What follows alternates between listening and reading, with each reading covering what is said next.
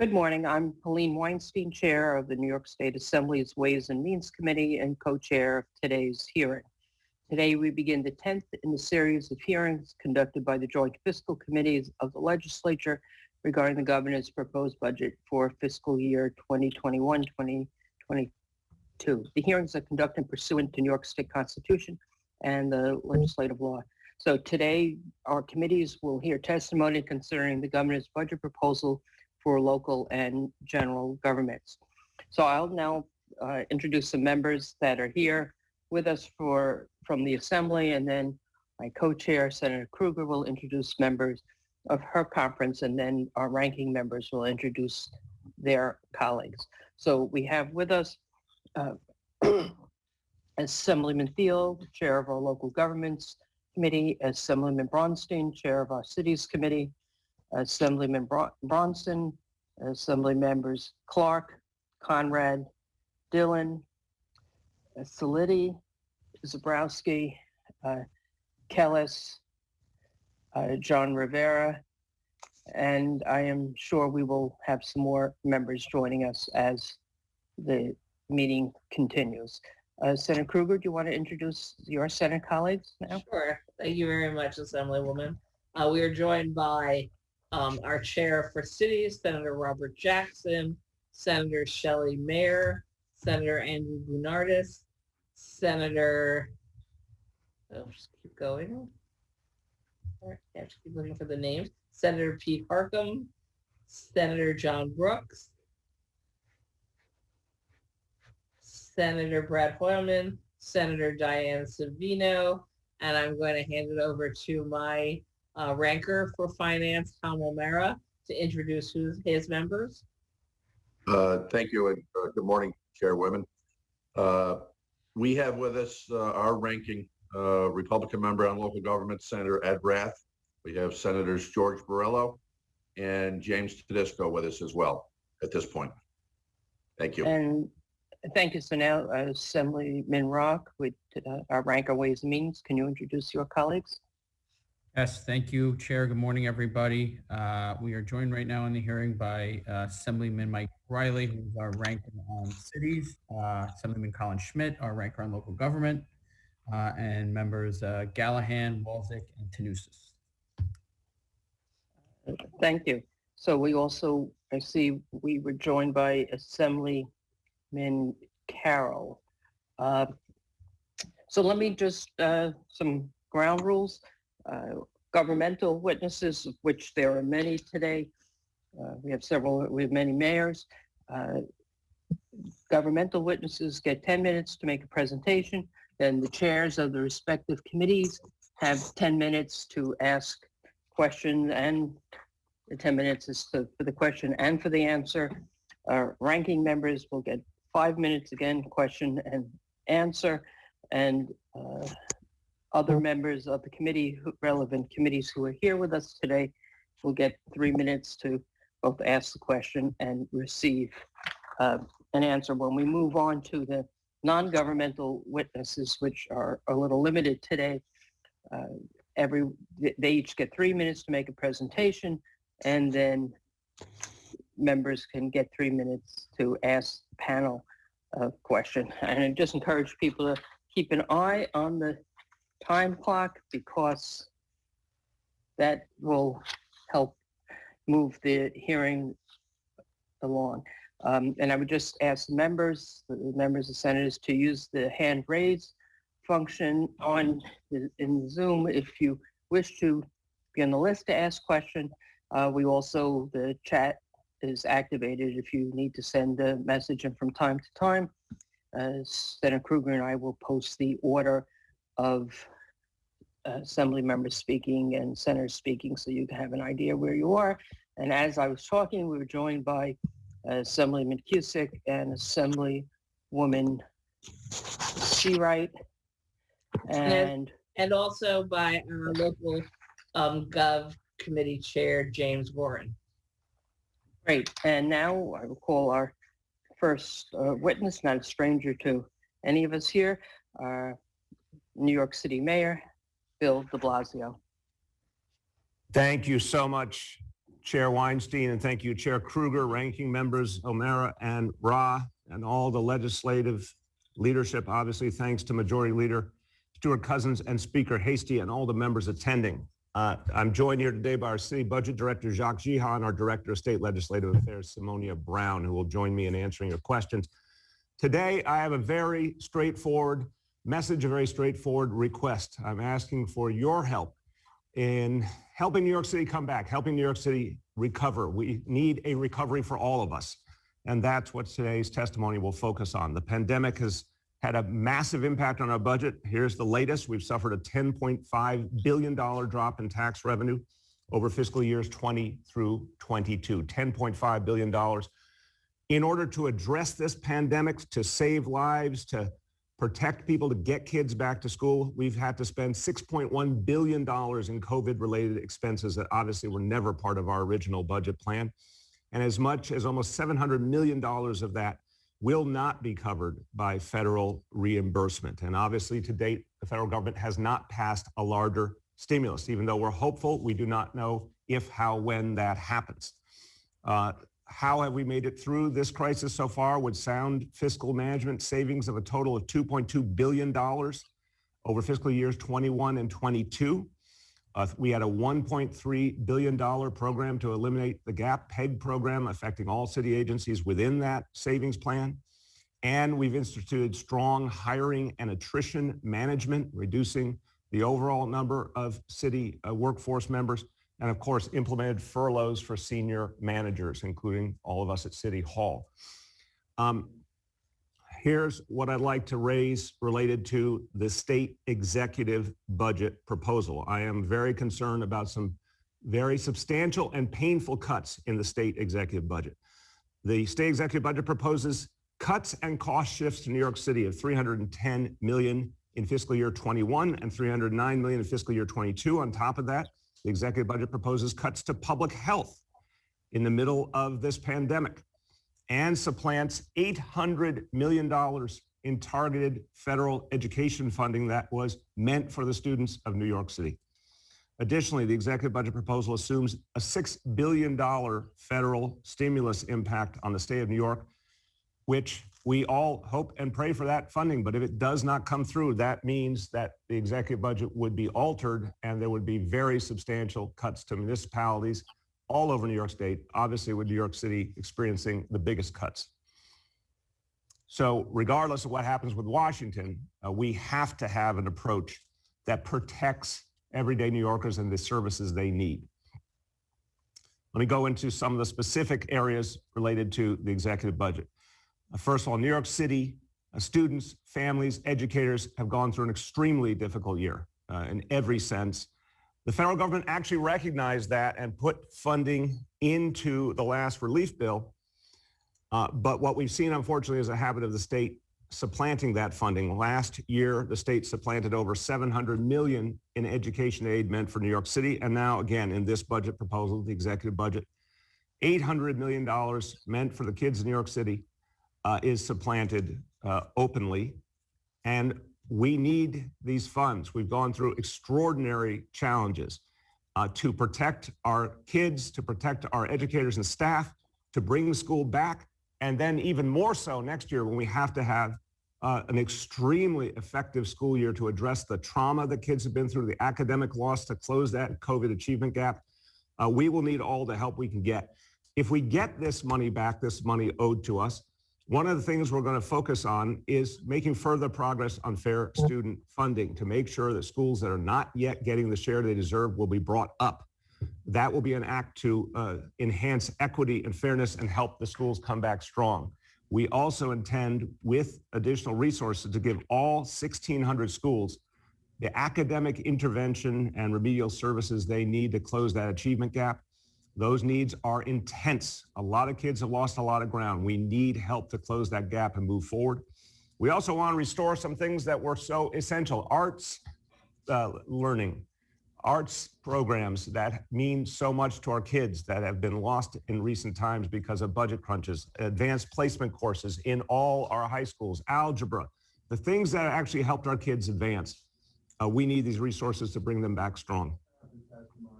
On top of the money which is being openly supplanted, the proposed budget shifts mandated charter school costs to New York City, 179 million in fiscal year 21, 100 million in fiscal year 22. Those costs would have to be borne by the city in the middle of our own fiscal crisis.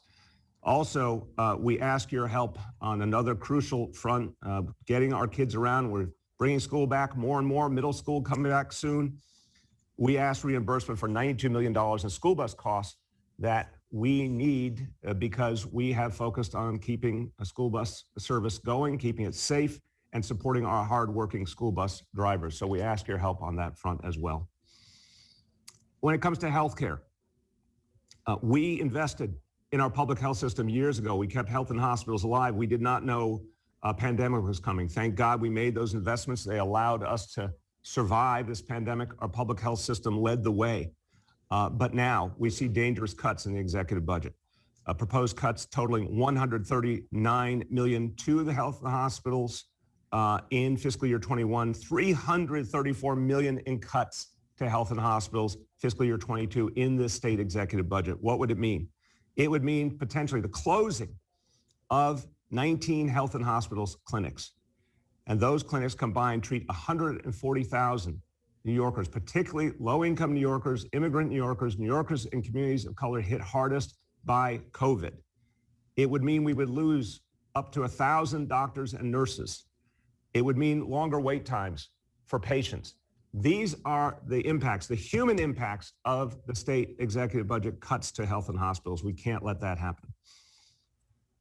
In addition, our public health infrastructure would suffer further. The executive budget proposes a cut of $51 million in fiscal year 22 to other health services, which would slash programs like the Nurse Family Partnership that supports new mothers. And that work is even more crucial in this time of pandemic. On top of that, the budget proposes cuts of $28 million in fiscal year 21, $43 million in fiscal year 22, state support for initiatives that help New Yorkers, including New Yorkers who suffer from substance misuse, those survivors of domestic violence who need services so intensely, resources for youth in foster care, protection for our seniors. All of these people who need help and are vulnerable would lose that help if this state executive budget were passed as it is now. What's the alternative? Well, everyone on this panel knows better than I the many, many things that could be done, but I want to emphasize one essential solution, which is to build a recovery from the grassroots up, to focus on working people, and to demand of the wealthy they pay their fair share in taxes. The facts are staggering. In this year alone, 120 New York state billionaires have increased their income by $77 billion just in 2020, in the year of the pandemic. We need taxes on the wealthy so we can protect working people, everyday people, and provide the services they need. We don't have a recovery if we don't have essential services. So I strongly urge that that is the way to go forward. Now, in the executive budget, some other very important items I'll go very quickly. There are proposals in the executive budget that would undermine the rights of communities to determine their own destiny when it comes to land use. There are proposals in the executive budget that would take away local authority and silence community input. This would be a boon to the real estate industry. The rich would get richer if those provisions go through, but communities would suffer. The public good, public benefits would suffer. We strongly oppose doing away with the city zoning, doing away with the particular proposal that would take away city zoning rights, city land use rights when it comes to conversion of commercial property and hotels to housing. We have to make sure that community voices determine what happens in communities. We're concerned about the Javits Center proposal that would allow the Javits Center Operating Corporation to override city building codes and city code enforcement. We need to make sure the MTA does not have the right here in New York City or any other place in the region to override local authority to determine how we fix our streets, how we build up our cities. If we have to wait on the MTA, which has a long history of delays, we won't be able to make ADA street improvements. We won't be able to provide flood protection efforts. Many, many areas of concern. We need to make sure that we move forward with an understanding of the need for localities to have the power to protect our own people's interests. I'll finish up on a few additional areas. Local Law 97, we're very opposed to the proposed executive budget to weaken this law. This is a landmark legislation that would reduce carbon emissions, help us attack global warming. We cannot take a step backwards on climate change. Police reform, an area that we've been focusing on for 7 years, major changes and improvements. In my State of the City, we talked about the disciplinary matrix, which has now been put in place, which tightly, strictly governs police discipline and empowers the Civilian Complaint Review Board. We have a new approach to hiring precinct commanders that will involve input from the communities they serve. We are doubling investments in the staffing of our Cure Violence Movement and Crisis Management System, and a host of other reforms are coming in a package we're working on now with the City Council. That will be over the next 2 months. I want to caution that the state executive budget by suggesting that it is right to withhold funding from localities and add monitors and outside efforts that will slow down reform points us in the wrong direction. Reform is happening vigorously here in New York City, and a lot more to come. In the executive budget, there are areas we also agree with strongly. One of the areas I'm very pleased to see is action on the security deposit issue for rent payments. That's something I talked about in the State of the City a year ago, in fact. I'm very happy to see action on that. We strongly believe there's need for legislation to provide a payment plan option for tenants who are struggling, who need to stay in their homes, but need some way to pay going forward for their homes. We also fundamentally believe that the Housing Stability Support Initiative should be passed this year to provide rental assistance to those at risk of eviction. On another area where there's a lot of agreement, the legalization of adult recreational cannabis, just want to emphasize that I strongly believe that the best way to do that is to involve localities, give localities the ability to make decisions about density, siting, and public safety, and to ensure that there are measures in place for the economic empowerment of communities that have suffered the most under the previous laws related to marijuana. Some things that we need going forward to truly have a recovery for all of us. Community hiring.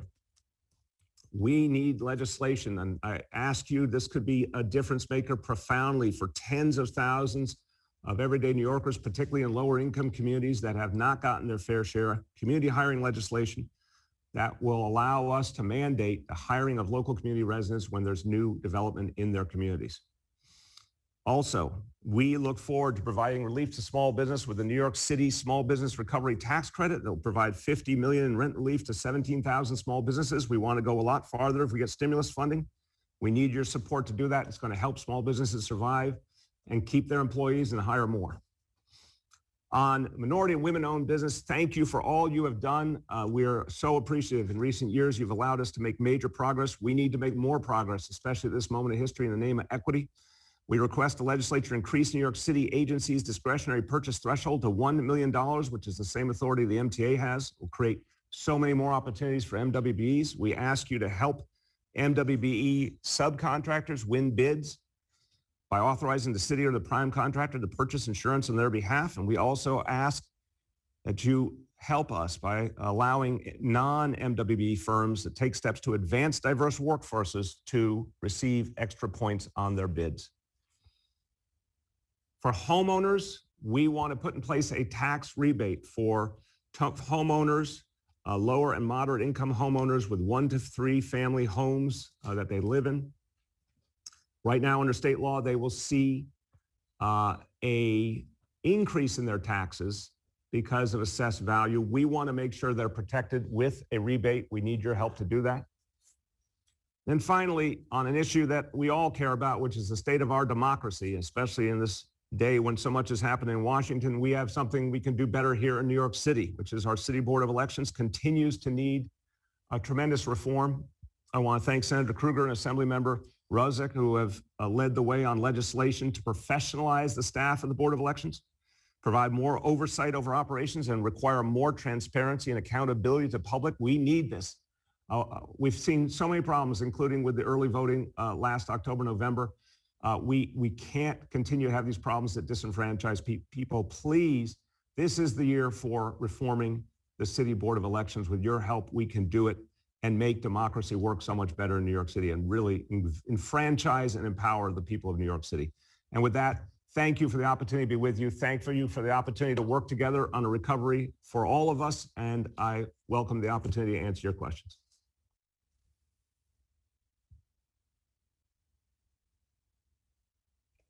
Thank you. We have quite a few members who have some questions, and we're going to go first to, first let me just introduce some of the members who've joined us since we began. Assemblyman Simpson, Assemblyman Aubrey, Assemblywoman Lunsford, Assemblywoman Gonzalez Rojas, and Assemblyman Jacobson. And we're going to go to our Chair of Cities, Ed Bronstein, for 10 minutes. Although as we do that, I just want to Go ahead. I'm Yes. so sorry. Thank you. We've been joined by our Chair of Cities 2, Senator Cooney. We decided New York City needed its own committee, so that is Robert Jackson, and Senator Cooney is the other city's chair. And I don't want to take up Ed's time, so I'll introduce other senators later. Thank you. So we go to Ed Thank you. Bronstein. Thank you, Chair Weinstein, and good morning, Mr. Mayor. This is the last time you'll be joining us for this hearing, but I just want to thank you for, as far as I can recall, every year coming and sitting before us. Even when you had to drive up the thruway, you would come and sit before us for hours. So I appreciate it, and I want to thank you for doing that. Thank you. Just a couple questions on your testimony or your opinions on the executive budget. I want to talk a little bit more about the governor's proposal to repurpose underutilized commercial space. I agree with you that it's preferable to do this at the local level where there's more community input. However, I do agree with the general idea that the governor has that we should be moving to repurpose vacant commercial space, especially trying to turn into affordable housing, considering that after the pandemic, we expect to have extra vacant commercial space. Do you have a plan moving forward to try and achieve this goal, working with the city council? Thank you very much, Assemblymember. Yes, I think it is an idea that has merit. I think if we're going to have more housing and more affordable housing in a way that actually involves community input and guarantees the rights of communities and is verifiable, like deals that actually have the backing of the law, that's a great way forward, and we can do that through the ULURP process. And I would aggressively support that. What I'm worried about is the state overriding ULURP, cutting out communities, making sweetheart deals with the real estate industry, because if you look at the proposal, it leaves several ways out for the real estate industry to not create affordable housing. The amount of affordable housing proposed is lower than what we've been doing in our plans locally. Also, there's a way to essentially buy out that provision, not create affordable housing, just create market luxury housing and give money to the state. That's a dangerous precedent. I think what that's going to mean is a lot of real estate developers will choose that option first and say, wait, we want to do 100% luxury. We'll give you some money to get out of any affordable housing requirement. Then where do we end up as a city? We end up as a city where working people are pushed out. So the ULURP process works. And I think saying, let's aggressively now look at where we can convert some buildings to housing, but with the really strong legal guarantees that the affordable housing committed to must be built. Okay, thank you. Moving on, the governor's executive order 203, the New York State Police Reform and Reinvention Collaborative, requires all local governments and police departments to develop plans to modernize their policing strategies and strengthen relationships with communities. Plans must be submitted for approval to the Division of Budget by April 1st. Are you on target? My concern with the executive order is that some of the language to me is kind of vague. And I'm just wondering if you've received any guidance from the Division of Budget about what's required to meet certification so funding will be released from the state, and if you're on target to meet that certification. Yes, I remember we're absolutely on target. We've been having an extensive public engagement process over recent months. We've been working very closely with the City Council. We're absolutely on target to pass the appropriate council resolution. by the end of March. We think we understand exactly what's needed in terms of robust engagement and then putting together a plan to advance reforms. Look, we're not waiting on the state legislation. We've been moving anyway. As I mentioned, the discipline matrix, which really revolutionizes police discipline. We have a host of proposals I put forward that we're enacting right now to strengthen the Civilian Complaint Review Board. We're bringing communities into the choice of precinct commanders. That's never been done in the history of NYPD. That's starting right away with the next group of precinct commanders that will be chosen. These things are moving. In the reform package with the council, you're going to see a lot more. So we're going to meet this deadline, and we're going to make these changes and then keep going, because police reform and changing the police culture is something that needs to be ongoing. But I'll tell you, after 7 years, I've seen so much can happen. What I don't want to see is something that slows us down, such as has been proposed, bringing in outside monitors. I've worked with outside monitors. Inevitably, that slows down the pace of reform. We're moving reform, the council's moving reform, and we are on schedule. Have you had a conversation with anybody from the state about what they're expecting before they're going to certify? Our team has certainly spoken to the state over the course of recent months. But again, my sense from the legislation, I've obviously read it, is if the local executive and legislature agree on a vision, that is the essential requirement to put forward a vision for additional reform. And you know, what the legislation says is certain areas like improving relationship between police and community, you know, modern approaches and strategies for effective policing. It's all there in broad stroke, but absolutely the reforms we've made, such as the discipline matrix and the upcoming reforms, clearly cover the host of items that are in the state legislation. Okay, thank you. Just two more quick questions. The Gifted and Talented program, you were planning on administering the test this year, but the panel for education policy didn't approve the contract. Are you still moving forward with the Gifted and Talented test? Yes, we have a different approach and we'll announce it next week.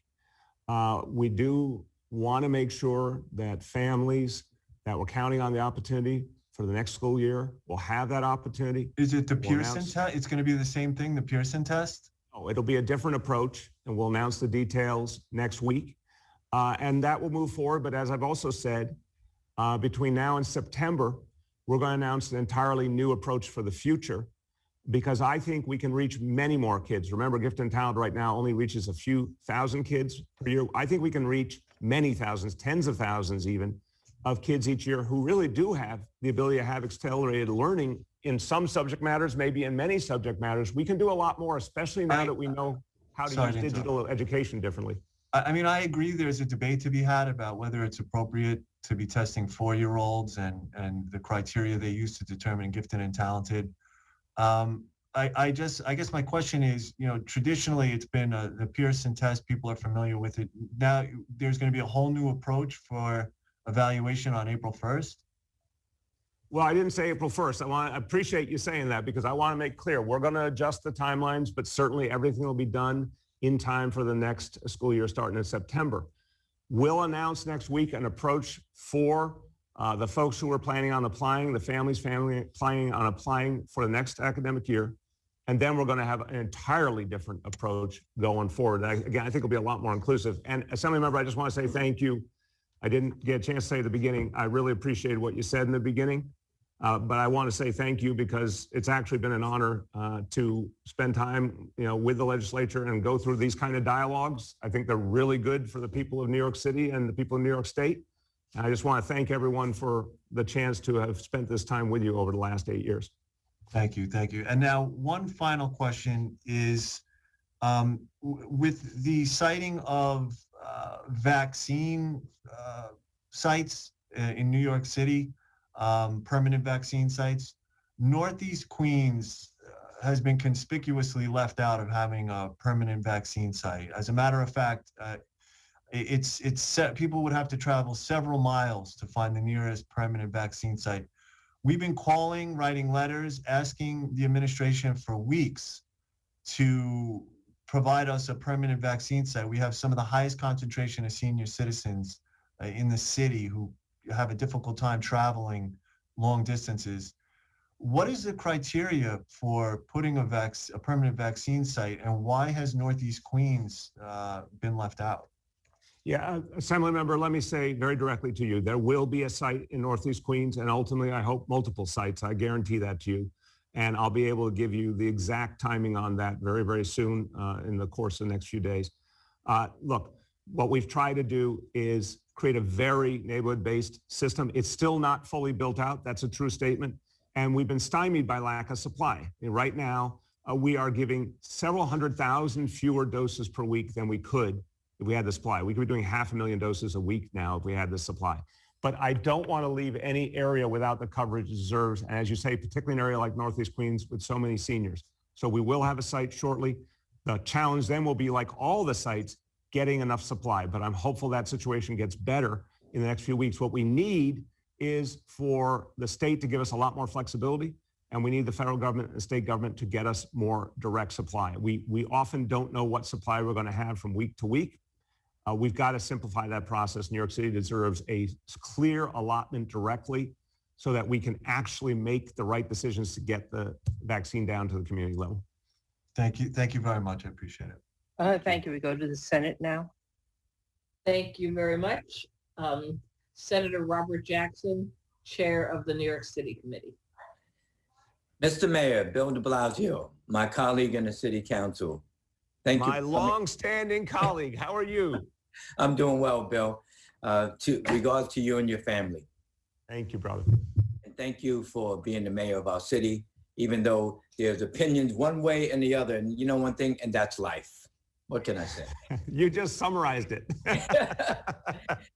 But I don't want to get into details about a lot of things, but I want to talk about the budget, because I want to make sure that New York City gets its fair share from the federal government and the state government. And you know, in your 10 minutes or 11 minutes in which you spoke, you were going so fast trying to get everything in. And I can understand that, especially when I have 3 minutes to ask questions and I'm just trying to get short responses to that. So clearly, I appreciate the opportunity as the chair of the Cities Committee, Cities 1, which is only New York City, even though I am concerned about the entire state. But we all know the impact of New York City has a devastating impact on the rest of the state of New York.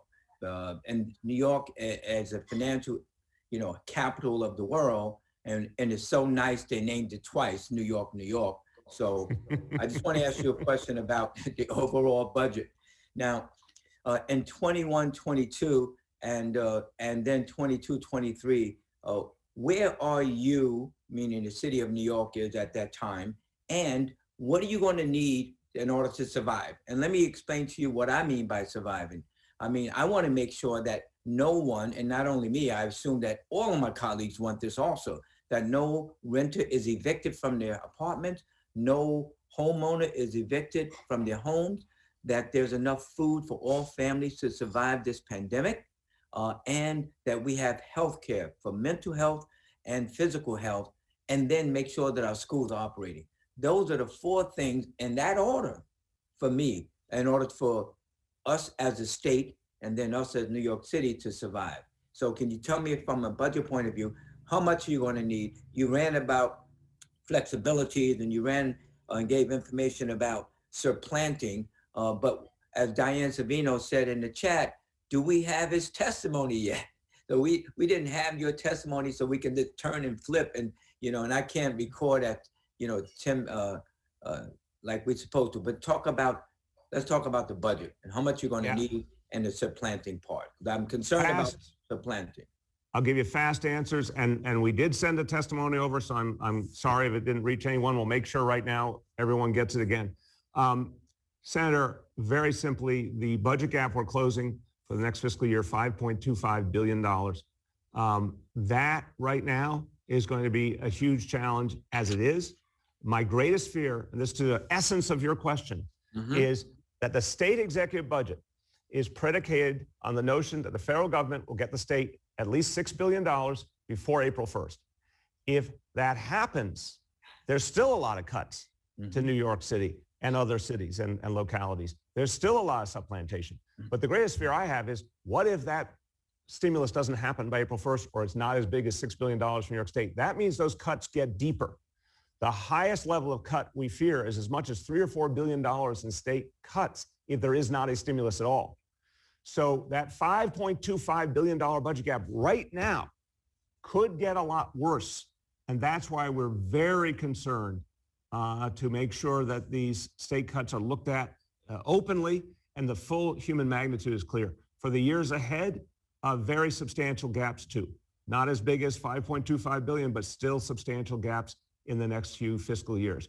And one other point you talked, I think, very accurately, shelter, food, public schools being open. I just want to note, yesterday we announced it's been 200 million free meals that we have provided to the people of New York City in this crisis. I've said we're not going to let any New Yorker go hungry. But Senator, you understand it. You understand the grassroots. 200 million free meals have been needed so far, and we're not out of this pandemic yet. So let me talk about, have you communicated with the other mayors? Because Buffalo, Rochester, Syracuse, Albany, Yonkers, they're going to come in and they're going to say the same thing that you're saying, basically, but at a different level. Where are you working with them from a holistic point of view in unity in order to address the possibility that we don't get all of this money from the feds and the impact that's going to have on, you know, the rest of the cities and towns and municipalities? Absolutely, Senator. We've been working closely, the mayors of the state, the county executives. It's been bipartisan. We've banded together many times to fight back cuts to Medicaid, for example, and certainly to fight cuts to aid to municipalities, localities. Look, the COVID crisis has required localities, counties, cities, towns to do more than we've ever had to do. And we have to pay for it up front. And sometimes we get support and sometimes we don't. But we have to keep our people safe. So yes, there's a lot of unity, and particularly on some of the issues I raised here, potential cuts to localities and usurping of local power and rights and land use. These are the kinds of things where you see bipartisan consensus, county execs, mayors, towns, everyone agreeing we've got to have the local ability to serve our people. And if the state usurps that ability, it actually hinders our efforts to protect people in need. I want to talk about schools for right now and just deal with the issue of the supplanting you mentioned. And we heard in our discussions in the Senate about supplanting of charter schools from the state to the city of $179 million. I mean, where are we going with that? And what have you communicated to the state about that overall? Well, we've been communicating, and I'm especially having the opportunity to communicate right now. I think that is not an acceptable action because it's forcing additional costs on the people in New York City. And we don't get to make our own rules related to charter schools. If we did, the situation would be very different. I think there needs to be a re-examination of the whole approach to charter schools, given that traditional public schools have proven their strength and have proven to be getting better. We just announced the highest graduation rate we've ever had in the history of New York City. We've seen heroic efforts by our educators during this crisis, creating digital learning out of nowhere, and now bringing back our schools, middle school coming back February 25th. The traditional public schools are working better than ever.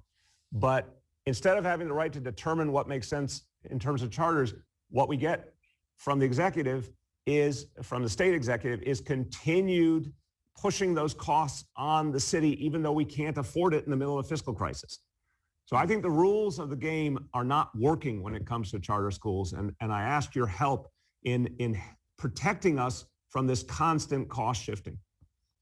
When I talk to people, I communicate the most important thing for my constituents are the safety and security, and the gun violence and so many people attacking one another is pushing strangers, pushing them on the subway.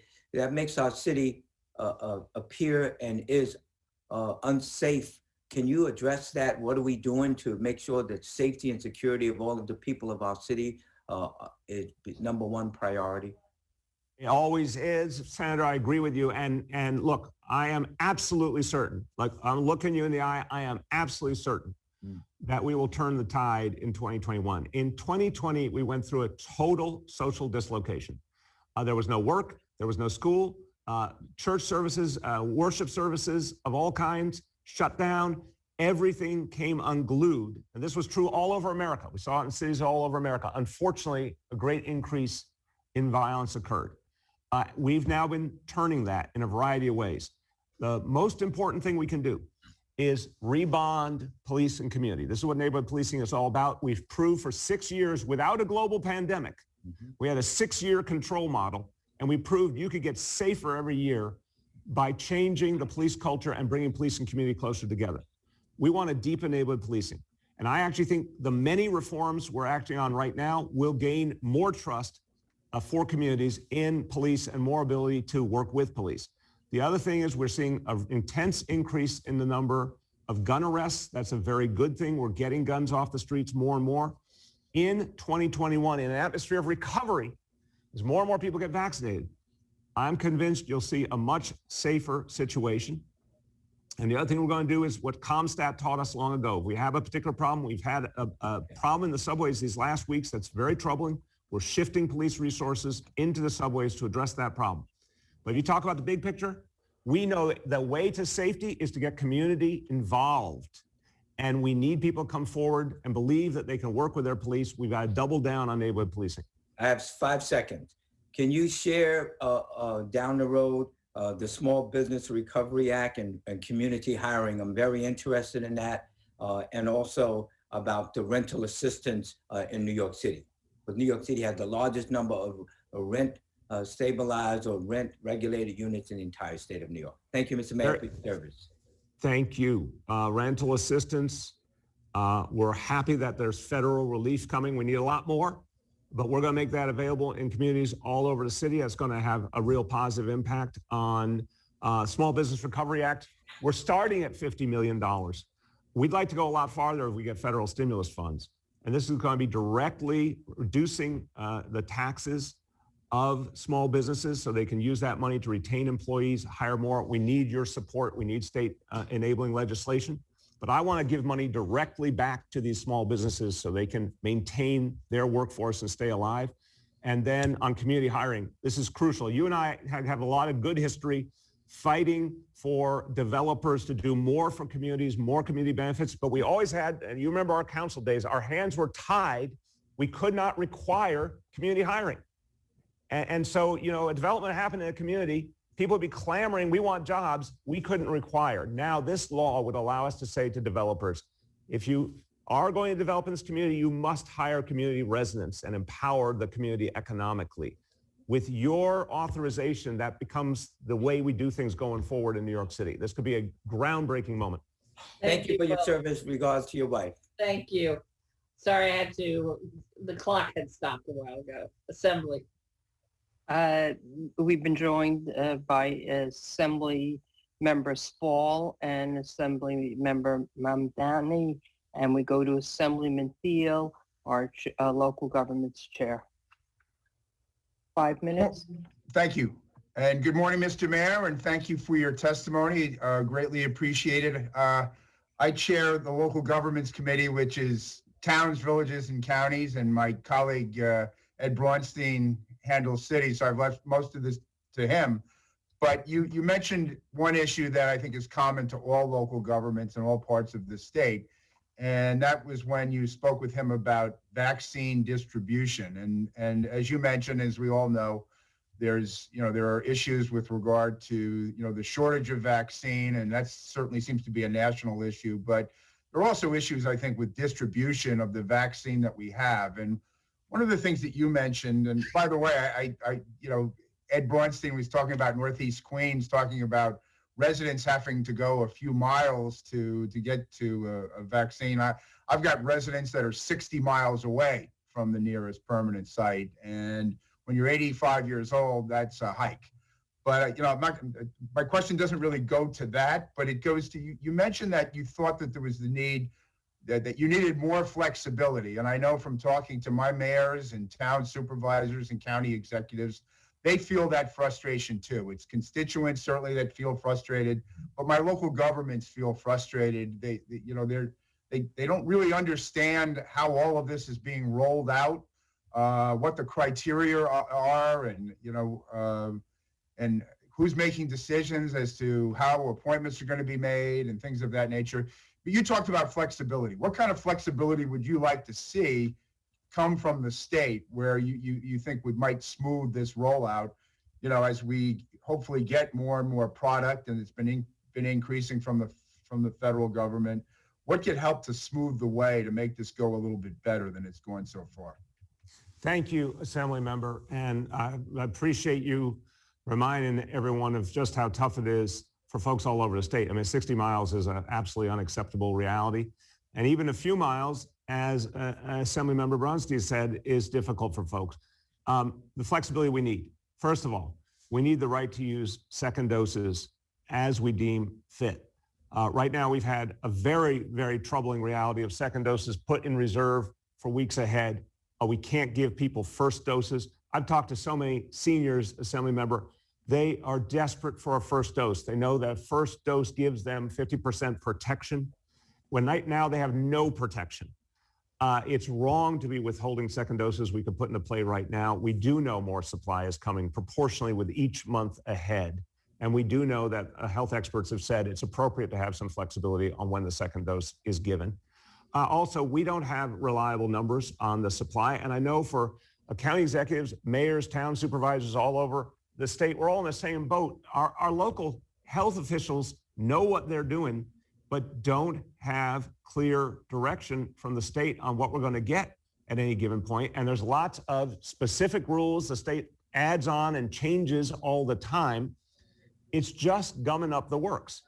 And what would be so much simpler is for the state to trust local officials, local health authorities whose lives are devoted to protecting people. Give us a supply and then let us do what we know how to do.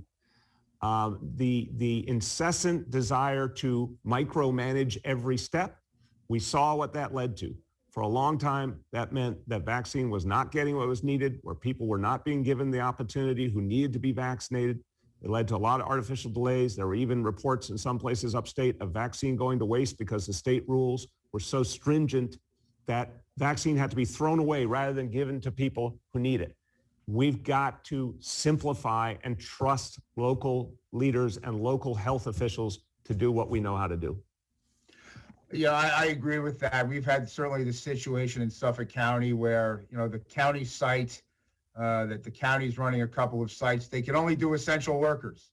That's all they can do. And, other sites can do senior citizens, but it just seems to me that you're on the right track. And when you're talking about flexibility and letting the health professionals who have been doing this and know how to do this, to give them some more authority to be able to, they're closest to the community. They know how to do this. And I think when you said the word flexibility, my ears perked up because that's what we're seeing, out on Eastern Long Island also. So thank you for your comments. Much appreciated. Thank you very much. Thank you. We go back to the Senate now. Thank you very much. And we're going to our local government chair, Jim Gorin, for 5 minutes. Thank you, Madam Chair. And Mr. Mayor, it's very good to see you. Your remarks, I think, are going to be repeated all day long by our county executives, village mayors, town supervisors, mayors of other cities, all going to be the same thing. They need more money from the state. We've got to get the money, give it to us. And, we all recognize that. And I think we also recognize that we're one state, we're interdependent, and particularly myself representing Nassau and parts of Nassau and Suffolk County, our region is interdependent. So we all have to, see where we can work together. So one of the questions I have for you in terms of you are looking to, the suggestion that we raise taxes on the wealthy. Could you further define that? I mean, who do you define as wealthy, and what tax rate should we raise if it was up to you? Thank you, Senator. A couple of just straightforward points. I think billionaires in particular is where I'd put a lot of the emphasis. But I think the most As essential... a billionaires, a billion in somebody who has $1 billion or somebody that makes $1 billion, or are you looking at a certain like annual, what would be the annual figure you would look at that you think somebody should make? Right. And Senator, I want to be straightforward. When I can give you a very specific answer, I will. I don't have my own independent tax suggestion for the state. I want to just tell you directionally, but I'd be happy to give you further detail. I think after the tax cuts that occurred for the wealthy in the Trump administration, the first point is to, and that can only be done on the federal level, obviously, to roll back those tax cuts. But I don't see that happening in the short term. I think what has to happen, therefore, is the state needs to take aggressive actions to realize that the tax cuts that happened were actually taking us in the wrong direction. The tax cuts for the wealthy were taking us in the wrong direction. They were reducing I progressive totally agree taxation. with that. So what I think is for millionaires and billionaires, there should be higher taxes, particularly for billionaires. There are many proposals out there. But what I am most concerned about is in the middle of a pandemic where the need on the ground is so intense for working people, if we are not getting particularly the help from Washington, if we're not getting the reversal of those tax cuts, New York State should lead the way with more progressive taxation. Would you look to us to giving you the authority to increase on the very wealthy for just the New York City income tax? I think that's a fine alternative. I think that one of the things when I first ran for mayor, I suggested a specific tax so we could start the pre-K for all program. At the time, different Albany at the time, obviously, could not get agreement from Albany on that, although we did get the funding. I'm always grateful for that. But one of the points that we made back then was give New York City the right to make some of those taxation decisions. Okay, good. Well, I've only got 5 minutes. I'm sorry to interrupt, but there is a proposal for a Wall Street tax, a tax on all transactions. And there are various folks in the financial community and others who are suggesting that if we enact that, we will see a loss of businesses and jobs and many folks from the financial community. Do you agree with that?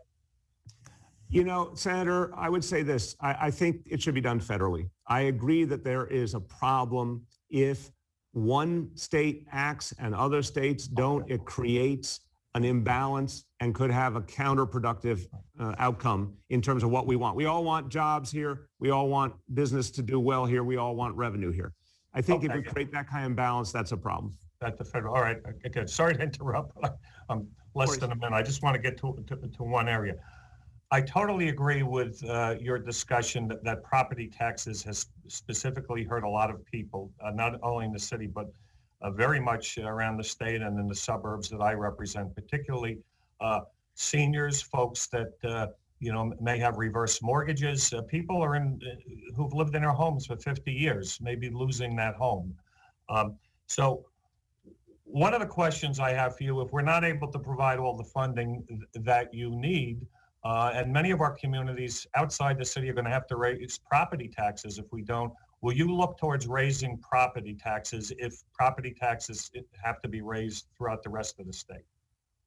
I appreciate the question. Now, I have to be very straightforward with you. I have no plan to raise property tax rates in New York City. I think the reality here, and I've said it throughout my administration, is with the income tax and the other realities here in the city, it does not make sense to raise the property tax rate. Obviously, assessments have been going up, so people have had a practical reality of higher tax payments.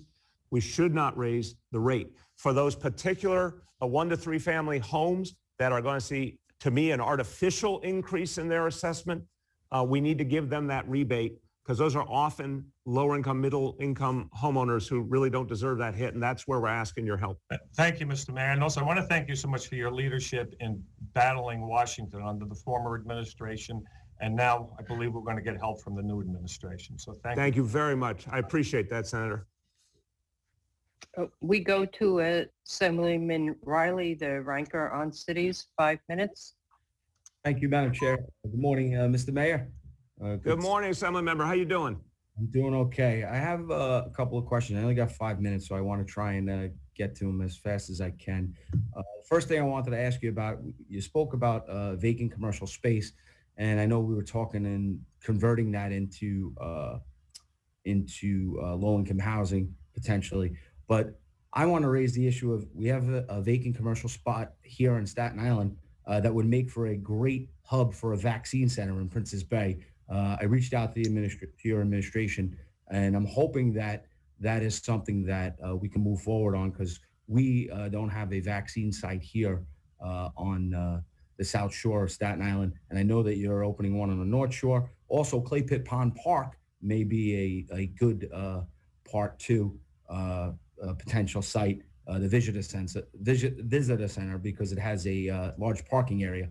The next thing I wanted to touch on is high schools. When are we going to potentially open up high schools?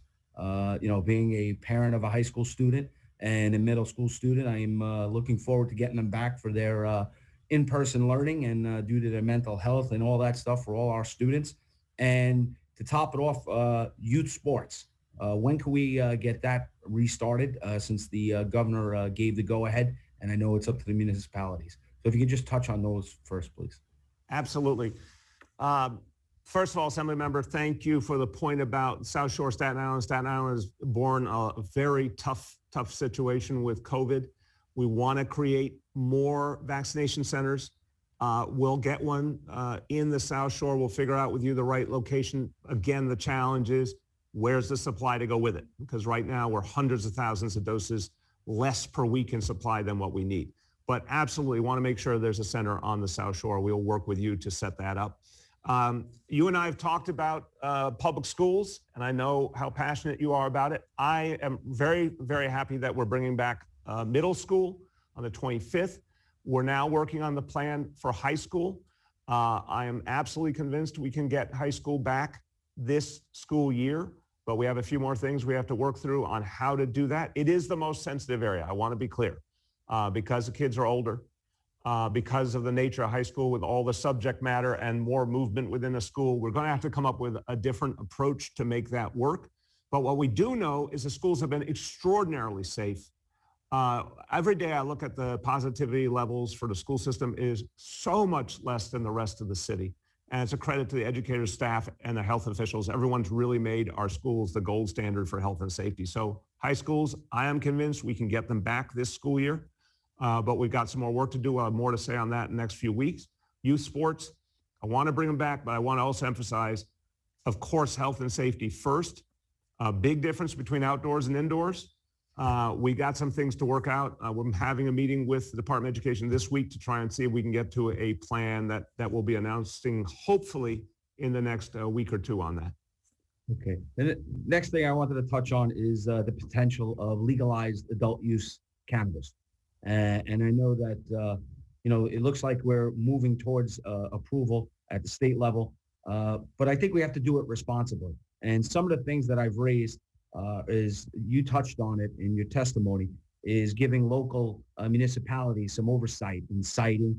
I think one thing that we have to make sure of is that we don't cite those within a quarter mile of a school. That's some of the things that I've recommended in a letter that I sent to the leadership at the state level and to the governor's office. Also, black market sale.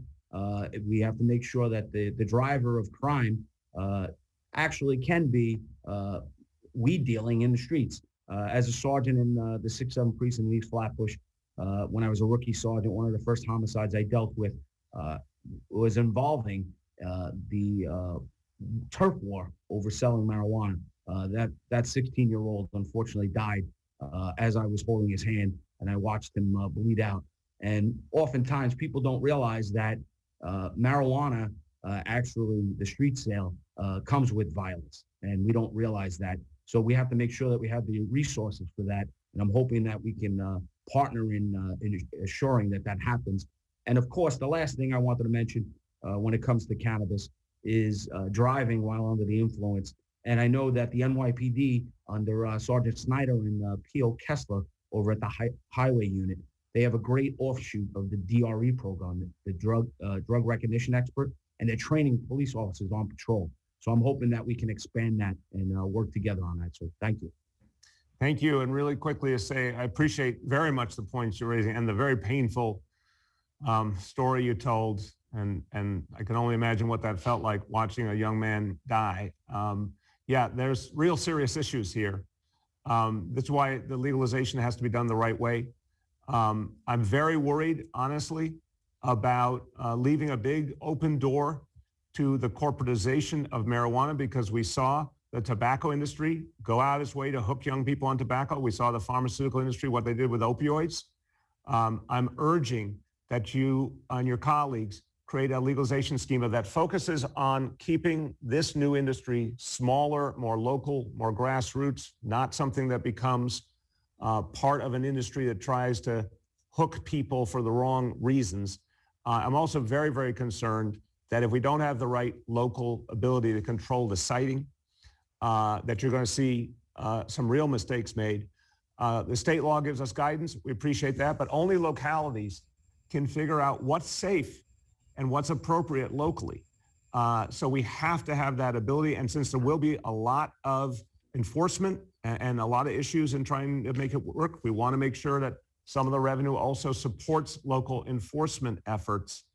It is going to be a lot more complex than us talking about it here. On the ground, it's going to be a big challenge. And if localities are not empowered and supported, this very good idea will have a lot of trouble in its implementation. So I appreciate your point about let's be very careful about how we cite these locations. Thank you, Mr. Mayor. Thank you, Madam Chair. Thank you. We go to the Senate. Thank you very much. Our next questioner is Andrew Bounardis from Brooklyn. Thank you very much, Senator Krueger. Good morning, Mayor. How are you? Good morning. How are you? Doing well, doing well. Thanks so much for making the time for us. I have a couple of quick questions.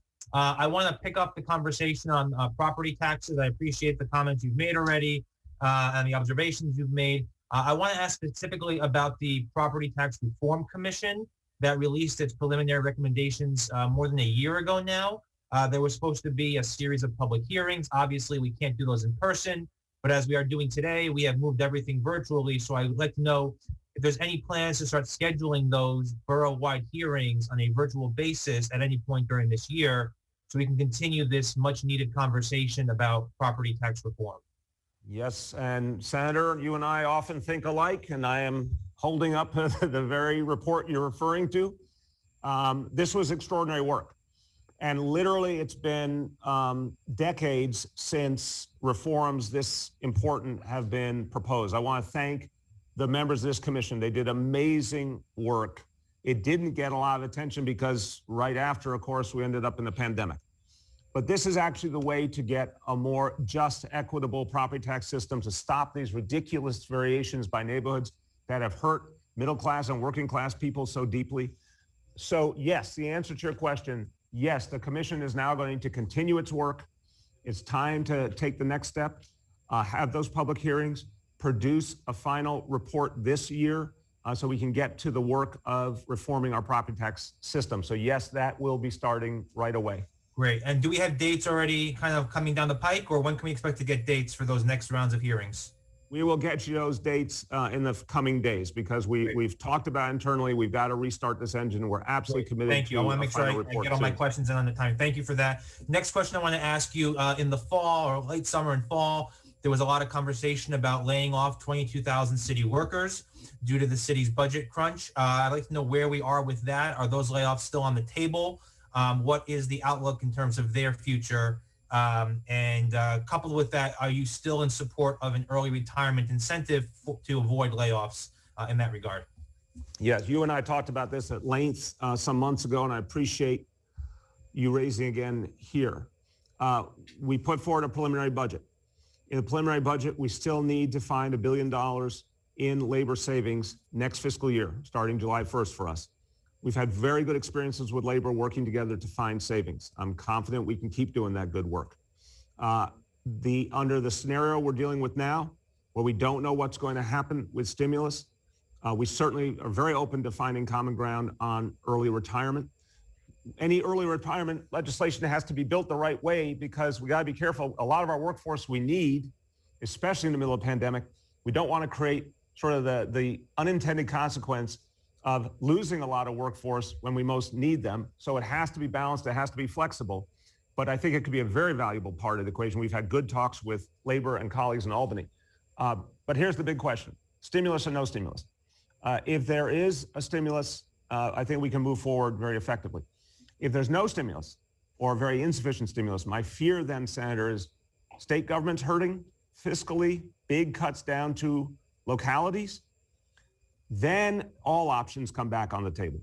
So right now, under the current reality we have, I'm very hopeful we're not talking about layoffs in the next fiscal year. And obviously layoffs will be the absolute last resort. I don't want to see them. But there's still a nightmare scenario we're not out of the woods on, which is if we don't get a stimulus or we don't get enough stimulus and the state passes down huge cuts to localities, then I have to put all options on the table again to have a balanced budget. I'm required by law to have a balanced budget. But let's pray we're not dealing with that. Great. My time's expired. Thank you, Mayor. Thank you, Senator. you. Assembly. We go to Assemblyman Schmidt for 3 minutes, the ranker on local governments. Thank you, Chairwoman. Thank you, Mr. Mayor. This morning, I received an email from a constituent. I'm going to quote from that. She stated, "My husband commutes to the city every day from Orange County, New York. He has been doing this commute for 38 years. He has never seen it this bad, even in the 1980s. This year, he has feared for his life for the first time. Sadly, I represent thousands of Hudson Valley residents who commute to New York City. Many have shared the same feelings to me. A City Journal article from just last month stated that New York City faces a threat to its economic revival. Violent crime, which rose sharply and significantly last year, it says. Murders increased, shootings doubled, more victims of shootings in the city any year since 2002. For my constituents who commute to your city, I want to know, why is this happening and how do you plan to fix it?" It's a very important question. I thank you. I don't take any of this lightly, but I am absolutely convinced we'll be able to turn this around. Why? Because I meet constantly with the leadership of the NYPD. I also meet constantly with and talk constantly to elected officials and community leaders who all share the same goal: to turn this situation around.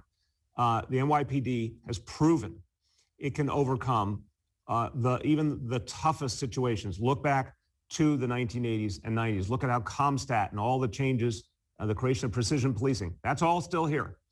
We have a strong police force, but the X factor now is continuing to deepen the working relationship between police and community. We know we can do that. We had a perfect storm last year. We're not going to have a perfect storm this year. We're going to have a very different situation as more and more people get vaccinated and our economy comes back. Now, you mentioned the NYPD, and I know it's been reported, it's been on social media, and many NYPD officers live in my community. The morale is low. I know that's been mentioned many times. They, as you mentioned, NYPD officers who are professionals, who are experts, the best in the world, they tell me, I refer to the experts, that they know how to keep the city safe, and they feel they are being restricted, through politics or by city leadership from being able to do their jobs. How can we kind of make sure that that morale is boosted and they can feel they are able to do their job and keep people safe? I think the most important way to boost morale, I truly believe this because I've seen in neighborhood policing, this was an initiative started under Commissioner Bratton and deepened under Commissioner O'Neill, now Commissioner Shea. So many of the key leaders in the police department now were architects of neighborhood policing. The most gratifying thing, I think, for so many officers is the appreciation of the people they serve. By focusing officers more and more in specific neighborhoods, building relationships, I've heard it from, I can't tell you how many officers, it's been extraordinarily consistent, that when they feel connected to a community and they get the thanks and they get the human relationships, that is the most gratifying. They know their work is life-saving. They know their work is crucial. But when they know that the community feels and appreciates what they do, it's the most gratifying. And that's what we've built over these years, and we're going to build it deeply again. We had a huge dislocation because of a global pandemic. But I tell you something, the people in New York City want effective policing in their neighborhoods. They want a relationship with officers. They want mutual respect. And I am convinced we can deepen that again. The fact is, you see it, the numbers prove it. that gun arrests are going up. Our officers are out there doing their job effectively. We want to keep supporting that work. Thank you. Thank you. We go to the Senate now. Thank you. Thank you very much. Our next senator, is Senator Pete Harkam. Thank you, Madam Chair. Good morning, Mr. Mayor. Pleasure to see you. Good morning. How you doing? Good, thank you. You and I have spoken about this issue offline. I know we're dealing with a pandemic. We're dealing with budget crisis, both in the city and with the state, but we've got to be able to multitask as we go along. And as you know, I represent Northern Westchester, parts of Putnam, Dutchess, which is the entire east of Hudson watershed. And our communities are tasked with protecting the drinking water for over 1 million New Yorkers and Westchester residents. And our municipalities have been working diligently, perhaps slowly, but diligently with DEP to get this done. The challenge is, since the memorandum of agreement was signed 20 years ago, as you can imagine, the costs have skyrocketed exponentially. And now our municipalities are tasked with a state mandate to keep phosphorus out of your water supply as well. So the catch-22 is that the money, there's still some unspent money, and they cannot plan, our municipalities cannot plan these regional sewer projects without knowing what the next round of funding will be. And DEP has told them, we're not giving more money until this money is spent. So it's kind of a catch-22. So we're not even asking for the money at this point, but the municipalities really need the certainty to know how much money is in the next round of water quality improvement funding so that they can continue to plan and build the projects that will protect the fragile drinking water supplies. So you may not have that number there right now, but you and I have discussed this in the past. Can you comment on this now? And can you commit to work with me and Assemblyman Burdick on this issue as we go forward? I absolutely thank you, Senator. I do appreciate the question in our conversation previously. It's a really good point. And look, municipalities all over the state have been hurting in this pandemic. And I hear you loud and clear. We've got to give them clarity about where we're going on these investments. When we first talked, it was in a particularly dire moment in terms of our fiscal picture.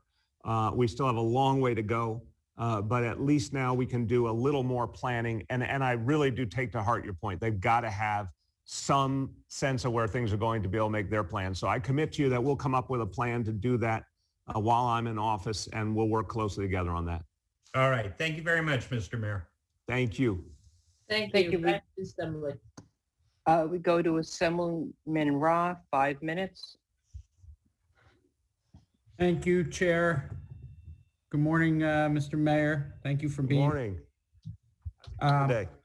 I enjoyed seeing you in a Met hat yesterday. Exciting times for Met fans. So hopefully they can do great work getting those vaccines out at Citi Field. And, with the announcement yesterday, we can get there and enjoy some baseball once the spring rolls around as well. Coming back, I'll tell you, the Met hat fit a lot better than the Yankee hat. Like to hear that. So I was wondering if you can elaborate. You had spoken earlier regarding the city's costs with regard to COVID, and you mentioned the school side of it. But do you have specific numbers in terms of what the city has had to expend for reopening? I mean, obviously you have the lower levels that have been reopened, and middle school soon, and then potentially high school going forward. So if you have any breakdown of the cost specific to reopening schools. Yeah, I'll start, and our budget director, Jacques Giha, is here, and he'll add quickly. Already, when we're only about halfway through the school year, amazingly, it's been several $100 million to get schools back and keep them safe.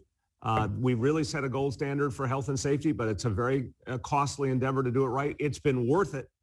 Hundreds of thousands of kids have benefited, their families have benefited. Now more are going to benefit as middle school comes back, and then ultimately high school. But it is a very costly enterprise.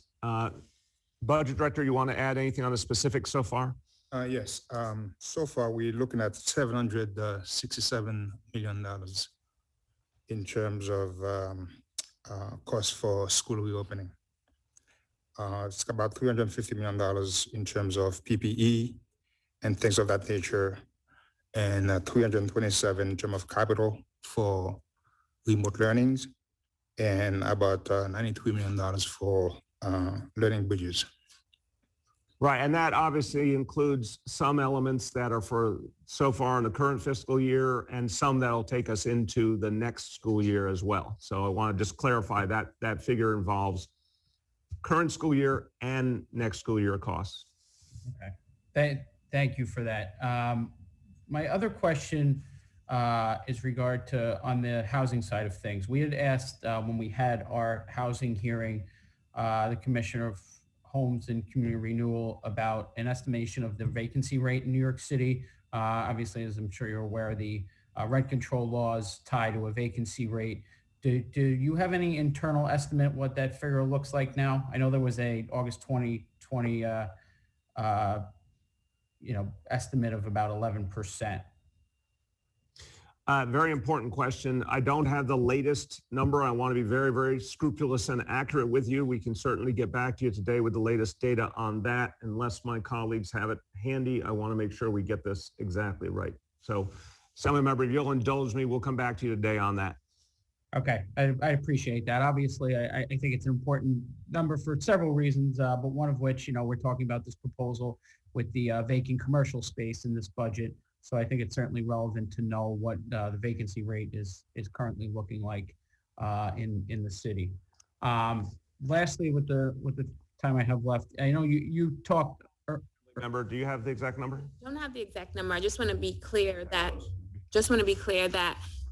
obviously there has been a lot of talk about the vacancy rate, but we rely on the housing vacancy survey, and that is due to come out next year. Okay. Go ahead. I'm sorry. No, I was just, I was going to say, you talked about funding and, funding being supplanted. And obviously last year we had, that new push onto the city for the distressed hospital fund. And, given that we're in a situation here, a big chunk obviously went towards New York City, and then the rest was divvied up in the rest of the state. So I'm just wondering if you can elaborate on the impact that has had on your city budget. I will ask my colleagues if they have specific figures again. What I can safely say is, we continue to see ever growing demand. So we're very, very appreciative for support we've received.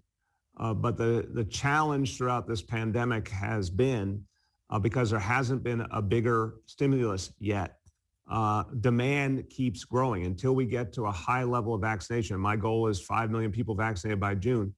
Until we get to that point, demand keeps growing and outstripping the support that we've received. But does anyone want to speak to specific numbers?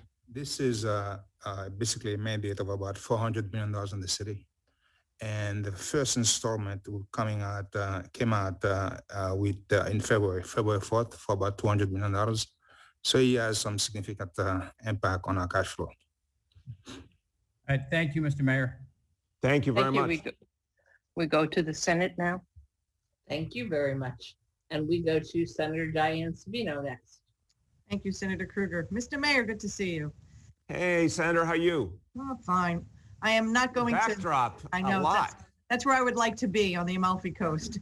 I think you're making us all feel warmer right now. So I'm not going to reiterate the questions about the workforce and the municipal unions. I'm happy I got the response earlier. I want to speak more locally. So as you know, last year at the start of the pandemic was right before the opening day for Coney Island's amusement arena. We usually open it on Palm Sunday. It was unfortunately not able to open, and we still don't have an answer. Yesterday, the governor announced that entertainment arenas could begin to reopen and sports arenas. We still don't have an answer about Coney Island. It is critically important that we get an answer for the amusement park, because they cannot go through another season without having the ability to open. What can you tell me about the future of the amusement arena in Coney Island, which is not just about the rides, it's an entire economic engine for that area. Thousands of young people derive employment. It's a requirement of the rezoning that we did in 2008. And so if we don't get to reopen, there's another season lost, and a lot of young people will not get that employment that they so desperately need to help with their families. What can I tell the people of Coney Island? Thank you. First of all, I'm confident that we're going to make a lot of progress in the next few months. I really am. The goal to vaccinate 5 million people by June is totally realizable if we have supply. If you've got 5 million people vaccinated in New York City, a lot of things can reopen, especially at the moment that matters most for the amusement park, which would be June, July, August. Senator, I really appreciate the question because it's not just, I agree with you on the employment, and that matters to the community so much. And Coney Island has struggled in a lot of ways. We want to support Coney Island, but more, I think the amusement park is something for all of New York City as part of our identity, it's part of our culture. It has to come back.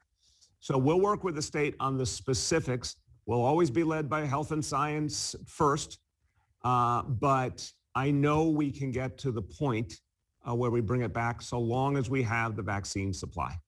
We'll get back to you though on specific timelines. Right, and I would like to work with you on that. They've submitted a very comprehensive plan on how they can operate and do it in a safe way.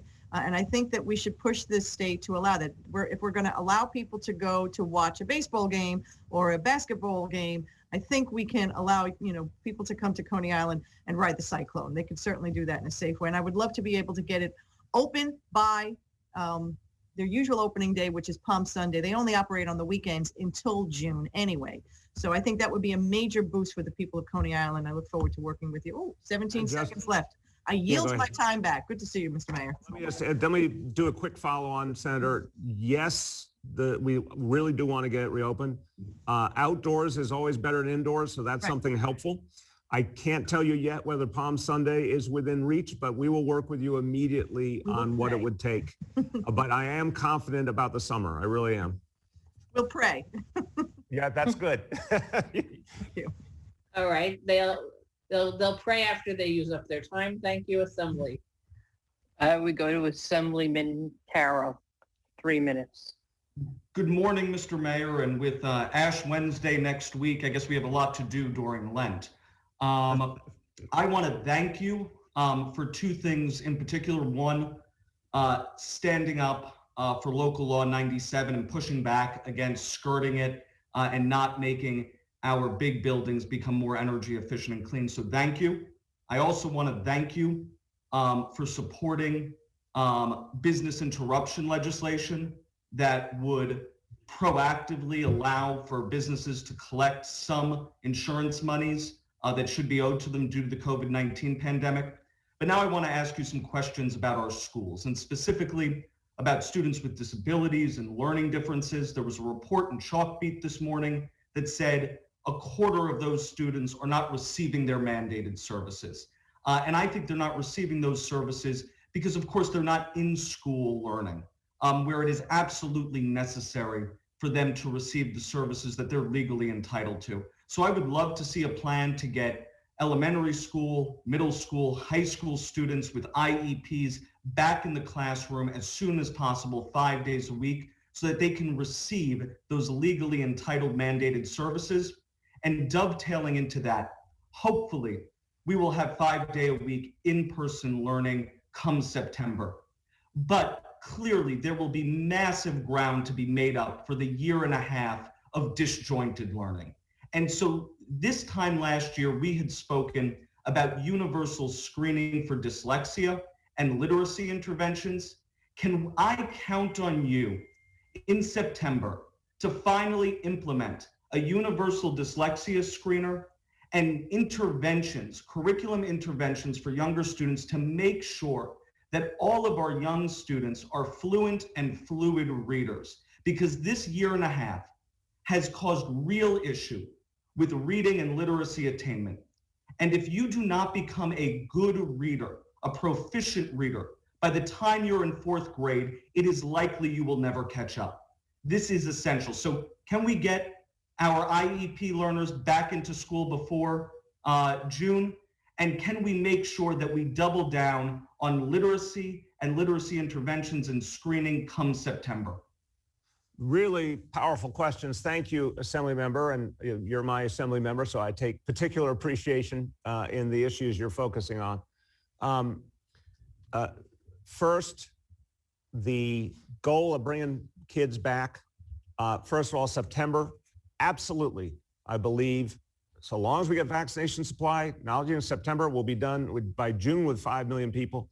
By September, we'll 100% be ready to bring back school 5 days a week for every child ready to be in a school classroom.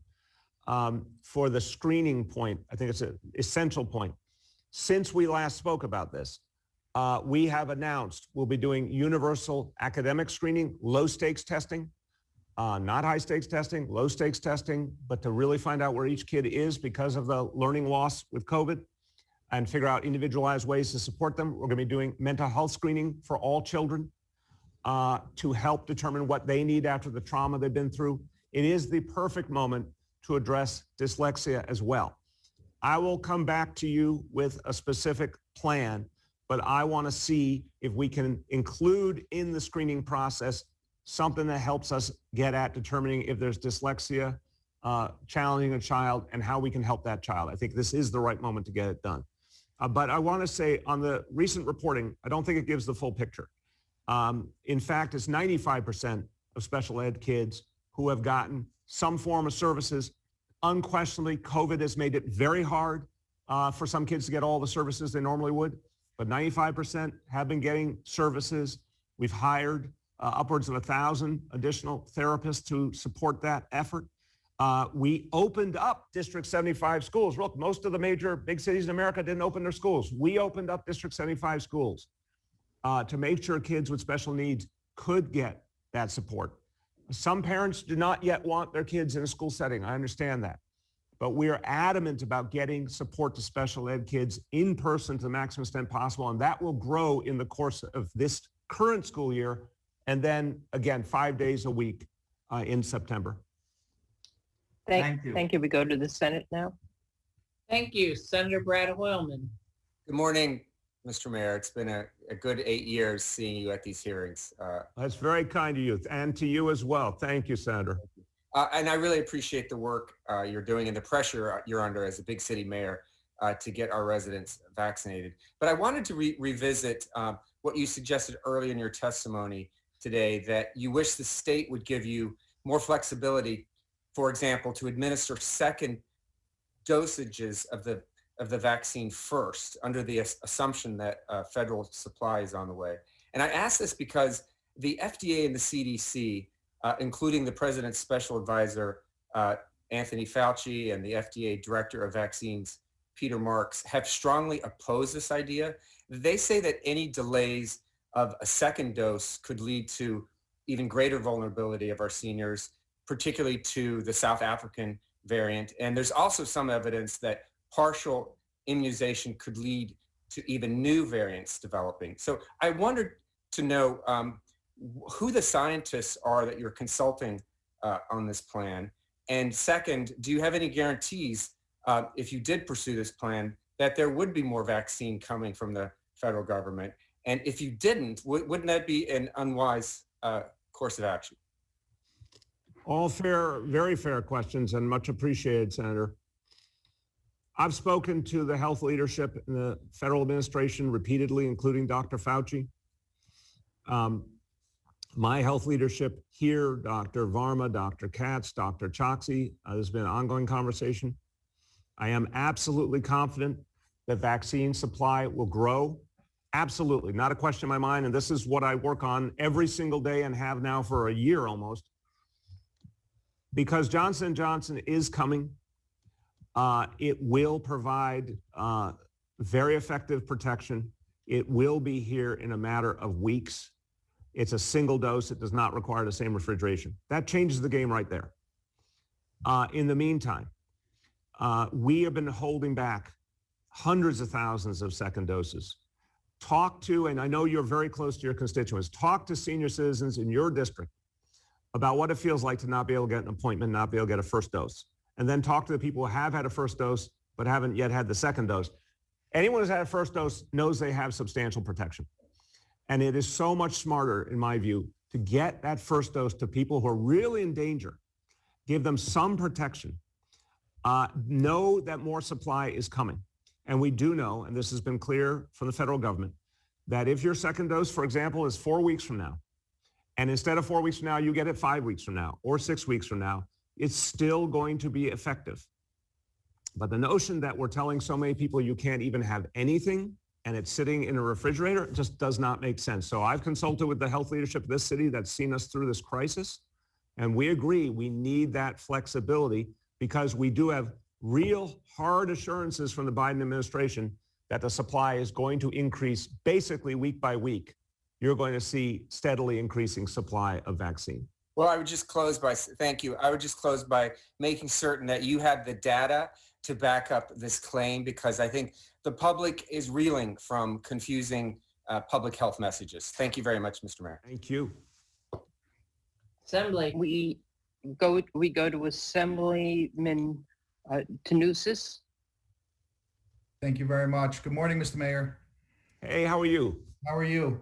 My question is a continuation of Senator Gennardis's question in regards to the Property Tax Commission. As you're aware, obviously, the report was released.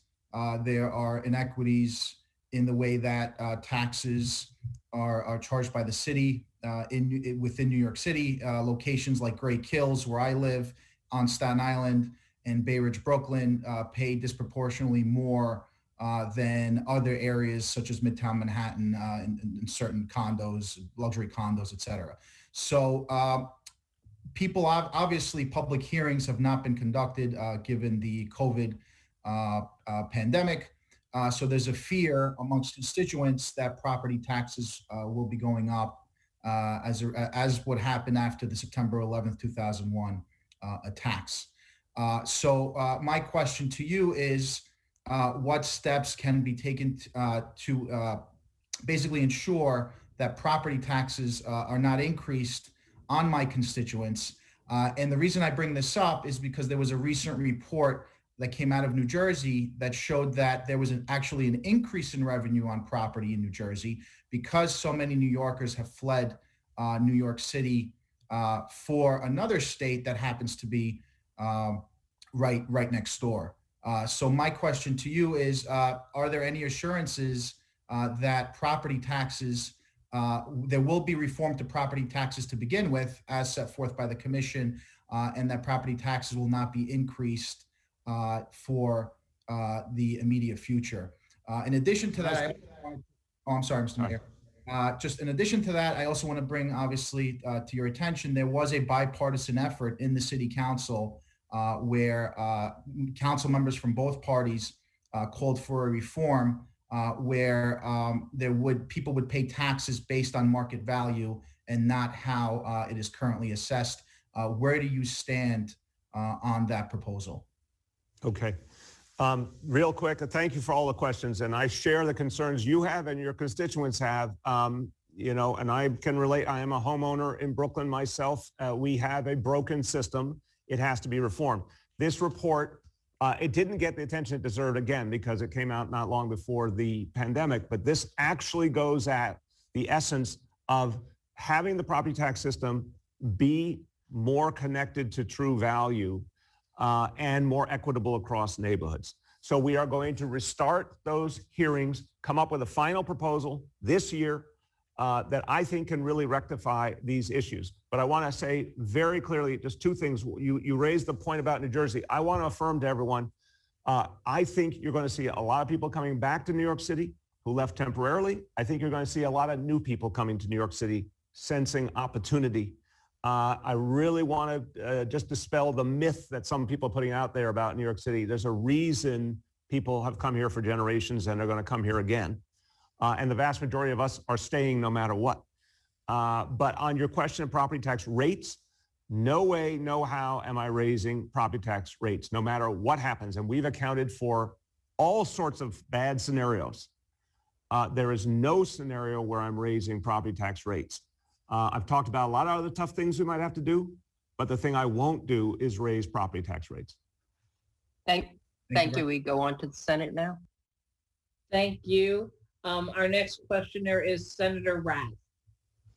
Thank you, Madam Chair, and good morning, Mayor, and greetings from Amherst, the other side of the state. Good to see you, and hey, congratulations on a very impressive season for the Buffalo Bills. Well, you know what? It was an exciting year for our Bills, and thank you to Tampa Bay for showing us how to beat Kansas City. So we'll keep that in mind for next year. You have the key now. That's right. That's right. A couple questions, but first and foremost, I want to thank you for your testimony and your perspective today. It's very important for us to hear what's happening in New York City, and it also applies to all across New York State. First and foremost, I came from the Erie County Legislature, and firsthand, we felt the impact of unfunded mandates on our county budget. And if you can imagine, 88% of our budget was unfunded mandates. And you touched earlier on the impact of charter schools as an unfunded mandate for New York. I'm wondering if there are other unfunded mandates that you've identified this year, any specific charges or mandates that you're aware of that'll be coming down from New York again, because these unfunded mandates suffocate our cities, our counties, and our municipalities. Well, amen. I couldn't agree with you more. And I'm going to turn to our colleague, Simonia Brown, to speak about, because she's been dealing with this now for years, and give you some of the greatest hits of unfunded mandates we're dealing with, including new challenges like the charter school one. But I just want to affirm very centrally quickly your point. This is something that unites counties, cities, and towns around the state of New York. Doesn't matter what region of the state, upstate, downstate, city, suburb, Republican, Democrat, we're all dealing with this problem in common. It has to stop, because we can't keep going like this. We talked about Medicaid a year or so ago when you were going to see huge cost shifts to localities that were going to bankrupt localities or cause them to stop giving health care to people. Now we're talking about, in the case of this charter school reality, we don't get to control the policy, and yet we're forced to spend ultimately what could be hundreds of millions of dollars when we are in the middle of a deep fiscal crisis. It's just got to stop. How about we come to grips with the fact that government is provided at the local level, and we can't bankrupt governments that are here to serve people. So I really appreciate your perspective. You and I are on the same page in terms of specifics. Simonia, would you like to I add? appreciate that. If I could actually get in one other question, because I just wanted to make the very important point that unfunded mandates are incredible and the impact is amazing. And right now with the vaccine rollout, we have seen such frustration from the local government level with regards to lack of control and lack of inclusion. And I saw the article in the Daily News today about you agreeing with us with regards to the rollback of the governor's emergency powers. And I think it's high time that every level of government in New York State be involved in the vaccine policy making. So could you share with us your perspective on the rollback of the governor's emergency powers? My perspective is that we are now coming out of this crisis more every day. The vaccine is here. You know, a year ago, we didn't know when there'd be, if there'd be a vaccine. The vaccine is here. We have two. There's a third coming. There's more coming on top of that. We have a federal government approach that's strong now. We're in a position to move forward. Localities know what's best for them. Counties, cities, towns know what's best for them and their people. Let our local leaders, elected leaders, and public health officials make decisions that work for them. The power has to go back to localities. We've seen delay upon delay, red tape, confusion emanating from too many strict and incoherent rules coming from above when we could have just been getting things done. So we're in a different reality now. Let's move forward. Also, we have to ask just the question of democracy. At what point does the will of the people come in? Well, I think the will of the people is expressed at the local level. They're demanding we serve them. We need the ability to be accountable to our own people and the ability to make our own decisions again. Thank you, Mayor. I 100% agree. We go to Assemblywoman Seawright for 3 minutes. Thank you, Chair Weinstein and Chair Kruger. I just want to point out that all morning on this Zoom, it has been men, great men, intelligent men on this screen, but with Women's History Month coming up next month, it's great to have two women as chair of the respective finance committees. And good morning to you, Mr. Mayor, and my regards to our First Lady, Shirlane. I have 3 quick questions. I want to just ask them all at once. The constituents of the Upper East Side, Yorkville, and Roosevelt Island have very limited options when it comes to vaccine distribution. We've heard rumors that on Roosevelt Island there might be one coming to the local drugstore. Of course, we have Kohler Hospital and Cornell Tech on Roosevelt Island. I've been working with sites in my district in Yorkville. Asphalt Green and Marymount Manhattan College have both offered to be a vaccination site. Who can we specifically work with in your administration to nail some of these sites down? Number Yes, one. we'll have Dr. Choksi and Dr. Easterling, the Commissioner and First Deputy Commissioner of the Department of Health, follow up with you directly. Terrific. The Eastside Esplanade, $76 million was allocated to the East River Esplanade, on top of the great news that an additional $284 million was allocated. When can we start seeing work begin on the Esplanade? I appreciate that question, and I have walked the Esplanade many a day over the recent years, and we've got, this is something I hope we can really make huge progress on, because so many of your constituents would benefit.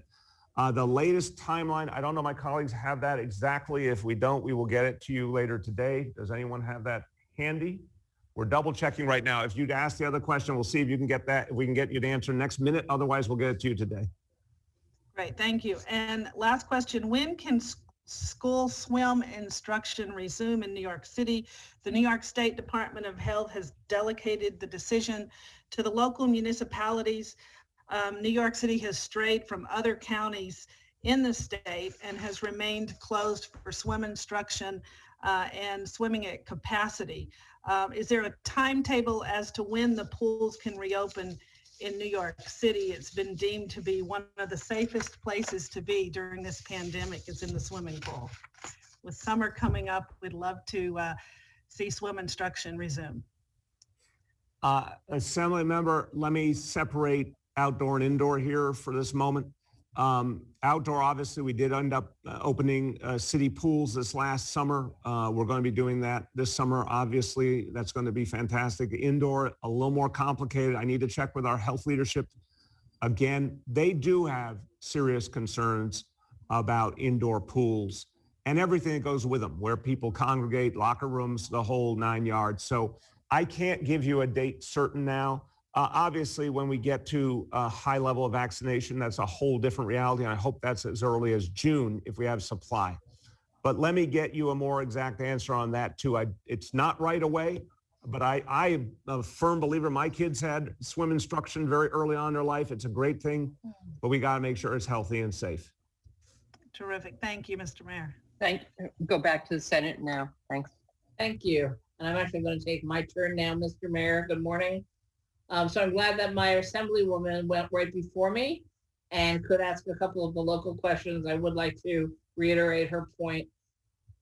We cannot find any place for seniors to be vaccinated, or as of Monday, people with comorbidities. I mean, we have checked every site. And when you look at the demographics of Rebecca C. Wright's district and my overall larger district, we have disproportionately large numbers of both of those populations. So I know it's a city and state issue, but I'm also going to follow up with your Department of Health because you have to have somewhere these older people and now sicker people can get to. So thank you for directing us there. Also, sorry, one of the Assembly members already referenced, I believe, your position on the governor attempting to gut Local Law 97 in Part R of the proposed TED bill. My understanding when the city passed that bill was that it made it the strongest local law for climate and jobs in the country. So I just want to double check. You do not want us to gut your local law that was such a successful model. Is that correct?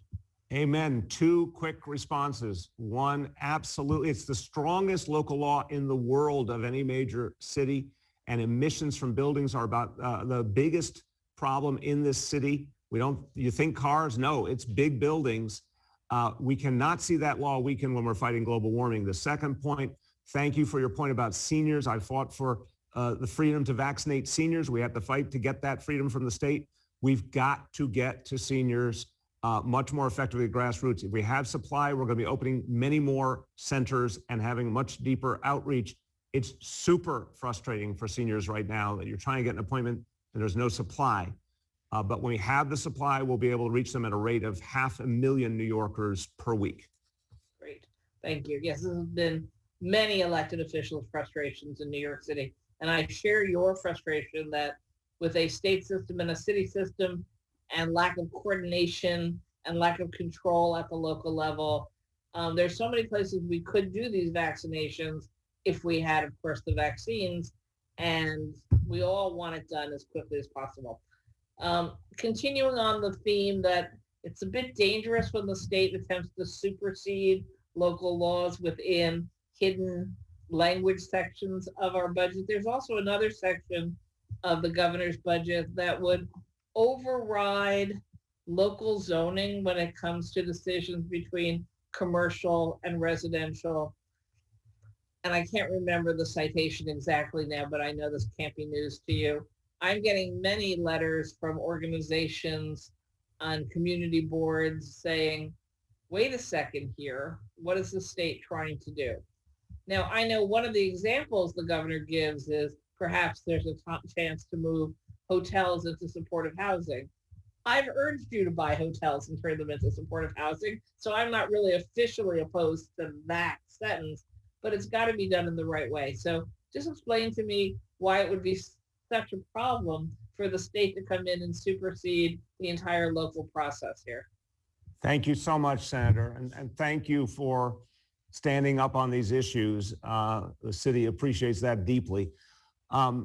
Right now, we create supportive housing on a regular basis. Right now, we create affordable housing on a regular basis. We do it in a way that guarantees the outcomes, that has teeth, where we know that everyone involved has to meet their commitments to communities. There's robust public input. Plans change because of the voices of the people and local elected officials. The ULURP process, some may find it a little cumbersome, but I'll tell you, it works. It actually guarantees the public voice and public benefits. Instead, what the state is proposing is to take the public voice out of the process entirely, to give the state the power unilaterally to make decisions, to claim that there will be affordable housing, but leave a huge gaping loophole where developers could buy their way out of having to provide any affordable housing, therefore having the right to do all luxury housing. This is a sweetheart deal for the real estate industry. And I have no guarantee that this approach would ever produce affordable housing or housing that would help folks who are formerly homeless, because it takes away local power, it takes away checks and balances, and it takes away guarantees. So, you know, the famous New York City phrase, if it ain't broke, don't fix it. We have a way right now to say, okay, we've got hotels or commercial buildings that could become residential. We can do that through rezonings right now, but with full input from the public, a lot of transparency, a lot of checks and balances. That's the right way to do it. Thank you. And I guess in the third section of his language bills, he is proposing, the governor in his executive budget is proposing allowing online short-term stay companies to do some kind of tax collection without knowing who you're getting the tax from. And given the recent lawsuit and negotiated settlement between the city of New York and Airbnb on violating your local laws, what do you think the ramifications would be if suddenly we have, again, an outside deal, I think superseding not just your local law, but also the lawsuits negotiation? I'm very concerned. I really am. And you and I have talked about this before, and I've heard so many voices of people around this city who are desperately concerned that when they see these short-term rentals, what comes with it is safety and security problems in their buildings. What comes with it is a lack of accountability. There's tremendous concern. And I think in this environment with the pandemic, those concerns now have health and safety concerns added to them. Taking away accountability and enforcement power is a mistake. And what I'm concerned about is if we can't track who is doing these transactions, who is going and using these short-term rentals, who's doing the rentals themselves. If we have less transparency instead of more transparency, you're going to see more violation of law, more health and safety problems, more loopholes. Right now, I think we finally have been making progress, and I really thank you for your leadership because you really were one of the leaders in bringing this issue to the fore. We got a hell of a lot more enforcement done. We've created actual accountability. There's more to do. This is the last time we should be watering that down. Thank you, Oscar. I agree with you there. I was on your doorstep from, I think, your first days in office telling you, watch out for this. So thank you very much. You have been a pillar of consistency. Exactly.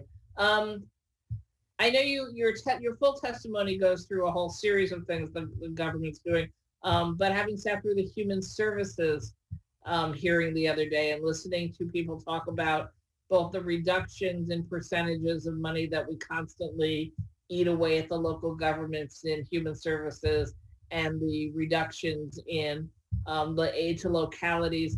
Can you tell me what you see as the impact on the city of New York during these times as we are, I don't want to use the word nibbling because we're beyond nibbling. We have been seemingly required to make significant cuts in key programs for you and the other localities. What does that mean on the streets? It means two things are happening. And it's particularly pernicious, Senator, because it is affecting the most vulnerable people. I talked earlier about who are going to be the victims of these cuts. Survivors of domestic violence will be hurt because of these cuts. Senior citizens, foster care kids. Why do the cuts afflict communities like this? Because they're often the voiceless. They're often the folks who have the least political power. It's the most, and I think this is what's pernicious. It is, in the eyes of some, the quote unquote easiest place to cut, but it is one of the most immoral places to cut.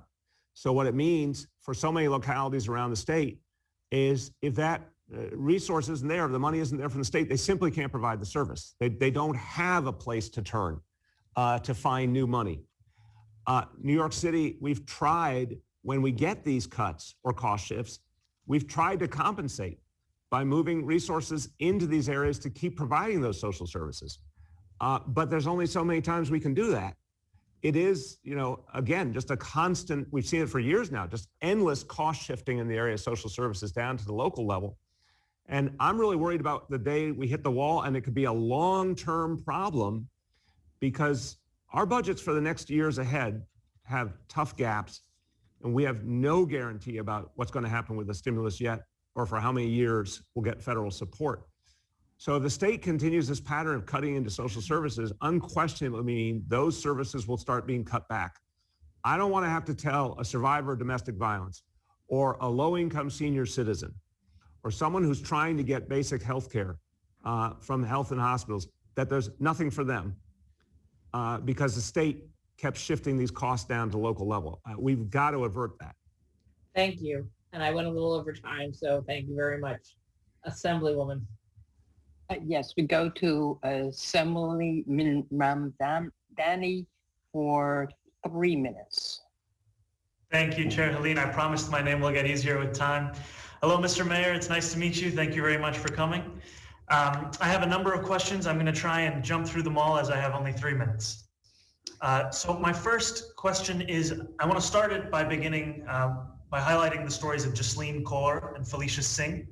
These are two trailblazing South Asian daughters of taxi drivers who are running for city council at this very moment. And Felicia's father is one of more than 950 medallion owners who have had to file for bankruptcy.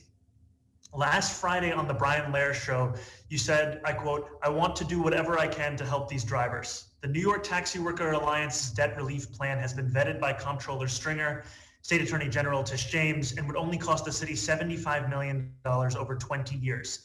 It is critical to put this plan into action. This is what will help these drivers.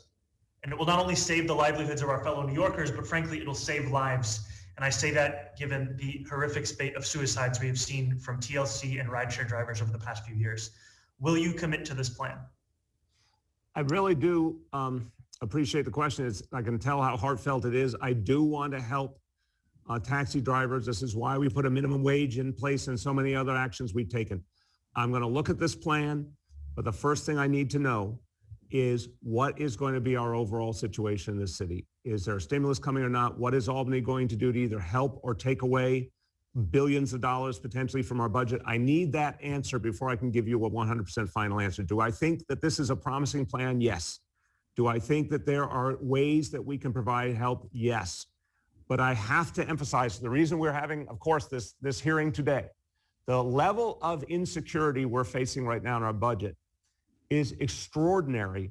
And it's hard for me to, want to make promises without knowing just how bad the overall hit is going to be to us. What I would ask is that you join us in supporting the Invest in Our New York plan, which will bring $50 billion in minimum revenues on an annual basis. And I will just jump to my next question as I have 53 seconds left. I want to join with you and many of my colleagues in opposing the governor's attempt to gut Local Law 97.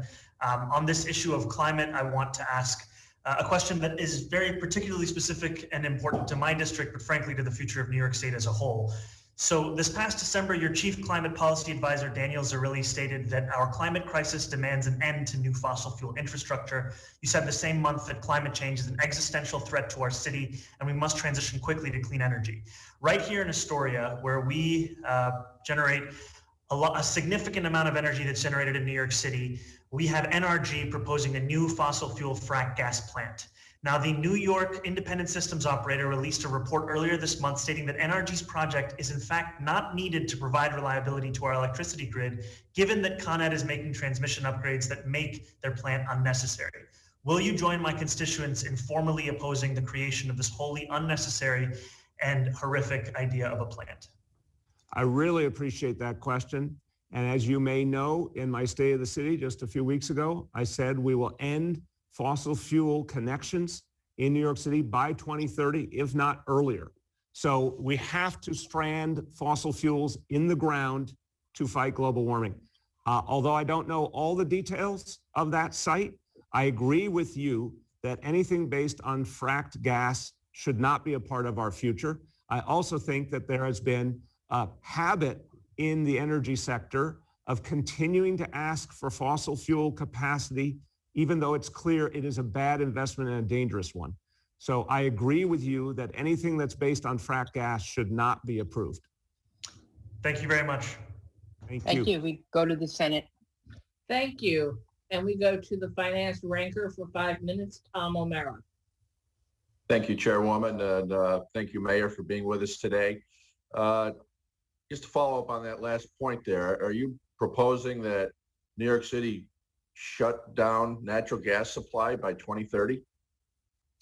I'm saying no new natural gas or other fossil fuel connections by 2030. Everything that's newly created should be based on renewable energy. And those existing supply lines bringing frack gas in will continue? I want to see them, honestly. A very fair question. I appreciate it. I want to see everything phased out involving fossil fuel. But what I'm trying to say is that part of making that phase out is to say at a certain point, nothing new can happen that requires fossil fuel. That's going to force us to speed up renewable energy. And by the way, a lot of the private sector, to their credit, are increasingly shifting their energy development away from fossil fuels to renewable energy. And that's a course that we're certainly taking and certainly supporting, but I think we need to be realistic on getting ourselves completely off of fossil fuels, particularly when it pertains to heating of residences and buildings. Now, I want to go back to your comments on the financial industry and increasing taxes on the financial industry that you say you support at the federal level, but not at the local or state level. Is that because you have concerns of the financial industry leaving from New York State, pulling out, as we've seen a little bit of in recent years, if we increase taxes on that industry here in New York? Yes. Look, I'm a firm believer that we need to tax the wealthy at a higher level. And there are many good proposals, including some of the specific proposals in the Invest in Our New York plan that I agree with. These issues around taxing the finance industry, I agree that if you don't do it on a national basis, you do create the potential for pitting state against state or locality against locality for where those businesses will be and where those transactions will be. There should be federal action on stock transfer tax, on carried interest loophole. That's a way to both rightfully and appropriately increase the revenue so we can serve working people, but not create an undue burden on any locality or state. Now, when you talk about taxing the billionaires, are you talking about taxing their wealth or taxing their annual income? I think there is a very strong argument for both. Again, I'm not here today to present my own personal preferred vision of how to tax the wealthy. I do believe there are many good proposals in Albany, but what's essential is, because we do not know what's going to happen on the federal level, but we do know more and more people in New York State believe that taxing the wealthy is the right thing to do so that we don't have to cut essential services, we don't have to cut education, healthcare, et cetera. I think both options have merit. I'm running short on time, but if you're concerned about New York increasing taxes on the financial industry and then pulling out of New York City and New York State, you know, there's an old adage that when Wall Street catches a cold, New York State gets the flu because of the drastic hit in revenues. So if you're concerned about raising taxes on the financial industry and them leaving the city and the state, what happens when the billionaires leave the city and the state? How many thousands, tens of thousands, or hundreds of thousands of us regular middle-class Joes does it take to make up for the loss of that wealth and the taxes that are currently generated from that wealth? It's a really important question, and it's the thing we should be talking about more openly. Here's what I'd say to you. We've analyzed this. Our Office of Management and Budget analyzed this closely. I think what happens, first of all, let's acknowledge, wealthy folks got a huge tax break a couple of years ago at the federal level, huge.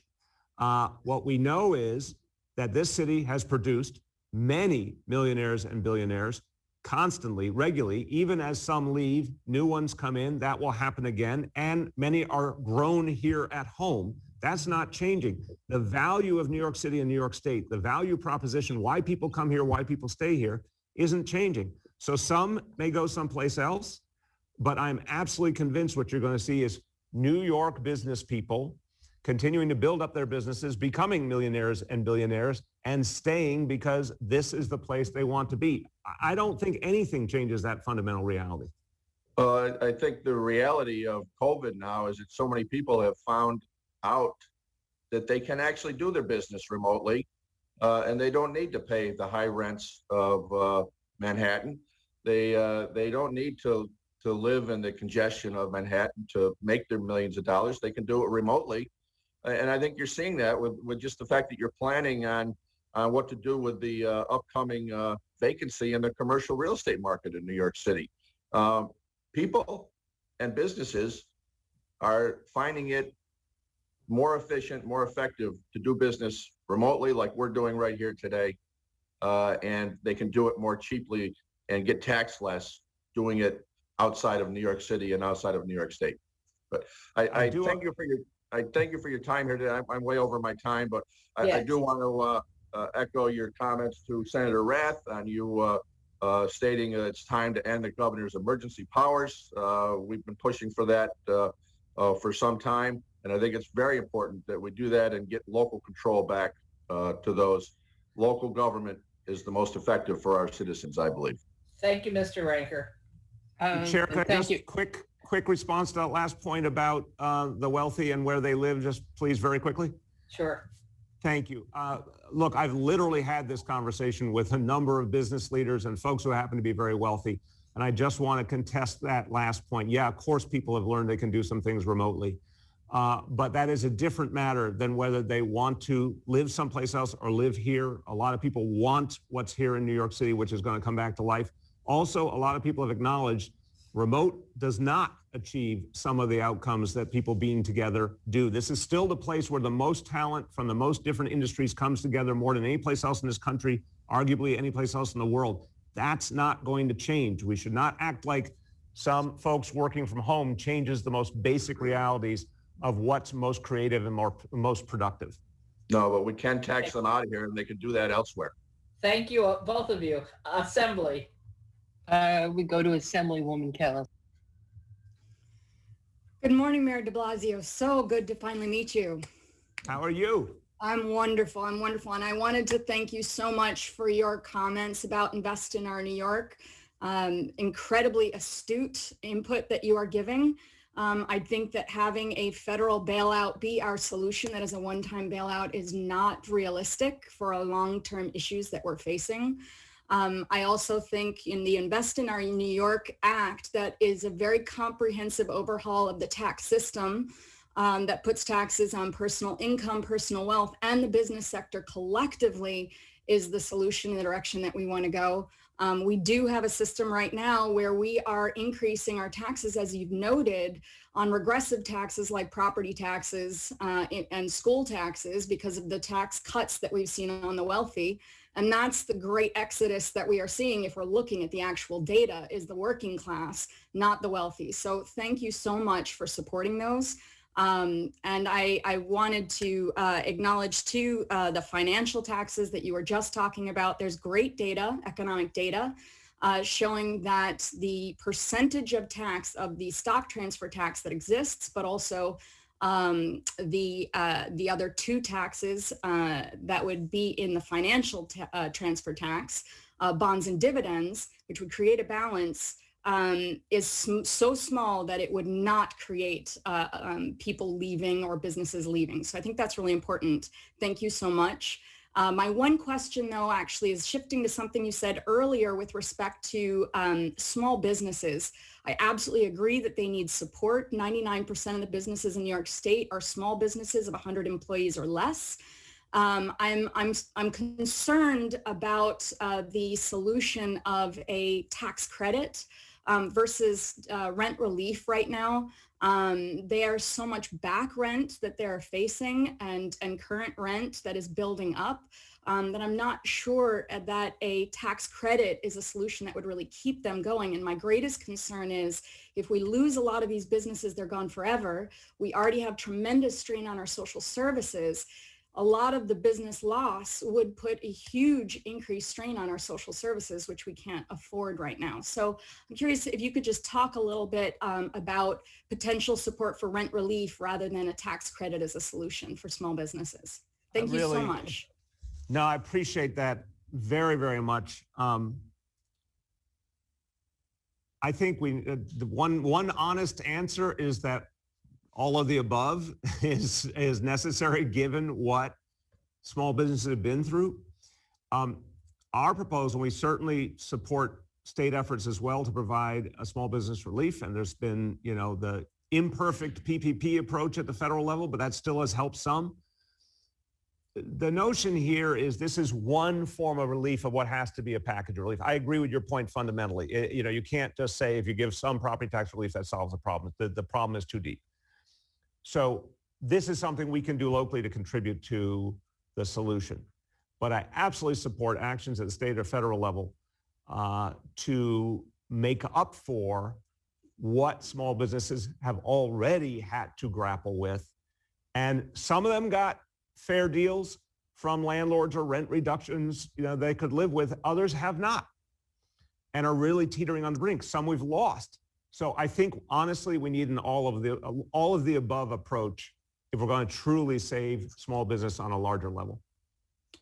Thank you so much, and congratulations on the 8 years that you've been doing this. So impressive. Thank you so much. So kind of you. Thank you. It is my pleasure to see you directly, and thank you for the good work you're doing. Thank you. We go to the Senate now. Thank you, Mayor. Actually, if no one has raised their hand, I think we are done with the Senate. We'll continue. Senator Cooney has his hand up. Who has their hand up? Sorry. Senator Cooney. Oh, I'm so sorry, Senator Cooney. For some reason, you disappeared on my screen. Excuse me.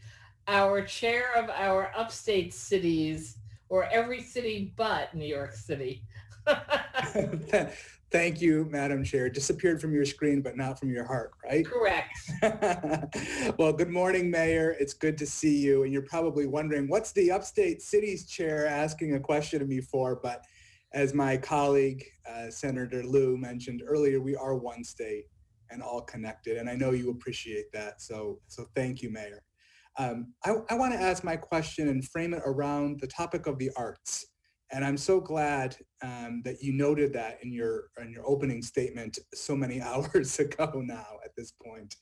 I know that New York City has been devastated by this pandemic, specifically, of course, the closing and darkening of Broadway. I know Senator Hoylman talks often about reopening Broadway. But of course, the arts have impacted, and the devastation of the pandemic have impacted the arts across upstate New York as well, including my hometown of Rochester with the Memorial Art Gallery and the George Eastman Museum and several artists of color. And so my question to you, Mayor, is as in the federal level, we've seen the Save Our Stages Act, which has been an attempt to revitalize this important cultural asset. But my question is to you, what can we do in New York, across the state to support our artists who are in great need right now, and then also continue to have that industry thrive so that it can make us better citizens and, of course, enjoy the greatness of our state even more. Thank you. Thank you. Really appreciate the question. And I want to give you a special extra credit. I don't know if that's where you are living right now or if that's just a Zoom backdrop, but it looks really great. This is our home in upstate New York. We've got some space. It looks great. It looks great. So it's not the Amalfi Coast that Senator Savino had, but it's damn good. It's damn good. So look, this is our identity. I mean, I want to even go more than just the economics, the jobs. This is our identity. This is one of the things New York City, New York State, in the eyes of the entire nation and world, this is something we do like no place else. So we cannot let it slip through our hands. We got to support it. We know it's really good the federal government is stepping up on performing arts. And Senator Schumer's really led the way on that. That's deeply appreciated. But we've all got to do it at every level. What we're trying to do here, which I would emphasize the support for would be tremendously helpful, is get performances back as quickly as possible, heavy emphasis on outdoor in the short term. Cut, what we're doing is we're not requiring cultural institutions to have to pay fees. We're just giving them space, making it simple for them to do performances, get audiences back. We're going to have to do a lot to make sure there's health and safety as we bring people back to inside locations, but with support to provide that. And rapid testing, I think, could be a key part of that as well. I think it's very promising what we could do with that. So I think that, but I also want to emphasize arts and education. So many of folks in our cultural community, Lord knows the famous reality, they cannot always support themselves on arts jobs alone. Restoring fully, and this is part of why we want to make sure that education funding is not supplanted, restoring arts education and deepening it, giving schools fair student funding money that have not had their fair share so they can do more arts education, often employs artists and folks, musicians, people from the cultural community, and allows them to stay in places like New York City or Rochester where they can do the other work they do that enriches all of us. So this is a transformative moment. I really feel this. We're in a crisis, but we're also in a transformative moment. As happened in the 1930s with our own Franklin Delano Roosevelt, where the federal support for the arts flourished, this is a moment where we could do it as well. Arts in general, culture in general, but specifically within our schools as well. I appreciate that, Mayor, and I agree with you on the rapid testing. I think that's a huge opportunity for us. I mean, obviously, I'm in Bills country here, and we had that opportunity on our sports side. But I do think, and there's a number of academic and medical researchers here at the University of Rochester who have done great work around the effectiveness of rapid testing and, of course, the economics of it too. So if we could open our theaters back up safely, if our patrons could feel safe going back to performances inside, I hope we can get to the outside. A little snowy up here in Rochester today, but that's our goal. And I think that will make our citizenry much happier, whether you're in New York State, New York City or New York State. So thank you for your comment on that, Mayor. Thank you, Senator. And I guarantee spring is coming. All right, thank you, Assembly. We go to Assemblyman Dilan first. Yeah, and I just want to say to my colleagues, all the sports references that you're bringing up, you don't know how the mayor is digging at me. I think the mayor would look particularly great in a Yankee hat, and we have one more year to make that happen. So what do you say, Mr. Mayor? But my real questions are... Remember, that's a controversial beginning. That's what I say. Yes. Along with our long-standing controversial history around the subject.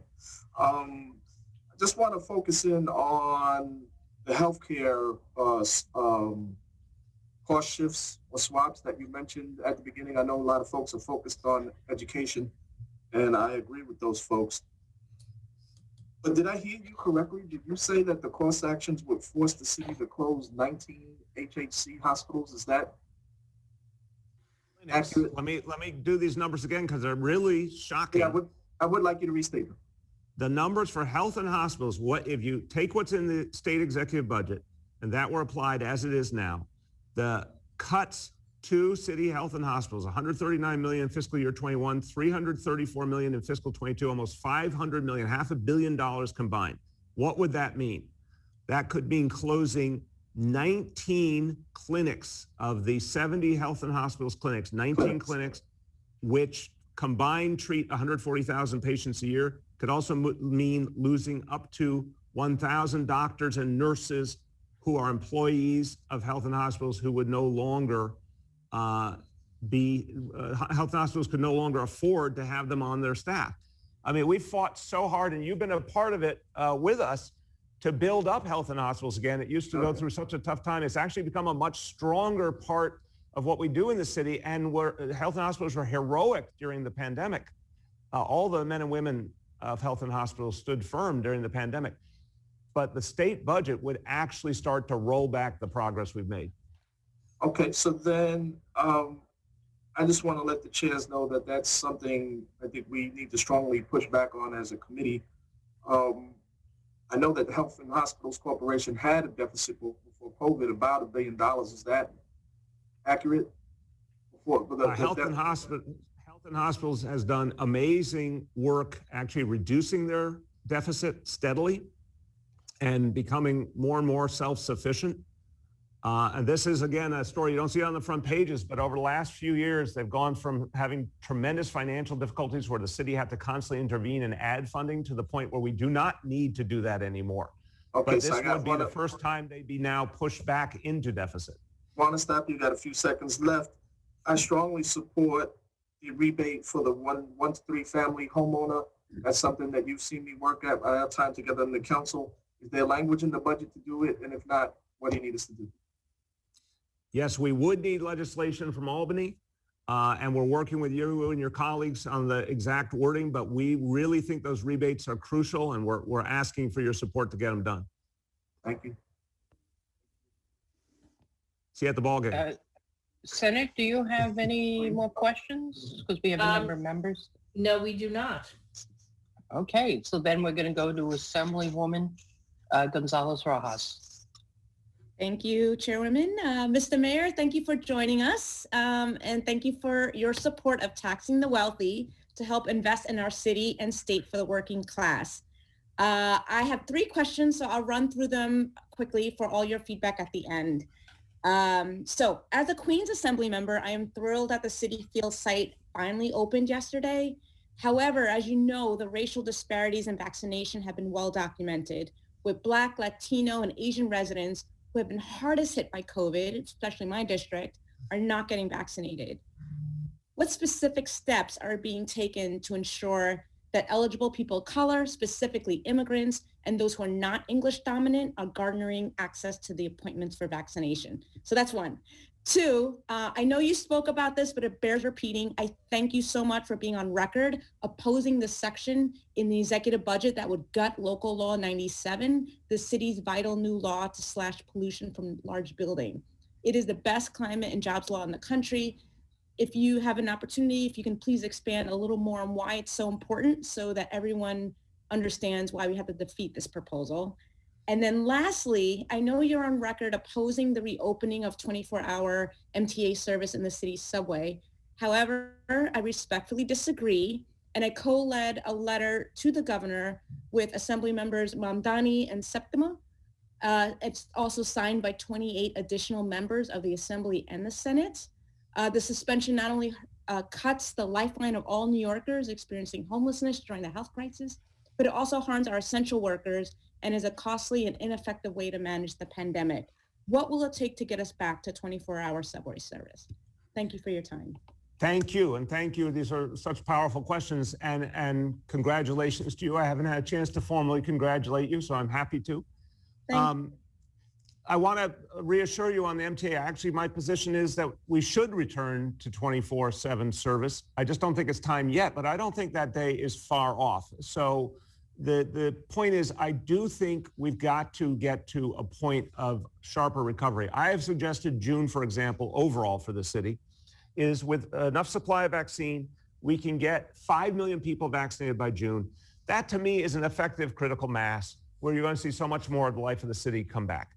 So using that as an example, when we get to a point where we say, hey, we're really moving our recovery and people are coming back to the subways and things are moving, that's a better time to talk about going to 24/7 service. Because what I fear is if there's not comfort yet with the healthcare dynamics, the lack of the intensive cleaning and all would be missed by people. And I really think, to be back fully as a city, of course, the subways are going to be the essence. We've got to build that confidence a little more organically. So I just don't think it's time yet, but I could see even in a matter of a few months that we could be there. On the topic of Local Law 97, thank you for what you said. It is literally the strongest law on earth in any major city to address the emissions that come from large buildings, which are so important. If we're going to stop climate change, we cannot do that if big buildings are huge emitters of greenhouse gases, which is what they've been. And there's been no serious effort to constrain that until now. New York City passed groundbreaking legislation. It's been lauded all over the world as part of what will change the global trajectory, and it should be adopted by cities all over the world. The notion that at this moment, when climate change is bearing down on us, by 2030, we could be in extremely dangerous situation.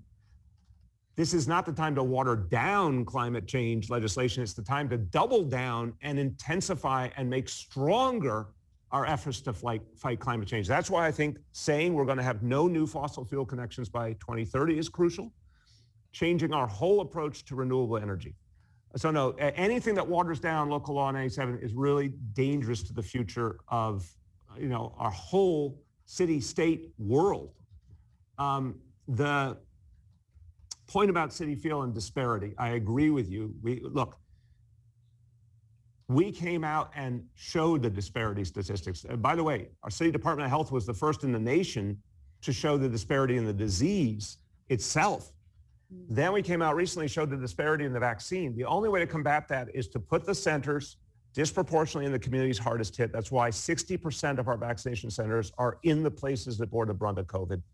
To do every step of the process in multiple languages. There's 10 languages for the application process, many dozens of languages available for translation on site, and to do deep grassroots outreach. So one of the things we're doing, I would love to partner with you on this, is we want community leaders to join us in dispelling some of the concerns, honest concerns people have. There's a huge trust issue and hesitancy issue, particularly in communities of color. That's only going to be addressed with a lot of supply so we can get people reliable appointments, so people in their lives get the vaccine and feel good about it. But also we have to have trusted community messengers leading local grassroots efforts at local grassroots locations people trust, and places like Citi Field, which honestly for surrounding communities that were some of the hardest hit by COVID is a place they feel good about. Thank you, Mr. Mayor. Appreciate it. Thank you. So we go to Assemblyman Wozniak, and after that, Assemblyman Fall. Mayor, you said in your testimony that we need to tax the wealthy, and I can't help. Look, I'm from all the way up on the Canadian border. I live in the front yard of America, but I can't help but worry about New York City and the direction that we're headed. If you look at the history of urban sprawl leading to Rust Belt donut hole cities, New York City survived that because of, topography, really. You couldn't have a commuter situation. So Manhattan continued to grow up instead of out like LA. So you don't deal with the same sprawl or the same city center decay that many Rust Belt cities have seen. And I think New York City has taken advantage of that in the long term. I think it's also created a false sense of security. So the governor's solution here in his budget is to fill your vacant commercial space that was tax producing with low income earners. And that's a concern of mine for your city. Your solution is to tax the rich. So my biggest concern here and my question is, who's going to be left to tax, and who will be the adult in the room that says it's time to face the music? And after we've lost $34 billion in income for New York City already, what do we look like in 10 years? It's a powerful question. I'll tell you, first of all, thank you, because you know your history, and it's important that we refer to the history. And what got us out of the crises of the past consistently is when we invested in people and invested in bringing back the things that made us great. And we can't invest if we're not producing the revenue to do that. So look, I think what's happening in our economy, really, we saw this for years, was that the finance industry was less and less the center of our economy. The tech industry, which now accounts for a ecosystem of about 350,000 jobs and growing, major new investments. You saw what Google's doing with the Farley building in Midtown Manhattan. The tech industry is making new substantial investments in New York City. The life sciences industry is poised for a huge takeoff, especially because of the tragedy of the pandemic. There's going to be more research and more efforts at addressing healthcare issues than ever before. New York City is going to be one of the places where that money flows, private and public dollars. It's an industry I think could be 100,000 jobs or more in the next decade. We will have an ever more diversifying economy. One of the things that Mayor Bloomberg and I agreed on profoundly was the need to diversify the New York City economy. And I appreciate what he has done in his terms with things like Roosevelt Island, Cornell Technion. What I've been trying to focus on is life sciences industry, which again, I think is going to be a difference maker. So my argument to you is build a diverse economy based on what we have. What do we have? Universities, creative talent, researchers, hospitals, entrepreneurs. That's not changing. And in fact, people from all over the region, the country, the world want to come here and believe this is one of the most vibrant places to build a business. So I don't think there's anything that changes about that. I do think after the wealthy got a huge tax break a few years ago, saying, no, it's time, and the wealthy have done very well. The stock market has been incredibly strong during this pandemic, counterintuitively. Saying it's time for the wealthy to pay more of a fair share so we can do the public investments to build up these industries and make this a place that people want to be. I actually think that's the way forward. Thank you. Thank you. My time has expired, Mayor. Yep. Thank you. We go to Assemblyman Fall. 3 minutes.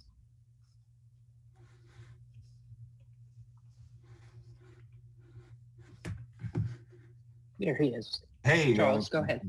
Good afternoon, Mr. Mayor. How are you doing? Good afternoon. How are you today? I'm doing well. Thank you so much. I just want to start out by just thanking you for your last two terms. The amount of roads you repaved on Staten Island has had a tremendous impact. What you've done for the commercial leasing program and how that's helping our businesses, and of course we're hoping for federal aid that will hopefully be available soon. The delivery of the Cromwell Center, just a couple weeks ago, we had a community meeting and folks were very thrilled to see that moving.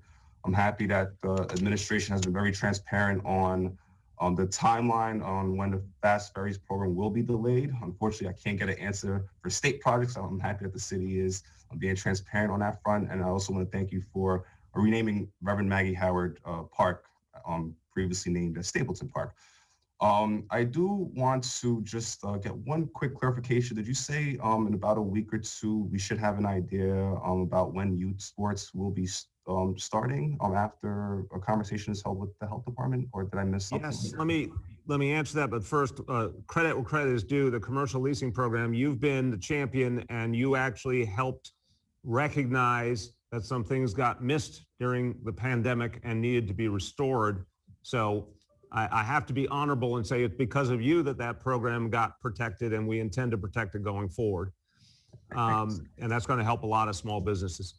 On the youth sports, yeah, look, again, I'm having a meeting at Department of Education tomorrow, in fact, to try and figure out that timeline. We are going to put health and safety first.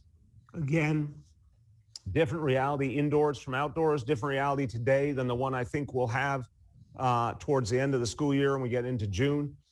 But we got to figure out the timeline and the ground rules. So we're going to be having those discussions, hopefully have a formal announcement next week or the week after at latest to tell people where we're going with all this.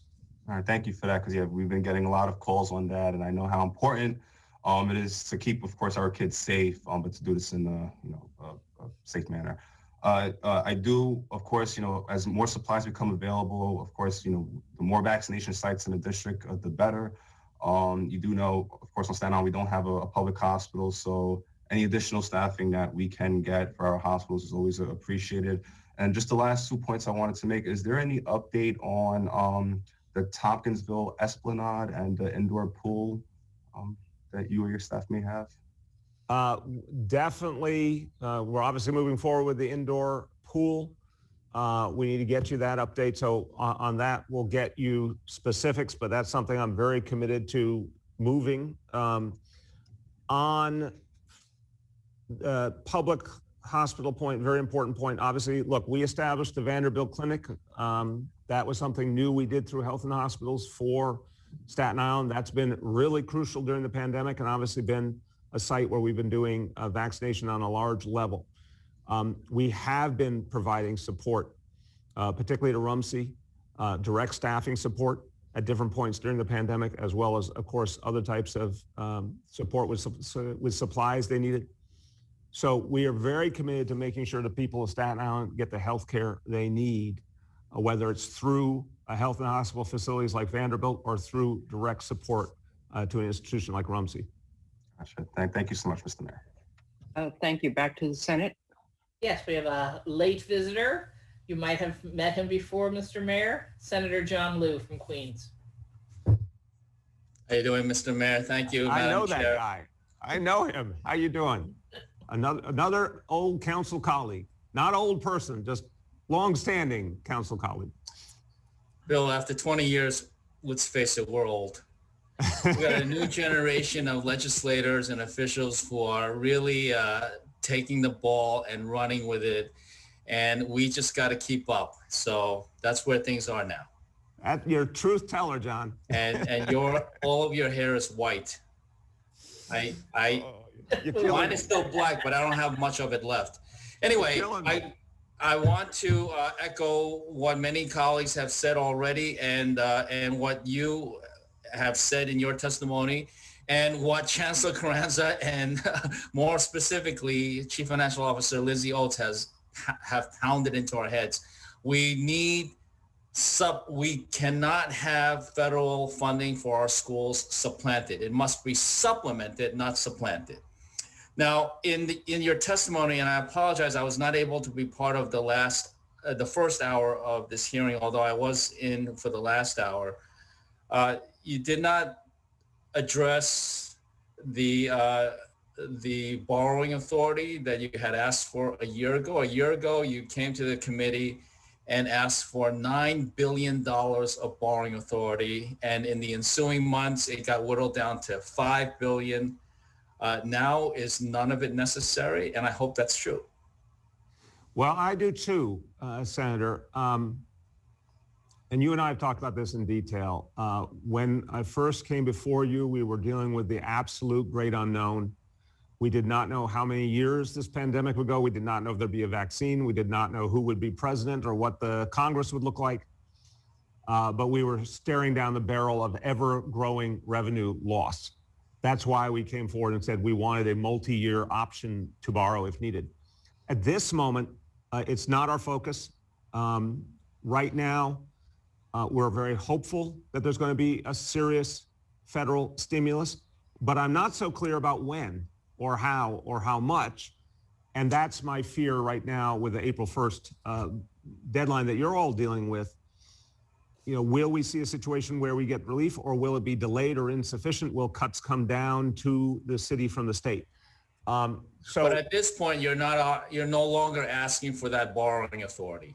At this moment, I'm not focusing on borrowing authority, but I would say to you just one thing, and I said previously a question, what about the nightmare scenario where there's not a good stimulus and the state's making cuts to localities on a high level? We're going to be putting all options on the table if that were to happen. I hope it doesn't. But today, I am not asking you specifically for borrowing authority. I'm hoping we can find much better solutions. No one wants to borrow if you don't have to borrow. Especially borrowing long-term to cover short-term costs. Thank you so much. I'm glad to hear that. I'm glad not to hear any requests for short-term, for long-term borrowing for short-term costs. Thank you, Madam Chair. Thank you. We go to Assemblyman Aubrey, 3 minutes.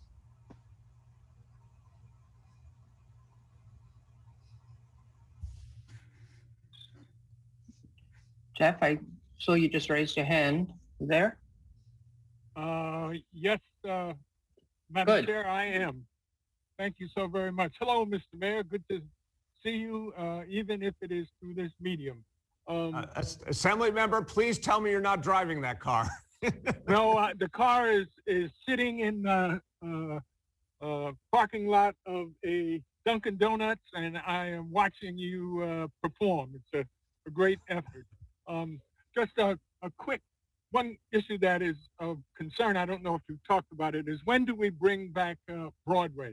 It seems to me all the concern about people leaving, it is the cultural institutions and the theater district and the restaurants that add value to businesses and people who have money to be in New York City. I don't think there's any city that I know of that even rivals what New York offers. And so to forestall some of my colleagues' worries about the city is diminishing and falling apart, it would seem to me that that's critical to ensuring that we remain the first-class city that we are. So what are your thoughts about that?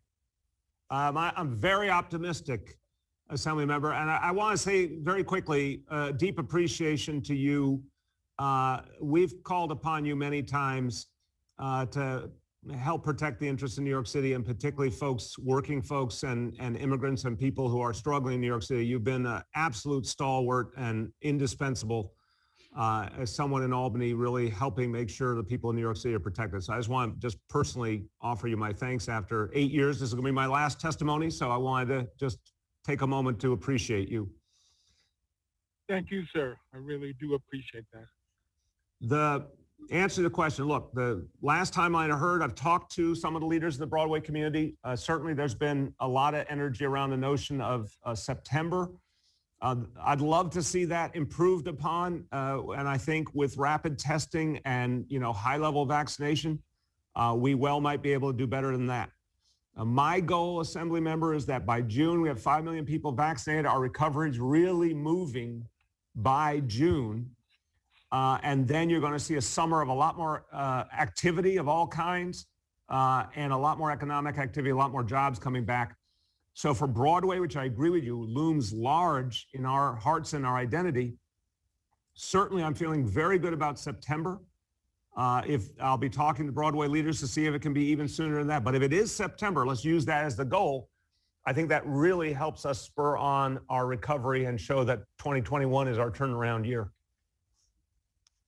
Good. And please keep in mind the off-Broadway productions. Some of those who are the sort of the feeding ground for the larger industry should also be considered. I know it might be harder. They're smaller venues, but are critical, in my opinion, to keeping us vibrant so that both New Yorkers and visitors have these unique opportunities to share. So I want to thank you for that. I also want to thank you. Citi Field is in my district. I am pleased that they are opening up. And because of my age and my medical concerns, I was able to get my first dose at a pop-up center at First Baptist Church, which quite frankly is right across the street from the Dunkin' Donut I'm sitting at. So thank you again for that. That is helpful. I hope my community and the communities of color understand the importance of that. Take care. Thank you so much. And I bet I'm out of time because Helene is looking nervous. Thank you. No. Actually, the good news is right now, I think I am the last one to ask a couple of questions, Mr. Mayor. So the executive proposes to have localities that receive direct payments of emergency rental assistance to allow the Office of Temporary and Disability Assistance to administer the funds centrally. So I'd like to know how would this impact the plan New York City has to administer, I believe, the $250 million that the city is receiving directly from the December federal bill. And how can the state work with locals to ensure the federal funds payments are not duplicated, which, as you know, is not allowed under the federal law, and to make sure that the funds are released as quickly as possible to those who need relief? And importantly, how can we ensure that tenants are protected and that bad landlords are not rewarded? I know it's a lot, but if you could comment on the city's plan and how it'll integrate with the state plan. Yeah, and I know, and I say with appreciation, you've been an advocate for tenants for a long time, doing great work, and I know this is something that is close to your heart. I'm going to turn to Director Simonia Brown and just say, we are pleased that there will be a way to directly reach tenants. We've got to implement it in a way that folks hear about, know about, can navigate. It's going to be open to all, importantly, regardless of documentation status, available to all. And we're working now on how to implement that. But Simonia, to some of the specific questions from the chair. Absolutely. Thank you, Chair. So, first, on the issue of what's in the governor's budget, I mean, we are working closely with OTDA on the implementation. Yes, the plan has to be approved, but we are in conversations with OTDA on that. And the goal would be to prioritize three groups and target outreach to, those who are already in housing court facing rent arrears from the period of June through December. Those who, the COVID individuals in the COVID impacted neighborhoods, and tenants living in small buildings. So that's what would be the priority areas that we would be focusing on. And do you envision the city having the same criteria as the state, or do you envision the possible different criteria for eligibility?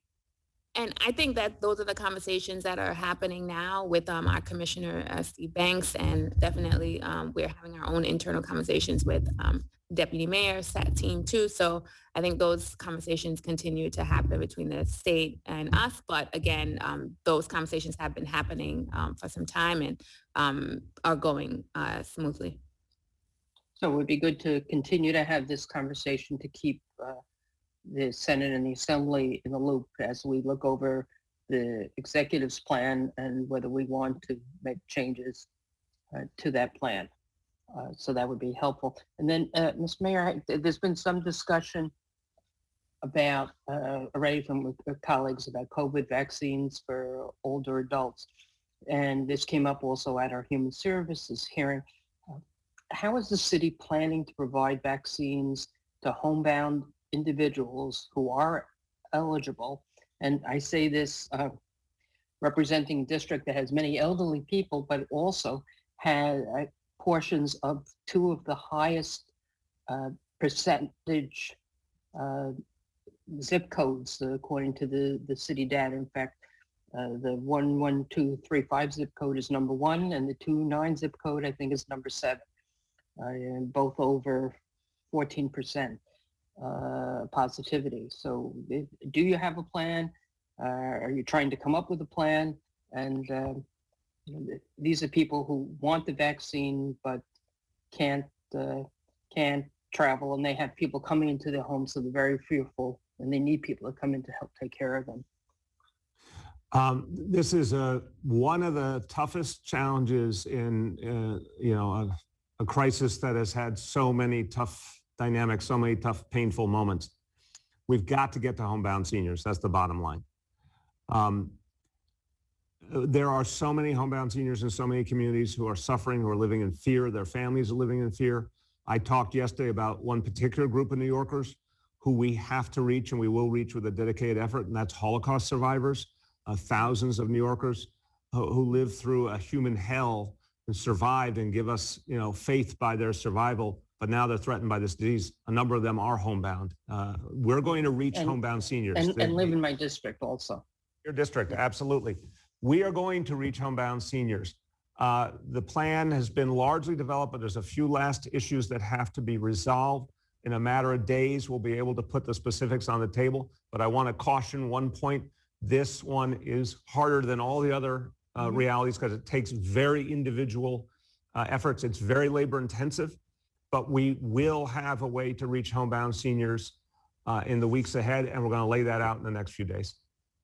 Great. Look forward to hearing that, and not seeing. Oh, we are about to dismiss you, but I see that while we were talking, Assemblyman Kevin Byrne has raised his hand. So if we can go to Assemblyman Byrne for 3 minutes, and then we will let you go.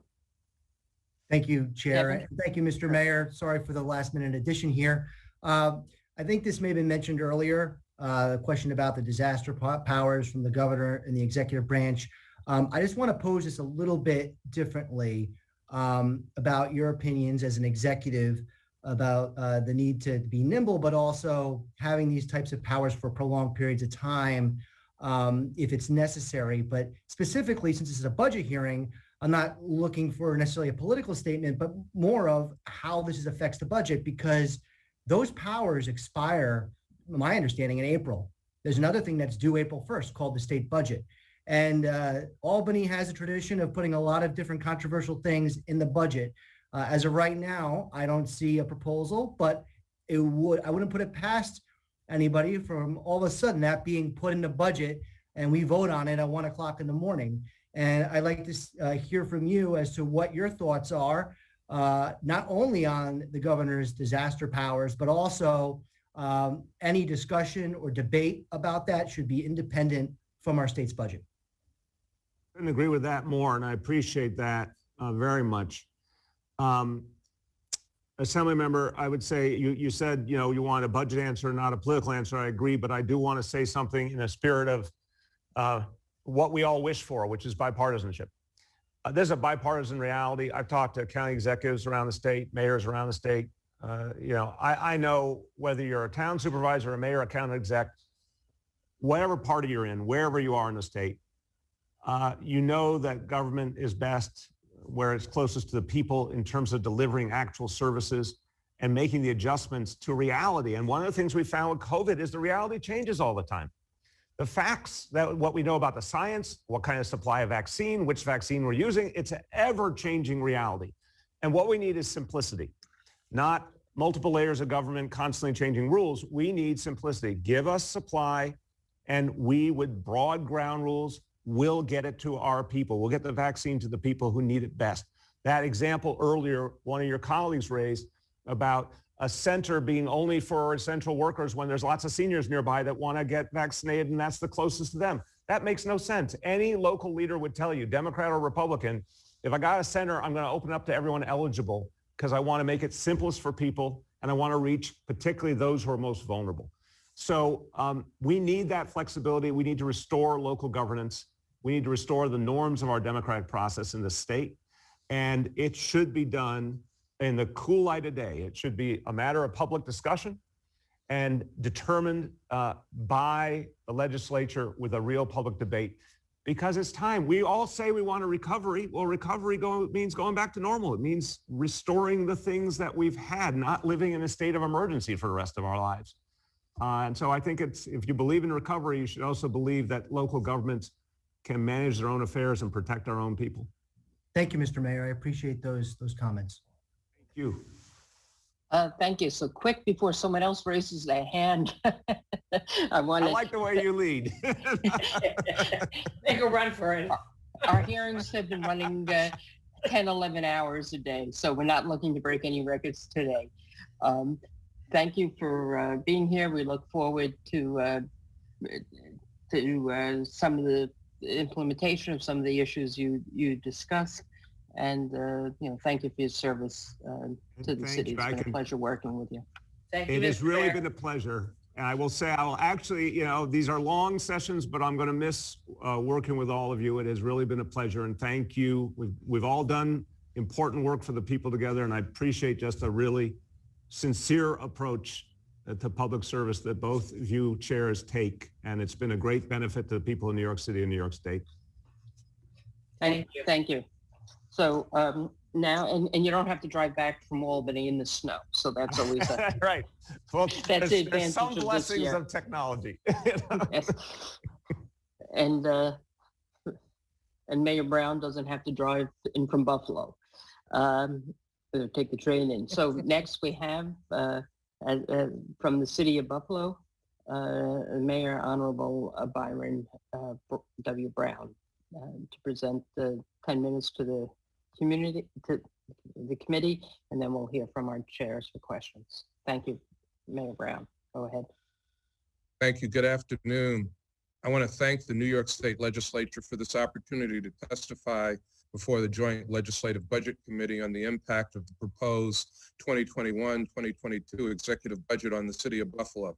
As always, Senate Finance Committee Chair Liz Krueger, Assembly Ways and Means Chair Helene Weinstein, Senate Local Government Chair James Gorin, Ranking Member Senator Ed Rath, and Assembly Local Governments Committee Chair Fred Thiel. I'm very pleased to come before you today as Mayor of the City of Buffalo on behalf of our more than 260,000 residents. I would also like to express my gratitude to our delegation leaders, Assembly Majority Leader Crystal Peoples-Stokes and Senator Tim Kennedy, and the other members of the Western New York delegation who are effective and relentless advocates for the city of good neighbors. Over the course of my tenure as mayor, we have encountered many challenges, but none more immediate and impactful than those that have emerged as a result of the COVID-19 global pandemic. The city of Buffalo's fiscal outlook was positive and growing at the beginning of last year before the pandemic, with an estimated $5 million surplus projected for the end of the fiscal year. Private and public investment and development were occurring across the city at an unprecedented level, and unemployment rates remained low.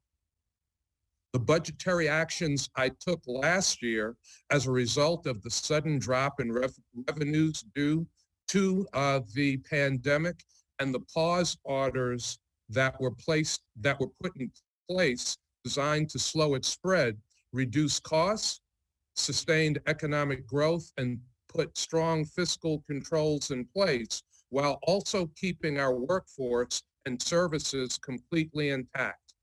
As the $1.9 trillion American Rescue Plan moves through Congress, Governor Andrew Cuomo's proposed state budget contains provisions that will restore most of Buffalo's deferred AIM payment from last year, while also funding a significant portion of the AIM payment Buffalo would have received in the 2021-2022 fiscal year. The restoration of most of last year's deferred AIM payment is a first critical step in helping Buffalo's economy recover, but a full restoration will help Buffalo's residents recover more quickly. Addressing issues of inequity will also require access to resources and a collaborative agreement with leaders across every level of government. I believe that Governor Cuomo's executive budget proposal is a positive step in the right direction for implementing that approach, but the city of Buffalo will still require additional assistance. Enhancing mobility and creating more transportation options for Buffalo's residents is a key component of my administration's efforts to speed our economic recovery and promote greater racial equity. The City of Buffalo has identified over $206 million in shovel-ready projects in every neighborhood, and if funded, could transform the lives of low-income residents across the city of Buffalo. I'm requesting an increase in the arterial maintenance reimbursement rate paid by the state. The rising costs related to this work, which include paying our public employees a living wage, and the increased costs for equipment and materials, require an increase in the state contribution for this critical infrastructure funding. I'm also asking for the restoration of $65 million that had been dedicated to extreme winter recovery funding in prior years. Another important tool in the promotion of equitable development is our ability to enter into community benefit agreements. The proposed budget eliminates a city's ability to enter into such agreements with companies seeking to develop cannabis marketplaces within their borders. This undermines a time-tested tool that helps to ensure an equitable distribution of the economic benefits which accompany development. I am asking the legislature to remove this prohibition on community benefit agreements from the budget. In addition to expanding the availability of cannabis, the proposed budget also expands the availability of mobile sports betting. I request that a local revenue sharing agreement be included in the final budget. Additionally, I believe it's imperative that the Seneca Nation fulfill their obligations to the state and host cities based on the tribal compact, and that this matter needs to be resolved before contemplating any permissions related to mobile sports betting. Finally, I'm asking the legislature to consider including a legislative change to the budget. According to state local finance law, borrowing to close revenue shortfalls must be repaid within 18 months, which in this instance will occur at the time when Buffalo's economic outlook and finances are just beginning to normalize. I request that this provision of law is amended to allow municipalities that utilize this borrowing tool to have 10 years to pay off that debt instead of 18 months. Again, I would like to thank the chairs and members of the Joint Legislative Budget Committee for this opportunity to present my thoughts on the proposed 2021-2022 executive budget. I look forward to working with all of you in the future to find solutions to the challenges we are facing, and I would be happy to answer any questions you might have at this time. Thank you, Mayor Brown. And we're going to go to the Senate Chair of the Upstate Cities Committee, Senator Cooney, for 10 minutes. Thank you very much, Madam Chair, and good to see you, Mayor Brown. I wish I could see you in person, but this is the best we can do at this time. Good to see you, Senator Cooney. A pleasure, a pleasure. So I want to first thank you by thanking your staff for working with our team as we begin to focus on a new Senate Committee Cities 2, which focuses on upstate cities, specifically including the Big Five. And you know from your own time in the Senate that this is the first time the Democratic majority has represented the Big Five, making sure that we have new representation in our Senate majority that can speak to some of the issues that cities like Buffalo and cities like mine and Rochester have faced for a long time. And then to that regard, I want to have a conversation about AIM aid, everyone's favorite topic. And I'm sure you have a lot of thoughts on that topic. This has been a contentious issue, the formula itself, how the formula has been applied, what has made up the formula for many, many years. Clearly, it's a very challenging financial year for the state to kind of reevaluate that process. But I am curious on your thoughts, Mayor, on if the formula was to be able to be revised in some way, what are the factors that should be considered in determining how AIM aid is allocated to cities? I know that we've come a long way from what cities were even 10 years ago to what the needs of cities are today.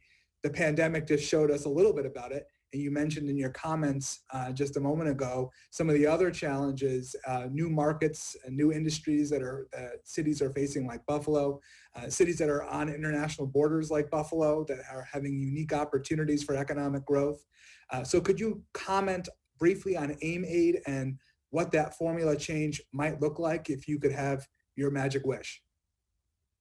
Well, certainly state aid is critical to cities, and before the AIM formula put in place, there was another formula for how cities receive state aid. The question has been, is the AIM formula better for cities? Do cities get their fair share of state aid, or do they get less state aid before the formula that presently was put in place?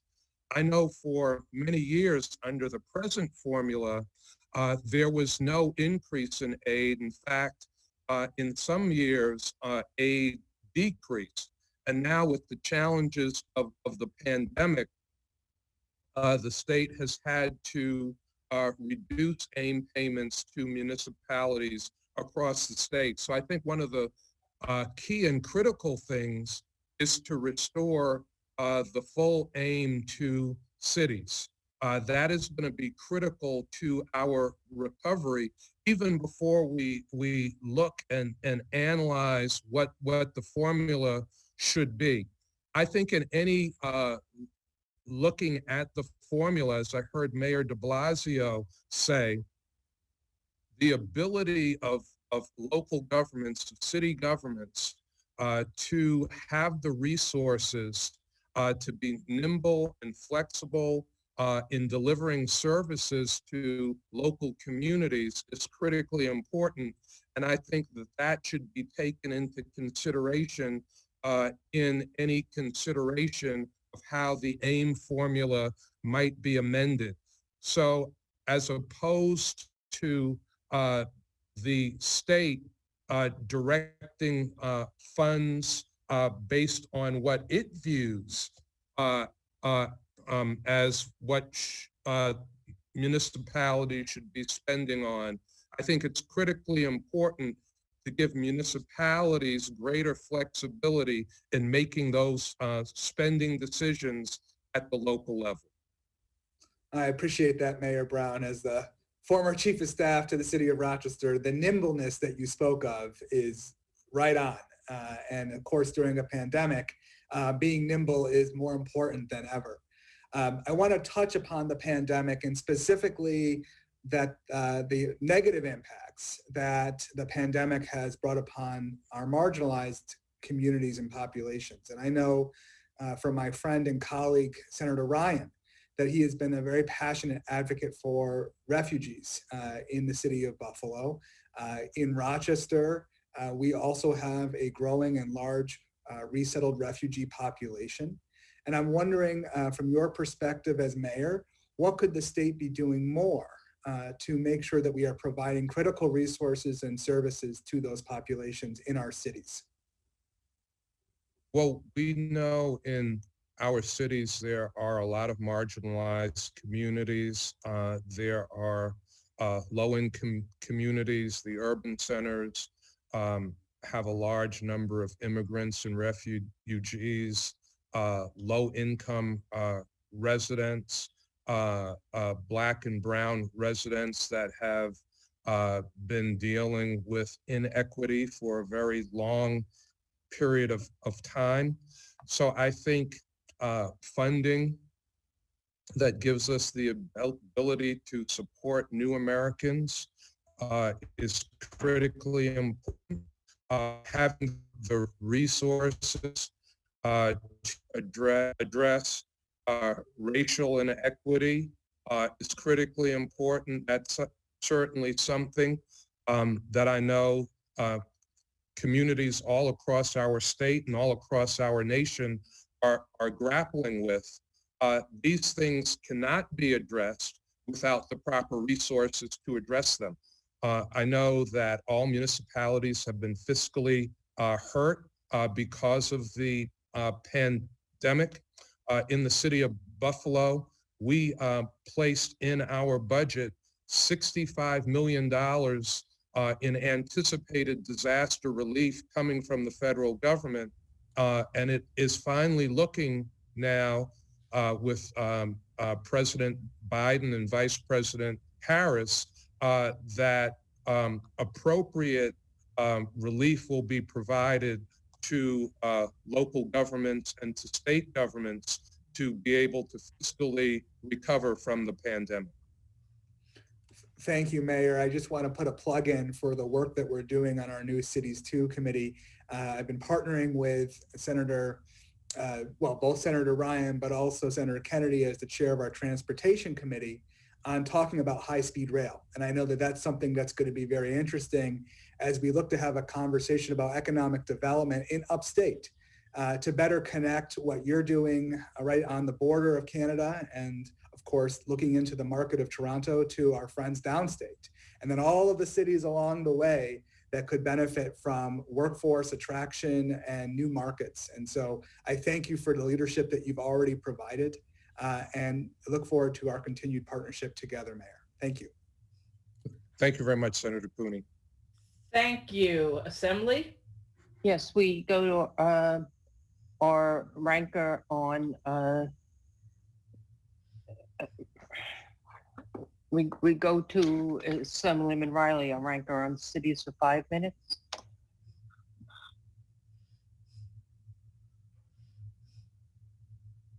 Right. Mike, you there? All right. Yep. There you are. Thank you, Madam Chair. Good afternoon, Mr. Mayor. Thank you for Good afternoon, us. Assemblyman Riley. Thank you so much. I appreciate your testimony. There were a couple of things that I wanted to ask, and you touched on it. You mentioned about adult use cannabis. I actually wanted to see if you can give me some insight into under the Compassionate Care Act that was enacted before I was a member of this body in 2016. There was tax revenue that was raised by the sale of medical marijuana and a cost sharing, fund sharing with municipalities that were part of that program. Can you tell me how much Buffalo received in regards to that tax revenue? Thank you very much, Assemblymember Riley. With me is my Commissioner of Administration and Finance, Donna Estridge. I believe through that proposal, there was no revenue sharing that Buffalo received from medical marijuana or medical cannabis. There was nothing that went to specific programs like substance abuse or law enforcement? No, I don't believe there was any revenue sharing in that way that came to the city of Buffalo. I know that with cannabis in general, there is a facility that has been proposed for the city of Buffalo. The principals in that facility are willing to enter into a community benefits agreement to address some of the issues that you mentioned in the city of Buffalo. And we certainly would like to have the ability for local governments where cannabis facilities are going to be located to have the ability to negotiate community benefit agreements. So is there currently a medical marijuana facility, dispensary in Buffalo? There is not a medical marijuana dispensary physically located in the city of Buffalo at this time. Okay, great, thank you. The reason why I was asking, because I was looking to see, get more insight into potential of for the tax revenue that was raised through the medical marijuana. Looking at different aspects across the state. So with the governor's proposal for adult use cannabis, the date that cities will have and local governments to opt out would be December 31st, 2021. Do you think that gives you enough time to prepare for any local statutes or policies that you want to incorporate if it does move forward and reasonable adult use marijuana is passed? I think we would have enough time to prepare. Obviously, we would move very quickly. Any ability for revenue sharing from adult use cannabis would be helpful to a host municipality. And certainly the city of Buffalo would look forward to sharing in revenue from adult use cannabis. At the same time, we would also like to be able to participate in the negotiating community benefit agreements to address issues of equity and diversity and inclusion in our city, as I know that other communities across the state would like to do as well. Thank you, Mr. Mayor. One final question. Yesterday during the public protection budget hearing, I mentioned the drug recognition experts and the challenges that will be there of driving under the influence potentially under marijuana. How many DREs does the police department, the Buffalo Police Department, have on staff currently? DRE? Yeah, drug recognition experts that are trained by the state and federal government. Right off the top of my head, I don't know how many drug recognition experts the Buffalo Police Department has. We have a department that is roughly 780 members, but the exact number of drug recognition experts, I don't know the answer to that, Assembly Member. Thank you very much, Mr. Mayor. I'm out of time. Thank you, Madam Chair. We go to the Senate now. Thank you. And I see our ranker for local government, Senator Rath. Thank you, Madam Chair. It's good to see you, Mayor. Good to see you too, Senator Rath. Thank you very much, and I appreciate your testimony, and I agree with a great deal of what you said. And I have a copy of your speech right here, just so you know. I've taken some notes and paid close attention. I want to touch on something that you and I had worked together on very closely when we were involved in the ECIDA, the Erie County Industrial Development Agency, and your leadership in helping to bring about the renaissance and the revitalization of the city of Buffalo was fantastic. And we saw it firsthand, so much so pre-COVID. And now as we are emerging from COVID and every government, state, city, county, local has to kind of reimagine and sort of re-engineer. I'm just curious to know what your thoughts are on incentivizing business development, incentivizing business investment, what we're doing in the city of Buffalo, which has shown a lot of leadership on this issue to create and retain jobs in the city and across our region. And I also know there's $100 million in downtown revitalization program money, which is set aside in the governor's budget this year.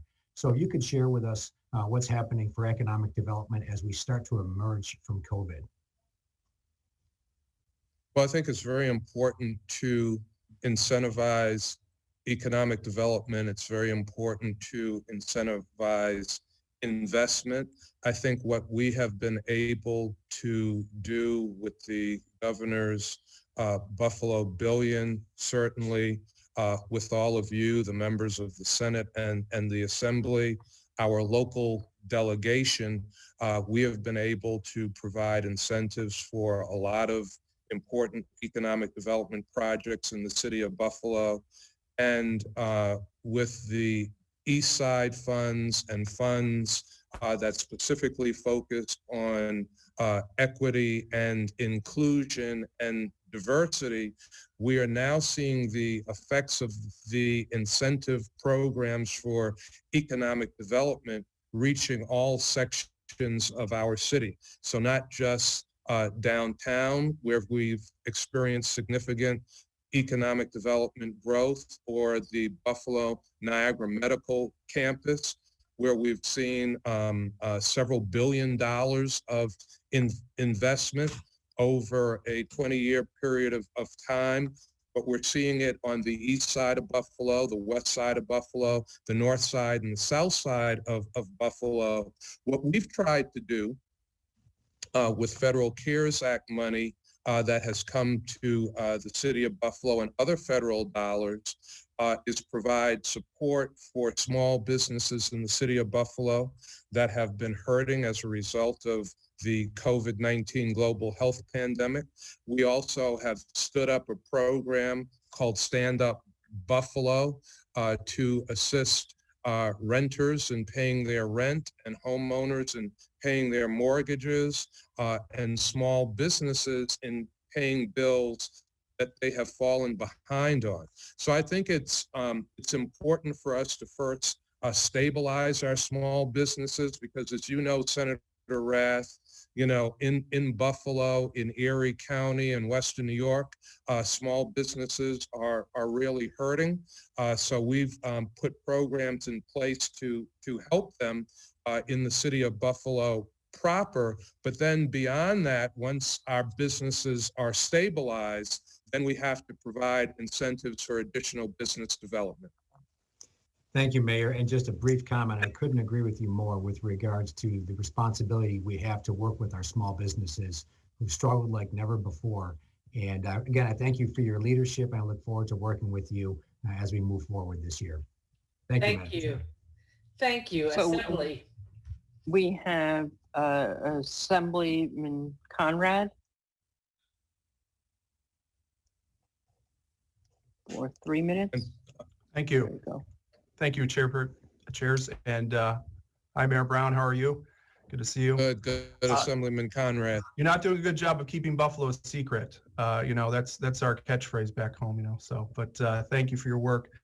I want to touch on two things. Number one, there's been a large discussion about broadband, the affordability, and of course, the ability for residents to actually get proper broadband signals. There's a lot of discussion about updating that, mapping it, and bringing in municipal broadband, especially in Erie County and the surrounding areas. I know it's a statewide issue. I'd like your thoughts on that. And my second question, because I only have a couple minutes here, is you, in your testimony, mentioned mobile sports betting and talking about a carve-out sharing agreement. There is discussion about, and I have to say, Assemblywoman Monica Wallace brought it up, about sharing to increase the state of play for kids and doing shares with the Parks and Recreation departments around the state. I just want your thoughts on that as well. Sorry for the two questions at once. No, that's fine. Let me thank you for your questions, Assemblyman Conrad, and I know that Senator Rath is off. I want to thank him for his questions as well. Broadband is very important to municipal growth and development. Certainly in cities, but in the suburbs and in the rural areas of our state as well. I mentioned in my testimony over $206 million in infrastructure funding that we're calling the People's Infrastructure Agenda. As part of that, we have investments for broadband, to expand broadband in the city of Buffalo. Unfortunately, in the city, we again saw through the pandemic inequities that exist in our community, where many students in the Buffalo Public Schools did not have internet access, did not have access to broadband. We were able, on a private basis, to work with members of the Buffalo Bills football team, actually pay for internet access for thousands of households in the city of Buffalo that could not afford it. But there's got to be a specific federal and state funding for broadband expansion. I don't think local governments, city governments can do it by themselves. I also, the state of play, critically important for children to have access not only to the internet, but access to safe options for play. In the city of Buffalo, we've invested a lot in parks and community centers at the local level. Assistance that we have been able to get from the federal government and the state government have enabled us to do that. But certainly funding for supports for our children, particularly at this difficult time when many children, are experiencing emotional issues, depression issues from the pandemic. Strategic resources to address the needs of our children is critically important. I couldn't agree more. Thank you, Mayor. Thank you. We go to Assemblyman Rivera. 3 minutes.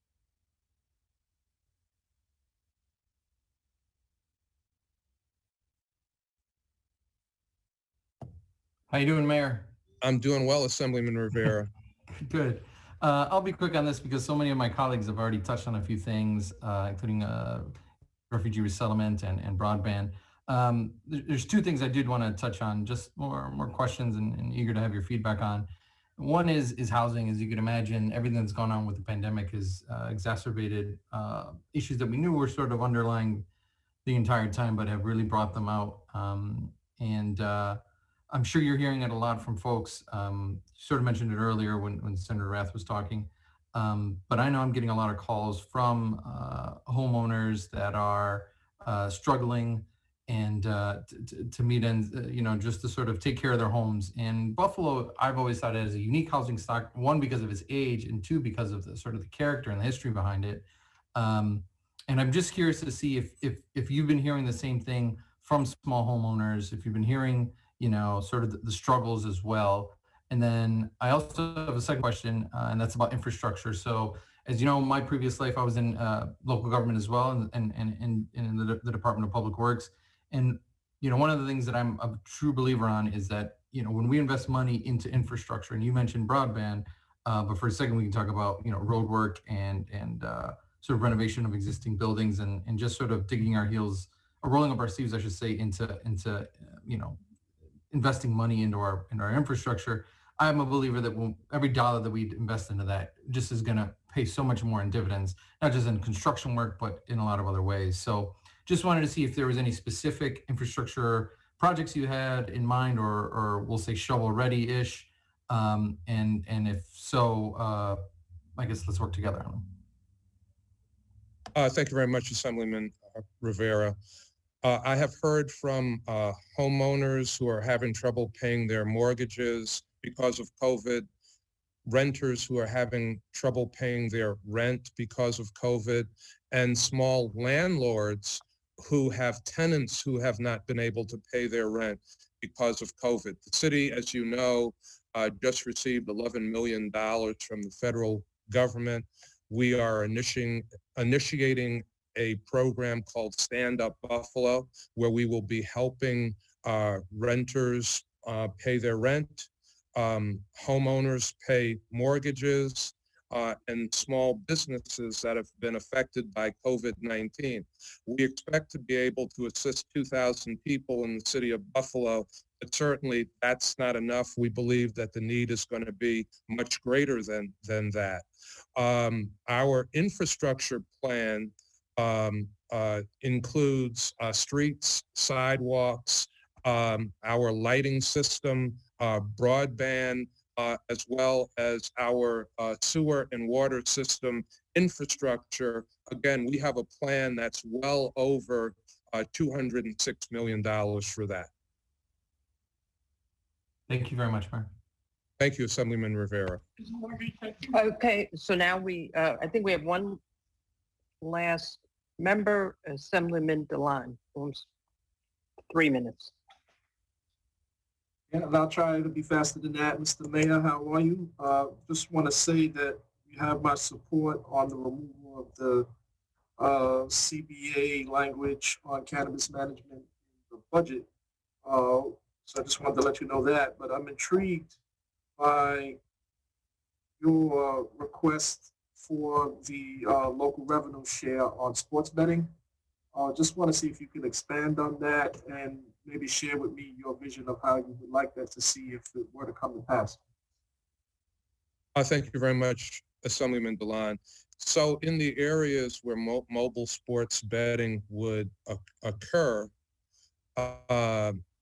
issues with people who develop gambling addiction, the infrastructure needs around those facilities, the public safety needs, police and fire, are all borne by the municipal government, by the government where those facilities will be located. So we think a formula to reasonably share some of the revenue of mobile sports betting with the host municipality is very important. We also believe that the issue with the Seneca Nation should be resolved if they are going to participate in mobile sports betting. We think that the money that's owed to the state and to the host municipalities as part of that tribal compact should be addressed before they are granted permission to participate in mobile sports betting. But there are certain significant local costs that are borne around those facilities that operate in the municipality. So I think anything that the state legislature can do working with the executive branch for revenue sharing for host municipalities would be extremely helpful. Thank you. Thank you, Madam Chair. Thank you, Mayor. That's Mayor Brown. There are no further questions, so thank you for being with us today. And Thank now you we're all going to very go much. on. Thank you very We're going much, to go on. Mayor Brown. Yes, we're going to go on to Mayor of the City of Rochester, the Honorable Lovely A. Warren, for 10 minutes. Thank you, Chairperson Weinstein, Chairperson Kruger, members of the Ways and Means and Finance Committees, other members of the Senate and Assembly. Thank you for the opportunity to testify today regarding the executive budget on behalf of the residents of the City of Rochester. Prior to the pandemic, our city was on the rise. Our economy was growing with new jobs, low unemployment, our streets were safer, with crime at historic lows, and our families were stronger due to the availability of more affordable housing, pre-K education, and job training. However, the pandemic has created a myriad of revenue challenges and forced Rochester to take significant steps towards doing more with less, including freezing discretionary spending, furloughing over 11% of our workforce, denying cost of living increases for our employees, deferring capital spending, passing a current year budget with a 4.7% lower than last year's. Beyond making difficult decisions to protect our taxpayers, the City of Rochester has been innovative in leveraging our CARES Act funding to work on behalf of our community and government partners to support our residents and businesses in need. Distributing millions of meals to children and families in need, dedicating $10.2 million for direct rent assistance to benefit tenants and responsible landlords, delivering $2.4 million in business emergency retention grants to nearly 1,000 local businesses, supporting our students with laptops, internet access, and learning labs as they learn remotely, and mailing masks to every household. The above accomplishments are just a sampling of the many efforts our city has undertaken to address the needs of our residents and protect our taxpayers over the past year. But despite this good work and our fiscal restraint, we have started our budget process for next year facing a substantial deficit. While making significant progress, we are still wrestling with a $31.4 million all funds gap for Rochester's 21-22 budget. Simply put, we need more support from our state. The actions of the state over the past year when it comes to reducing needed revenue to Rochester and other cities is not sustainable. We certainly need you to invest more so that we can adequately address the historic inequities that this pandemic has exposed to ensure that we truly recover together. I recently unveiled the Equity and Recovery Agenda for Rochester. It provides a bold series of proposals to finally address the longstanding systemic issues. The agenda includes a housing trust fund, an emergency fund to assist families in crisis, needed police reforms, as well as efforts to create jobs, protect our environment, bring greater safety and vibrancy to our neighborhoods, bolster our educational system, and strengthen support for local artists. Achieving these ambitious goals will require the state to be a full partner in our efforts. The most immediate and effective way to create this partnership towards achieving equity is the long overdue legalization and taxation of marijuana. Cities should justifiably receive this revenue to invest in and lift up communities and residents who are most impacted and oppressed by the marijuana's criminalization. Therefore, I urge you to reconsider the proposed tax structure for marijuana legalization. Revenues generated by the state's THC-based tax and retail surcharge should not be directed only to the state's general fund. Rather, resources from legalization must explicitly and directly flow to local governments, most especially cities, to fund their equity efforts. This should be a prerequisite for the support. To that end, I support the legislative efforts of Majority Leader Crystal Peoples-Stokes to create dedicated revenue streams to help us lift up our residents in our most challenged communities. Another essential element of our work towards equity must be to completely reinvent policing, as stressed by Governor Cuomo in his Executive 203. I recently unveiled our community's draft response to achieve this goal, and there are 3 critical elements where Rochester needs your legislative support. We need you to allow our police and personnel, allow us to fire our police personnel for cause, enable cities to develop completely new collective bargaining agreements with our police unions, provide funding for alternative responses to law enforcement like Rochester's Person in Crisis team. I ask you today to truly partner with us to achieve equity and ensure Rochester's recovery.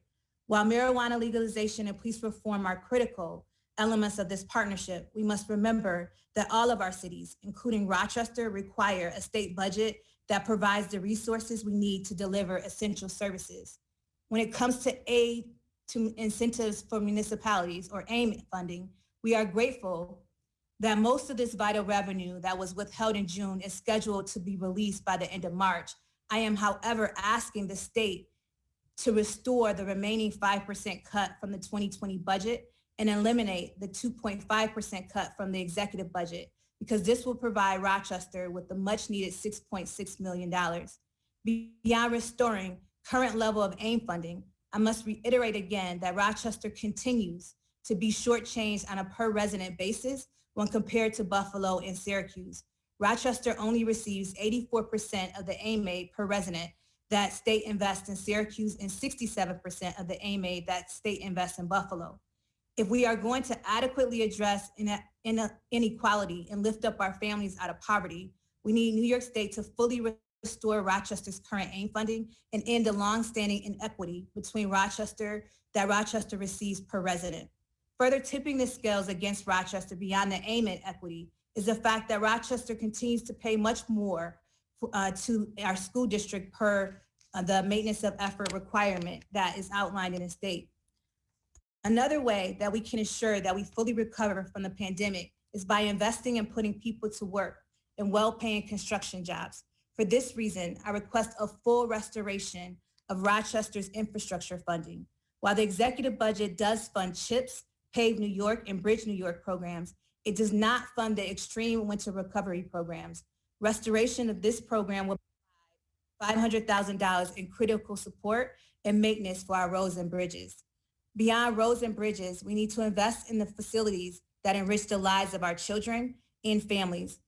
Libraries have become even more critical during the pandemic, providing educational resources and meaningful entertainment. The proposed executive budget would decrease library construction aid by $20 million, or roughly 60%. Rochester's library facilities rely on state support to properly maintain these vital resources. Therefore, I ask you to restore full funding of library construction aid. Despite the pandemic, the partnership with Governor Cuomo, we continue to move forward with our Rock the Riverway program. This important project has put many Rochesterians to work and have shown our city the potential of reconnecting with the mighty Genesee. This past year, we completed the Erie Harbor Promenade and a long-awaited Rock City Skate Park, as well as begun construction on the West River Wall and Charles Carroll Park and reconstruction projects to bring our community back to its historic riverfront. We understand the fiscal challenges facing all of us. However, we look forward to the day we can all continue rocking the Riverway. In addition to the major requests I have mentioned, the opportunity exists to modernize state law to help create fairness and easily generate revenue to help cities' recovery. Therefore, I'm asking again that you address the gross receipts tax in energy service companies and mobile phone service providers. These companies can no longer be allowed to avoid the law or be required to pay the GRT just in New York City and not across the state of New York. This is a way the state can help upstate cities without reaching into your coffers to do so. I also support the proposal to require that all vacation rentals be subject to the same state and local sales tax as traditional hotels, motels, and bed and breakfast establishments. It is only right that an equitable playing field exists for all such businesses. Another important step in the budget can take toward equity is enacting the governor's proposal that will require all broadband service providers in New York State to offer income eligible providers in New York State customers internet plans for no more than $15 a month.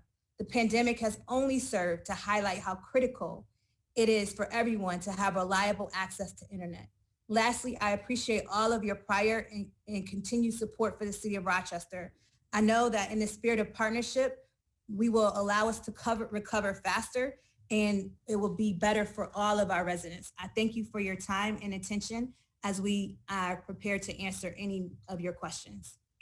Thank you. So I think we're going to go first to our ranker in the city's committee, Assemblyman Riley. Thank you, Madam Chair. Thank you, Mayor, for great seeing you. The charger cable is.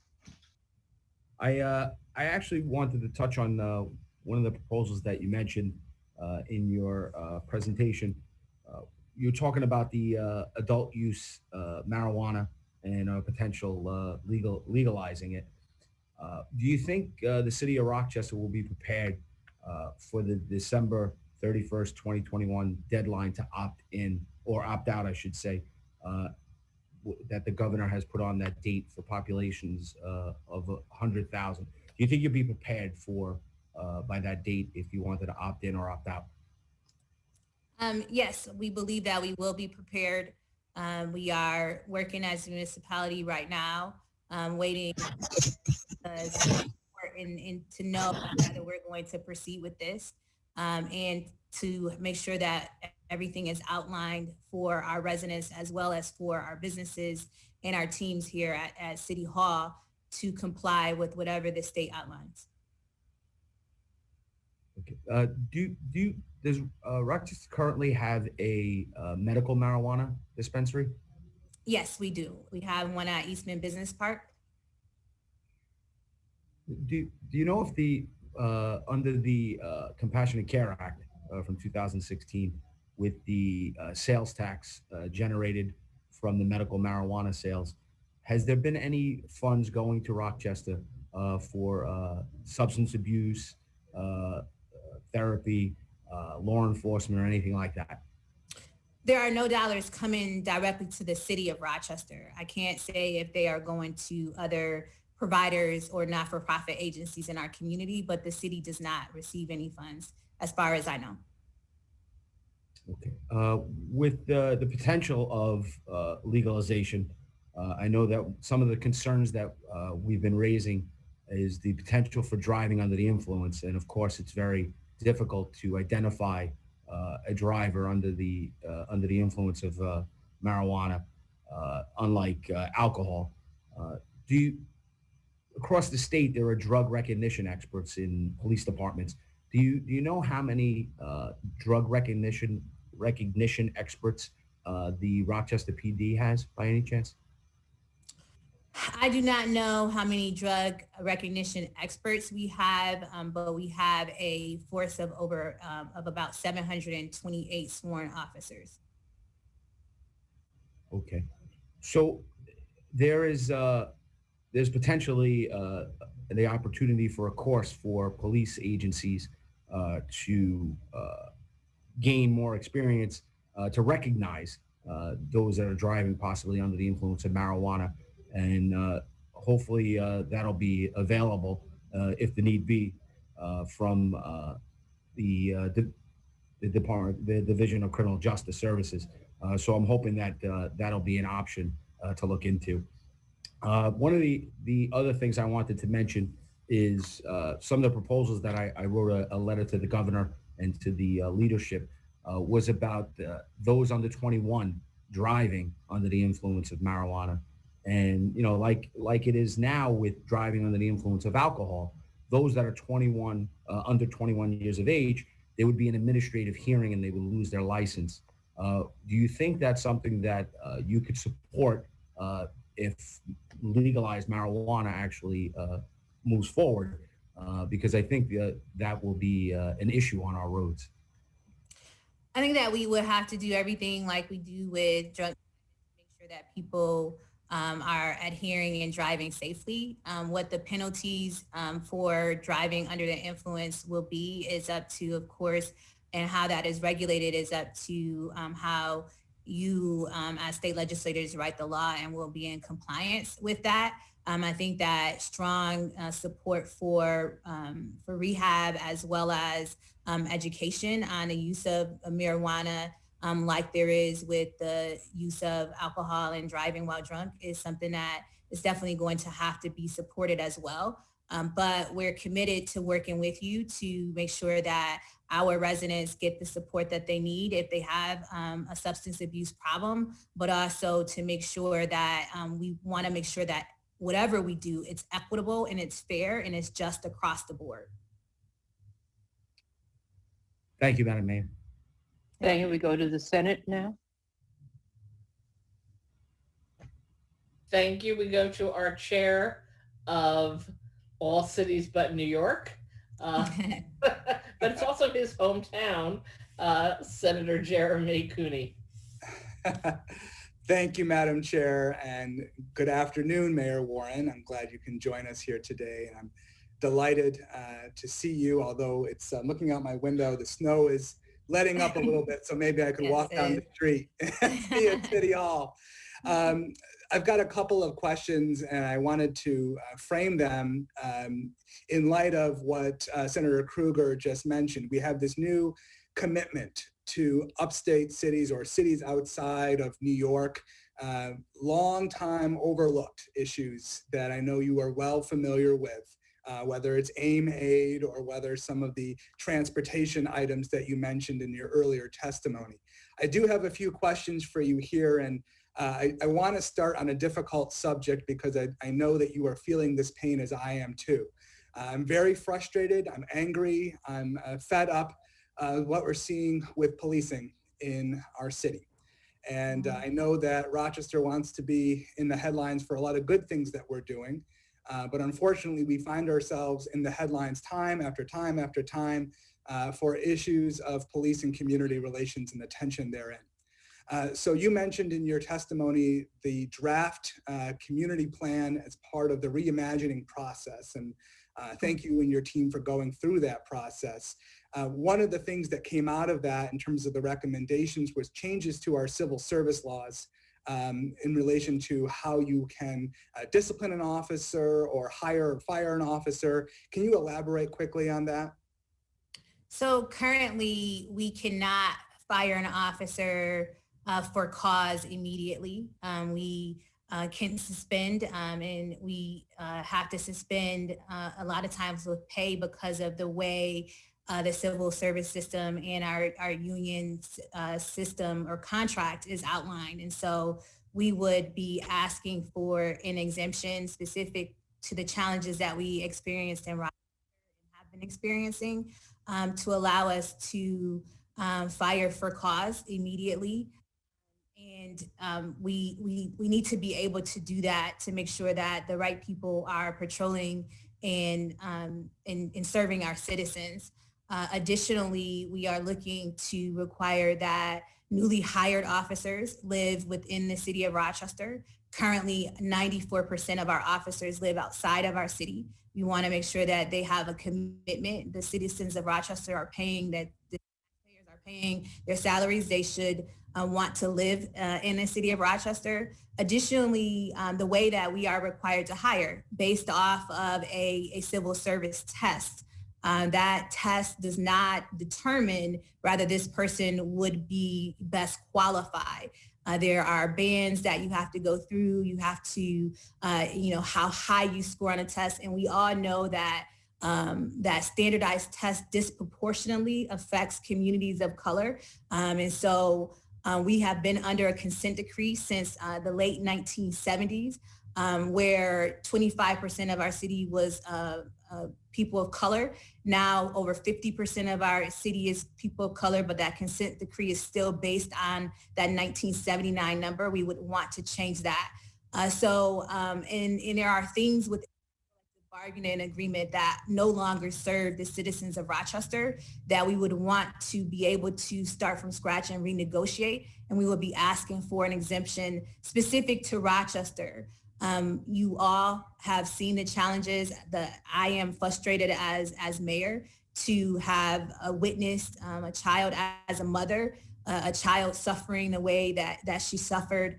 We lost the tragic death of Daniel Prude as well here in our community, and something has to change. And we're committed to making that change. And we have put forth to our community that's looking at this draft plan the effort to that we believe needs to take place outside of just training and policies and procedures, but we really need the ability to hire the right people to be able to service our residents in our community.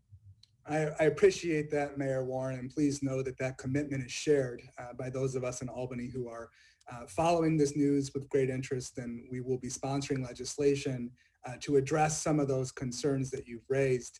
Continuing on the police community relations in our district, just last week we saw a quadruple shooting on Lyle Avenue.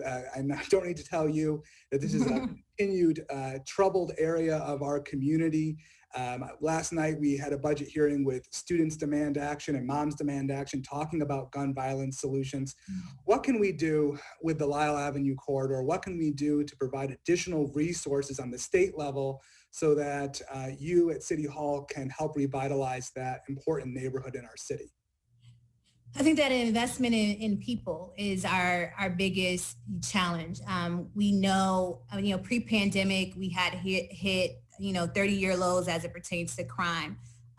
During the pandemic and last year, we saw a double-digit increases, not only in our murder rate, but also in our shootings. And we see that, people are suffering. The pandemic has shown that people that make $60,000 or less are less likely to be able to recover, and they need the help and they need the support. So resources in different job education support, help for entrepreneurship, also help for people to be able to recover equitably. So when I say that, it's like emergency funds. So we have many individuals that, their tire goes out on their car, or they miss one payment of rent. Something happens with their RG&E payment and their entire life gets turned upside down.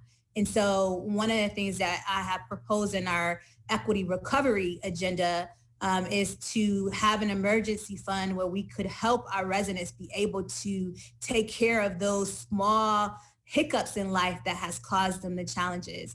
As it pertains to Lyle Avenue specifically, and, they're historically, because of redlining, because of institutional things that government has done over the years and for decades, you have this concentration. And the best thing that we can do is make sure that our greatest asset, which is the people of our city, get the support and the resources that they need to take care of their families, that their children get the support that they need to be properly educated, and that we provide the resources for the businesses along those corridors to be able to not only stay in business, but to recover in such a way that it benefits the entire community. Mayor, I'm glad you brought up children and families. I know that you share a passion, as do I, for how we strengthen families in our community. I am very frustrated by what we have learned over the last few days with regard to the Rochester City School District and the lack of hot, nutritious meals as it snows outside right now being made available to our children. I know that you don't have control over that decision, but what you do have control over is being part of the modernization of these buildings so that when our kids go back to schools, that they have equal 21st century learning environments that they so deserve. I do have a bill in the Senate right now, 1761, which would accelerate the Phase 3 school modernization program. I believe that this could create a lot of jobs, but also more importantly, create those safe learning environments that our children deserve. I'm hopeful that I can have your support in that legislation, and that I'm welcome any comments you may have as it relates to the potential to create job growth in your city. Senator Cooney, I am excited that Phase 3 legislation is moving along. When I worked for Assemblyman David Gant, I wrote the Phase 1 bill and, definitely supported Phase 2 and looking forward to Phase 3 coming because, as you have indicated, our children deserve our very best.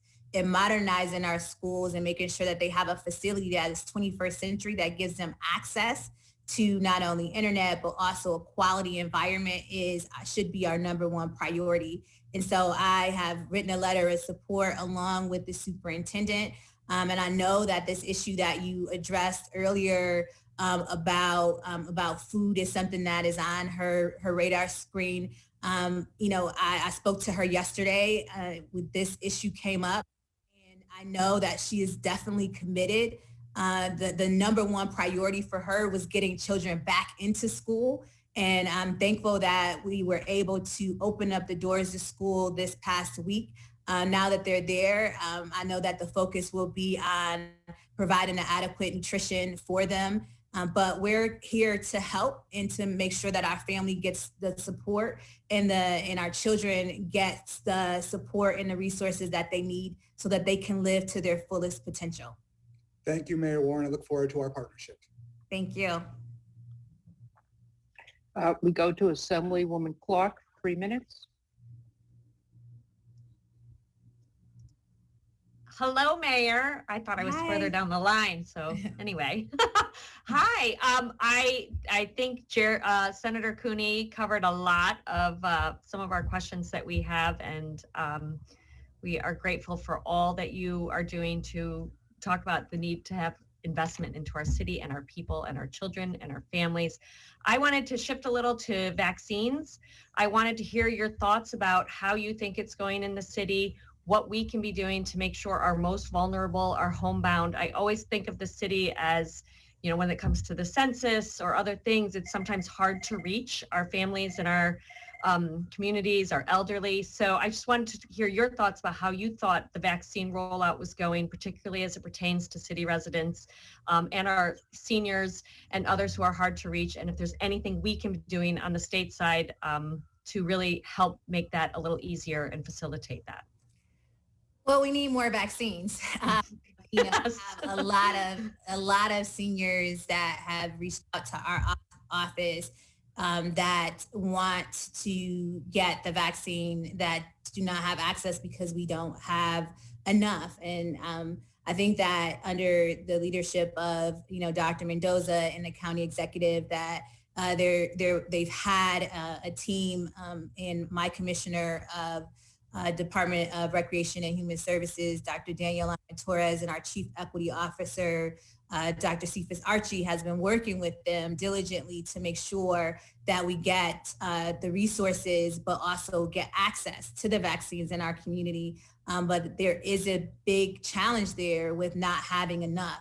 I do believe that there is ways that we can do more to ensure that our most vulnerable, meaning that people that are living in our challenged neighborhoods have access to the vaccines, and that is to intentionally set aside a certain percentage of vaccines that come to this area for marginalized communities. And that has not happened yet. I know that that's happening in some cities across the country. And I'm hopeful that as we get access to more vaccines, that will be the case.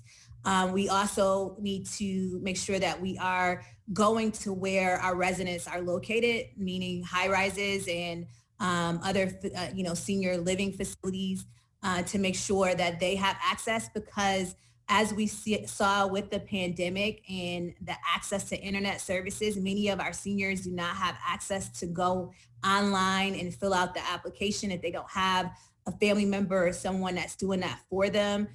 Their best way is to try to go through their church, but churches are only given a limited number.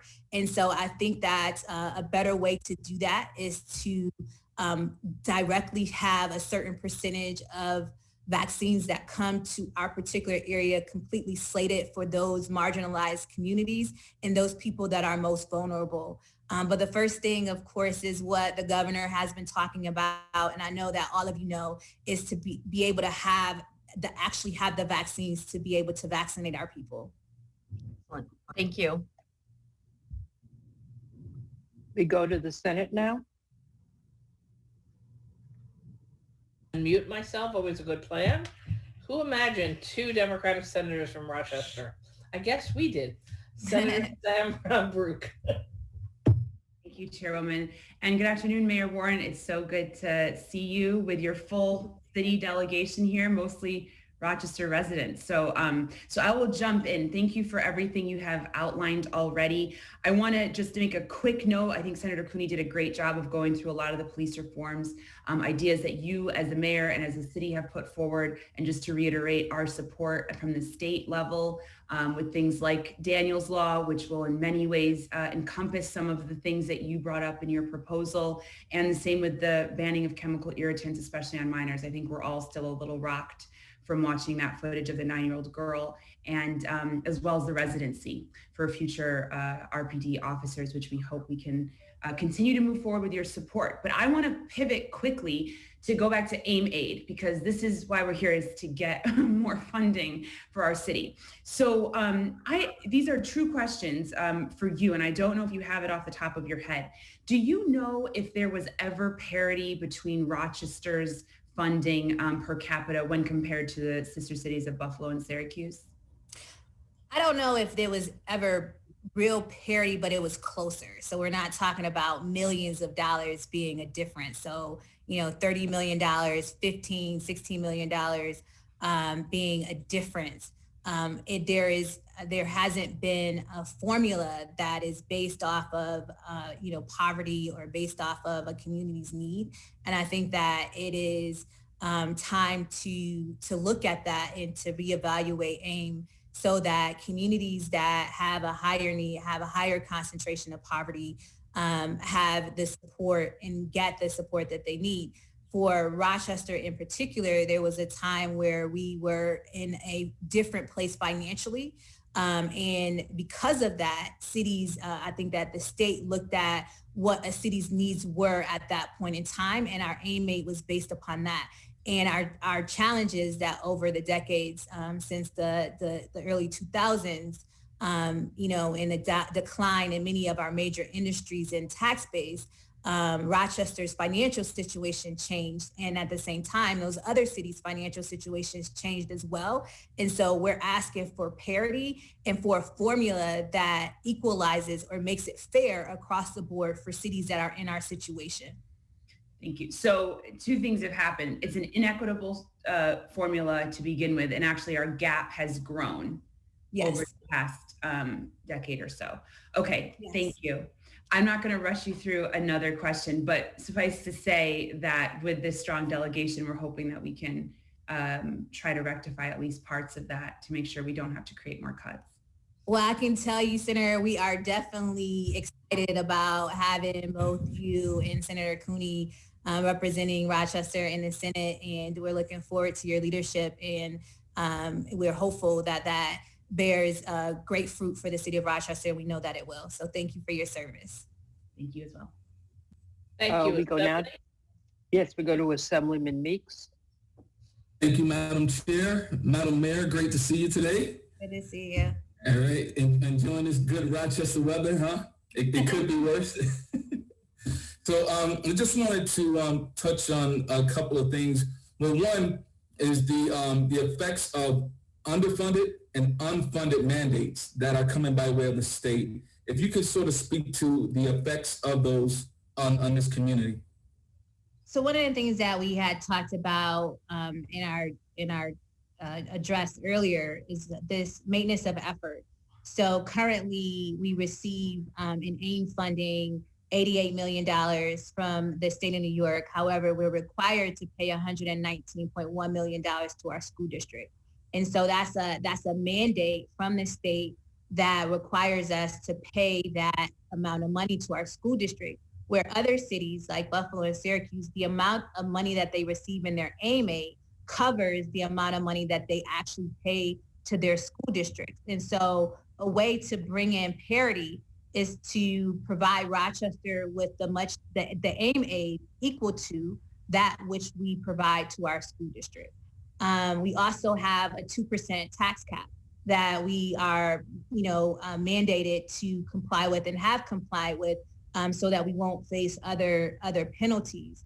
And so there are different challenges and mandates that the state have upon us that we are happy to comply with, but we also need the support and we need fairness and equity across the board in order for us to be able to do that. We will continue to provide the resources, but as you know, Assemblyman, we are struggling as a city because of our city is funded in three ways. It's funded through our sales tax, it's funded through property tax, it's funded through what we receive from the state. And as we ask for additional or just even to receive the full AIM aid complement or more, that's going to be helpful. But last year, 5% was held back. And we're hopeful to get 100% of those dollars. But then this year, a 2.5% cut is going to put us even further behind as it pertains to closing that $31.4 million budget gap. So we're definitely going to need the support and the mandates and other things that we are required to do on behalf of our city without getting the resources from the state is hurting us in the long run, be able to provide essential services to our residents. Great. Well, thank you, Mayor. And I also look forward to meeting with you in the near future to discuss Invest in Our New York. One of the bills in which I propose is A4604, and look forward to talking to you later on that. Thank you. Absolutely. Looking forward to it. Congratulations. Thanks. So we go to the Senate now. Thank you. Next up is a ranker for local government, Senator Rath. Thank you very much, Madam Chair. And thank you very much, Mayor Warren, for your comments and your testimony today. I am actually the proud third member of the City of Rochester State Senate delegation, and happy to be here and happy to partner with Senators Cooney and Brook on issues of critical importance to the City of Rochester. And I want to share with you some very important perspective that I have with regards to small businesses. As we know, small businesses have struggled like they never have before during COVID-19. Doesn't matter if it's a restaurant, a small manufacturer, a bowling alley, a theater, whatever it may be. And so I'm proud to actually sponsor my Save Our Small Businesses grant program. It's Senate Bill 4691, which was actually introduced this week to provide a hand up to our small businesses across New York State. Because everyone has to reimagine and re-engineer as we emerge from COVID-19. And the areas that I represent in the city of Rochester, the Mount Hope and the 19th Ward areas, are areas that have a very strong set of numerous advocacy groups. And I know you know those advocacy groups within those areas very well, and they're already making it known to me the challenges that they're facing as small businesses as they struggle. And I give each and every one of those folks all the credit in the world, because it's every week we are connecting with them and hearing their concerns. So I just want to ask you a question about what your plans are and your thoughts are and your strategy is for small business recovery in some of these economically challenged areas of the city of Rochester. Thank you, Senator, and congratulations, and thank you for representing our city. And when it comes down to small businesses, we have really focused on providing them the much needed support that they need to, not only buy equipment, but also to pay their rent, to pay whatever bills they may have during this pandemic that they're struggling with. We utilize our CARES Act funding in a way to provide grants to them, and we've been able to turn those grants around within 72 hours to get the dollars out the door directly to those small businesses. But we know that they need additional support. Last week, we were excited to partner with some of our foundations and one of our community organizations to provide much needed greenhouses so our restaurants could actually house people outside in the middle of winter. So they would be able to serve more people because they have reduced capacity because of the pandemic.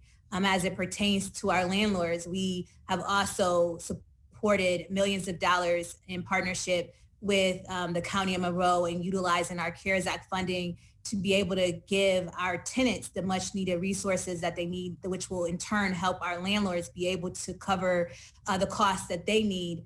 So across the board, we're trying to utilize every resource that we have in order to help our businesses recover and stay in business. But of course, we always need more resources to be able to provide to them. But I can assure you that if you give us the money, we'll get it out the door to them. We've helped over 1,000 in the city of Rochester thus far, and we'll continue to do our part as long as we have the resources to make sure that they survive and are able to recover from the pandemic.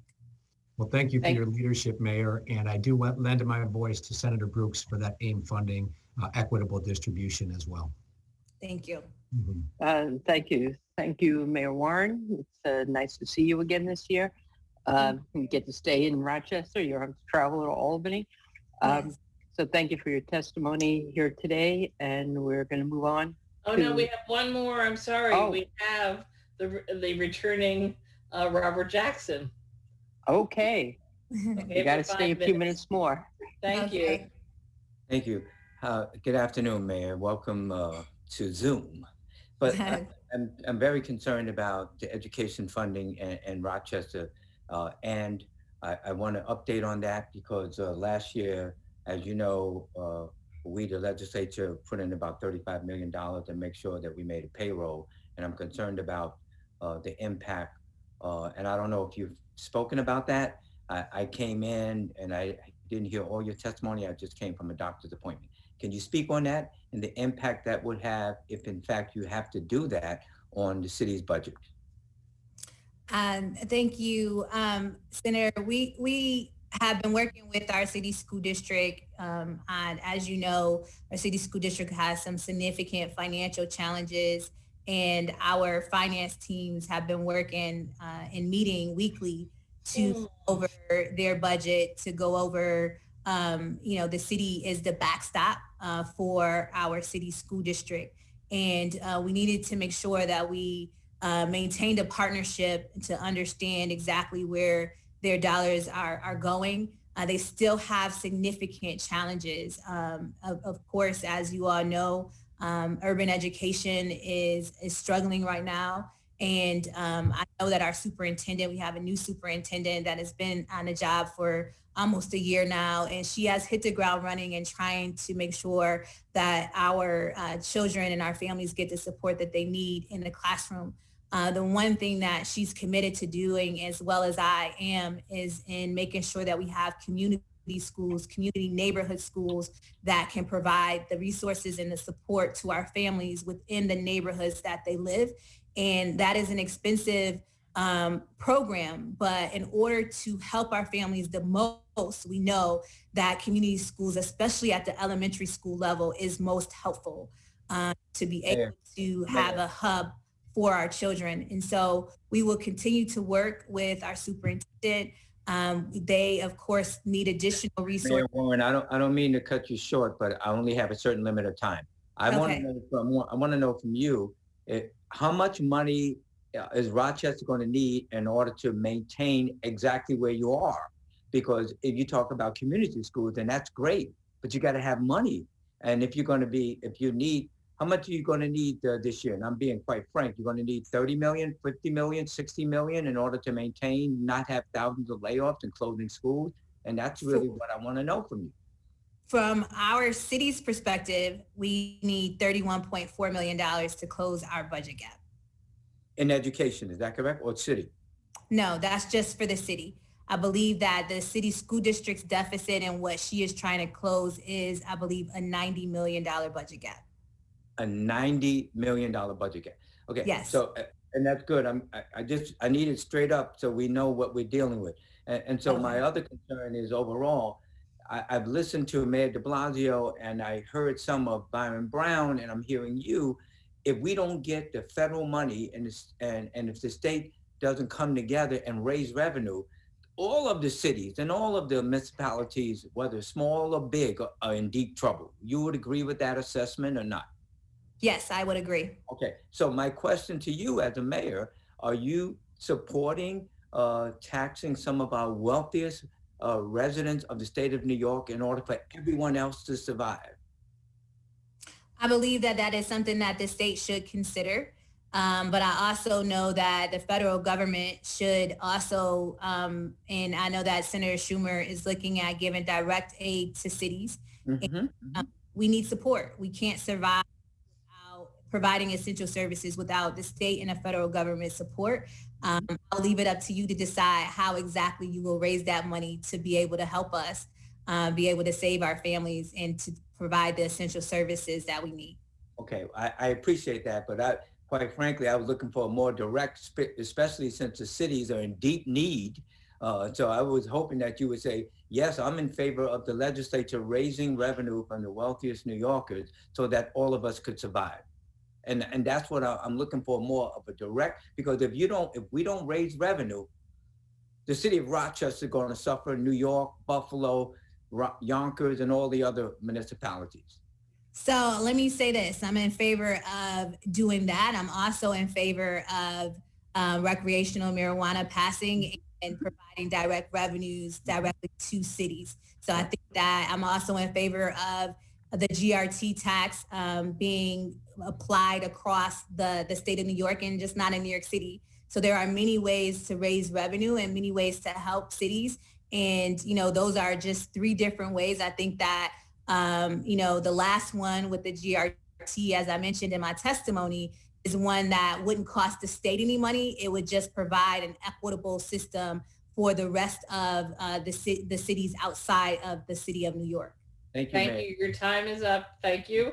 Robert Jackson, if we were in court, you would be charged with leading the witness. Assemblyman.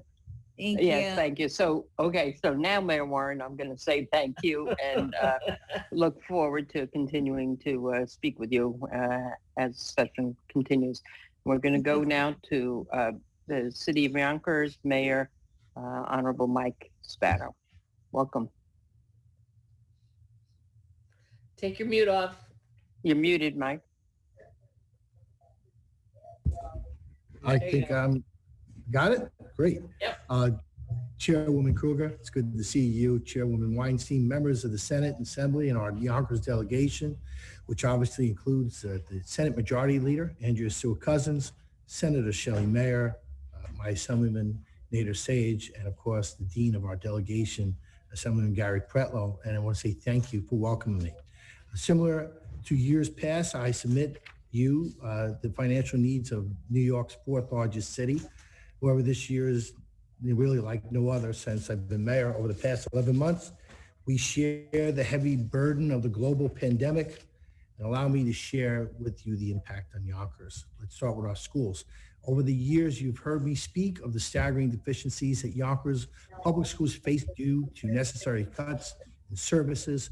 Last month, you heard from our superintendent of schools, who outlined a $50.8 million budget shortfall the schools will face this year. He outlined how, despite the pandemic and lack of equitable funding, our schools continue to forge ahead. And I believe the inequity is due to what many of us have considered to be the result of the longstanding inequities in a formula, and also what has been described as two educational systems in the state of New York, one for the haves, one for the have-nots, simpler terms, the rich district versus the poor districts. For years, I've commented to you about the systematic inequity, again, in those formulas, and the state of formula uses a combined wealth ratio that is not reflective of the students that we educate. 73% of our children live at or below the rate of poverty. This has only become more evident with the historic adaptations that have been made as a result of this pandemic. And the district has been forced to do even more, to dig even deeper, to provide for devices and supply Wi-Fi to our students. This year, the federal government made available $4 billion in aid to New York schools. And according to local district funding adjustments reductions proposed by our governor, New York's aid to Yonkers schools will decrease by $29 million. That's $20 million more of a reduction than any other of the big four cities. Allow me to point out another inequity. Yonkers is the only big five city to have a gap, a significant gap, let alone that this one size fits all. We also remain the only city that continually increases its local aid to education each and every year. And since I've been mayor, our maintenance of effort has increased 69% cumulatively. And taxpayers have exhausted their ability to foot the bill. And how can we provide more aid when we are barely keeping our heads above water? A variable option to provide alternate means of funding for our schools is closer than we think. Yonkers is home to one of the most prominent gaming and entertainment destinations in the country. MGM Resorts Empire City Casino, with an annual payroll of over 45 million, nearly 1,200 employees. This is before COVID hit. Empire City is critical to the economic growth of not just Yonkers, New York. Each year, New Yorkers statewide directly benefit from more than $300 million that Empire City generates annually in state aid to education. Competition, as we all know, is intensifying as neighboring states pursue new casinos and gaming opportunities that threaten New York's existing casino revenues and jobs. New Jersey, which is just a short ride from Yonkers, can identify 44% of all of its mobile bets are made within 2 miles of the state border. And with that, as much as 25% of its betting is coming from across New Yorkers right across the border, places like Yonkers. And while I'm glad to learn this year's executive budget includes a proposal for sports betting, the current legislative proposal does not allow Empire City to offer mobile sports betting or directly benefit from it in any form. And we need to change that. Lastly, as you know, the pandemic hit Empire City very, very hard. And even with the reduced number of video lottery terminals because of social distancing requirements, Empire City still averaged $19 million per month in educational revenue over the last 3 months.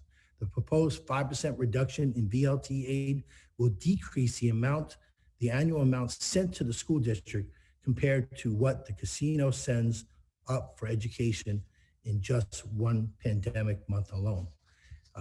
Rebuilding our schools, and you've heard me talk about this over and over again.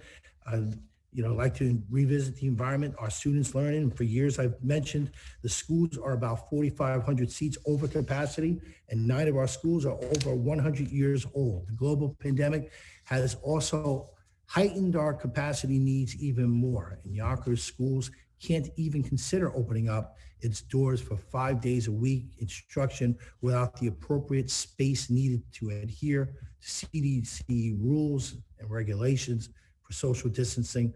Looking forward, the next school year, the infrastructure crisis in Yonkers will only get worse. In the meantime, we try to take matters into our own hands. We recently purchased and closed on the property of the former St. Denis site so we can build a new pre-K through 8 community school.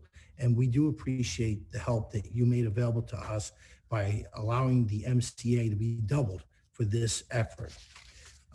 Making temporary repairs to our schools operating is not a choice. The school district has 41 capital projects on the books at an expected cost of $127 million. Also 15 additional projects at a cost of $69 million. We just simply cannot afford to rebuild schools on our own. And so in the absence of any change in the building aid formula, I'm asking again that the state legislature make available a capital block grant of $100 million to the city of Yonkers to help offset local taxpayers' share of this project. Now, I'd like to discuss the cost of running New York's or Westchester County's largest city. 2020 was a long and difficult year for local municipalities.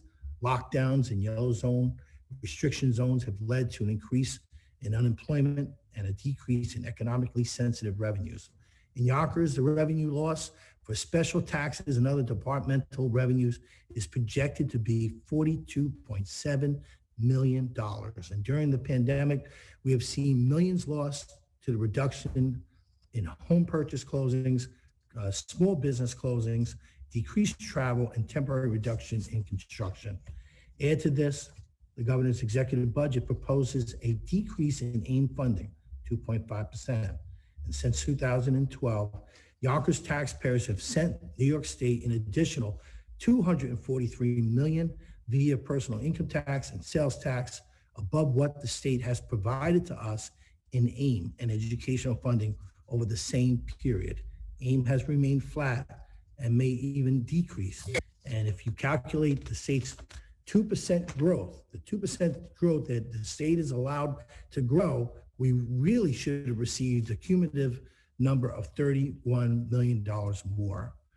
The state continually freezes our aid, and that only begs the question, some people have said, not me though, that maybe we should freeze our payments to the state.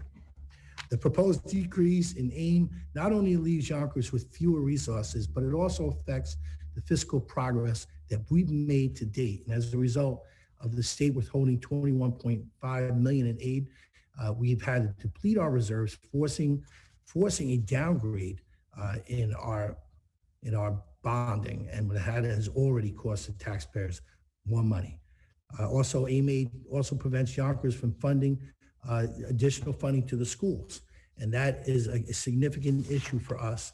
But we just so you know, if I can just, I'm going to try to wrap it up very, very quickly. We estimate that our 2022 budget shortfall to be $25.3 million on the municipal side, and assuming no payments in AIM owed for fiscal year 2020, no increase to our maintenance of effort, and while using short-term budgeting tactics like bonding for tax certiorarities and not budgeting for contingencies for unsettled contracts. Our contracts are now 2 years overdue. Yet our budget continues to grow. Each year, our workforce amounts to about 74% of our budget. We look forward to the federal government, but we hope that they'll recognize the needs of local governments, just as they did when they supplied Westchester County with $168 million this year, but they simply forgot about anyone below Westchester County. We did not receive not $1 of that aid. So that's something that we expect and hope that our federal delegation will take into account. But in the face of decreased AIM funding, rising costs, and of course, this devastating global pandemic, we are really without options. And that's why I humbly ask for the help of our great governor and all of you in the state legislature to get us through these tough times. With that, I'd like to open it up for questions. Thank you. We're going to go to You're open up for questions. That's okay, Michael. So we're going to go to Assemblyman Ra for 5 minutes, the ranker in Ways and Means. Hey, Mayor, good to see you. Hope Nice to see you, Assemblyman. I hope you and your family are well. I just going back to the AIM. What's the cut to the city of Yonkers It's a 2.5% cut. That would be about how much? 2.7 million. It's about 2.7 million. Okay.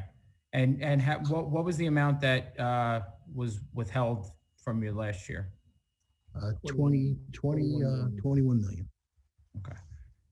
By the way, if I could just throw in a little shot for, I like Mayor Lovely Warren's idea of matching what we get in Amy to what our maintenance of effort is, considering that Yonkers maintenance of effort is $260 million. So if you guys want to do that, we'd be very much in support of it. I would imagine all the mayors would be. Yeah, 'cause, I mean, one of the things that, you know, obviously came up with regard a couple years ago when the budget started to kind of change the idea of AIM, and you know, some of the counties had the cost pushed onto them for our towns and villages, and there was this idea out there that the new internet sales tax was going to really be paying that because it was additional money. And I know it doesn't get broken out separately, but I don't know if you have any estimates that you guys have been able to do internally as to, you know, what increase you may have gotten in your sales tax revenues from something like that. Do we know what our increase in sales revenue? I would just say it's been a major help. Yeah. As far as details, we have to get back. Yeah, I'd have to get you, some of the details of that, but I will tell you that it has been a major help for us.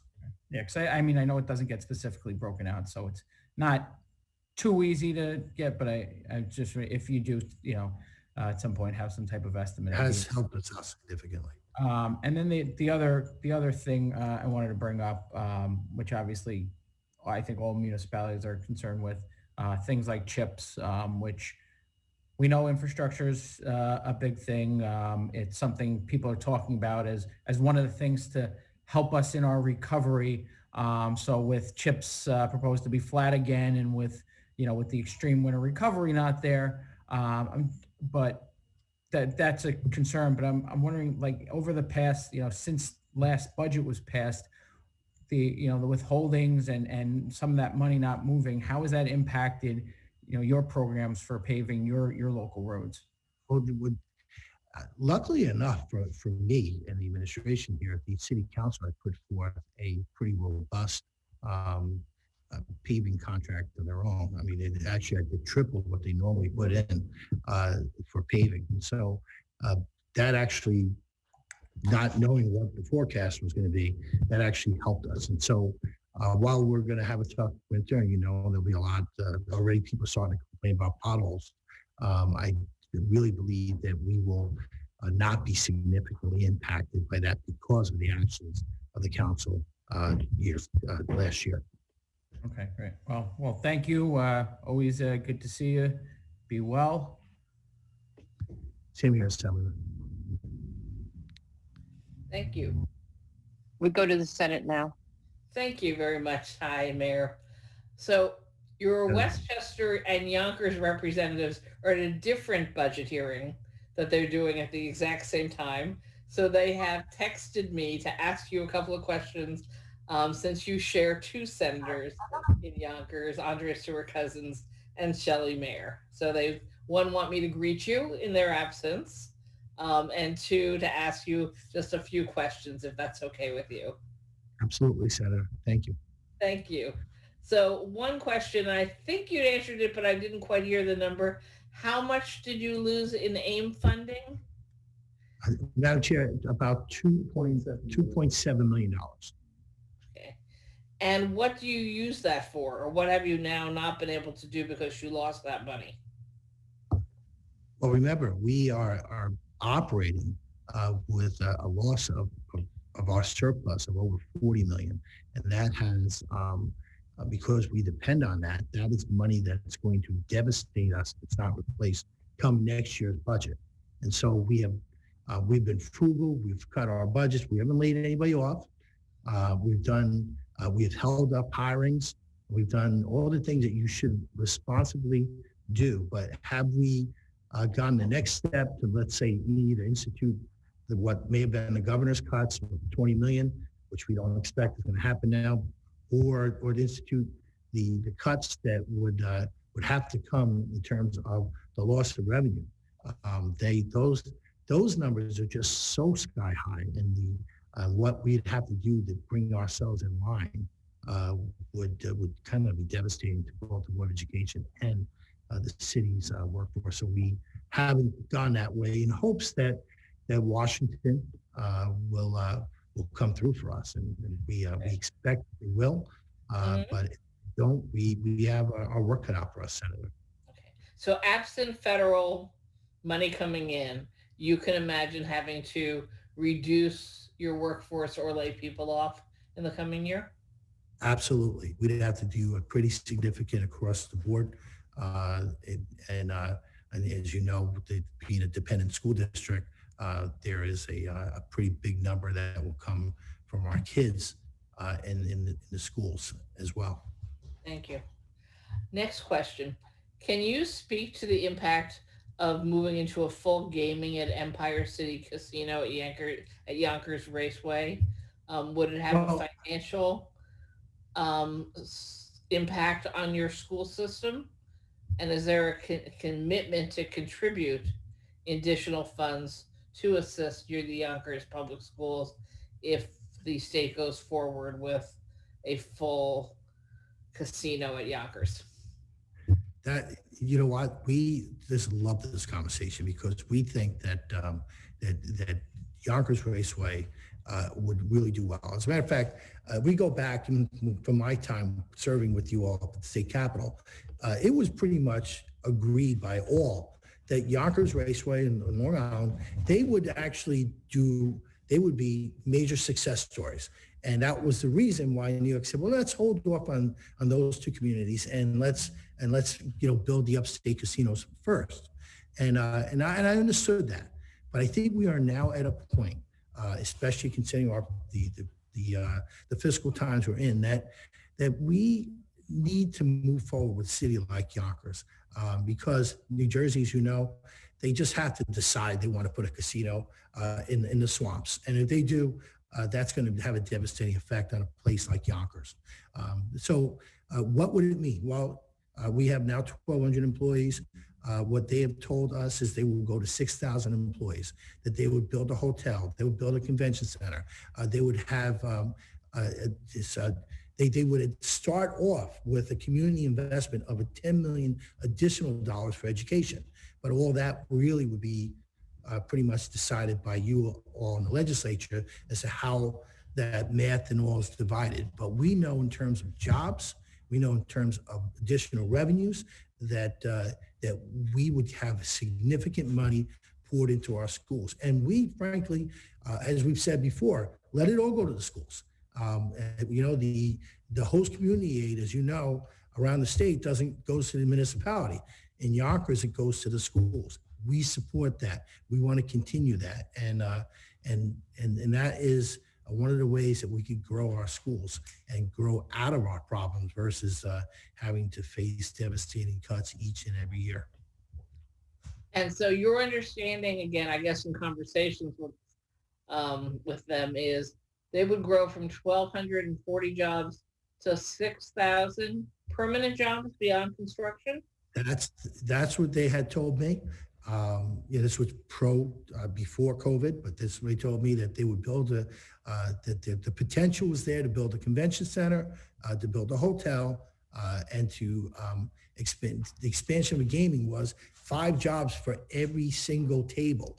And so if you right now the tables they're electronic, so you don't need any jobs there. But the 5 jobs for real people for every casino. And of course, we all know what we read in the newspaper, which was that they were offering upwards of $1 billion, at least for those 2 facilities, to New York State in terms of revenues. And so that's to me, I see this as really we are at this opportunity and we should take it. And I don't think that we should wait to 23. I just think that if we give them the okay, it'll probably take them to 23 to open up anyway.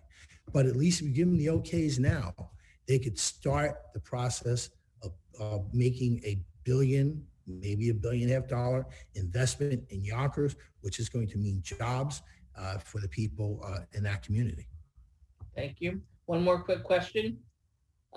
You were joking before about not sending your money to Albany. I'm not quite sure how you would do that because I think usually it's we collect the tax and give it back to you. But it's an interesting discussion for another day. But those who do have personal income tax, and Yonkers is one of the cities besides New York that does, we actually saw a surprise bump going up at the end of 2020. Have you seen that bump going up also? Yes. What's that? Oh, okay. Our guys here, they said it was stable, it was flat. Stable. Okay, great. Well, then on behalf of your Westchester senators, thank you very much. And of course, we all welcome you for being here today. Assembly, do you have another? Yes, we have Assemblyman Mike Riley, Chair of the Cities Committee. 5 minutes.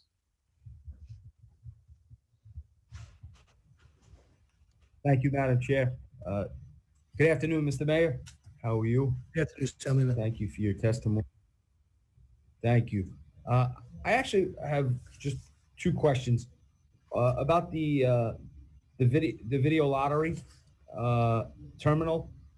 I see that there's going to be approximately a $980,000 cut according to the governor's proposal in the budget. Can you give us a little insight in like a program that might impact, that you might lose? Sports.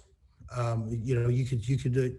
We have a pretty, we have cut down most of our sports programs in the city. But if you take the junior varsity sports, that money will probably more than likely eliminate a program like that. Music and arts, all this stuff across the board affects our city. Don't forget, we have struggled for such a long time. We have one guidance counselor for every 2,500 kids, and so the district has been forced to do more with less. And believe it or not, we still have a 91% graduation rate in the city of Yonkers, but it's been a struggle. And our kids, with the infrastructure needs that they have, frankly, it's they're not getting the same experience that the kids would get in the surrounding areas, whether it be Scarsdale or Hastings or Pelhams. It's not the same experience. But we make it work. We do what we need to do. But certainly, we have always had our work cut out for us. So every dollar means something. Absolutely understandable. So I have a question about the potential legalization of adult marijuana, and mostly focusing on drug recognition experts in police departments and how we would address driving while under the influence. Do you know how many drug recognition experts you may have in the Yonkers PD? No, I don't. That's a good question. I don't know the answer to that question. Okay, I know it's a very you know that we have about 618 sworn officers in the city of Yonkers. How many? I don't know that specific answer. The only reason I mentioned that is that it may turn into a potential issue where we're going to need more of them for ensuring safety in our roads and prosecutions of any driving under the influence. And I understand that you may not know specifically. I mean, I'll just give. I only know because of my background. Before I was in office, I used to be a lieutenant in the New York City Police Department. And just to give you context, it's very hard to get that training, and it costs municipalities a lot of money. New York City has 35,000 police officers, and there's only 16 drug recognition experts. So it is very hard to come by. But I think it's something, and I mentioned it in the public protection hearing yesterday. I think we need to try and have an offshoot training program to help local patrol officers. So I'm hoping that maybe that might be something you'll be interested in looking into and helping push for that because I think that will help our local municipalities. You know, something I certainly be interested in that, and I'm going to take your words here and look at that and see what we can do. But in the meantime, you know, I know that Mayor Warren said this. You know, that the revenues that come from marijuana go to the counties. They're not going to, you know, Rochester, Buffalo, Syracuse, or Yonkers. We police our own streets. We fire protect our own streets.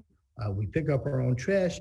We have very little, if any, involvement from the county, aside from, you know, the bus service and in a couple of parks. I'm not trying to diminish the county. What I'm trying to say is that the impact of marijuana is a direct impact on our cities, and the revenue should follow back to the cities in order for us to do things like this. You know, if marijuana is passed, I would certainly push my city very, very quickly to pass it, because we're going to gain whatever revenues. We want to make sure we're a part of it, but none of the revenues are coming to the cities, and that hampers our ability to deal with the issues that you're describing to me. Thank you, Mr. Mayor. My time is up, and thank you, Madam Chair. I believe we see Senator Robert Jackson. Thank you, Mayor Spano. Thank you for your leadership in Yonkers. I just have some questions overall. It seems as though that other mayors of the Big Five are talking about AIM money that is expected to be reduced in the executive budget. And I can't blame you. If I guess I was the mayor of your city, I would be complaining about that also.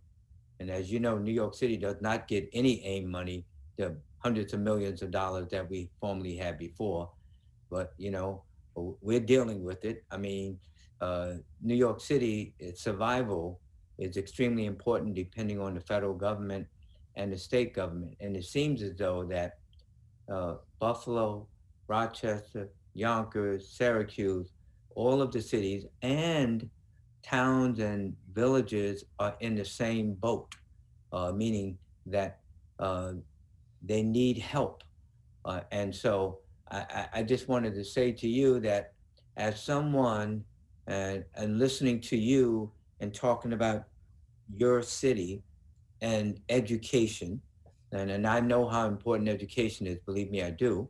But I just want to hear from you, and I've asked the question directly of Mayor from Rochester. Okay, if we can get the federal money that comes straight to the cities and bypasses the state, that's great. Then you and your city council will be able to deal with that. If we don't get the money that we need, then we're going to need the state. And so are you supportive of, if necessary, the state legislature raising revenues, and especially on those that can afford to give, to help the other people survive? That's what I want to hear from you. Thank you. I absolutely do support that effort. These are, as we know, and I know from a struggling city, a city that looks very wealthy on paper, but we know as a city that struggles, that in all the revenues across the board, we have had a difficult time.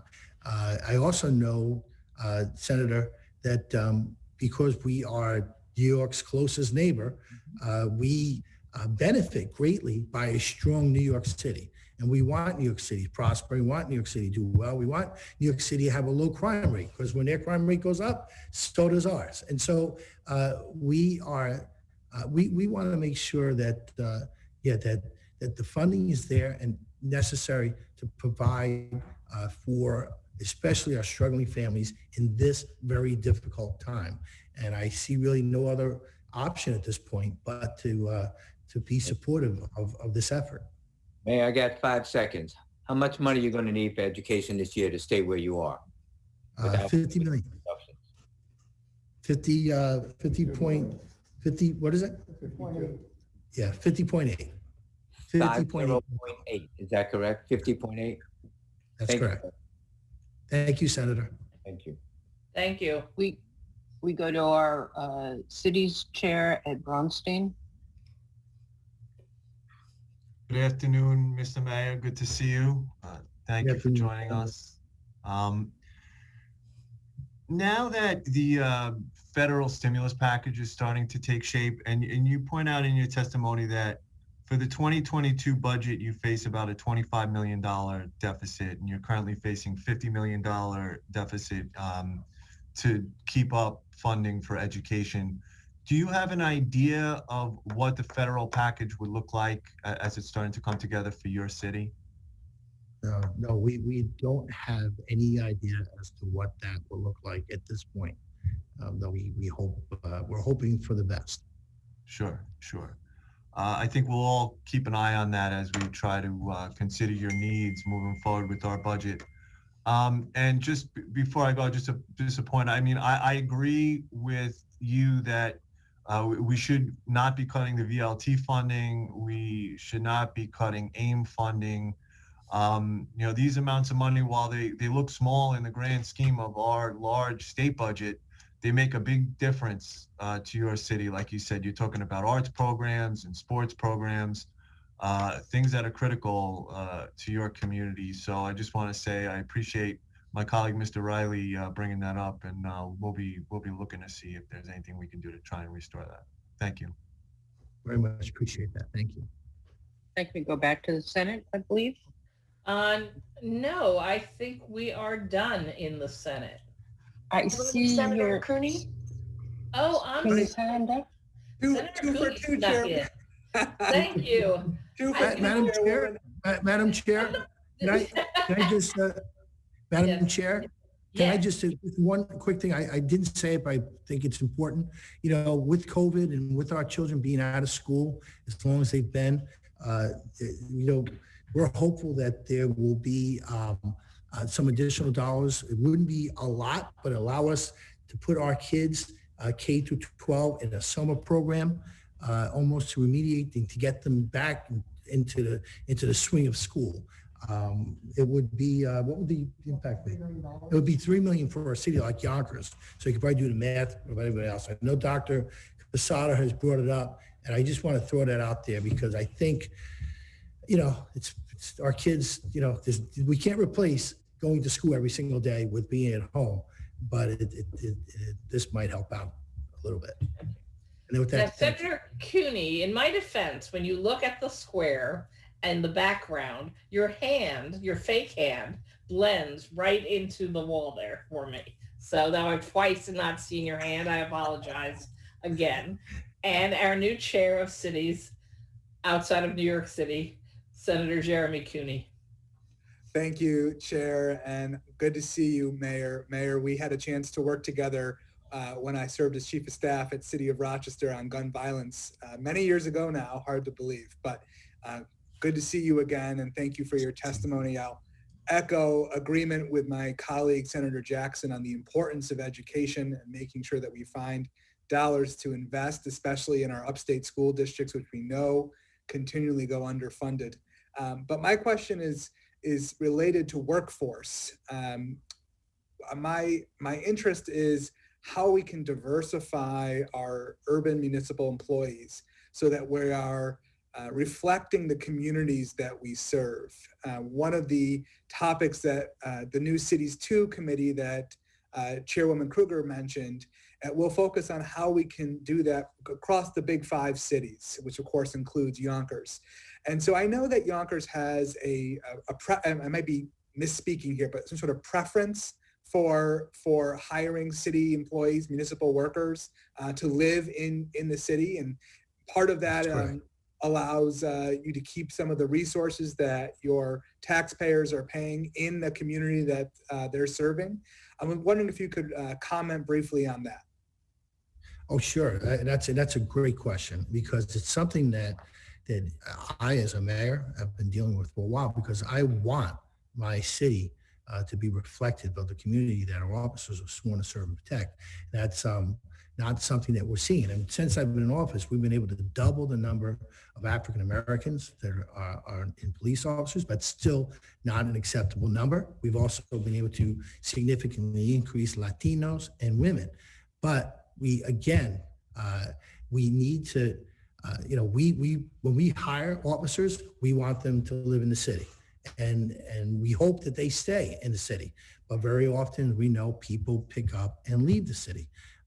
We would love and welcome any ideas or any legislation that the state might have to enforce keeping our officers living in the city. I think that's smart. But at the same time, if I want to hire more officers of color, I need a little bit of help with the civil service law, because as you know, the higher you go up on the list, and I'm just going to call it as I see it, the higher you go on the list, the wider the list is. And so if we want more diversity, then I think as administrators, we need to have the power to go to a different zone for the purposes of diversity, to get more officers in our department, so that our kids are seeing police officers who look like them, who understand their daily lives, and at the same time, we want our kids to aspire to be them.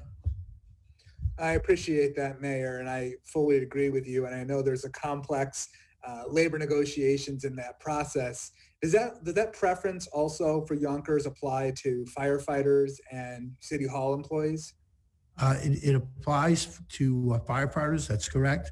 It applies to City Hall employees, with the exception of getting the council to give us an exception. When you're a city of 200,000 people, especially when it comes to picking commissioners and deputy commissioners, it's really too small of a pool. So we try to expand it out so that we can have more diversity. But I have to tell you, we have to do more in terms of there is no more of a glaring instance when you think about it that show that why our schools aren't taking care of our children of color, is to show why are they not performing at these levels for firefighters, for police officers, for teachers, for principals. The candidates aren't there. And why are they not there? Because we have to go back to our educational system, and we have to bring our children up in line with all children. I appreciate your enthusiasm and your passion around this issue, Mayor, and I look forward to working with you and the other Big Five mayors over the course of this session. Thank you, Mayor. Thank you, Senator. Thank you, Mayor. We do not have any other members of either house for questions, so nice seeing you again. And we're going to move on now to... Thank you, Madam Chair. Thank you. We're going to move on to City of Syracuse, the Honorable Ben Walsh, Mayor. Good afternoon, everyone. Thank you, Chair Weinstein, Chair Kruger, and members of the Legislative Fiscal Committees for inviting me to these joint hearings to discuss the state budget. The City of Syracuse is grateful for the support it receives from the state of New York and for this opportunity to report to the legislature on the progress we're making, the challenges we face, and our needs going forward. In particular, I want to acknowledge the members of our local delegation, Senator Rachel May, newly elected Senator John Mannion, Assemblyman Bill Magnarelli, Assemblywoman Pam Hunter, and Assemblyman Al Sturpey. You are steady friends to Syracuse and strong representatives of our constituents. Thank you. In my 2021 State of the City address that I gave 3 weeks ago, I told Syracuse Common Council the people of Syracuse and our city is standing strong in the face of the pandemic. I'm proud of the way in which our community came together in the face of COVID-19. With leadership and assistance from New York State, our city and county governments collaborated at every stage to protect the health and well-being of our residents. Through a long and frightening period that continues to this day, the people of our city have made significant sacrifices, all too many while facing unbearable hardship and loss. Our public sector employees, from fire and police to sanitation workers to teachers, performed heroically on a daily basis over the past year.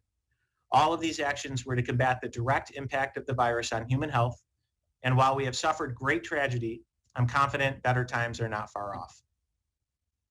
Relevant to the work of these joint hearings, the fiscal impact of the pandemic will have a long reach on government, the economy, and lives of New Yorkers, especially our most vulnerable. As you address the difficult choices of your own state budget in the weeks ahead, please know this.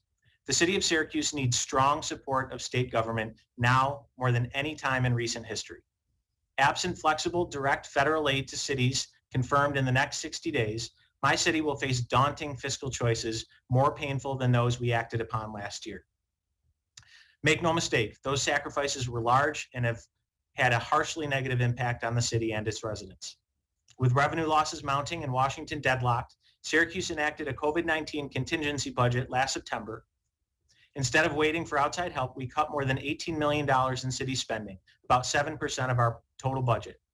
That's on top of about $23 million in reductions we had already achieved through prior savings and budget planning. Many of those actions were hard to swallow.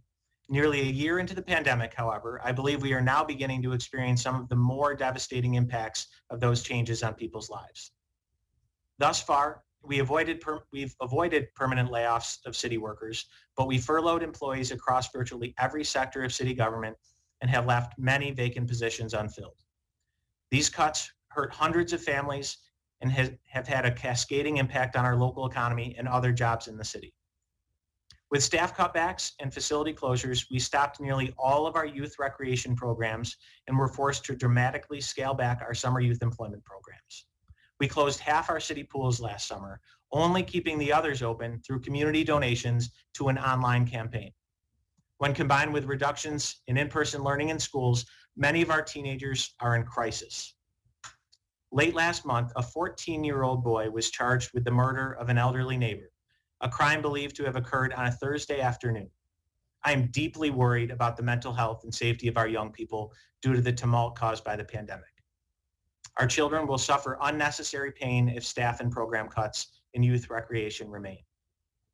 Under the eviction moratorium, our code enforcement inspectors are witnessing daily standoffs between tenants and landlords. These encounters are a glimpse of the housing crisis about to unfold that will devastate families and strain local government when tenant protections are lifted. The cuts we made to city spending and operations were severe, but were unavoidable to protect the fiscal sustainability of city government. It has been both frustrating and frankly insulting to see the federal government repeatedly bypass the needs of state and local governments. Politics has overshadowed the needs of real people in Syracuse and communities across the nation.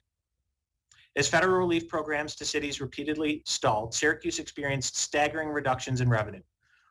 Over the 2 city fiscal years impacted by the pandemic, both last year and the current budget year that ends this coming June 30th, we have projected lost revenue of $44.1 million. This includes the recently reported sales tax receipts from State Comptroller DiNapoli, which were more favorable than anticipated at the start of the pandemic. From January to December, the comptroller calculated a 2.6% decline in sales tax revenue in my county, Onondaga.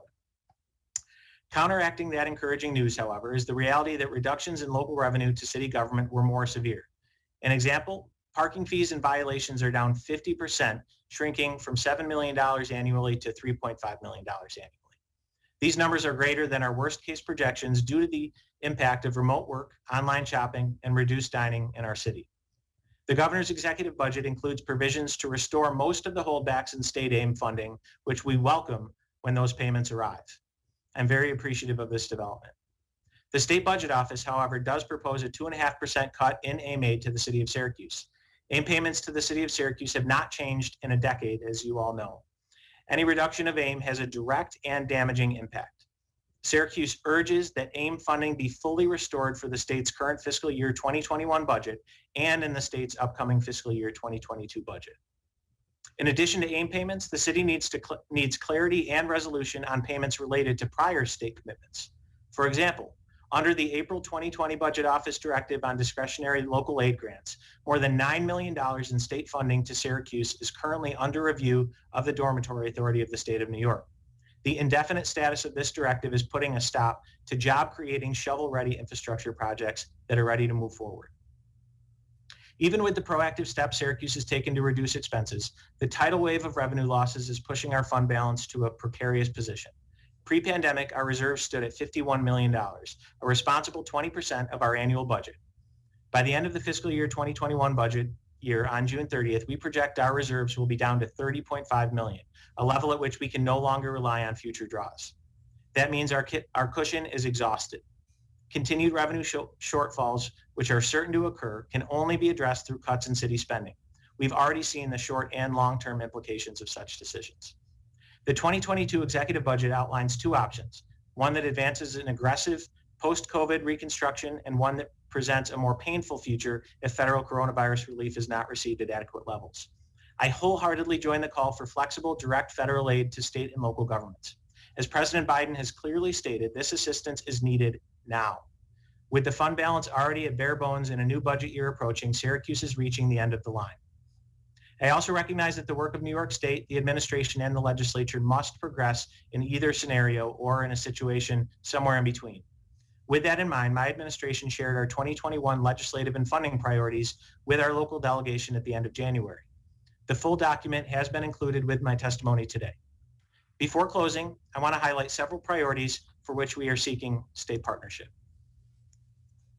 First, in the vitally important area of public health, the city of Syracuse continues to seek state funding to extend the drinking water intake pipe in Skaneateles Lake, which is the unfiltered source of water to the city. If more serious water quality violations occur, the city has the potential to lose its New York State Health Department filtration waiver, which would require the construction of one or multiple water treatment plants to ensure the continued supply of public drinking water to approximately 200,000 local residents. We are seeking $13 million to build a solution that will help prevent the need to construct one or more water filtration facilities, which would cost taxpayers hundreds of millions of dollars. Second, my administration is entering the second year of a comprehensive program to improve housing conditions and quality of life across the city of Syracuse. Our Resurgent Neighborhoods initiative includes a plan to build 200 one and two family units of affordable housing in the city. With local and state support, we have identified funds to construct the first 30 of those houses, half of which will be underway this year. We are also in need of substantially more funding to help address the city's vacant housing stock. We have identified about 80 parcels, most of which are owned by our land bank, which require substantial blight remediation and or removal in order to make those sites ready for redevelopment. Removing or remediating blighted structures is a key step in our effort to stabilize these high priority city blocks and improve the quality of life for residents in these neighborhoods. Taken together, we are seeking $1.5 million for blight remediation and new construction for 25 additional units. I'm pleased to report that progress continues on the Syracuse Surge, our strategy for inclusive growth in the new economy. Even during the pandemic, with the help of the New York State Power Authority, we completed conversion of the city's streetlight network to LED technology and installed the technology for our smart city network. We expect to begin work this year on a state-of-the-art regional science, technology, engineering, arts, and math school, or STEAM school, at the currently vacant historic Central High School in downtown Syracuse. The state's strong support of the Syracuse Surge is being met with private sector investment and growth. JMA Wireless is well underway with construction of a high-tech manufacturing plant on our city's south side. And TCG Player, a local technology company, is growing rapidly, adding more than 100 jobs at their downtown location early this year. TCG projects more hiring of accessible tech-related jobs. In the interest of time, I'll just highlight, and again, you have it in your packet, two more priority requests are our proposed New York Center for Smart Cities, which would be a statewide facility where public and private sector partners would work on state-of-the-art smart city technologies, and also a bus rapid transit system here in the city of Syracuse. Thank you for the opportunity to address all of you. I look forward to answering your questions. Thank you very much. And the first questionnaire will be the chair of cities other than New York, Jeremy Cooney. Thank you, Madam Chair. It's a mouthful, right? I think it look good in the card. Chair, cities other than New York. Well, we got a lot to talk about, and it's great to see you, Mayor Welsh. And I want to thank you and your policy team for already collaborating with our city's two committee staff as we look to find solutions and innovative ways that we can support our cities across upstate New York, including the Big Five, which Syracuse is proudly part of. You talked a lot about a lot of issues that we've heard before. They're not new issues like AIM aid and other things. But here's another new issue that we haven't really talked about, but I know that you've been doing good work on it in Syracuse, which is population loss and how do we attract and retain talent in upstate New York. You are fortunate to have Syracuse University and Upstate Medical in your backyard. And I'm fortunate to have the University of Rochester and RIT in my backyard, but yet we both seem to lose students, graduate students, after they leave We know we have to have a good paying job for a lot of these folks to go working. But can you talk to some of the strategies that your administration has done as a next generation leader like myself on how we attract and retain a qualified and vibrant workforce in Syracuse, but upstate New York as a whole? Thanks, Senator. And I'm glad I'm still considered a next generation leader, because this job has a way of aging you. But it's great to see you, and it's a great question, one that we're working very hard on. That's real. I mentioned briefly that our Syracuse Surge strategy. The way we define that is it's our strategy for inclusive growth in the new economy. What that means is, where we're seeing opportunities in the new economy, sectors like the Internet of Things, AI, unmanned aerial systems, we have a very good entrepreneurial ecosystem, primarily through our Syracuse Technology Garden and our partnerships with our local educational and medical institutions. What we've really tried to focus on, in addition to continuing to build those partnerships, continuing to invest in our center city and in our neighborhoods to create vibrant, dynamic spaces that are attractive to young people. Increasingly, we've been looking even further down the pipeline to our youth. When you look at what's working best in the Syracuse City School District right now, it's our career and technical education programs. Those are creating direct pipelines for young people to enter into the workforce immediately after high school, if that's what they want, or if they want to go to college, they're coming out with Regents diplomas as well. So we are looking at ways in which we can expand and build upon those programs. I mentioned our proposed regional, our countywide STEAM school. So one of those critical components to jobs in the new economy is that A in STEAM, arts. And that's a piece that we're missing in our portfolio in our school district. So we are very much looking forward to getting underway and opening up our STEAM school, which will be countywide. And in doing so, it's a city school district, but we'll be beginning to break down some of those barriers between urban and suburban school districts. We're also investing in our Public Service Leadership Academy at Fowler High School. I announced this year that we're expanding our Fire Pathways program, as well as creating a new Syracuse Police Cadet program. I've heard in some of the previous discussions around police reform, you and I have spoken about the importance of residency for our police officers.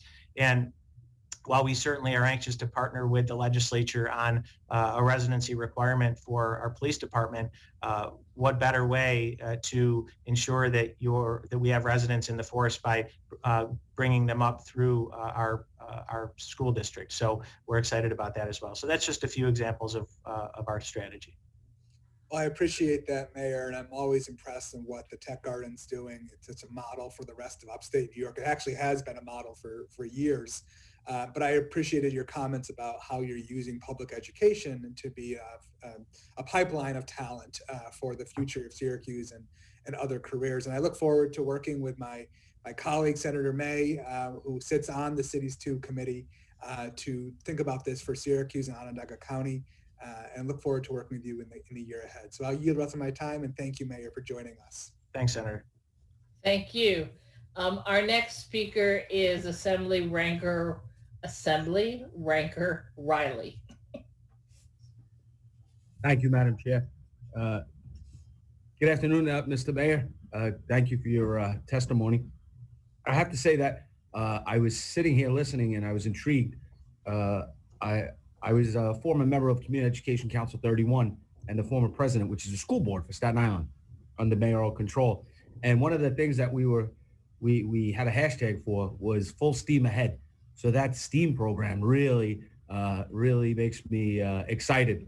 Great. And especially being a former lieutenant in the New York City Police Department, hearing about the program that you're going to have for the youth, which is kind of sounds like the Law Enforcement Explorers program. So that sounds really exciting.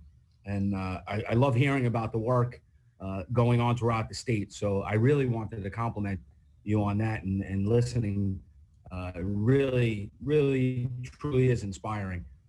So the one question I wanted to ask you, and of course it's going to be off topic from education right now, the legalization of marijuana. And I wanted to talk about the impact that it may have on our roads I've asked all the mayors that came before us today about this, and I was wondering how many drug recognition experts your police department may have in Syracuse. If you know that answer, I know that you may not, and also that I know that it's very expensive training, and if you would support an offshoot of that program so that we can get more patrol officers trained in that area, because I think it's going to be an issue. Thanks, Assemblyman. The only reason I know the answer to that question is because I heard you ask it earlier, and shout out to Chief Buckner at SPD. He shared with me that we have 2 drug recognition experts, and that's out of just under 400 sworn officers. We have another class coming up in October where I expect we will send maybe 1 or 2 officers, but it is important. And that's to your question about recreational marijuana legalization. I do want to, I'd be remiss if I didn't note the importance of, if that proceeds, being able to benefit from local revenue generation, because as has been pointed out by my fellow mayors, that the cities have, and people within cities have borne the brunt of challenges around marijuana and drug laws, and therefore we should be, and we will have to deal with any negative impact that comes from legalization, and therefore we need to have the resources necessary to be prepared for them.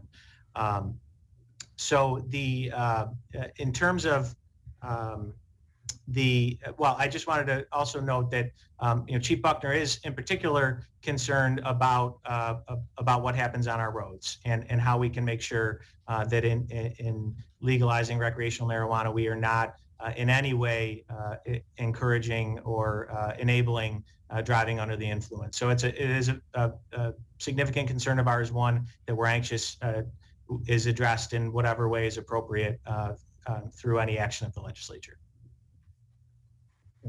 Thank you, Mr. Mayor. I really appreciate it, and thank you for your time. Have a great day. Madam Chair, I yield my time. Thank you so much. Thank you very much. Next is, a senator you might know, Rachel May from Syracuse. Yes. Hey, Hi, Senator. Mayor Walsh. Great to see you. Nice to see you.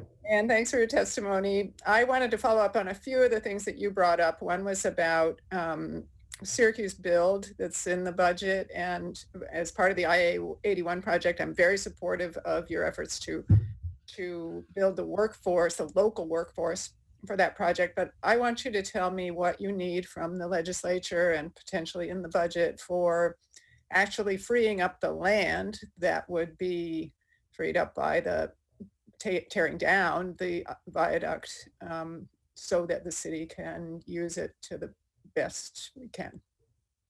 Thank you, Senator, and thanks for being such a great partner on 81. I know we're both passionate advocates of the community grid option, which is the state's preferred alternative in the draft environmental impact statement. And you've been a great supporter of the Syracuse Build program, which, again, as you pointed out, is intended to create the pipeline of workers, of local workers, to ensure that we can maximize the benefit of this once-in-a-generation $2 billion investment. We need to make sure, we need to do everything in our power to ensure that city residents are working on this project. And again, looking forward to working with you on that topic. In terms of the land being freed up, at last check, I think there was some estimates of around 25 acres or so that would be freed up through the removal of the elevated viaduct and the implementation of the community grid. The most important thing from the legislature's perspective, from the state's perspective, is that we want local control of that land. We very much respect and appreciate all of you, but we want to make sure that decisions on local land use are made by local officials. Once we secure that, I think that I'm certainly anxious to work with you and our other partners to determine the best way in which we can ensure maximum community benefit of that land, whether it be through a land trust or working with the land bank or whatever the case may be. As you and I both, I know we agree on, we need to prioritize the the people that are currently living within the shadow of that viaduct and make sure that they not only are protected. I may interrupt you and try to get one other question in about sure. bus rapid transit, which I also really support. You're asking for $9 million, which is a significant investment. Have you done an estimate of what the benefits, like the actual economic benefits to the city would be of doing bus rapid transit? Well, I'll try to get you more specific details, but I think the most concise way to put it is that transportation is a significant barrier to employment in this city. Many people in our city don't have access to personal vehicles, and BRT would be a way to get people to jobs. So that's among the many reasons why we support it. But I'll try to get you some more specifics to work with. Okay, great. Thank you. Thank you. Seeing no other assembly, we keep going with Senate.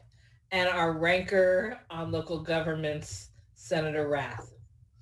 Thank you, Madam Chair. And it's a pleasure to meet you, Mayor Walsh. And I have to tell you that I'm a distinct stakeholder in Syracuse in that my eldest daughter is a sophomore up on the Hill. And I graduated from Syracuse longer ago than I would care to admit. It's a special university, and thank you for your leadership in a wonderful, wonderful community. Thank you for that. One of the things that we've noticed as parents of a Syracuse student is the tremendous leadership that Chancellor Svyrud has shown during the outbreak of COVID-19, as well as the protection and the management of the crisis for his students. And we were so encouraged to see the leadership and to also see other universities follow the lead of Syracuse when it came to awareness, testing, quarantine, and now defense against future outbreaks. But my question has to do with COVID-19 and the strategy that you've been utilizing in the city of Syracuse to also protect the residents, and also along those lines, how the communication lines have been between state government and the city of Syracuse, and how you're doing with your vaccine distribution centers and the rollout of the vaccine distribution centers in Syracuse. Thank you for those questions. And I agree, the Chancellor's been a great partner with us. And speaking of impact on the community, I know a lot of our neighbors around the university were very concerned about the potential impact of students coming into town, which we consider the students are part of the community as well. But they've done a very good job managing that. In terms of overall management of COVID, we have a great partner in our county executive and in the county health department, as well as the state. I participate in the now biweekly regional control room calls. One of the most critical components that sometimes we're better than others at, but is just data sharing. The more data we have to inform our decisions, the better. And so anything that you all can do to continue to encourage the state health department to openly and transparently share data, that's very helpful to us. But again, by and large, they've been very, very good partners. We're all dealing with the supply constraints in the city of Syracuse. We're particularly focused on ensuring that our most vulnerable populations are vaccinated. We've been very successful with pop-up vaccination programs going out into the community, so we're anxious to do more of that. Sounds great. And one other point, I heard you make the comment that you've been having to tap into your fund balance to make ends meet. And it is a rainy day amount of money. It's disappointing that the city of Syracuse and many other communities have had to follow that course to make ends meet. But I will add my voice to my colleagues to say that this AIM funding needs to be fully restored, and our major cities and all municipalities need to be back to square one with these numbers. Thank you, Senator. You're welcome. Go Qs. Thank you. And thank you very much for being with us today, Mr. Mayor. Appreciate your time and effort. I do have just one question for you. It was actually predates your becoming the mayor. Okay. And so I don't remember which year it was, but your city, or perhaps a section of your county that included your city, was awarded $600 million in what I used to call the Hunger Games competitions for regions, right, by the governor. How much of that $600 million were you actually able to spend successfully in your area? Boy, it's amazing how a year can make you forget a lot of those details that were once so important to all of us. But I think it was a $500 million that we received through the Upstate Revitalization Initiative. And we were able to spend down a fairly significant portion. I couldn't tell you how much we have remaining, but I will use it as an opportunity to say that, one of the challenges, as I alluded to with the $9 million that we have held up at DASNY right now, is we have money that's been earmarked, allocated, granted to the city for projects that are literally shovel ready. I have a Dig Once project on a significant road, Butternut Street in the city of Syracuse, that we're ready to go on, but we can't get the funds released from the state. So, and for understandable reasons, but as we're talking about looking forward and freeing up new funds, I think it's equally important that we make sure that the funds that have been committed are freed up. But I'll get you a more specific answer on the URI. I'd appreciate that. Thank you. You got it.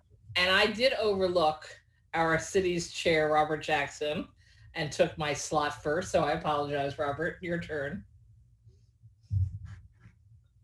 You there, Robert? Yes. I'm here. How you doing, Mayor? Good to see you. And thank you for your presentation. I chair the Cities Committee 1, which is New York City, but I'm concerned about all of our cities and localities, quite frankly. But we're in this together. And from hearing from all of those that have testified so far, we're in deep trouble and we depend on the federal government. So one of the questions that I have is I would assume, I make the assumption that you're communicating with your Congress members and our US senators from New York State, and obviously Chuck Schumer being the majority leader, and let them know what the situation is in your city. And if everyone is doing that, then they clearly can hear and see the need of New York State. Are you doing that? May I ask Mayor Walsh? Absolutely, Senator. We are lucky to have two senators in Senator Schumer, Majority Leader Schumer, and Senator Gillibrand that have been just rock solid partners for us. Senator Gillibrand was just in town here earlier this week, and they certainly understand the great need that we have in the city, and have been staunch advocates for us. Also working very closely with our local Congressman John Katko, who absolutely understands our situation as well. And we're continuing to push and advocate for additional COVID relief, because like virtually every other city in New York State, we did not get direct funding through the CARES Act. And that's in large part why we find ourselves in the situation we're in right now.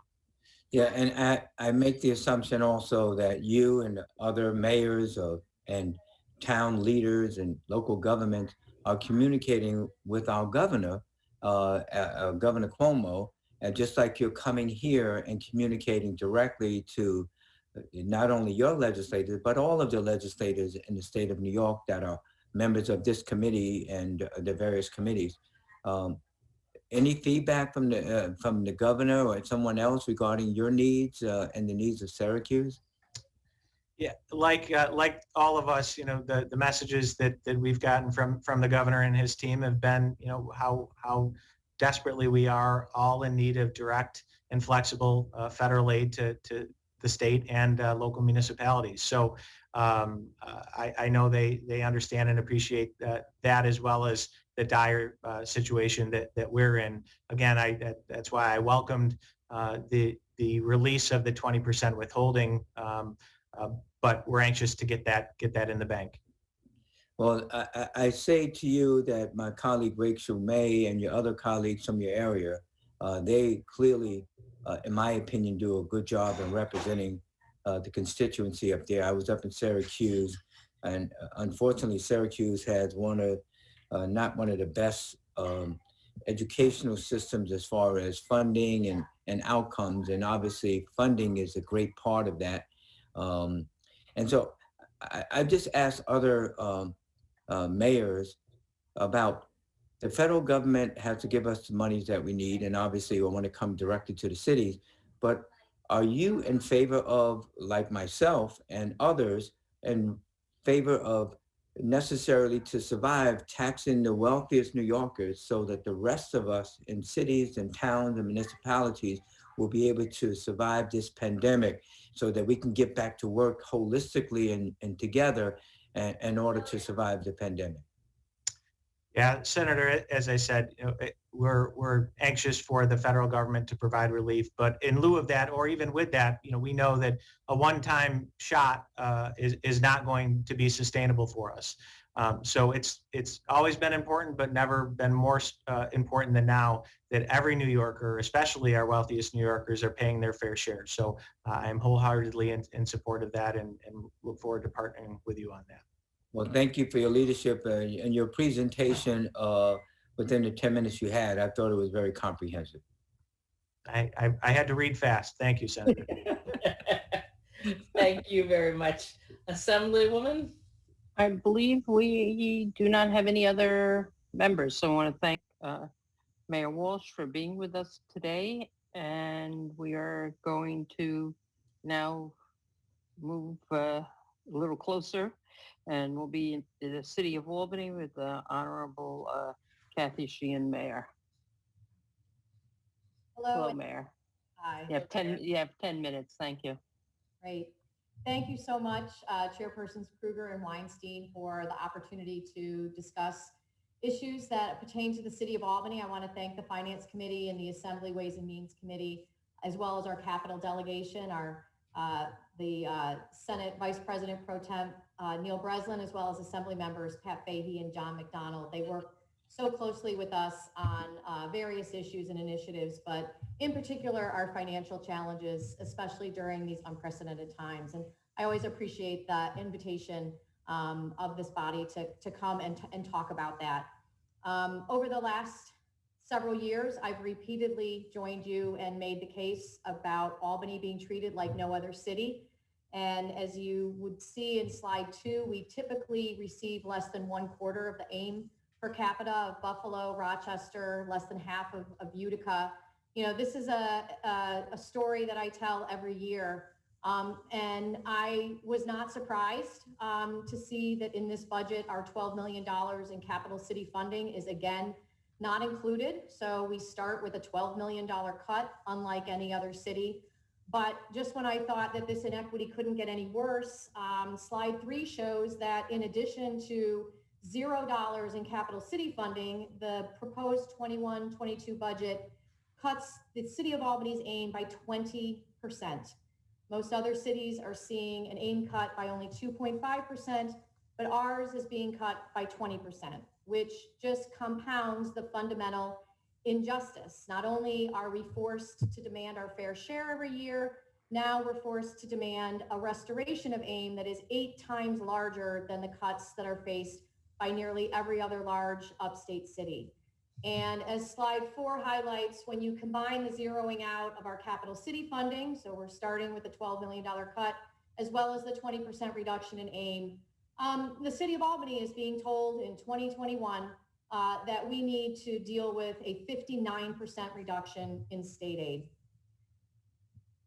This is something that truly no other upstate city faces. I wish that I could talk about broader issues. I say that every year about what's happening in the city of Albany and how we can better partner with the state. But I am here again saying that the capital city continues to be treated like no other city. And quite candidly, it feels very disrespectful for our residents, our businesses, and our employees.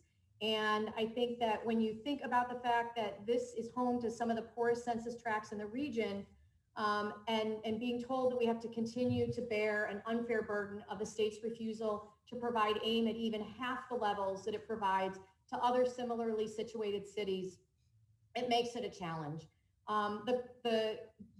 Between our capital city aid and our AIM, we're still at half of where other cities are, on par with Utica. So as you can see from slide 5, the city has real challenges. We are home to approximately 1,000 vacant buildings. We have a median income that is lower than the broader region. We have a poverty rate of almost 24%. It has steadily declined over the last several years, but it is still too high. Our home ownership rate is 20 points lower than the rest of Albany County, and it's lower than even places like Buffalo, Syracuse, and Rochester.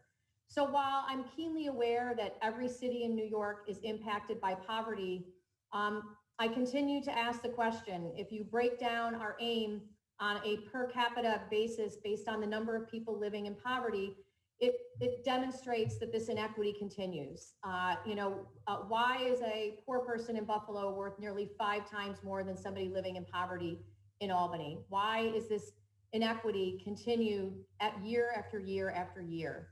And I know that many people talk about the payment that we received from New York State under 19A for the Empire State Plaza. This payment equates to 0.29% of the value of the property that the state owns in Albany.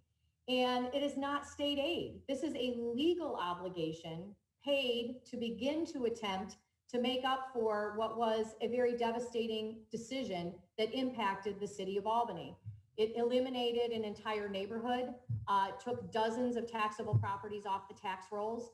And even with 19A, as you'll see in slide 7, the city of Albany received less state aid as a percentage of its general fund than every other large upstate city, with the exceptions of Troy and Schenectady. When I first appeared before this joint committee in 2014, I highlighted the inequity imposed on the city of Albany when it comes to unrestricted aid to cities.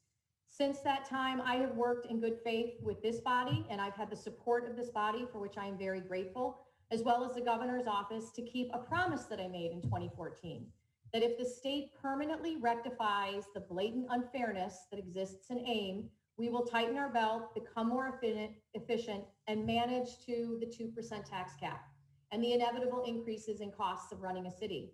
And as you can see from slide 8, our budget has increased cumulatively by 3% since 2015. That equates to an increase of approximately 0.5% annually. And this has happened without an increase to capital city funding. If we had followed the New York State and capped our growth at 2% annually since 2015, our budget would be $20 million larger than it is today.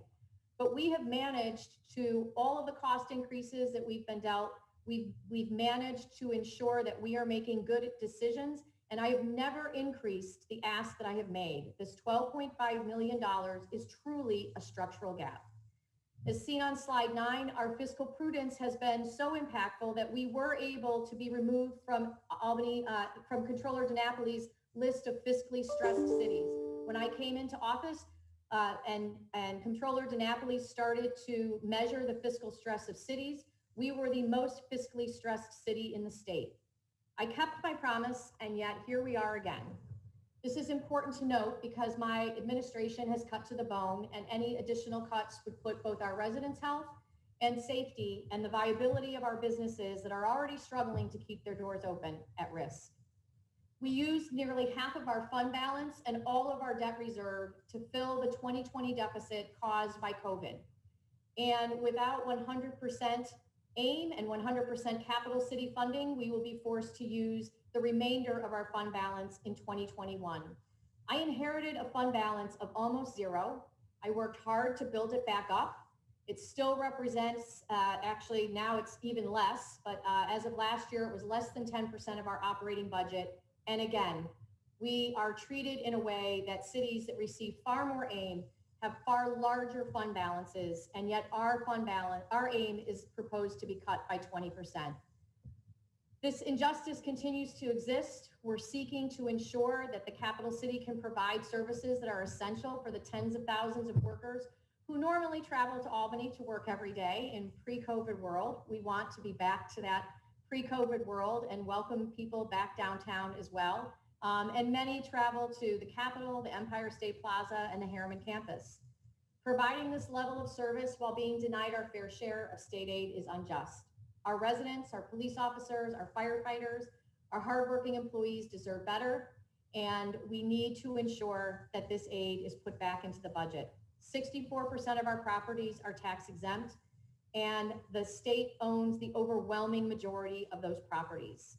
When you look at our property tax levies compared to cities like Buffalo, Rochester, and Utica, you see the impact that this has had on the city of Albany. Because our AIM dollars are so low, our property tax levies are actually higher, not per capita, but in real dollars to cities that are much larger than the city of Albany. I'm not suggesting that these cities don't deserve the AIM that they get, but this inequity must be fixed. We worked hard throughout this pandemic to continue to provide additional city services, to continue to do all that we could to make sure that our city was safe, to make sure that the needs of our children were met, to make sure that we were addressing the horrible racial inequities that were highlighted after George Floyd was murdered back in May. And yet we struggle, and this struggle will continue. We are hopeful that under the new administration in Washington, we will receive direct state and local aid. And we know that the state of New York has been treated like no other state. And when our governor speaks about that injustice, when our governor speaks about the state needing its fair share, you know, I could write a chapter in that book, as you all know.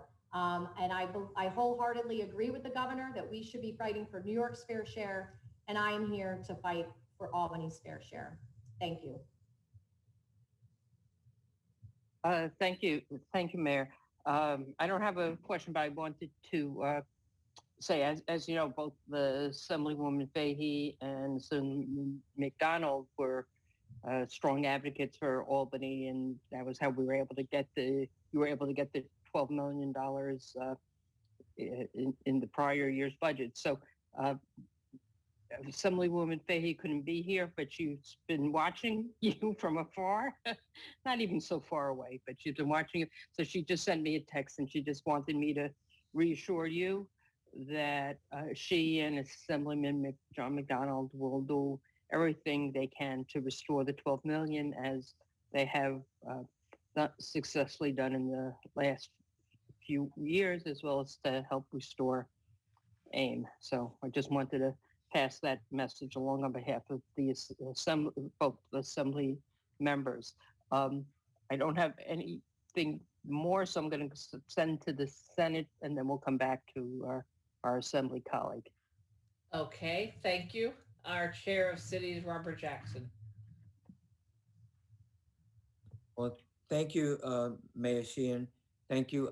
As someone that I'm up in Albany, whenever we have session, and the days before, you talked about Empire State Plaza. I was running in that 2 nights in a row, getting 3.5 miles in, jogging. And let me tell you, it was good rather than being outside running in 15-degree weather and snow on the ground. So, but quite frankly, I was really disappointed, not in what you had to say, but that your cut is 20% of AIM compared to others that are less than that. And so it begs the question, is there a formula so that everyone can look at the formula and know you're getting basically being judged the same way? That's a question that I have for you. Do you know if there's a formula, and is that formula fair?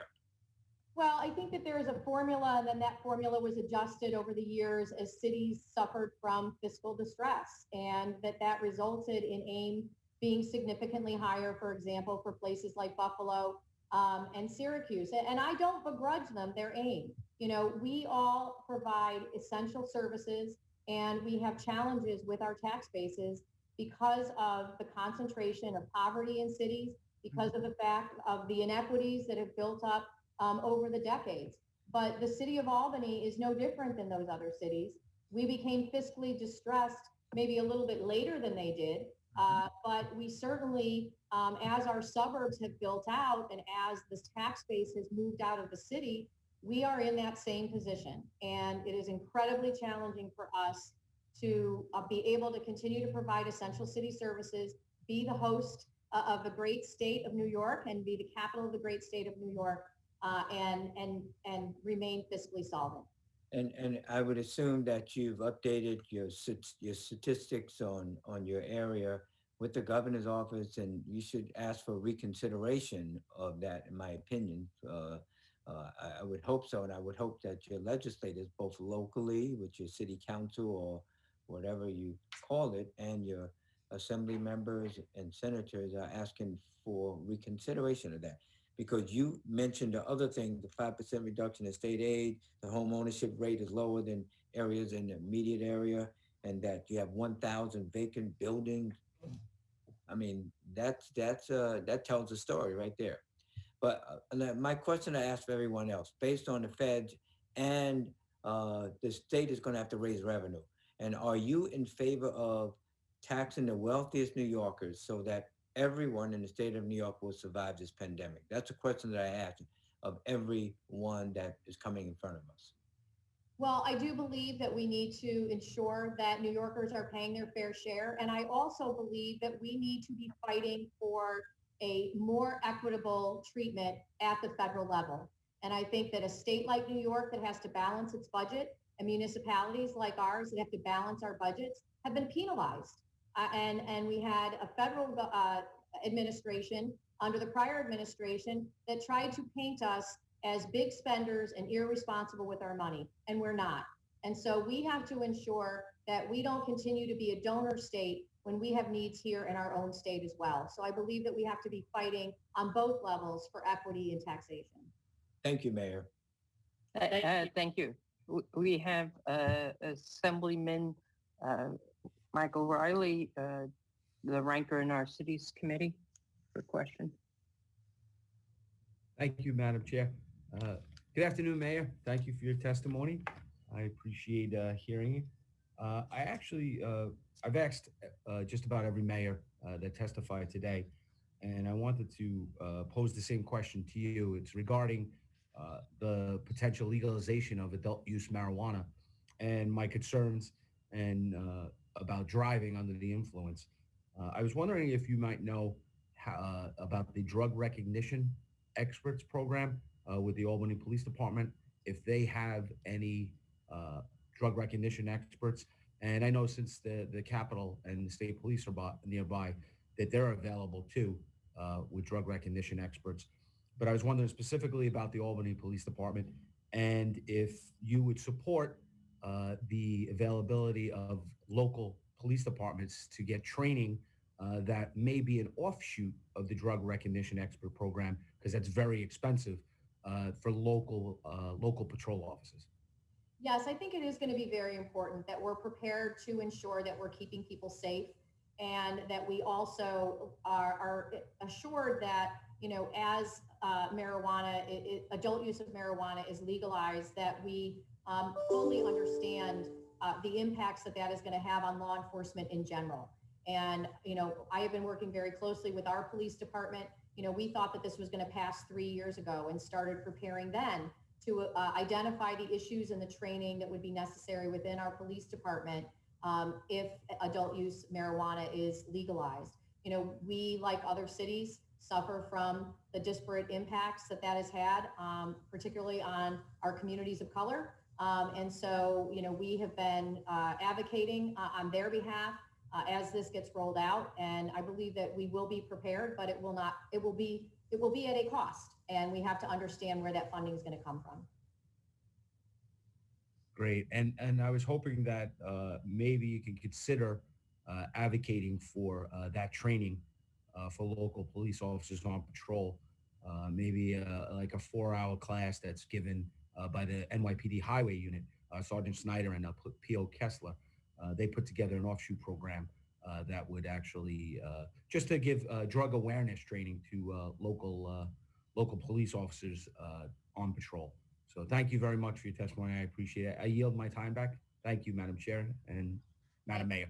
Thank you. Thank you. I don't see any other Senate. Do you have anybody? No, we don't, but we appreciate the mayors coming in to testify for us. And I badly joked, I think every year, you know, somebody in Albany must have really pissed off somebody in the budget division, because you go through this year after year and we all have to fight hard to make sure you're made whole. And there's really no excuse for this situation. Thank you. And thank you for your support. I appreciate it. Thank you, Mayor. So we look forward to seeing you once we actually can be in person in places in Albany. But until then, we'll see you on Zoom, and look forward to appreciate your being here with us today. So next, we're going to move on to the New York State Conference of Mayors. Richard David, President, the Mayor of Binghamton. Well, good afternoon, everyone. Thank you very much for the opportunity. My name is Rich David. I'm the mayor of the city of Binghamton. Binghamton is a city of a population approximately 50,000 in Broome County, the southern tier of New York. Thank you very much Senator Krueger and Assemblywoman Weinstein for this opportunity. I'm joined by Peter Baines, who is the Executive Director of the New York Conference of Mayors, and would also just like to give a brief mention to our local Senator Fred Akshar, Assembly members Donna Lepardo, and newly elected Assemblyman Joe Angelino, and of course, it's nice to see Senator O'Mara, also representative, one county owner over in the Southern Tier. Listening to many of the other mayors speak today, there's clearly a common theme here. And I don't, while I agree with, I don't want to just keep repeating what all of these other mayors have indicated, but there is a primary concern across the state of New York about state aid in general. And first and foremost, I think it's important to note that there has been no increase in state aid to localities in more than a decade. So from the NICOM perspective, this is an issue that we have been advocating for an annual increase each year, and that money has remained flat. Now we enter the pandemic, and we're taking steps backwards. In the 2020 budget, as you already know, the state had indicated a proposal of 20% reduction, which has been reduced to 5%. That's still a lot of money for many of us. 5% for the city of Binghamton is $462,000. For Buffalo, it's $8.3 million. For Yonkers, it's $5.5 million. For Rochester, it's $4.7 million. For Syracuse, it's $3.8 million. And the overall withholding is $33 million for villages and cities. And that's a significant amount of money. And now we move forward to the budget proposal right now, where the withholding ranges anywhere from 2.5% to 20%, with many municipalities just getting the flat 20% cut. And I know, as many of you know, the overwhelming majority of many of our municipal budgets is aimed at public safety, and that's to fund police officers, firefighters, emergency responders, the individuals who collect garbage and recycling on our streets, individuals who are helping to keep our communities safe. So these are things that are also, very, very concerning to us, and that in our conversations with the governor's staff and the budget director, they've indicated an openness to when and if the state receives its federal stimulus funds, that money would be given back to the municipalities. And so that's one of the primary things that we want to convey, is that while we appreciate the withholdings have been reduced, we really need that money. We operate in real time in a day-to-day basis, and we have been confronted with having to make the difficult decisions of draining our reserves, raising taxes, keeping positions vacant, laying people off, furloughs, going to our unions, asking to give back money with regards to their contracts, or a combination of all of these things. And we're doing this in real time. We don't really have the luxury or the cash flow to be able to wait on the state and federal government to come through. And so it's something that we really just want to keep on your radar screen and in your consciousness. We are your partners. The strength of New York is determined by the overall success and viability of our local economies, all of our cities, all of our counties, towns, and villages. And we want to be a partner in that process. We support the state's efforts to try to secure as much state and local funding through the federal government. We are your partners in that process. And it is absolutely critical from a municipal standpoint that as many municipalities who are eligible to receive that funding directly. We don't want it to go fully to the state. And we want to maintain the maintenance of effort, so that if we are made whole or do get some funding from the federal government, that our state aid, which is currently being withheld, a portion of it, is further withheld in the future. So that's something that's very important as well. Another topic that's really important is our infrastructure and transportation. You have our written testimony, and I really wanted to take this opportunity to divert from it a little bit, because at times we feel there's a disconnect between where the money is allocated and where you think the money is going.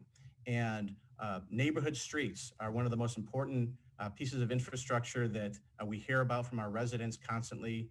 And while we do receive CHIPS money, the bulk of the cost of the infrastructure is in the water and sewer lines underneath the streets. It's in making the intersections handicap accessible and addressing sidewalks and curbs. It's not necessarily the asphalt on the top level of the street. And as the federal government has clamped down significantly on making sure that all ADA requirements are maintained, for many municipalities, the bulk of the CHIPS money goes to that. I'll give you an example for the city of Binghamton. We receive just over $1.1 million in CHIPS funding annually.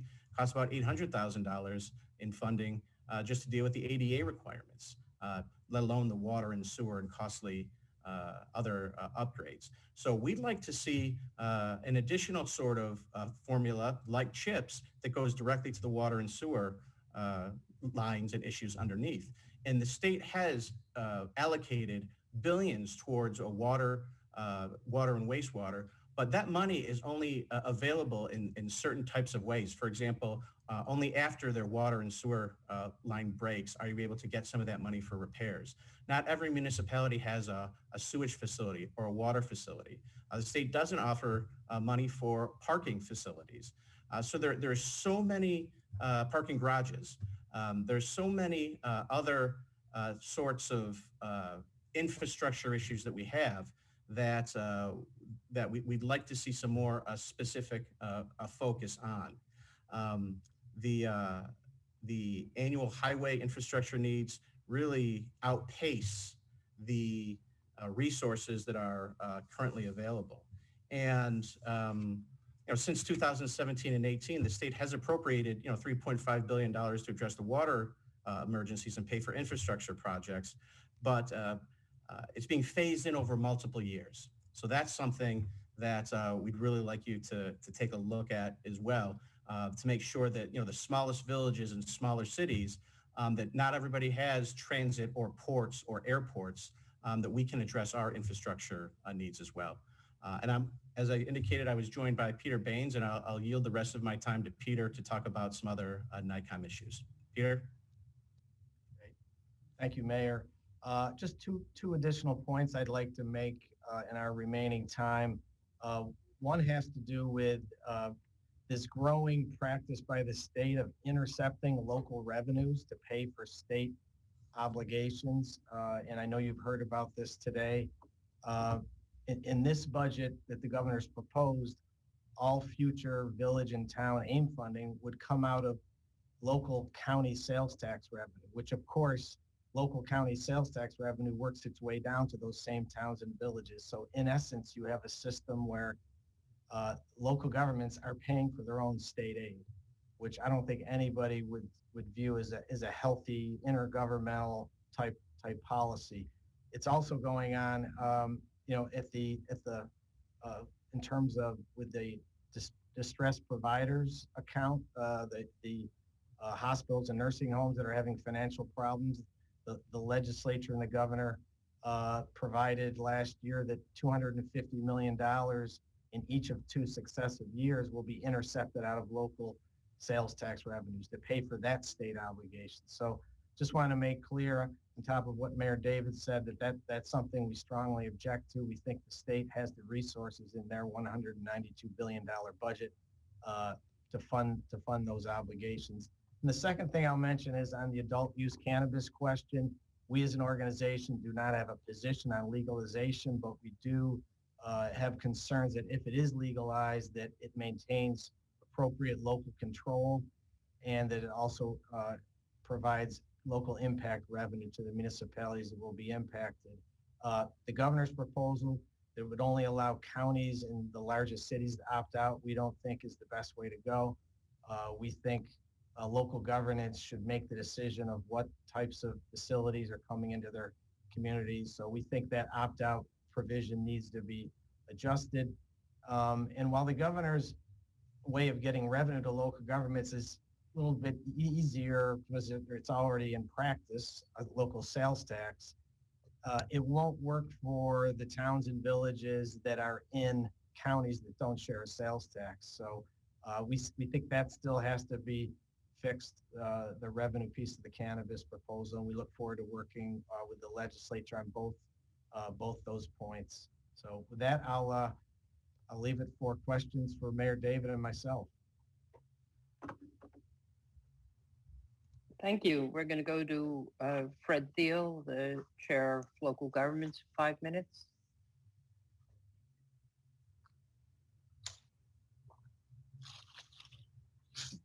Good afternoon, gentlemen, and thank you for your testimony. I'd like to start out with what you've spent a lot of time on your testimony on, and what I hear from all my towns and villages that I have. I don't have cities, but and that is AIM. And I think you made the point very well that there are increasing demands on local governments, and the state is not meeting its needs with regard to the partnership. And there's really is two parts to this, and one is this is a state obligation, and this should be paid for. AIM funding should be solely paid for by the state, and second of all, at a time when the demands are as great as they are on you because of the pandemic, the same standard that the governor wants to hold the federal government to as far as helping the state, I think local governments have the right to hold the state to that same standard. A 20% cut in AIM funding this year or any year is simply not something that I think is good policy, and it certainly isn't the kind of partnership that I think the state should have with its local government. So, certainly I think, many of us in the legislature want to see funding fully restored, and that means for the current fiscal year, that additional 5%. We would like to see,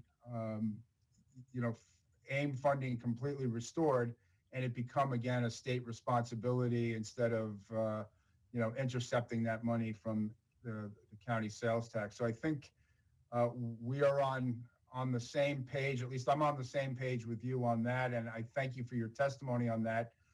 And I think also with regard to highways, and you talked about water infrastructure, and I think there really is the need for a dedicated fund for water infrastructure. It's great to do capital funding, and when it's available, but that kind of dedicated fund, and I think we should look at a way to do that. But let me ask a question though, and that is, last year we did a bill that provided some flexibility to local governments with regard to you be able to use reserve funds, interfund transfers, things of that nature. Have you identified anything that you might want to bring to the legislature's attention this year as far as ways that we could, in addition to a proper level of funding, but provide you with greater flexibility to use the resources you already have? Sure. Well, thank you very much. I can tell you that in our community, we do have a water treatment plant and a joint sewage treatment facility, both that have either underwent or need very, very costly upgrades. And the amount of, the federal government contributes, next to nothing. The state, on a positive note, has contributed grant funds, but it's really been a drop in the bucket. I don't think that we go back to that disconnect about the amount of monies that are available, where they can go, and how to access them. Some of the needs are just ruled out because of the tight restrictions and eligibility requirements. And I think that's why you continue to see such a large amount of money that's not spent as much as you think it's could be spent, but yet the demand continues to be there. I've got a question. So it's not so much a budget-related question, but I'm starting to hear from my towns and villages that have police departments. They're trying to comply with the governor's executive order, with the police reform collaboration, but they're becoming concerned about, between all of the responsibilities they've had during the pandemic and the difficulties of getting public input and public involvement, during the pandemic, about being able to meet the April 1st deadline. And I was curious as to whether your members have expressed any concerns about that. In Binghamton, we'll be able to make the April 1st deadline. Peter, do you want to reference maybe the groups? Yeah, I mean, we're working closely with our members. They're making every effort to meet the April 1st deadline. We actually, as we speak right now, we're in the midst of doing 2 police reform collaborative seminars as part of our annual legislative conference. So they're working hard. You know, the unknown is, or the thing that may make it difficult at the very end to adopt the plan is that there's a governing body that the mayor has to get the approval of to adopt the plan, you know, either a village board or a city council. So I know that our mayors are trying to be as preemptive in that respect to try to communicate with their governing bodies so that there aren't any hiccups late in the game. But I would say our people are taking it very seriously. We've surveyed them on how well they're doing. And, as I recall, it was about 2/3 of them either have adopted their plan or are in the final phases of adopting their plan. So, I think they're doing their part. All right, thank you. It's very helpful. Thank you very much, gentlemen. Thank you. Go to the Senate. Thank you very much. I think our first hand up was our city's chair, Robert Jackson. Okay, thank you, Chair Kruger. So Mayor David and Peter Baines, Executive Director, I mean, I'm hearing the same story, but at different levels. Everyone that comes in from New York of 1.8 million, what do we have? 8.6 million people to the city, Mayor David of Binghamton, about 45, 50,000. And so my question to you is, okay, yes, are you communicating with our U.S. Representatives in D.C.? Are you communicating either directly as a mayor or through the State Conference of Mayors to our governor? And that's what my question is, because all of you are coming in here to a joint budget hearing, which is clearly appropriate. But we have to make sure that you're also communicating directly with our representatives in Washington and our governor. And so that's what my question is. And then if the answer is yes, you are, then that's a good thing, because then collectively we have to then take that all in consideration as legislators. And I have to ask you the same question if you've been chiming in. Are you support of taxing the wealthiest New Yorkers so that all of the other people in Binghamton and all of the cities and all of the counties and municipalities and towns and villages survive this pandemic? And so that's my basic questions to Yes, both. thank you, Senator. The answer to your first question is yes. We are in contact with the governor, with the budget director, with Senators Schumer and Gillibrand, with the local congressional delegation. And, Peter and I encourage all of our members to reach out to their Congress representative, to their state senator, assembly member as well, so that we can speak in one voice. And I think at NICOM, we feel that the individual mayor is one of the most powerful voices and advocates for their perspective area. So we like to harness all of these voices across the state of New York for state issues. And then we are also tapped in, and Peter's very well tapped in, to the U.S. Conference of Mayors when we talk about some of those federal issues. And with regards to your second question, I think I can answer that as an individual mayor, but certainly not as the president of NICOM, because the members, I think, probably have a diversity of opinion on the taxation question. But as an individual mayor, I would say that I have a growing concern about the population decline in the state of New York, and the fact that we are among the highest taxed either regions per capita or states in the nation. And I would be reluctant to support additional taxes even during the midst of a pandemic. But that's my position as an individual mayor, not as the president of NICOM. And I'm glad to hear your honesty in there rather than trying to just, give a more diplomatic answer and don't respond. Because now I throw the direct question to you. If in fact people have said we expect to get to $6 billion or more from the federal government, if that doesn't come through, what options do we have, Mayor David? Right. It looks like at this point, the state is in a very strong position to receive all or most of what's being requested. The state has already received billions of dollars from the first round of coronavirus funding, even though the state is still requesting the same amount, the 15 billion. I do think the increasing taxes issue is kind of a death spiral. And we've seen it at the state, we've seen it at the county level, the local level. It just will continue to push businesses out of the state, and then you're forced to raise taxes on a shrinking tax base. And that's why I asked you then, what are the options? Then based on what you've said, and I respect your opinion, and this is the dialogue that we need to have, that if that's the case, then I guess as a mayor, all you're going to have to do is reduce services and lay off people.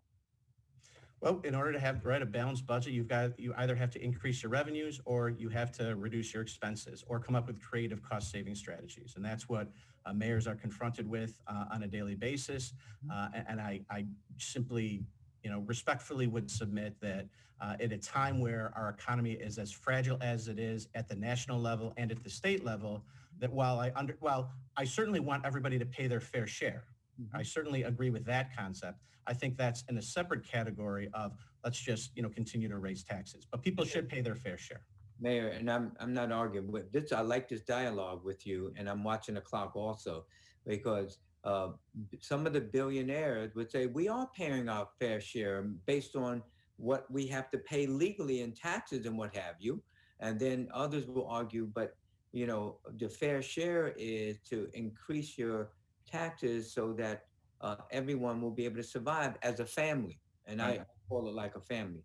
But I'm glad that you gave me your clear explanation as far as your opinion on raising taxes for the wealthiest New Yorkers. I'm not talking about the average New Yorker.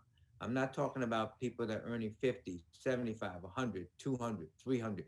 But when you're earning $500,000 and or 400,000, we ask you to pay $680 more in taxes to help the other family members of the state of New York survive, and that's the humane approach that I'm taking. So I want to turn to Peter, if you don't mind. Sure. Peter, you're the executive director of the State Conference of Mayors. Has the conference taken a position on raising revenue from the wealthiest New Yorkers? And if not, why not?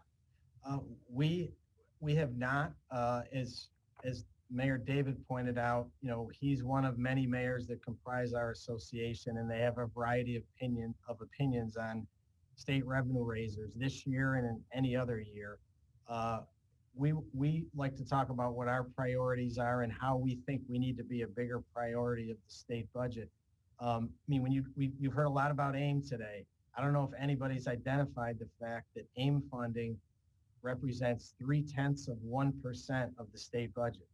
And we feel that in a $192 billion budget, that's a statement of the state's priorities, that there's room there to find some restoration and ultimately growth in AIM funding. So, that's the perspective we take, but we've never taken positions on state wide revenue raisers. It's just because it's never come up and never been brought. No, because it's not something we can have unanimity on. Whereas the issues we talked about today, we have a consensus among our membership on them, so we can speak with a statewide voice. So if I was a mayor, let's say of Rochester, and I raised that as an issue, you have to have what, a majority of the people, members of your conference, to vote for it, or you have to have a super majority to vote for it, or it has to be everyone has to say yes to that? Well, we have a process we go through every year. We have a series of policy committees comprised of mayors and city and village managers that put proposals together, and then we put them before our membership in November or December, and we actually do vote on things to establish our priorities. So it doesn't have to be unanimous, but there are things that come out of that process that are clear priorities, and other things where there's a mix of views that we can't embrace wholly. And let me ask, is the mayor of New York a member of the State Conference of Mayors, and the other big five mayors, Buffalo, Rochester, Syracuse, Yonkers? Yes, they are. Okay. And the reason why I asked that, I just wanted to know, because I'm hearing the testimony of everyone. And if in fact the feds don't give us what we need, then we're going to have to raise revenue. If we don't raise revenue, there's going to be tens of thousands of layoffs. And so I just want to I'm glad that I had this dialogue with the two of you, because it's important that we hear from everyone and their opinions, and in order so when we get down the road dealing with the Assembly and Senate as far as dealing with the budget, we just know where people's opinions are. So I want to thank both you, Mayor David, and you, Executive Director Baines, for coming in and staying the course and listening to what everyone has to say. Thank you, Madam Chair. Thank you. Thank you very Thank much. you. We're gonna go to Assemblyman Riley, ranker on our Cities Committee, 5 minutes. Thank you, Madam Chair. Thank you, Mayor David and Executive Director Baines. I have a question I want to ask is about, you touched on it, the legalization of cannabis. One of the things that I've asked all the mayors that came before us today was specifically about drug recognition experts and how many you may have in your police department for your city. I was wondering if you may have that information, Mayor David, if you know how many drug recognition experts you may have. I don't know the exact amount. I know that we have them, but as far as how many, I don't know the exact amount. And I know it's very they're very scarce because of how much it costs each agency to send for the training. It's an extensive training where they travel the country, not only just the state. So I understand that this information may not be readily accessible. The reason why I ask about that, though, is, like I said, this is the focus that I've been asking about, the potential of driving under the influence.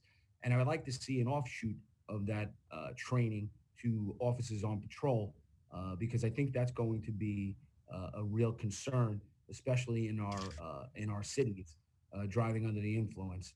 And I'm hoping that the State Conference of Mayors will support that effort, because I think it's really a public safety issue. And listen, I want to be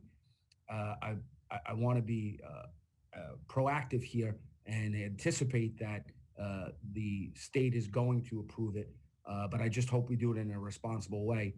So maybe you could touch on that for a moment. Yeah, I mean, Assemblyman, I think that's part of the reason we made the point that there needs to be a local revenue component coming out of any legalization of adult use cannabis, because there are new training aspects that are going to have to be developed and implemented for police in terms of dealing with crimes that happen related to the legalization of cannabis. So that, I think that your point supports, why we think it's critical that funding gets to all local governments, especially those with police departments. Okay. So, thank you very much. And Madam Chair, I yield back the rest of my time. Thank you, gentlemen. Thank you. I believe our next is James Gorin, the chair of local government. Thank you, Madam Chair, and Mayor David and Peter. It's good to see you both. Just to reiterate what you've heard before, we are committed to restoring the AIM funding. We understand how important it is, and we are. The last 48, 72 hours, a lot of us have heard some very good information coming out of Washington from the Biden administration, from Senator Schumer's office. So let's hope for the best there. I have a question, and I guess you may, David, but also Peter, for you, especially with some of the villages. In my district, there seems to be a lot of issues now with pending property tax defaults, foreclosures, particularly senior citizens who have reverse mortgages. Are you seeing any significance there? Well, I'll speak first. We have received a lot of inquiries from our local governments in terms of the pressure that's being created at the local level on people being able to pay their property taxes. There have been options given to local governments to defer the payment of the property taxes. And I think maybe the bigger concern, and this will take a little bit of time to phase in, but the reduction in property assessments over time, due to values that diminish depending on where you are in the state. So yeah, the property tax is historically a pretty steady revenue stream, but there is a lot of concern around the state that because of COVID and all the ancillary impacts that your taxes aren't going to be paid on time. There'll be more foreclosures, and we'll get back into that cycle of foreclosures and abandoned properties and all the inherent problems that go with that. Senator, I would just add that that's something we're extremely concerned about locally. The Southern Tier is an economically depressed area. Many individuals fall under the middle class or poverty line. So the numbers show that collections are down significantly, not just in property taxes, but also in water and sewer sorts of bills as well. And there is a lot of confusion, I think, even amongst those under the poverty line. I've heard repeatedly that they feel that the governor says we don't have to pay our rent because they feel a moratorium is similar to, canceling rent. And I get an equal amount of calls from landlords that say, how do you expect me to pay my property taxes or my water and sewer bills when people aren't paying their rent, but they are getting unemployment, they are getting stimulus checks. It is a daily range war between tenants and landlords. And a lot of the landlords, frankly, feel that this moratorium has gone on for so long that when it's lifted, the tenants are simply going to leave. And it's not going to be worth the process to try to take them to small claims court or court and get a judgment because it's easy for a lot of them to get out of it. So that's a whole other issue that we're concerned about that hasn't even reared its head yet.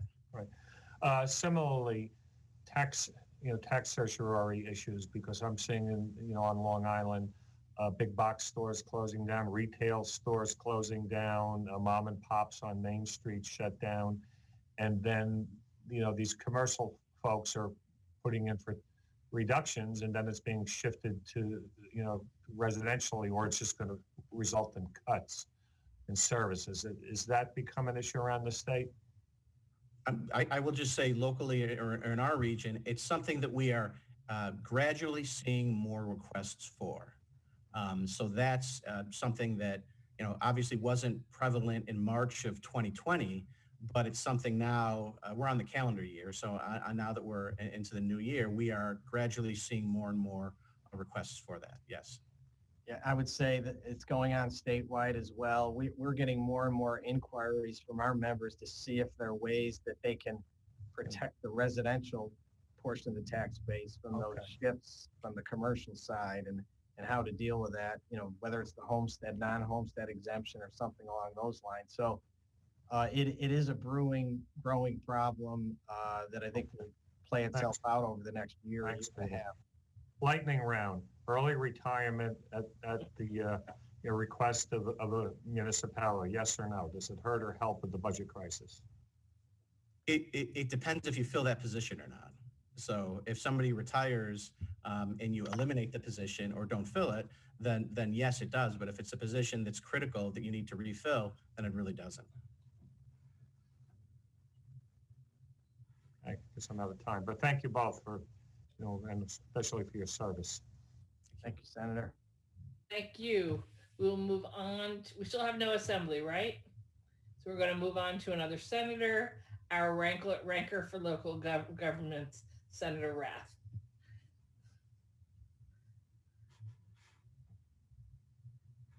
We need you to unmute. Sorry, I have to restart. I was on a roll there. There you go. Thank you very much, Madam Chair. And Mayor David and Peter Baines, I appreciate your comments. It's good to talk with you again. And I want to highlight something, Mayor, that you talked about, which I think is critically important, and that is the transportation challenges and the funding challenges that we have for our transportation, our roads, our bridges, and our infrastructure. And for me, coming from a county perspective, I know all too well, as all of us do, the challenges when it comes to our roads and our bridges. But you talked about what is unseen and the infrastructure that is underneath the roads. And very often it goes overlooked and it goes under prioritized and underfunded. And it was mentioned earlier, and I think it's an interesting idea to look into the idea of potentially a dedicated source of revenue for unseen per se infrastructure. And these challenges, as everything ages, grow worse and worse and worse. And I have many historic villages as well as old cities within my district where this infrastructure challenge is a huge problem. I guess if you could expand on that a little bit and talk a little bit more about that, and then I have a little bit more of a specific infrastructure question with regards to our transportation regions. I'd love to, thank you. Mayors are basically forced into the position of ignoring what's underground and simply milling and paving, meaning shaving off the first 2 inches of blacktop and paving on top of it because they don't have the money to do the water and sewer underneath. You either have to borrow the money or do one street a year for your CHIPS money. So that's why oftentimes on these newly paved streets you see boxes or patches where you are forced to wait until a water main breaks or a sewer breaks in the middle of the winter in order to fix it. And what we want to do is we want to do it right the first time so that when you're doing a street, address the water and sewer issues at the same time so you don't have to go back and redo it. And a lot of times there's people are, as you said, just a general unawareness of the overwhelming and massive costs that of the water and sewer lines entail. You're right, and there's 11 DOT regions across New York State, and a lot of times we see certain regions that get a significantly higher allocation of money relative to other areas, and it's not an upstate, downstate issue, it's an across the state issue, from Montauk to Plattsburgh to Niagara Falls. Everyone needs to be prioritized with their infrastructure. So one thing we should consider is having some type of baseline funding for our transportation regions so that there's a minimum amount of money and a proven commitment to all of the regions across New York State. And I'm sure you're hearing it from many of the members of the Conference of Mayors. Yes, Senator. I mean, we think while there is funding in the budget for transportation needs, for local transportation needs, we've stood side by side with many of you year in and year out to try to get an increase in CHIPS funding, to try to get the restoration of the extreme winter recovery money. So anything that can be done to provide a more sufficient investment in local infrastructure, transportation infrastructure in this instance, is something we support fully. Thank you. It creates jobs and keeps our communities safe. Thank you very much for your comments. Thank you. Thank you. So we're going to go back to the Assembly for Chair of our Cities Committee, Ed Braunstein. Thank you, Chair Weinstein. Thank you, Mayor and Mr. Baines. The governor, this morning we had the mayor of New York on, and we discussed a proposal from the governor that would change local zoning rules to repurpose a vacant office space for affordable housing. And I think because the pandemic has changed the way many people do business, there's a possibility that we will see office space less utilized. Are you seeing that among the cities where your members represent? And is there concerns about loss of property tax revenue or economic activity within city centers because people have found ways to work remotely? If I could just very briefly jump in. In Binghamton, yes, we've seen that for a diverse variety of housing, not just affordable housing. We've seen it for student housing, market rate housing, and even high-end luxury lofts, a conversion of vacant upper floors. And the balance that we want to make sure is that it doesn't totally get cannibalized by housing. That you totally have the right balance because in Binghamton, like many cities in the Northeast and in the state, there's a shortage of safe, quality, affordable housing and some of these other housing options as well. So we are seeing that in Binghamton. Peter? Yeah, I would just add that, it is happening around the state, what Mayor David just described, and that, local zoning is kind of the ultimate in local governance and is something that the state should never dictate to a community, should the state help facilitate and authorize? But my question was less about whether or not it was appropriate for the state to do the zoning, just more of, the city of New York is anticipating that this is going to be an issue. Is this something that is something going on in Binghamton and other cities in the state? And with your members, is there kind of a collective idea of a direction that we can move, maybe other than affordable housing, where we can use this vacant office space and use it for a purpose that would find alternate economic drivers? I think individual mayors have expressed different ideas about how to deal with this common problem. We certainly would see what we can find out from our members to see if there's kind of a consensus of the types of things that they think would be the best way to deal with this problem. Okay, I was just curious if there were ideas already developing, and we could follow up moving forward just to see. If some city came up with a brilliant idea, you'd want to share it with everybody else to see how they could tackle that problem. Okay, thank you very much.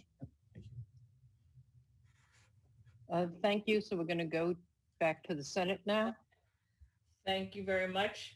Next, we have our ranker in finance, Tom O'Mara, for 5.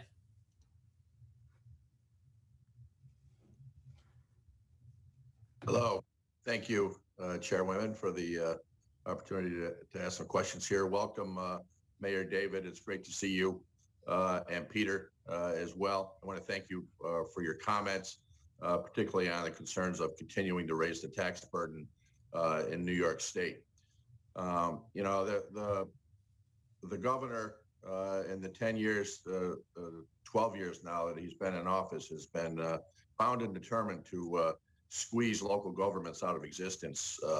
And the fact that, as you mentioned, AIM funding has continually been reduced, and it makes up only 0.3% of the budget, is frankly appalling certainly with the demands that cities have. And I thank you for being here, Mayor David, representing a city other than the Big Five that certainly make up the majorities of the cities across New York State, and the small size and their dwindling size with people leaving New York State, that we need to do and look at other ways to raise revenues than just simply raising taxes and telling rich people they need to pay more, despite the fact they're paying far more of a higher percentage than the rest of us. But, on infrastructure and CHIPS, and Peter, I appreciate the support of NICOM over the years with our efforts to increase trips, to get the winter recovery money. And, while that's been flat, the CHIPS, and we've been trying to increase that, the winter recovery funds in the last few years, even though it's threatened in every budget, is something that's vitally important. Can you just comment briefly on how important it is for us to restore that winter recovery money going forward?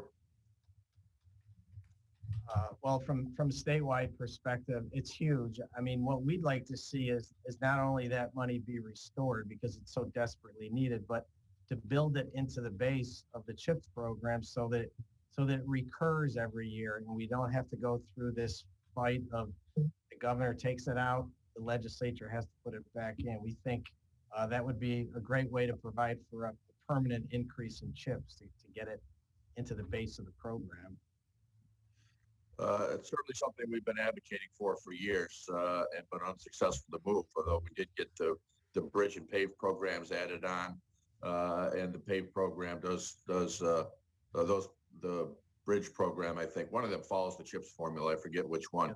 But there's also a proposal out there that I co-sponsor that's sponsored by Senator Tedisco that he calls a SWAP legislation, a Safe Water Action Plan, that would set up a program very similar to CHIPS. And CHIPS, I think, is one of the fairest programs we have in New York State because it actually distributes money based on actual highway miles within the municipality. And SWAP would follow that with resources for safe water infrastructure, water and sewer projects based on basically miles of existing infrastructure that you have. I would assume that that's the type of program that NICOM would be supportive of. Yeah, yes, we have been supportive of that concept, and actually, it's very similar to what you described is very similar to what's in our legislative program. I've been around long enough that I remember when there used to be sewer O&M aid that went to local governments. I think what you're talking about probably needs to be more predictable money for capital, which is really what CHIPS is as well. So I think that would allow for what Mayor David talked about earlier, to try to coordinate your road work and what's going on underneath the roads. Absolutely. I certainly agree with that. The state has, in recent years, we have spent billions of dollars on clean water infrastructure that has gone to specific projects throughout the state to help municipalities keep up with that. But I think something more consistent, more dependable, more reliable would allow better planning by municipalities to keep up with the critical maintenance that needs to be done on these aging and very expensive systems to maintain. But I appreciate your testimony here today. I'm out of time, so have a nice day. Thank you. Okay, I don't see any other assembly, so let's continue with the Senate. Senator Jeremy Cooney from Rochester. Thank you, Madam Chair. And it's good to see my friends from NICOM back together. I know we just had this conversation, but always good to see you, Mayor. And it's good to see you too, Peter. So there's been a lot talked about with upstate cities. And as you know, I chair a new committee in the Senate majority on Cities 2, which focuses on cities outside of the great city of New York, of which we have many. And one of the issues that I think that we haven't touched upon is housing blight. And I'm curious to know your thoughts, Mayor. Maybe Binghamton struggles with this, maybe it doesn't. But as we have population migration, as we have cities that are shrinking in size, I know my own town of Rochester, we had a housing stock of for 300,000 in Kodak's heyday. Now we have a population of 206,000, but the housing stock still exists, right? So many of these houses become blights in the community. I'm wondering if you can talk about how that's impacted Binghamton, and then from a statewide perspective, talk about what resources we could provide in the state legislature to address this blight and provide local assistance. Thank you. Yep, thanks very much. I welcome the opportunity. I love talking about blight in affordable housing. And I'd like to also give credit when credit's due. That the state has some really good housing programs through OTDA and HCR. And what we've done in Binghamton is we've partnered with a variety of nonprofit organizations that specialize in affordable housing. So we use some of our federal community development block grant money, home money to target projects. And so what we do is we look for properties or blight clusters where the city takes the properties through the foreclosure process. We will demolish them to consolidate them in a larger parcel. And we're literally just a couple of weeks from opening up a homeless housing project that we worked on with a local agency, the Family Enrichment Network, for about 20 units for homeless families, victims of domestic violence, veterans. We've worked with another housing group, Opportunities for Broome, taking apartment buildings and other homes that have been foreclosed on. And the state has provided funding for all of these sorts of projects. So whether it's homeless housing, affordable housing, low-income housing, the state has really been a great partner when we've been able to come up with viable plans where we take large parcels of land that are either vacant or that used to house properties. There's just one recently, a 4-acre process. This is something we're proud of, and the state jumped in 4 times. They helped us with the Restore New York grant to demolish the plaza. The DEC helped remediate the parcel, the environmental issues underneath. We received HCR funding for the tax credits. And then EFC provided some money for a solar panel on the roof. We're able to do workforce housing and actually put a grocery store in there through another SAM grant from one of our local senator to deal with the food insecurity issues in a desert. And so By working with the state programs and addressing areas where there's blight, it's what mayors do is we connect the dots and we put the pieces together. But the state incentives are what push these projects over the edge. And there's just a laundry list of specific projects, not only in Binghamton, but across the state. Mayors are really aware of these housing tax credits and these incentives that the state offers. And if you know what you're doing to broker these projects together, you can have a massive impact on blighted areas, poor areas, by eradicating the blight and also providing safe, quality, affordable housing. Because there's an abundance of properties and housing, but not safe, quality, affordable housing.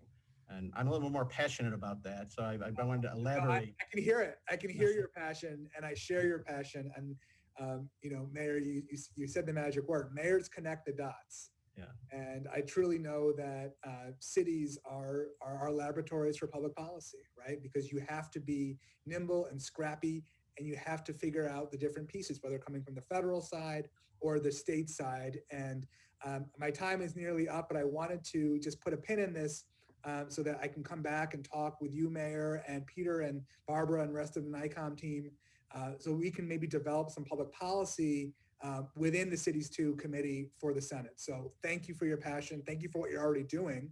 And let's do more for upstate cities. Thank you very much. Thanks. Thank you. Okay, I'm just going to close down quickly. Thank you very much for your testimony, Mayor and Peter. Peter, you gave a stat before. What's the total amount of the state budget that actually goes into aid to localities that you were talking about? The AIM funding program itself is approximately $630 million, which is about 0.3% of the state budget. And you said it had been basically flat for 10 years? Yes, it has been flat for 11 years. Okay. So when did New York City lose its total amount? That was before that? Yes, it was before. I can't remember the year, but it was before that. Okay. Have you studied what other states have been doing? I mean, it seems like every time we talk about this, and I've been here a lot of years now, so I guess I've been hearing about this for a lot of years. It doesn't seem like other states try to, I don't know, strangle and drown their local governments the same way we seem to enjoy that here in New York. So have you compared what's happening with other states and how they share revenue with their localities? Yeah, I mean, I meet periodically with my peers in the Northeast states, and usually part of the program is where I get to complain about how we're treated as local governments in New York, and they just shake their heads like, really? That's what they do to you there? So, I mean, I can't cite to you right now what specifically is done in those states, but I think there is more of a partnership between the state and the municipal governments in most states. And that's something we really think would help localities and the state as a whole if we got back to that kind of a real partnership. I agree with you. And I think I'll be following up with a couple of the people coming on a little later with a similar set of questions. So I want to thank you all for your hard work on behalf of your specific city mayor and everybody to Peters Association. Helene, do you have any closing? No, we don't have anybody else. I just want to join in thanking you for being here today and for the work you do in helping to educate us on the needs of the cities around the state. So with that, I say thank you, again for being here, and we're going to call on the New York City Council Speaker, Honorable Corey Johnson, to join us. Can you hear me? Yes. Okay, great. Yes.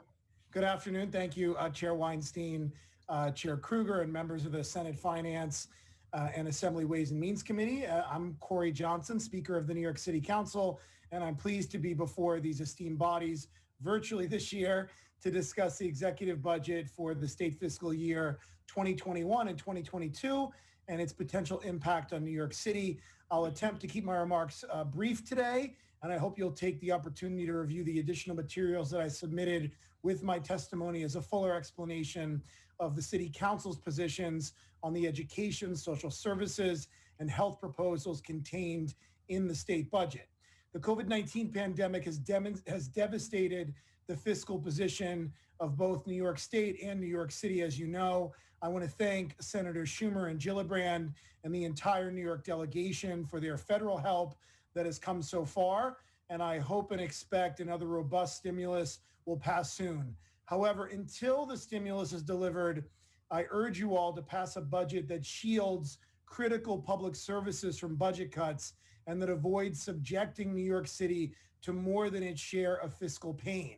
The city's $92.3 billion preliminary budget for fiscal year 2022 closes a $5.3 billion budget gap with difficult cuts, but we are very much counting on the $16.3 billion from New York State.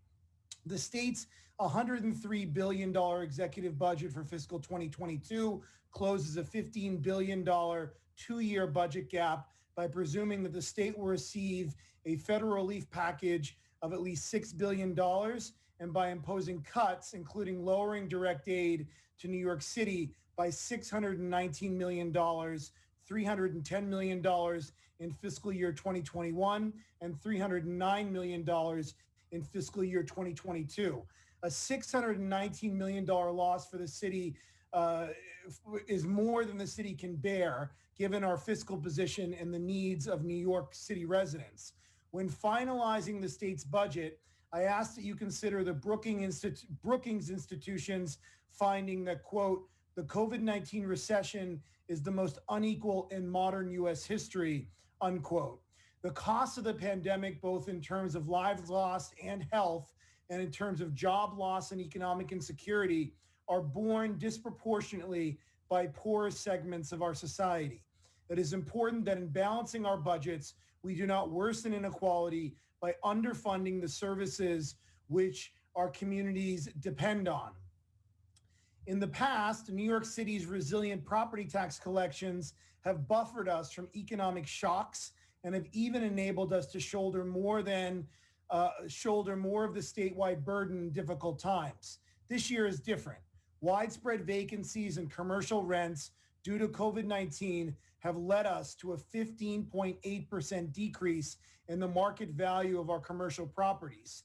Our fiscal year 2022 property tax assessment roll, which measures values as of January 2021, will decline for the first time since the 1990s. When and if the real estate market returns to its pre-pandemic levels is an open question. Moreover, while all of New York State is feeling the impact of the COVID-19 recession, New York City is especially hard hit. Of the more than 1.9 million jobs lost in New York State last March and April, 944,000 were in New York City. And while almost half of the lost jobs have been recovered statewide, only 39.4% of city jobs have returned. Turning to specific budget proposals, I must first discuss education funding. The proposed state budget continues to underfund the city's public school system. While this has been a years-long problem, it is particularly acute this year given the extraordinary costs incurred because of COVID-19, the struggle to provide in-person and remote learning, and the long-term social and emotional costs faced by students and teachers. But this year, our city schools are less able than ever to bear resource reductions. It is true that the executive budget proposes a $1.9 billion increase in aid to city schools. Unfortunately, the policy behind this increase threatens to permanently decrease state support for city schools in the long term. The increase is mostly accomplished by distributing $2.2 billion of the $3.9 billion in federal COVID-19 relief funding for New York City. However, this funding supplants state funding and is masking cuts in a fundamental way the state funds city schools. Specifically, the state budget proposes to consolidate 11 expense-based aids into a general services aid block grant that would cost the city $591.5 million in fiscal year 2022. Second, the state budget leaves the foundation aid formula flat over the last year, costing the city $837.4 million in fiscal 2022. Additionally, the state would eliminate funding for school districts' prior year aid claims, costing New York City $28 million, according to the Mayor's Office of Management and Budget. Further, the local district clawback that cuts state support from schools statewide by $1.4 billion, and for the city by $144.1 million must not become a permanent gimmick to reduce the state obligation to fund schools. We oppose the proposal to require the city to fully fund charter school rental assistance. The only reason the city must foot this bill at all is because of a state requirement that is imposed only on New York City. Previously, the state reimbursed us for a portion of these costs, but this budget proposes to eliminate all reimbursements, turning this into a fully unfunded mandate. As written, this elimination would impact expenditures as far back as fiscal 2019 and would transfer costs of $150 million in fiscal 2021 and approximately $100 million in fiscal 2022 and beyond from the city to the state. This would move education dollars away from public schools to cover private leases entered into independently by charter schools with no oversight from the city. Moreover, while the proposal to lower charter school tuition rates initially saved the Department of Education $60 million, the state proposes to claw back $29 million of those savings. Lastly, the state budget reopens 19 previously closed charter schools. This is a loophole around the state's own charter 260 charter school cap within New York City and would bring the number of charters in the city to 279. This would cost the city $160 million annually once charters fully realize enrollment. Regarding social services, we strongly propose the proposed 5% local assistant cuts to human services. If implemented, the city would lose $40.2 million in state aids for critical services, including foster care and adoption, as well as child welfare and domestic violence services. These cuts to programs that New Yorkers need would come on top of $140 million in temporary assistance for needy families cost shifts last year and $182 million in children's service cost shifts the year before.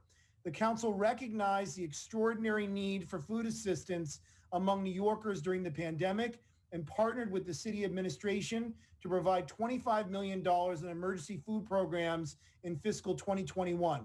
The state similarly stepped up with $35 million in support to Nourish NY emergency pandemic food programs, of which $15.4 million went to providers in New York City. Because the need to combat pandemic-related hunger has not let up, we've asked the city administration, to join us in expanding our commitment. And similarly, I implore you to make at least another $35 million commitment to Nourish New York to help food programs.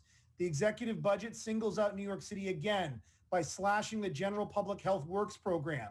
The executive budget would cut the state share down to 10% from 20% on top of the fiscal year 2020 reduction from 36% to 20% and will cost the city $20 million next year.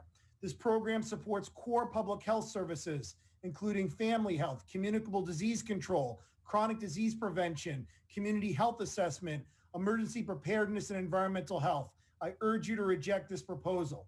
The executive budget also reduces local assistance payments for non-Medicaid payments under the Office of People with Developmental Disabilities, costing the city $2.5 million in fiscal 2021 and $10 million in fiscal 2022.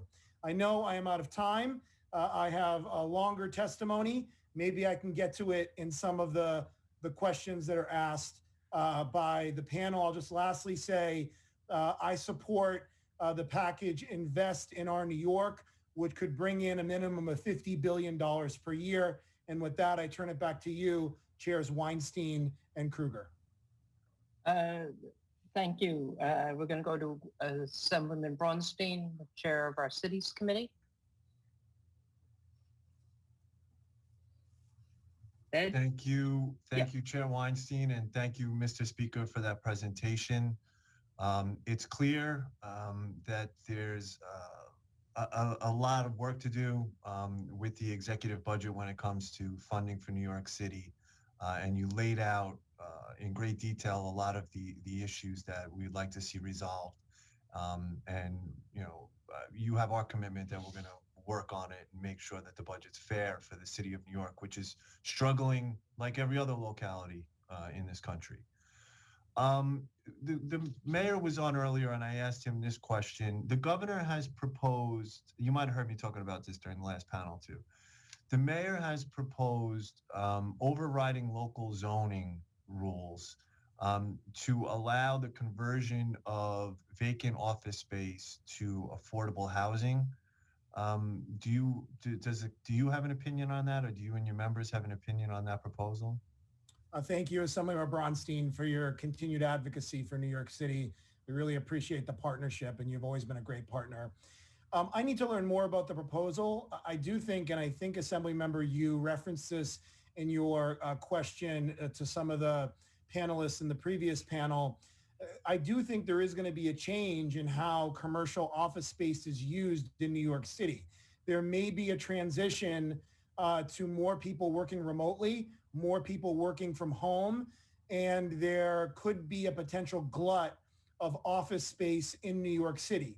We've done some significant rezonings over the last decade in New York City, one in Chair Kruger's district in Midtown East, which would allow for different types of office space to be used to convert older office space to newer office space. In my district, you have Hudson Yards in Lower Manhattan. You have the World Trade Center and the buildings around it, and you have office space in downtown Brooklyn. I think we need to monitor what is happening with commercial vacancy and what we think the return rate will be for some of these companies. And I think that could actually there could be differential between some of the larger companies and some of the smaller companies. There was a story today or yesterday about Amazon taking additional space.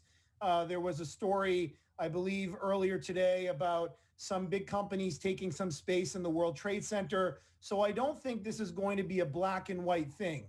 If there is the opportunity with a glut of office space to convert some of that to housing, especially affordable housing that is AMI targeted, depending on the area that is in, to get people out of the shelter system and into permanently affordable apartments, I think that's a worthwhile goal. I haven't seen the proposal, so I can't speak directly on it, but I think we have to be nuanced about how we look at this and handle it. Okay, so, it's safe to say you would prefer to do this at the city council level where you could have community input rather than the state just overriding zoning rules for a whole swath of the city? I always, of course, prefer, I'm an institutionalist for the body.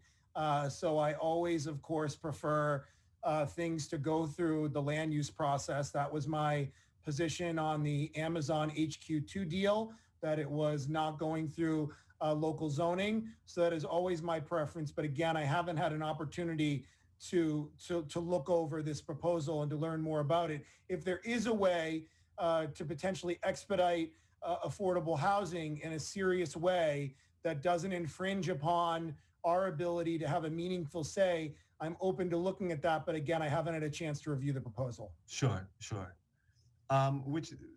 Speaking of zoning, that brings me to my next question about the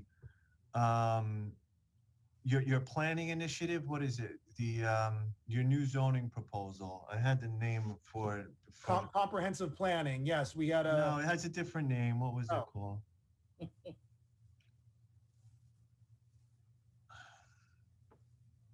I can't believe it's escaping me right now.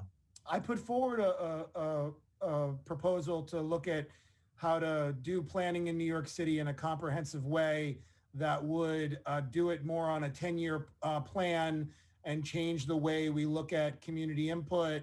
Planning Together Initiative. It was Yes, called. exactly, which is comprehensive planning, yes. Okay. That proposal has created some concern in my area of Queens, where we're single-family homes. And the concern is that where historically zoning decisions were left to the local community boards and the local member, this proposal would... Doesn't change that. It doesn't change that. No, we by law cannot change the ULURP process because it is charter mandated. So it would still go through the existing ULURP clock that exists right now, which is once an application is certified, it goes to the local community board, then it goes to the borough president. Both of those roles are advisory. Then it goes to the city planning commission, then the council member. This proposal does not change that. It creates additional time for community input in an ongoing way for local community boards and local council members to do comprehensive planning outside of a one-off land use by land use application and talk about their community district and what they need over a 5 or 10-year plan. More schools, more healthcare services. That's what this does. It doesn't change the ULURP process and clock. Thank you. Do you have a time frame on when you're going to move this legislation and seek public input? No, we haven't done that. The bill was introduced in December, and we have not scheduled it for a hearing. It will be sometime this year, but I don't have a sense of when that would be. We're not rushing it. We want to make sure that communities that have concerns, everyone can come, testify, understand the proposal, give feedback, and have a real say in what this would potentially look like. I think it would actually be a good thing for communities to understand what their communities need instead of being reactive from zoning proposal to zoning proposal, for them to actually take a proactive stance and saying what they think their local community districts need over a 5 or 10-year period by looking at demographic trends as it relates to population increases, the number of school seats, and other things that we know communities need. Great. Well, thank you very much. I appreciate your testimony, and we'll keep a dialogue as things move forward to the budget April 1st. Thanks again. Thanks, Ed, as always. Thank you. We go to the Senate, yes. And we go to the chair of the Senate New York City Committee. Hey, Corey, how you doing? Hi, RJ. Good to see you. Good to see you always, and thank you for your leadership, and thank you for coming in and giving testimony regarding the governor's executive budget proposal. And I'm just so happy that you and other people are coming in and really expressing the devastating impact of the budget that he put forward will have on the people of New York City, New York State overall. I consider us a family. And so it's not where we're only concerned about New York City, where even though I chair the city's committee, but I also talk about the other big five and other cities that are not part of the big five, and the towns and villages and small municipalities that are suffering also, but not at the same level and scale as we are. And I'm glad that you mentioned in your testimony about the supplanting of funds regarding the charter school issue. That's a humongous issue, knowing that you're talking about hundreds of millions of dollars. And you're right. I mean, whether or not they have a space on 125th Street or they have it at the new place that was built on Upper West Side, we have to pay for that. And that's absolutely ridiculous, in my opinion. So I want to thank you for your leadership on that. And I asked the question of everyone that came up about, whether or not they would support increasing taxes on the wealthiest New Yorkers. Yes. And Corey, you said that in your statement. I didn't have to ask you, but you support the Invest in New York City, the Invest in New York Act, about $50 billion. There's 6 bills. And obviously, I know that some of my colleagues, especially some on the other side, that may not agree with that. But I've asked the question, if in fact we don't get the money from the federal government that we rightfully deserve, and then if the state is not willing to do it, there will be tens of thousands of layoffs. People will be losing their homes. People will be evicted from their apartments. And I cannot stand by without trying to fight the system in order to make sure that the family survive this pandemic. And I know that you're on that same page. Is that correct? That's right. And Senator Jackson, I agree with you 100%. And I think it's really important for us to always bring up to the top of this conversation the fact that since the pandemic hit New York City, and we were the epicenter of COVID-19 in the world, the epicenter in the world last March and April, saw the most devastation. Billionaires have gotten richer and richer and richer. Their net worth has increased by tens of billions of dollars in the last 11 months. While when you go around New York City every single day, I have the busiest soup kitchen and food pantry on the East Coast of the United States in my district. It's just outside your Senate district in West Chelsea. Holy Apostles Soup Kitchen on 9th Avenue. Senator Krueger knows it well. It is the busiest soup kitchen on the East Coast of the United States. The line every day now is stretching 5, 6, 7 blocks long. People get there 6 or 7 hours before it is opening up, lining up when it's still dark outside to get food for their families and for themselves. This is happening all over the city. And I think it is not much to ask billionaires or ultra millionaires, the top 1% who have made so much money this past year and are not hurting, to be taxed a little bit more to make sure we are not cutting food for children. We are not cutting funding for communicable disease prevention. We are not cutting rental assistance for families. We're not cutting aid to homeless New Yorkers. We're not cutting money for public schools. That is the least we can do. Income inequality, I think, has been exacerbated over the last 11 months in New York and across the United States of America. And these bills seek to raise revenue in the face of what New York City and what New York State is facing. I think it's the right thing. I think it's a just thing. And I think it would help the most number of New Yorkers who are vulnerable and struggling right now. Well, let me just say, I appreciate your advocacy on behalf of the people of New York City and also for the New York State, because when you're advocating for New York City, in my opinion, you're advocating the same issues and concerns that we've heard from the Council of Mayors and the mayor of Binghamton that only has 50,000 constituents, but they're saying the same thing. And so I appreciate that you representing the entire city council, 51 members representing over 8 million people, that you're on the same page. And that's what I wanted to hear that. And I'm glad that I'm hearing from you, and next is Scott Stringer coming up. I would assume that's going to be the same thing. It's important, but let me ask you this question. Have you communicated directly with our congressional delegation and our, Chuck Schumer and Gillibrand and what have you? I mean, because you can come up here and talk to us, but we have to talk to Washington also. So are you doing that? Yes, absolutely. I've been in constant conversation with members of the New York delegation, especially Majority Leader Schumer's really top-notch staff. It's my understanding, and none of this is, set in stone at this point, but if the formula in this $1.9 trillion American Rescue Package, if the formula is the same formula that was passed as part of the HEROES Act by the House last May, in May of 2020, if that formula is the same, New York City and New York State, other cities and towns and villages and counties across New York State will do quite well in this $1.9 trillion plan. $360 billion is set aside for state and local aid.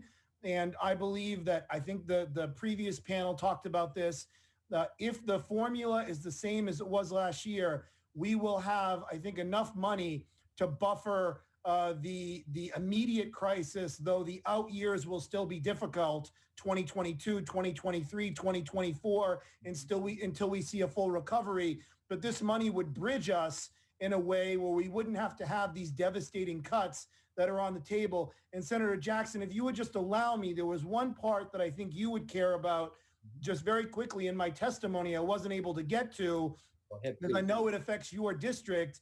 Under the executive budget, the state executive budget, New York City Health and Hospitals, which are our public hospitals, would lose $473 million over 2 years as a result of several of the proposals, including a 1% across the board cut to Medicaid providers and the elimination of the state share of the public indigent care pool and a reduction to the medical capital rate add-on. These are the hospitals that are serving the poorest New Yorkers, the New Yorkers without health insurance, the people that are really struggling, undocumented New Yorkers. And so that is another part of the state budget that we can't see stand. And hopefully with this federal money that will come in, it will make it so we don't need to see those reduction to our safety net hospitals. Well, I thank you for saying that, because I've said in other joint hearings that we have a constitutional obligation with the New York State Constitution to take care of the poor. We have an obligation to make sure that we educate our children at a minimum standard, in which we're not doing.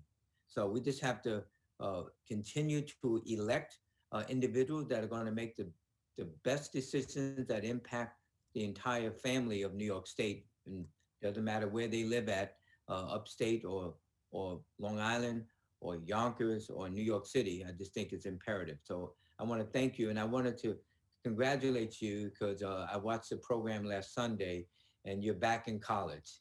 And so I wanted to thank you for doing what I'm a freshman at almost 39 years old. I never went to college. Well, I went and I dropped out after a month when I was 19.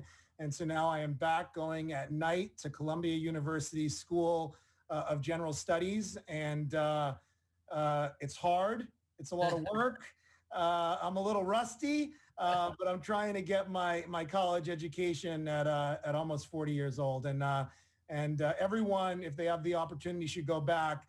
And we especially want to make sure that our CUNY and SUNY students get the help that they need, because that is one of the crown jewels of New York State, is CUNY and SUNY and the important work they do educating young people all across New York City and New York State. So please protect higher education in this budget. It is so important for the future of New York City and for keeping young people in New York State and making sure they don't leave. We need a good higher education system all across our state. Thank you.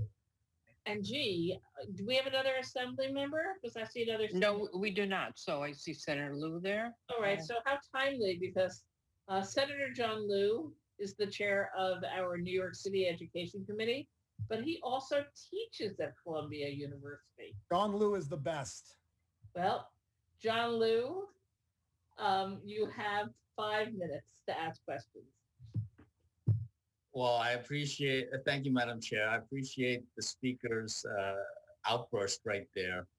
I don't know if he's going to feel the same after I ask him my questions, but great to see you, Corey. I'm having technical problems. I'm sorry. You look great, and I want to join RJ in congratulating you for going back to school and getting your degree, and actually thank you, because I already have seen a large number of people you've inspired. And we always need more of that, especially when it comes to education and furthering one's skills and foundations. So congratulations and thank you for that. I got 2 questions for you, Mr. Speaker. You're buttering me up before you throw the high inside fastball. Go ahead. Well, I mean, you know, I know a lot of people have testified to the Invest in Our New York plan, which I agree with and I support. But my question to you would be, given that New York City is also in a precarious situation, and even if it wasn't, even if the federal government does come through, there are still things that New York City government can do better in terms of housing, even in terms of school funding, the Fair Student Funding Formula, which is administered at the city DOE level. That could use more money from the state, but it could also use more money from the city. Yes. And fixing the roads, as well as making transit more accessible for everybody in the city. Yes, it's primarily an MTA responsibility, but in the past, the city has also supported those efforts. So what kinds of revenues would the city council be able to raise from New York City residents? Well, I mean, sadly, we don't have, as you know, because you were, and I'm not just saying this because you're my friend, you were a great former member of the council. And one of the things that's most frustrating for us as a municipal legislature is you guys have a lot of the power up in Albany. So we don't have the ability to have an impact on local taxes, with the exception of property taxes, which are actually far too high, especially in your district. But we still need authorization from the state, even if we were going to change property taxes. So on so many of the things like income taxes or other significant taxes that could raise us money, we don't have the local control in the council. I do want to say, Senator Liu, that one of the things I'm most proud of, and it didn't get a lot of attention, but I can tell you that the chair of our education committee, someone who I know is a friend of yours as well, Mark Traeger, we were able to fend off a $150 million cut that the mayor wanted in fair student funding for our schools last year. It was one of the things that the council prioritized. The mayor put in his executive budget a $150 million cut to fair student funding. And as part of our negotiations, we restored all $150 million in fair student funding as one of the council's priorities. So if we do not get revenue raisers, or we do not get the stimulus money in state and local aid, we're going to be back at square one, which is where we were last year, having to entertain some of these devastating cuts to education in New York City. Mr. Speaker, feel free to send us a home rule message. I will carry the ball in the legislature if the council wants certain revenue raisers that New York City could be enabled to do. I'm happy to look at that with you, seriously. Thank you. My second question. You know what, John, I apologize. You're not a chair of today's committees, so I should have only given you 3 minutes. Oh, Madam Chair, I got to get my second question in, which is. Thanks, Liz. What are you having for New Year's dinner? But you can talk offline about New Year's dinner. Okay? Thank you, Mr. Speaker. Happy New Year, Kone Fachoy. Tonight. We're getting rid of the year of the rat, and we're into the year of the ox. Yes. Strong, determined. Like, bull, as some would say. John Liu is like an ox, strong and determined. Helene, I apologize. Yes, we do actually have Assemblyman Riley, the ranker on cities for 5 minutes. But he's not allowed to ask you about marijuana. I'm not going to ask about marijuana this time. All right. That was more of a whole municipality. I already asked Mayor de Blasio this morning on that. Mr. Speaker, thank you for your testimony. Thank you for joining us today. I'm actually going to ask you, I'm going to piggyback on to Senator Liu, talking about property taxes. Mm-hmm. And in January of 2020, the New York City Advisory Commission on Real Property Tax Reform released the preliminary recommendations. What are you going to do to ensure that the reforms are, as recommended by the commission, are enacted to ensure that New York City's real property tax system is equitable and fair? Assemblyman Riley, thank you so much for asking me that question. I won't give you the whole long dramatic history around that commission, but I'll tell you that the council were the ones that really pressured the administration to impanel that commission. And we spent an enormous amount of time with the co-chairs of that commission and the members from all 5 boroughs. We had dozens of public hearings across the city of New York. And what we heard over and over again is of a broken property tax system in New York City that is not transparent, that is not fair in many ways. You could have the same property in my district compared to a property of the same size and potential value in another borough, and the property taxes do not line up and they don't make any sense. And so what we really need is transformational change. That report, and I'm not remembering all the exact recommendations that were in it, because as you know, Assembly members, so much has happened in the last 13 months that has really changed the landscape and the face of New York City and New York State. But many of the proposals that were put forward, I think, are common sense, smart proposals that I would love for us to work with the Assembly and Senate on. I think one of the big issues, though, is it's hard to change the property tax system in New York City in a time of sort of financial danger, because the most reliant revenue stream for the city of New York has been our property tax rolls. It's the thing that has sort of buffered us over the last year and is going to buffer us in the years ahead. That doesn't mean it doesn't need to be fairer, more transparent, and make sense. But in the face of all of these cuts that I outlined in the state budget proposal, and in the face of uncertainty with the jobs numbers and the office space that Assemblymember Bronstein asked about, it is really hard for us to make changes to a complicated Byzantine property tax system that has sort of been papered over with Band-Aids year after year after year, with all of the uncertainty on the horizon. So if we get that money from the $1.9 trillion plan, and if you all can help us stave off some of these really devastating cuts that are put forward, then I think we should be having a conversation about how to enact many of the reforms that were put forward by that commission in January of 2020. I appreciate that, Mr. Speaker. And one last thing I wanted to mention, and I guess you can tie it into cannabis legalization. I said I wasn't going to go there, but I apologize. This has to do with the bill that's coming up in the Transportation Committee to remove serious injuries or death accidents from the NYPD to the Department of Transportation.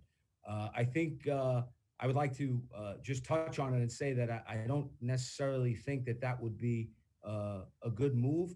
I think actually, according to the VTL, police officers are required, once they know that about the accident, to investigate. So I'm hoping that we can have a broader discussion on that. And I just wanted to raise that and just highlight it for you. Sure.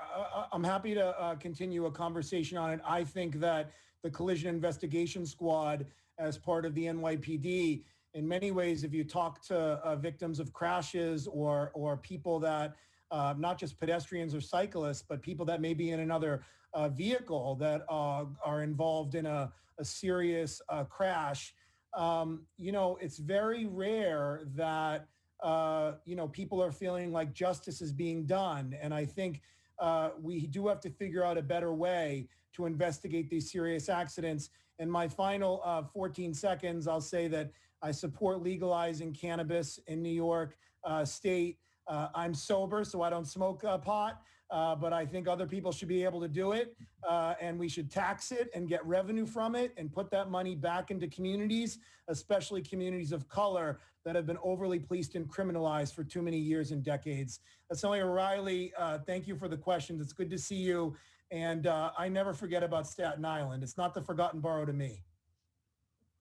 Thank you, Mr. Speaker. I'm sober as well. Thank you. Oh, wonderful. Congratulations. I'm coming up on 12 years in July.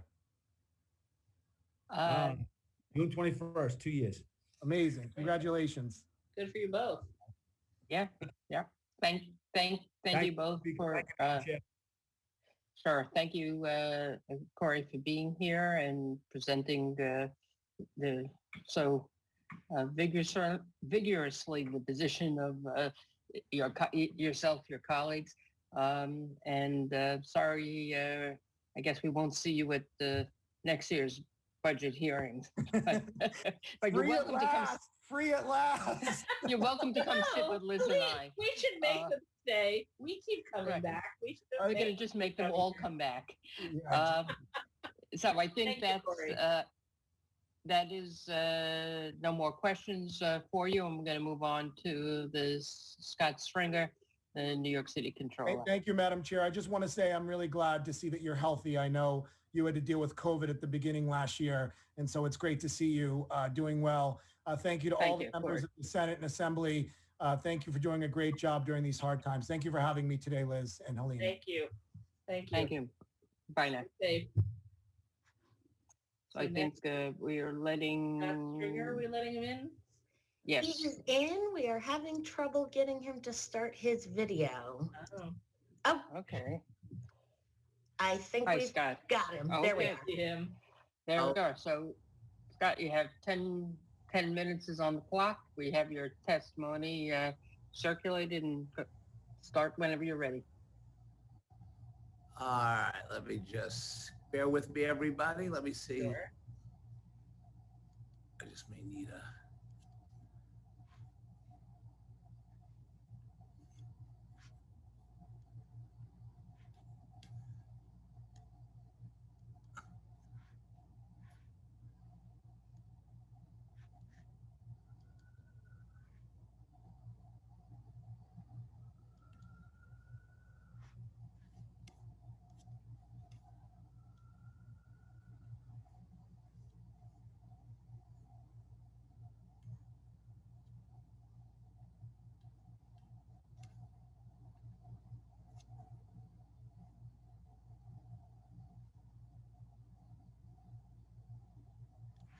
All right, everybody.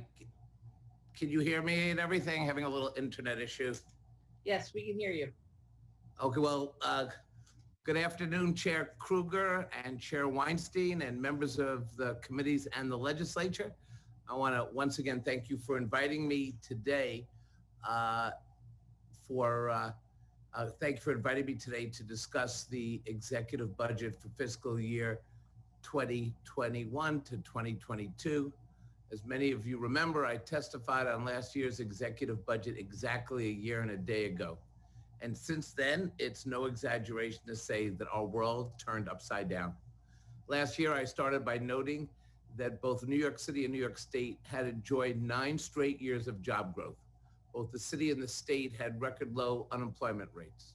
Only a couple of months later, those record low unemployment rates had become record highs. New York City lost 900,000 jobs, wiping out nearly all the gains of those 9 years of growth. The job losses during the pandemic recession have fallen most heavily on lower income New Yorkers and communities of color.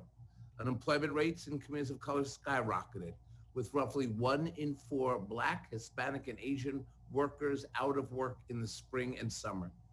Restaurants and hotels, retail and personal services, arts and entertainment saw the steepest losses. On average, workers in these sectors earn less than $50,000 a year. And overwhelmingly, those who have gotten sick and died during the pandemic have been from lower income communities of color, the frontline workers who kept our city running during the darkest days of the pandemic. Long-term divestment in these communities has led to gaping disparities that have left these New Yorkers underserved and overexposed on multiple fronts. So I believe our job right now is to support the well-being and livelihoods of the New Yorkers who were hit hardest by this pandemic. That, above all else, should be the metric for our budgetary decisions and actions this year. In concrete terms, that means helping families who are struggling with basic needs like paying the rent. We must extend the moratorium on residential evictions until such time as our economy recovers and people are back to work. We must cancel rent for the hundreds of thousands of New Yorkers who have fallen behind through no fault of their own.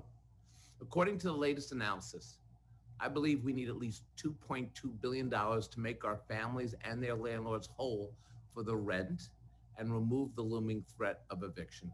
We should start with the small mom and pop landlords who are struggling themselves to keep their heads above water. We can certainly use federal aid for this purpose, but where individuals may be ineligible for federal relief because of income or immigration status, for example, the state needs to step in with its own funds. The bill introduced by Senator Salazar and Assemblymember New, the Housing Relief and Recovery for All Act, would accomplish these goals. Another huge issue that families have struggled with during the pandemic is childcare. But it has been an issue since long before this pandemic. And since long before the pandemic, I have been advocating for more funding for childcare. The plan that my office developed, NYC Under 3, would enable 80,000 infants and toddlers to access affordable childcare and allow 20,000 parents, mostly mothers, to enter or re-enter the workforce. and it would make the investments needed to build out capacity in childcare deserts and boost wages for childcare workers. Senators Jessica Ramos and Brad Hoylman, along with Assembly members Latrice Walker and Yuli New, have introduced the NYC Under 3 Act based on my proposal, and I urge you to support it this year. We also need to support our immigrant communities, and I urge you to extend unemployment benefits and other income relief to people who are currently ineligible due to immigration status. Also, we must help our small businesses survive and recover. Wall Street is doing great. In the last 9 months, they've had profits of $38 billion, more than any time since the bailout of banks in the Great Recession. In the meantime, there are 30% fewer small businesses operating in New York City today than prior to the pandemic. Small business revenues are down by half. That's hundreds of thousands of jobs lost and hundreds of millions of dollars in lost earnings. And for many, the work of a lifetime wiped out. That is why it is so important that we help our restaurants and small businesses with tax credits to help them retire their workers. We must ban evictions and forced closures on small businesses. No small business and property owners who suffered negative credit ratings reporting during the financial hardships over which they had absolutely no control. They should not be penalized. We also must help our nonprofit sector by restoring 100% of withheld state funding immediately. These organizations were lifelines to New Yorkers in need during the pandemic. No private company would continue to do business with the state if they weren't paid in full when they were sent the bill. Nonprofits are driven by their mission to help people. Let's not take advantage of that fact. We cannot afford to lose them. And finally, I just want to say it means rebuilding our economy. But we cannot just reopen the same economy we closed. We must build a fairer, more just economy with benefits that are more widely shared, and that helps right the historic wrongs of the past. So while I support legalizing marijuana for recreational use, we've talked about that at previous budget hearings, we could do more to build up communities that have been devastated by decades of the criminalization of poverty and discriminatory enforcement of drug laws.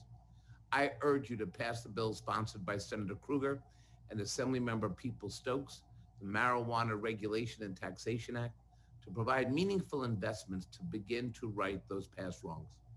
Last week, I released a blueprint for strengthening public safety in New York City, one that re-envisioned public safety through a public health lens, prioritizing harm reduction and seeking to reduce unnecessary actions with law enforcement. The legislature can help realize this new vision by adopting parole reforms, ending criminal legal system debt, restricting semi-legal searches and seizures by the police, also codifying licensing standards for police officers and a process for debarring them where appropriate. Although much more will be needed to be done at the local level, these changes are key elements of any real change in the relationship between police and community. As our economy changes post-pandemic, we must help our workforce obtain the skills they need in order to thrive. CUNY will play a central role in helping develop the workforce of the future. And that's why I support the New Deal for CUNY. It's simple. Make CUNY tuition free. Invest in our educators and staff so that students get the time and attention they need. Pay adjunct professionals like the professionals they are.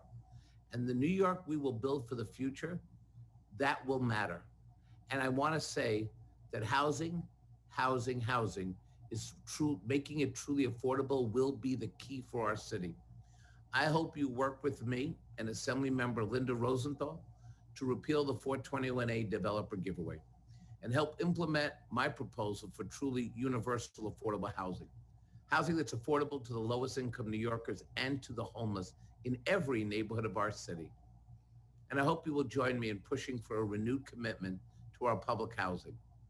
NYCHA's value to our city is immeasurable, but its investment needs are measurable, and they are big.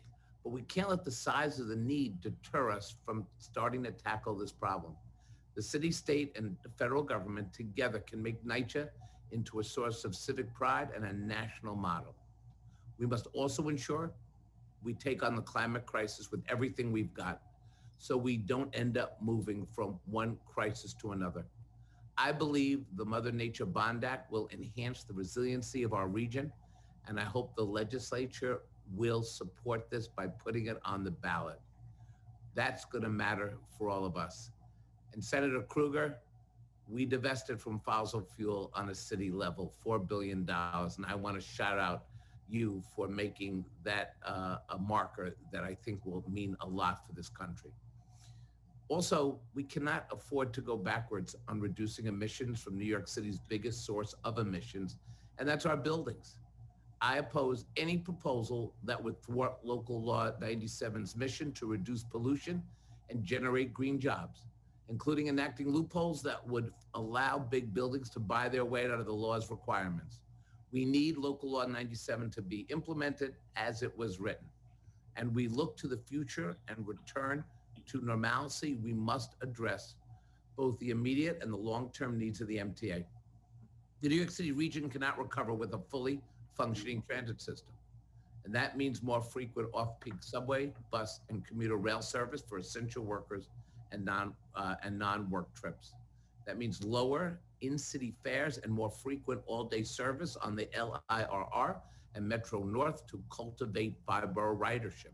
And that means transit-oriented development near lightly used subway and commuter rail stations to spur ridership and improve transit access. Let me just quickly turn to the impact of the executive budget on New York City. Sound budgeting and fiscal management means looking not just at this year and next, but at longer-term sustainability. We are all hopeful that long overdue federal aid for the state and local governments will be forthcoming soon. But it is important to remember that this help will be temporary and it should be used as such. Yet the executive budget would use temporary federal COVID relief to offset permanent cuts in state aid to our schools. The proposed cuts would cost New York City schools close to $800 million in state funding each year in the future. Senator Jackson, $800 million. This year has been incredibly hard on our students and school staff. And I urge you to strongly avoid another permanent devastating funding cut to our schools. The executive budget also proposes to continue the drip by drip shifting of other costs from the state to the city, including further cutting the public health reimbursement rate and eliminating the state share of the federal public indigent care pool that supports our public hospitals. The cumulative effect of prior state cost shifts and cuts will already cost us $1.3 billion this coming year. These new proposals would add another $220 million to that burden. We simply cannot keep pushing the problems down onto our local government. To stop this cycle, the state must have the resources it needs to meet the needs of its residents. It's time to break the cycle.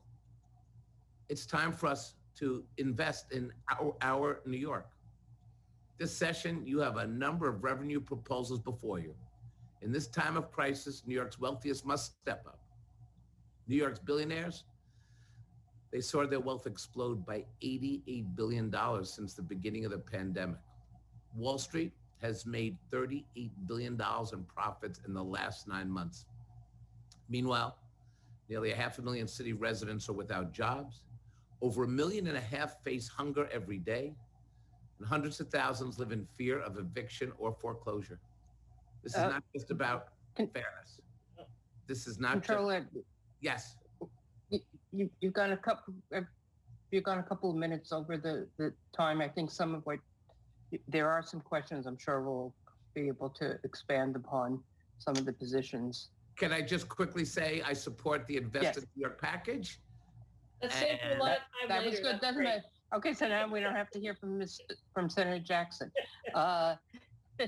So we're going to go to Assemblyman Roth for 5 minutes. Thank you, Scott. I had so much to say, and I knew Jackson was coming my way. I knew he was too, but you know what? You've written it all out and we are all readers, so we can read the full testimony. So thank you. All right. Yeah. Sorry. No, it's fine. No, it's okay. Thank you. Assemblyman Roth. Thank you, Chair. Thank you, Controller.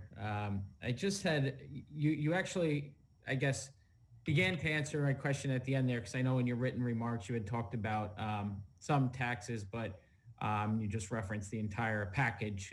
So that answers that a little bit. We did have a conversation this morning with Mayor de Blasio regarding the proposal to reinstate the stock transfer tax. And he expressed some concerns that doing so on, on a state level, could cause problems as opposed to, doing tax increases on the federal level. But my question particular to that is, do you have any, estimation within, your office as far as what that industry, the securities industry, accounts for in terms of New York City tax revenues?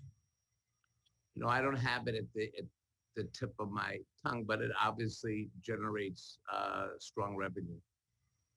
Okay, because I think that is one of the, I've heard estimations that it is a sizable portion both of the state and New York City tax revenue. So that I think is an obvious concern if, if potentially putting in that type of tax were to cause firms to relocate or transactions to happen elsewhere.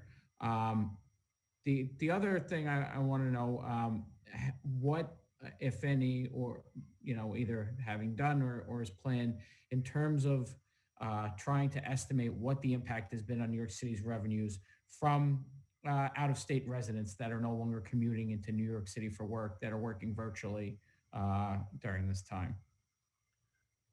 We'll see when taxes are filed, and we'll see. My sense is that it will not be a serious hit. And I can certainly keep in touch with you during our revenue estimates. Okay, yeah, that'd be great. And obviously, there's this Supreme Court case coming up, so that has the potential to either mitigate a loss if there is one, or depending on how that all comes out. That's all I had for you. Thank you for being here today. Thank you. Be well. To the Senate. Thank you. Now, we love you, Robert Jackson, and that's why we tease you. But I think you can do this in 5 minutes, since you already have the answer you want. Senator Robert Jackson. Less than 5 minutes. Well, Okay. Scott Stringer, the city controller, let me thank you for coming in. And I just circled things that you said that the full package of Invest in New York Act for $50 billion, that you support that. You talked about repealing 421, Linda Rosenthal, and you talked about NYCHA, not repealing Linda Rosenthal, but Let the record reflect that I do not share that view at all. You hit it on climate, $800 million proposed cuts to the schools and a lot of other stuff, free CUNY. And Scott, as you know, all of this takes a lot of money. And so my question to you, I've asked of everyone, and I got to complete this within 5 minutes, is that are you communicating with our federal legislators, the majority leader, Chuck Schumer, and Gillibrand and Nancy Pelosi and others about the needs of New York City, since this was the epicenter of the COVID-19 for a long, long time? The answer is yes. And just the other day, my office has been working and sitting down with Senator Schumer, and we're going to continue to stay in touch because this really is a all hands on deck moment. Obviously, we need to partner with the federal government. We're very fortunate now that Senator Schumer is in a position, as is Senator Gillibrand, to make a big difference for our city. And I'm really looking forward to the work of Governor Cuomo, the work of the legislature, and the federal response to New York. This is very much akin to the city's fiscal crisis when we united the various interests, certainly to go to Washington and get the money and the resources we need. I have said time and time again that the city sends $22 billion more to the federal government than we get back. We never really demand our fair share because we know that this city always wants to invest in the country. But I do believe, and we could support this, that as goes New York City's economy, will go the national comeback. We saw this after 9/11 when New York was under attack and what happened to the international and national markets. And so this is not a time to ignore the needs of New York City, because by bringing New York back to life, we will re-energize the entire national economy, and this will be something that will impact us worldwide. So, and are you communicating your opinions from a city controller's point of view to our governor, Andrew Cuomo? I assume the answer is yes on that also. Yes, and look, we continue to have a strong dialogue with the governor and the governor's office on COVID issues, on budget issues, and we're going to continue to do that. Look, as you know, what I've tried to do as controller, whether it's coming to the, Senate conference to talk about the budget, and I do want to say to Andrea Stewart-Cousins, she has made a real effort to seek out our opinion. The Senate majority staff has been tremendous in keeping in touch with us. So it's not just that I'm reaching out. The truth is that your conference has been reaching out to me. And, in the State Assembly Conference, we're working with so many of the members to have this dialogue. So I do think we're in a very, we are really working collectively, and it's a real, I think, tribute to all the legislators. And I have one last question. We get money from the federal government. It's not everything we need. And we have to raise revenue in New York State. And if the governor is not willing to be a partner and others are not willing, and let's assume there's devastation and we don't pass a budget that includes enough money, what would be the impact on New York City and New York State if that happens? We have to do two things. In the short term, obviously, we have to have a balanced budget in New York. And we're going to get there, Senator Jackson. And, I rejected the mayor's belief that in order to balance the budget, we had to lay off city workers and cut youth programs. And I'm proud that our office played an important role in pointing out how we can get to a balanced budget, but also about how we could ensure that as we move forward, we wouldn't have to make that false choice. I will tell you, I'm very hopeful near term about the future. But long term, I think you've raised some very important issues. It's not just bringing back the economy. It's bringing back the economy different. It's how we're going to invest in childcare. It's how we're going to invest in CUNY and making sure that we have programs to retrain our workforce post-COVID, how we're going to invest in young people, whether it's the ASAP program or free CUNY, so that we can enroll people to keep our, upskill our workforce for various programs. And look, if you want to structurally change the economy, we have to put everything on the table. And more importantly, we got to have this discussion. And, I wish we had had this discussion in good times, right? Because so much of what we didn't do in the city is think about where we were going to be 5 and 10 years from now and what that structural change could mean. But look, we are here today.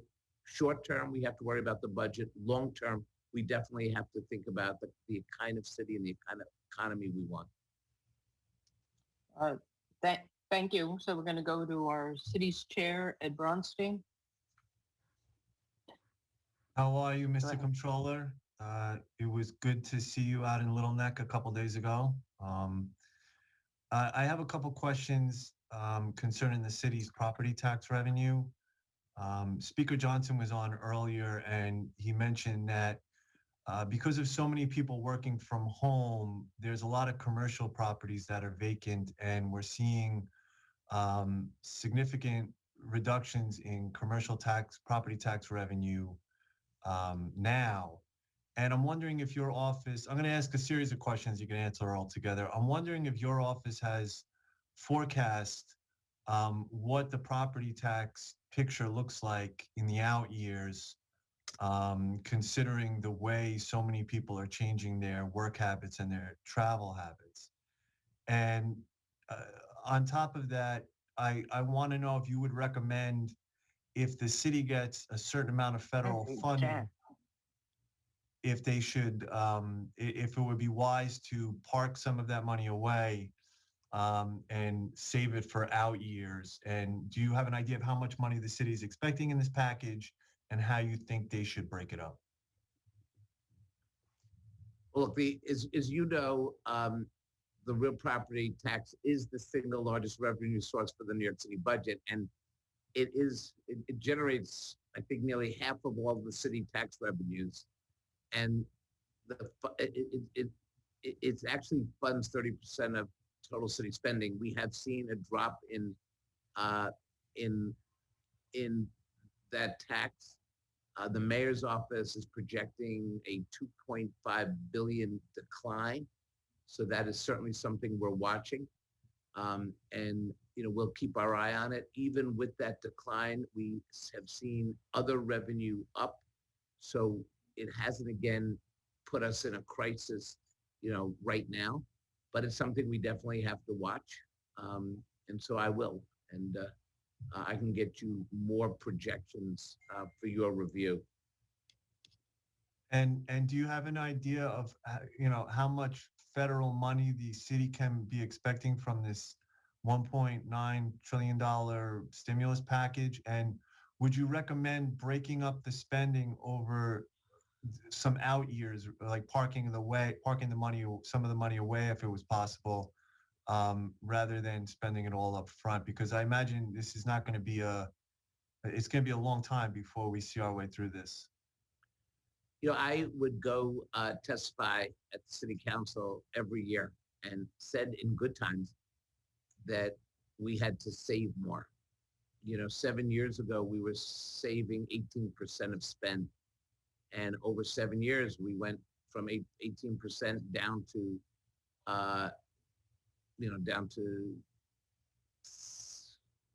let's see, calculating, about 8% of spend. And the lesson is, in good times is when you have to put away money for a rainy day. I would like us to get back to that, but in the short term, we've got to do a lot of things at the same time. And that is something that, we have to think about. I do believe that under the current analysis, we can expect about $4 billion from the package. And that's good, but it's not necessarily, allows us to put away a rainy day fund right now. We have to remember we are in a real crisis, so we have to meet some needs. But I would like us to get back to, discipline and saving, because we want to get there. Okay, thank you.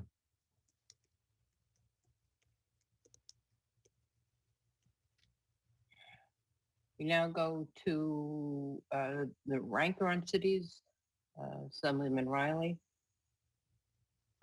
Thank you, Madam Chair. Thank you, Mr. Petrola, for joining us and giving us your testimony today. I actually I'm glad you brought it up, the Strengthening Public Safety in New York City, the report that you have dated February 2021. I wanted to ask you a few questions about that, because I actually dove into it. I'm sorry, which report are you referring to? The report that you mentioned in your statement, the Strengthening Public Safety in New York City. Oh, yes. Dated February 2021. So there are some things in there that I actually, as a retired member of the NYPD, I actually can support and look at, and the transparency, streamlining discipline, looking into that, and the interesting part I found was the NYPD Management Academy. I'm curious to know if that will impact civil service tests. Only because, I think as things go on, as more of these new officers who are more diverse, who come from more diverse backgrounds, they're going to go up the chain of command when they take the civil service exams. But in particular, one part I wanted to talk about was where you touched on strengthening detective work and increased clearance rates. Now, I know when we think about baseball, right, we think about somebody that hits, 300, gets 300 hits out of 1,000 at bats. He's a hero. He gets a batting average of 300, right?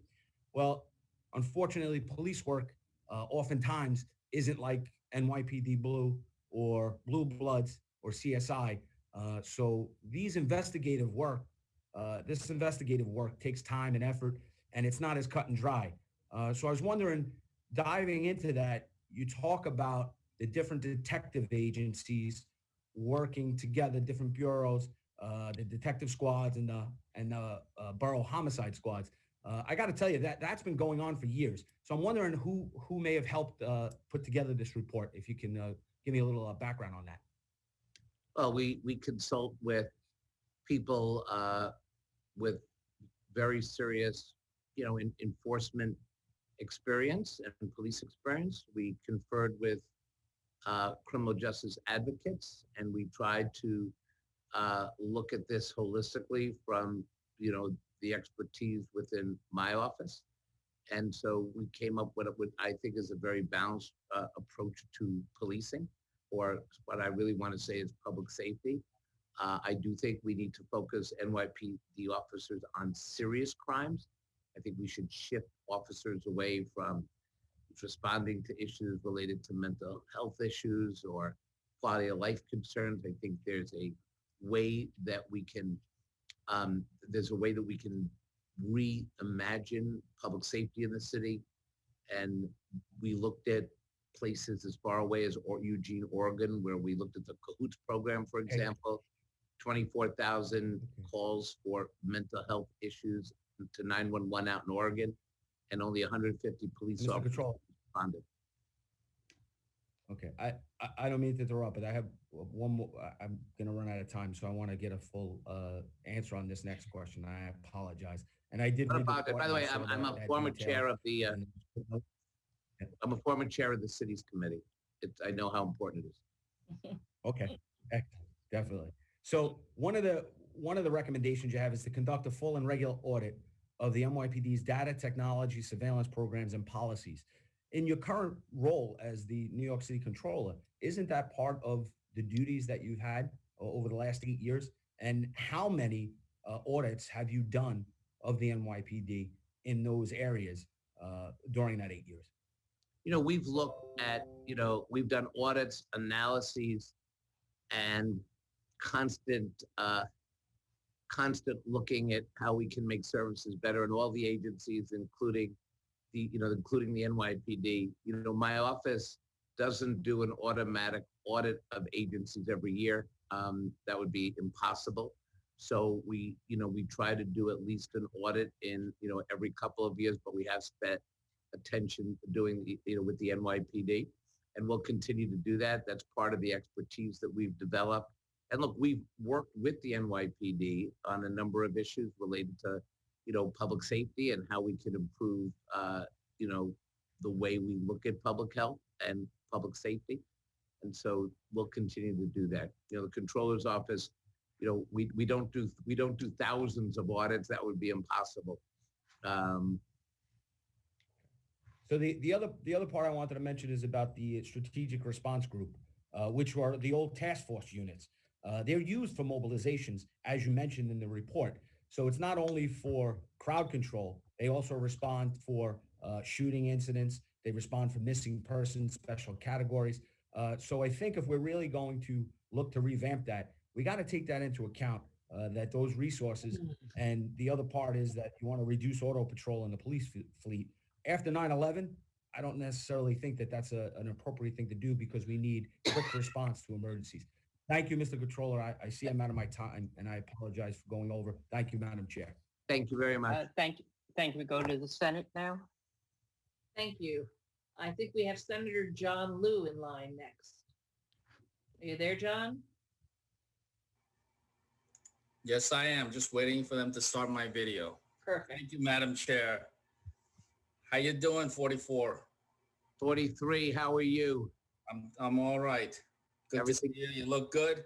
I see you changed the background, which is just me. I think it's a welcome change. Anyway, thanks for joining us today. I like the bookshelf that was about to tilt. That's right.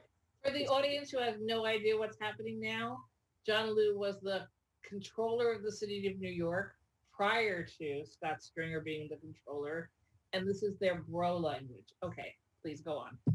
Thank you for resetting my clock, Madam Chair. I really appreciate it. So I know Assemblymember Murat had asked you about this already, and we asked the mayor about this. I appreciate your strong support of the Invest in Our New York plan, which you articulated in your testimony. And even though the chair cut you off because of the time limitation, I did read it in your written testimony. So thank you for that. I too support that. But I do have some reservations about one component of that, which is the stock transfer tax that Assemblymember Ra asked you. But I don't have a problem with taxing stock transfers or sale and purchase of stock in New York. But I just question the effectiveness of that, given the global environment we're operating in, that we may not actually wind up collecting a lot of it if it's easy for people to divert their transactions to other exchanges. Do you firmly support the stock transfer tax, and do you think it will reap I think some of the advocates have said that it will reap $16 billion a year of revenue, badly needed revenue? It's a very good question. You know, the Supreme Court in 2018, it was a Wayfair decision, has set a precedent here. So it allowed South Dakota to tax sales of a company that didn't have a physical presence in South Dakota. And that logic applied to the stock transfer tax. It means that it matters less where the stock exchange is physically located to be taxable, but the exchange would have very efficient cost structures. In other words, losing the efficiency would probably cost more than a small stock transfer tax. So I think there is, I think there's a way to get this done since the 2018 Wayfair decision. I think we should explore it because it takes care of some of the concerns. It is a tax that would go a long way to dealing with the legitimate issues raised by Senator Jackson and many. In fact, we applied the Wayfair decision in our 2019 legislation and the tax package in that, where we started raising revenue from taxing online transactions in the state of New York, enacted or transacted by companies outside New York. Right. The question is not so much whether we are allowed to tax stock transfers. It's a question of whether people could divert, especially large institutional investors buy millions of shares at a time, or the New York City Comptroller's Office, for example. Would it be easy to divert to, a London exchange or a Singapore exchange? Look, I think every time we talk about a tax or a revenue raiser, as you know, 43, there is always that knee-jerk reaction. And I think in this comprehensive tax package, we should look at every aspect of revenue. What is the value proposition that people want, whether it's the business community or in neighborhoods around the city? The value proposition that keep people in the city and keep business here ultimately is a city that invests in good schools, an open space that creates an economy that makes this place the cultural mecca. People want to stay here because of our wonderful diversity that you can't get anywhere in the world. And New York City is the financial capital. I don't see that changing. Obviously, technology and ways we're going to do business. People have talked about people working from home, what the financial and taxable ramifications of that will be. That remains to be seen. But I don't think that we should be dismissing this out of hand because of the old rules and the old paradigm about this city. Look, we need to make sure that people come here. And I believe that our goal should be bringing back every New Yorker. Thank you. Mr. Comptroller, I'm out of time. I just want you to know that my mom loves your two little boys, but she thinks you and Elise need to get a daughter. So And with that, we go to Assemblywoman Seawright. 43. daughter, I can't comment. girls rule the world. I will convey your good wishes to the family. Cut him off, please. Please cut him off. Bronstein is here. Right. We have Rebecca Seawright for you. Thank you, Chair Weinstein and Chair Kruger and Controller Stringer. It's great to hear your testimony this afternoon. Your office puts out a wonderful MWBE report, and I just have two quick questions. During this national pandemic, what can we do to strengthen the MWBE program? And let me just go ahead and get my second question in case I run out of time. The former CEO of the Bronx Parent Housing Network is being investigated following accusations of sexual misconduct, abuse of power, and intimidation.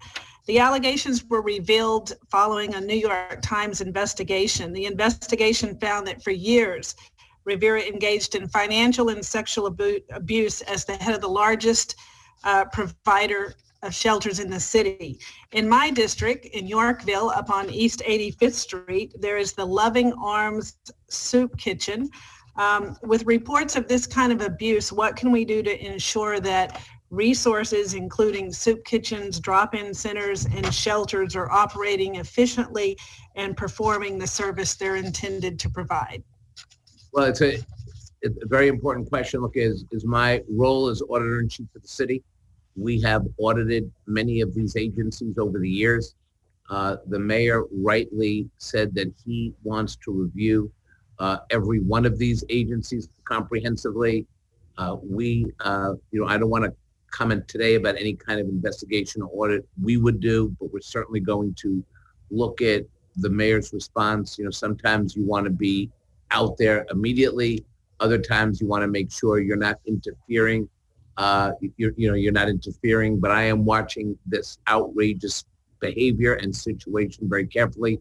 And as you know, Assemblywoman, I am not afraid to step in and investigate and audit. I'm trying to see what we can do holistically. But the New York Times allegations are deeply disturbing and outrageous.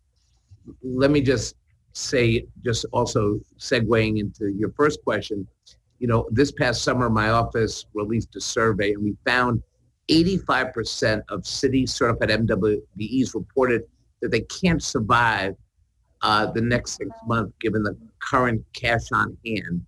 And 30% said they can't survive the next 30 days or less. And so we have to make sure that we underscore the structural inequities facing the MWBEs, and we have to, again, work on issues of procurement reform, cutting red tape for MWBEs, and double down on commitments on contracting with them whenever possible. I have appointed the city's first chief diversity officer. I think we need a first chief diversity officer in every city agencies because we have to up the spend with MWBEs. And why that matters is the more we have a procurement process that puts them on equal footing, the more we create wealth in many of our communities of color and many of our neighborhoods. And this has been a goal of mine. This has been critical to our economy. And it now matters that we have to watch our spend and our red tape with MWBEs because the pandemic has made it very difficult. So in other words, if a big company doesn't get a timely payment, they float the loan. But if you're an MWBE barely struggling, that's enough to put you under, and we have to be mindful of that. Thank you for your great leadership. Thank you, Assembly Member. Thank you. So we go to Assemblyman Tanusis. Yes. 3 minutes. Yes, thank you. Hi, Mr. Controller. How are you? Nice to see you. Good. Nice to meet you. I just had a question, very brief question regarding your public safety report that you released. I know that in the report you called for the disbandment of SRG, which is the Strategic Response Group. My question is, if we see incidents like we saw in New York City over the summer, or even worse, if we see incidents like we saw in Washington, D.C. a few weeks ago, how can the NYPD be expected to adequately protect our community if the strategic response group is indeed disbanded? I don't think that this response group has been able to keep the public safe. I don't think it's necessary. I think it's rife with challenges, to put it politely. And in our report, we outline, a reason why it should not be where it is today. And the so-called disorder control unit, the SRG's, disorder control unit is what I said we should be disbanding. And I think that would be a good reform, because we saw it was completely unacceptable behavior from the police during the peaceful protests. And we should not have a paramilitary force taking on unnamed protesters, taking on police journalists.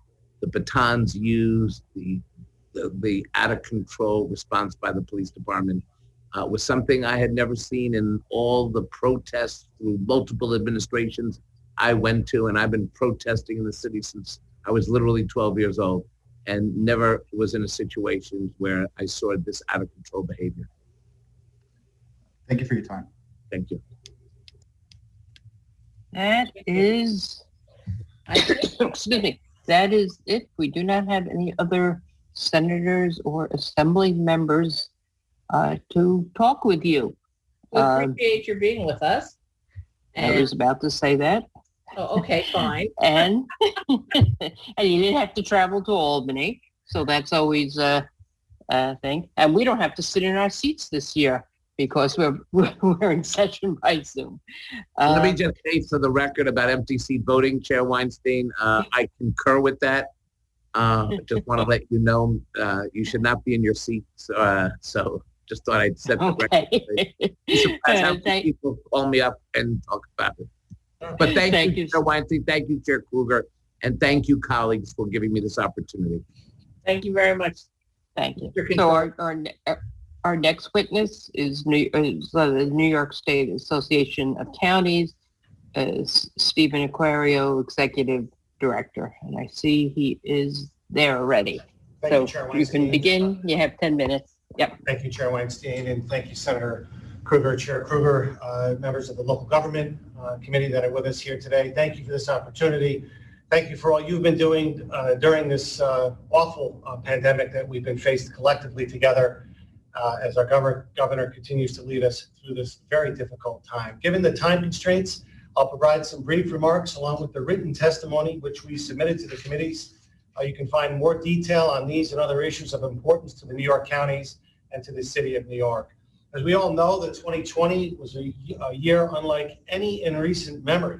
Challenges posed by the global coronavirus pandemic pushed all levels of government to respond to new challenges and overcome unprecedented obstacles.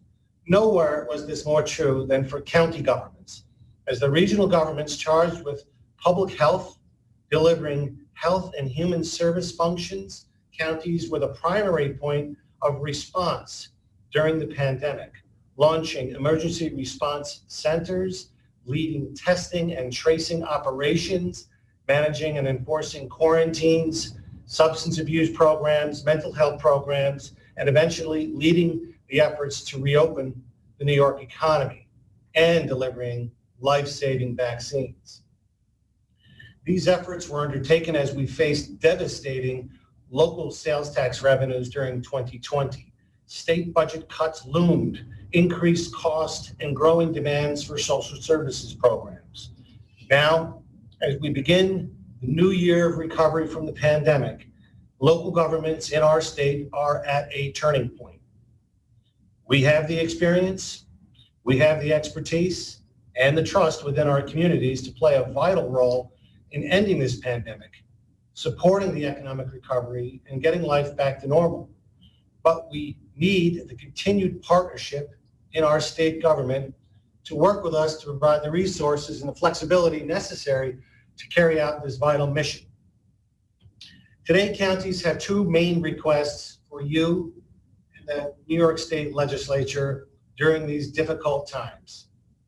Number one, because the federal government has provided a significant amount of healthcare funding through stimulus programs, we ask respectfully that you delay the county sales tax diversion that's being used to pay for what is called a distressed hospital fund.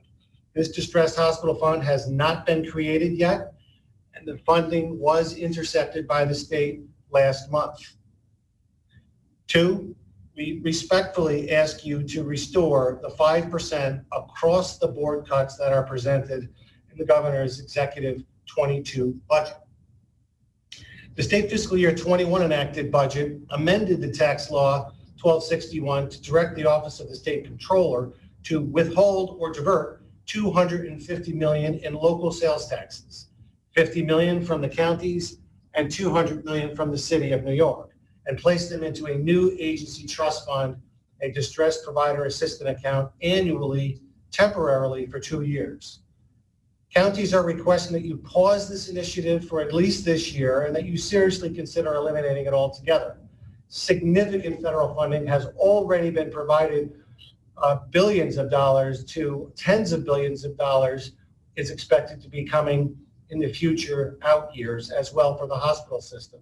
Earlier this month, the state withheld the $250 million in local sales taxes, but has provided to this date no definition of what a distressed facility is, nor have they provided a list of facilities in the city or around the state that would receive these local taxes, nor a timeline for these payments. Between the distressed hospitals and the AIM-related diversions that you heard about earlier from the 5 city mayors and the Conference of Mayors, nearly $500 million in local sales taxes now being diverted by the state to fill state budget holes or to pay for state programs where the state has eliminated or reduced their own fiscal support, such as the AIM program, as was reported by the New York Conference of Mayors. Counties recognize that the financial hardship currently being experienced by our hospital providers, but the revenue losses have been largely offset, as we know, by federal funds as part of the COVID-19 stimulus packages that were enacted in 2020. New York facilities and providers have already received about $11.5 billion. Again, New York health facilities and providers have received $11.5 billion in pandemic aid, rightfully so, to help cover higher cost and lost revenues. And they'll be receiving billions more thanks to United States Senator Chuck Schumer, Senator Gillibrand, and the New York delegation. The most recent payments will make up for at least 87% of lost revenue for all hospitals and providers through the second quarter, according to Senators Schumer and Gillibrand. More aid is expected to be in the upcoming President Biden's COVID response and recovery package. Counties, on the other hand, have received zero federal funds. They are struggling with mounting unbudgeted COVID-related costs, at the same time losing revenue due to the reduced economic activity that has come with fighting the coronavirus. The 57 counties outside the city of New York lost more than $720 million in sales and hotel occupancy taxes and gaming revenues. To make matters worse, the state is now proposing to level a 5% cut to counties as it scrambles to close its own multi-billion-dollar budget gap. These cuts translate to a loss of $160 million across the board and spare no program, social service programs, health and human service programs, and state reimbursement for programs counties already deliver and pay for. We ask that the final 22 budget restore the 5% cut to the counties, provided that the state receives a minimum of $6 billion in federal COVID-related funding. While I focused so far on areas of concern to the counties in the budget, I'd also like to note that the budget does include several provisions that the counties support, including granting permanent sales tax authority in parity with the city of New York, subject to local home rule actions in the community. 2, the county ability to apply sales tax to cannabis transactions should you authorize adult use cannabis. 3, expand investment options for local governments which need every tool in the toolbox to generate non-tax revenue. These options, again, are already available to the city of New York and have been for several years. Please extend them to other local governments in the state. 4, judgment interest rate reform. With prime interest rates consistently low for the past 10 years, the 9% judgment interest rate has done nothing but unfairly punish local government and taxpayers, and it borders on usury.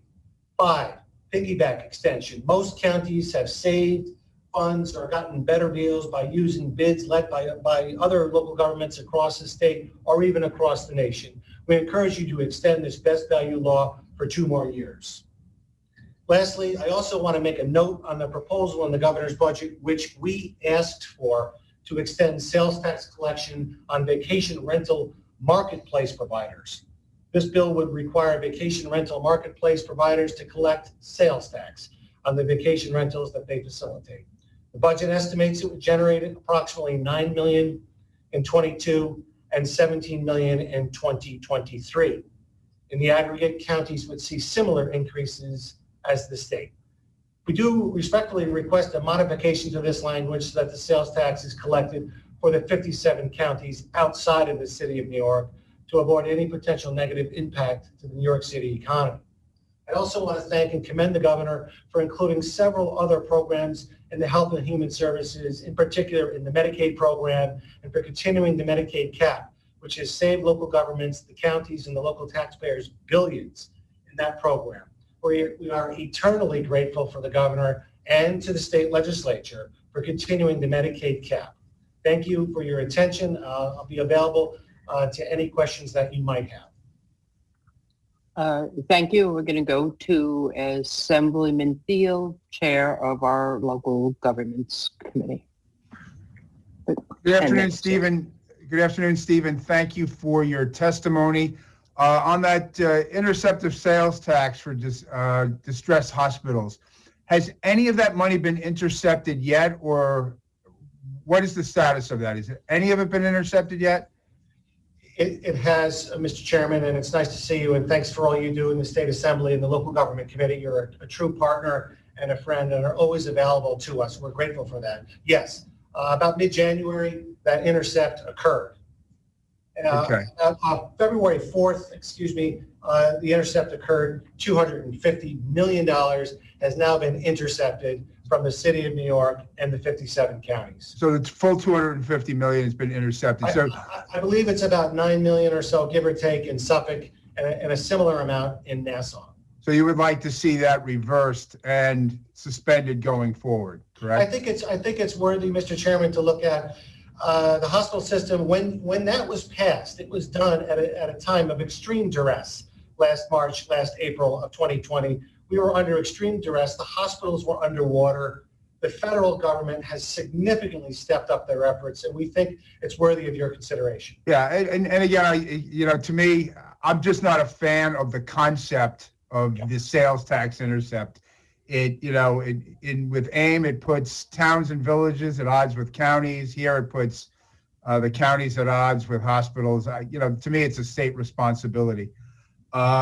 Talk about sales tax a little bit more. The comptroller's report came out about sales tax revenues for 2020. What do you see going forward as far as trends on sales tax? Are things rebounding? What are you seeing going forward? Because, certainly the sales tax is such the revenue, really, for most counties. Well, I think that what happened to the counties and to the state of New York, for that matter, is we were largely trending going into 2022 calendar year for the counties, plus 4%.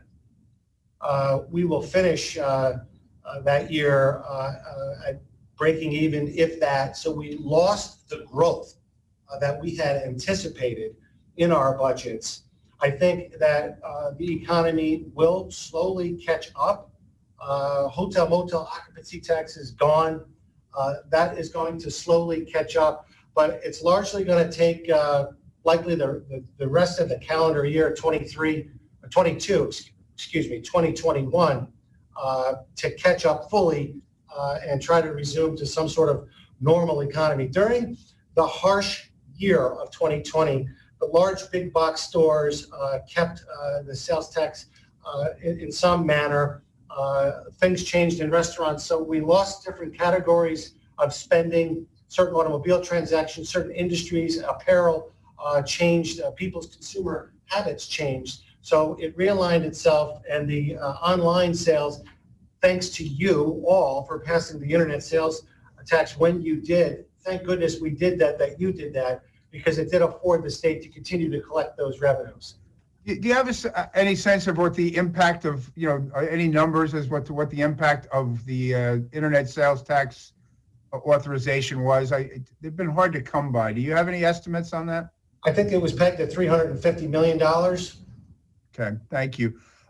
You mentioned community colleges, and I think we really need to, take care of our community colleges.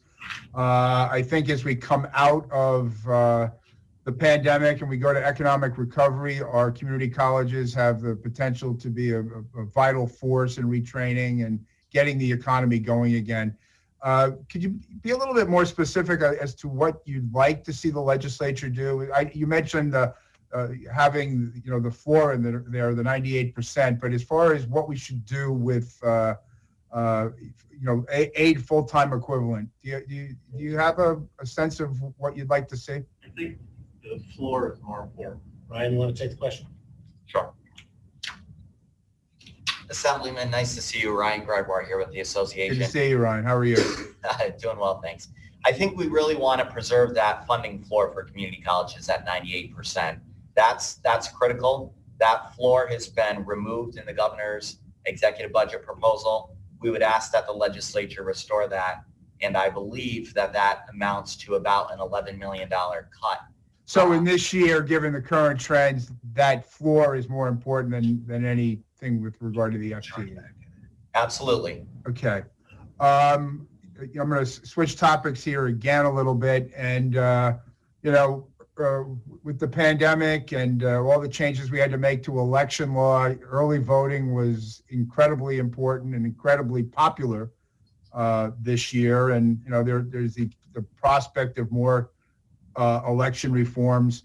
What do you see for the county boards of elections? What should we be looking at going forward to make sure that our county boards of elections have the resources they need, not just to, update and for these reforms, but, to meet the needs in the future? It's obviously a changing playing field on how elections are conducted. What do the counties need? What do the Board of Elections need? Well, I'll respond, and then I'll ask Ryan Gregoire, again, the NISAC Legislative Director, to give his perspective on this. I think that you did a good thing. The state legislature properly prepared an option for our citizens to vote. It worked. We had some problems, but it worked. We did not get that second round of administrative funds that we had hoped to get in the governor's budget. I think that's what we would ask of you, is to do another small appropriation. I don't know if it's 5 or 10 million, 6 million, $10 million, Ryan Gregoire is telling me. It keeps going up. It keeps going up, right? We'll make it 20, but we'll say $10 million, I think, and then phase that out. I think that if you continue to you did it in year one, I think it's worthy of investing in year two, but then step that down over time. And then the maintenance costs, the storage costs of these machines, and transportation costs, operational costs of running these early voting operations. You did a cleanup bill earlier in the year on where certain polling locations had to be for early voting, and we thank you for passing that bill. And I think you did a wonderful job and allowed folks an opportunity to participate in the democracy. So you're to be commended and congratulated, and thanks for raising this issue. We will survey the boards of elections and see if we can come up with some ideas and report both to you and Senator Gorin in the Senate and the elections committees of the legislature, as well as to our findings. Thanks. I've got one last question, and it's been brought up a couple of different times during the testimonies today, but vaccine distribution, which of course the counties play a role in, the county health departments are playing a role in. There's a lot of frustration out there. Mayor de Blasio said really the city and the counties need more flexibility with regard to vaccine distribution. What are you hearing from your counties, and what can the state be doing to improve this rollout? Yeah, this is the whole thing, right? I think that the governor has done a great job of centralizing this process. This is a very complicated system here. But the present state system called CDMS and the MI eligible system was never designed for a mass pandemic, ever. So the system crashed multiple times. So they're doing the best they can with the technology that they had. But we have to do a better job, especially on the 15th of February when we begin to open up to 10 million New Yorkers who become eligible on the 15th of February. And so we need to do a better job to allow people to access appointments, whether it's on a phone. Our older populations don't know how to use computers and things of that nature, so we have to make it easier. I do want to say this, as vaccine eligibility expands, there's a lot of confusion among residents regarding where to go to get an appointment, particularly the 65 and older population and those living with COVID morbid conditions. Eligible residents are unsure where to get vaccinations, and the local health departments lack the critical information needed to direct these individuals to vaccine sites within their community. We respectfully ask for a list of county-level approved vaccine providers and the number of weekly vaccine allocations so that we are aware of capacity and the distribution within our jurisdiction. 2, we need to have access to county-level data that indicates how many residents have been vaccinated with a focus on health equity. And then lastly, we implore the state to remove the barriers to allow access and allow the local health departments to vaccinate all eligible populations to ensure that we remain true to New York's focus on health equity for those populations most impacted by COVID-19. We're going to continue to advocate with the governor to increase the vaccine production, and we need the federal government to provide us more funding for education on the safety and the efficacy of the vaccine, because our minority populations still are not taking it, and from the data that we have seen. So we have to have a better job of the communication as to why this is so important. Thank you, Steve. Thank you, Ryan. Much appreciated. Thank you. To the Senate. Thank you. We're going to our Chair of Local Governments, Senator Jim Gorin. Thank you, Madam Chair. And Steve, thank you so much for what you do, for your testimony today. You touched a little bit on some of the governor's proposals for shared services and for piggybacking contracts. And one of the things I've noticed in general with the budget, one of the few areas in the state budget where we haven't, as a state, expended what has been appropriated or even come close is the money that the state allocates for the shared service programs. Is there anything else we should be doing beside what the governor is proposing? Is there other legislation we could pass? I mean, what can we do to try to encourage more shared services? Within a county with the different municipalities. Nassau and Suffolk. I mean, we've got so many different special districts. You would think there would be a way we could get more savings. Yes, there's an appropriation in there. It's sort of a, I call it a dry appropriation. And in other words, it's not been used as much as one would have hoped. And I would think the governor would agree with that.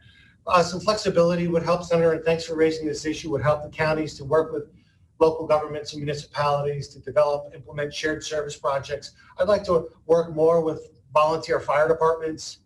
I think the fire service industry is really in need of immediate attention to consider countywide fire districts and how we could use some of these shared services funds to study this, to do more enhanced work with EMS operations. I think that we see that on the horizon as being a very serious issue to be looked at.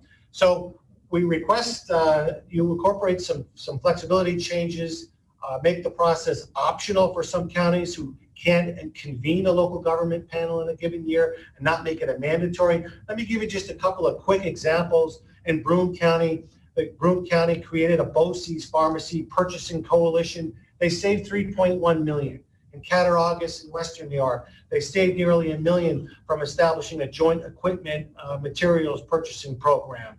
Or Ontario County in Western New York, $250,000 from shared health officers and employee assistance programs. In Sullivan County, $100,000 savings and housing their Department of Motor Vehicles and the Sheriff's Office together.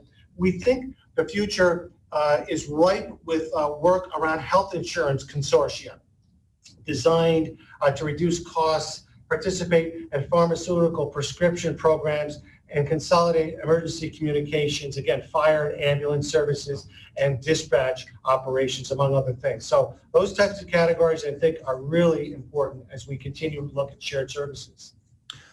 Okay, so maybe Assemblyman Thiel and I can follow up with you and see if we can get some more specifics so that we can really fine tune some legislation to help make this more of a reality. My colleague, Assemblyman Thiel, talked a lot about sales tax. What's going on with property tax? I know in many counties it is not the biggest portion of the budget, but what we are seeing is a lot of people not paying their property taxes. We're seeing a lot of commercial buildings are now vacant with retail leaving, big box stores, empty shopping centers, empty main streets, concern about, a lot of tax certiorari cases going to come in. What are you hearing from the counties? Any concern about that? Yeah, thank you, Senator, for the question. It's a serious issue. We've seen the commercial market change dramatically in the city of New York. It's happening around Main Street in the rest of the state in this new economy and where we go. Likely see what's called a dark store theory, meaning some of these buildings that were designed for a certain purpose. If you just think about a pharmacy or a drugstore that's designed for a certain purpose, and these types of commercial properties will likely want to argue that their change in business nature, they shouldn't be taxed at the level that they are right now. They should be taxed at a different, much reduced level because that building might not be used for the purpose that it was in prior years with this new economy. So it's a very serious issue. The counties have been able to stay within the state property tax cap. We have no issues with the property tax cap. We are loath to raise property taxes, and we've all stayed under the property tax cap that the state has imposed. I'm going to go to Dave Lucas, our Director of Intergovernmental Affairs, to continue to provide some color on the property tax situation. Dave? Yes, I mean, for the most part, we haven't seen the huge impact that we're seeing in New York City right now for the county, but we are concerned about the long-term tail on the pandemic, especially on the service industries, the restaurants and the small retailers on Main Street. As those places are vacant, until the economy is completely back to normal and people are comfortable going out and shopping and doing things, which we believe could be late 2021 or into 2022 before you see that, some of those properties are going to remain empty and not producing for the property tax roll. So we do have concerns about that, and we're hoping that some of the proposals in the governor's budget and federal assistance might help revitalize some of those areas. But we are watching it. We haven't seen the drop off yet, but we really won't know until further into the year. Okay, well, thank you both. And I see a bunch of my colleagues have now raised their hands, so I'm going to donate time back to the state legislature. Thank you, Senator. Thank you. Thank you very much, Assembly. We go to Assemblyman Ra. 5 minutes. Thank you. Thank you, Chair. So I just wanted to go back to some of the sales tax issues, in particular the diverted sales tax.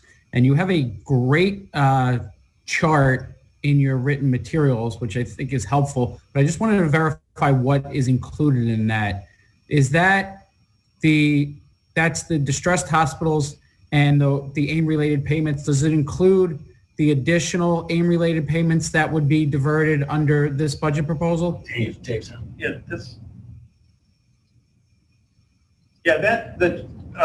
if it's the chart with the green bars, the far right. Go to the green bar. Right. That's strictly. Yeah, right on page 4 in your material. That's the chart. Which chart?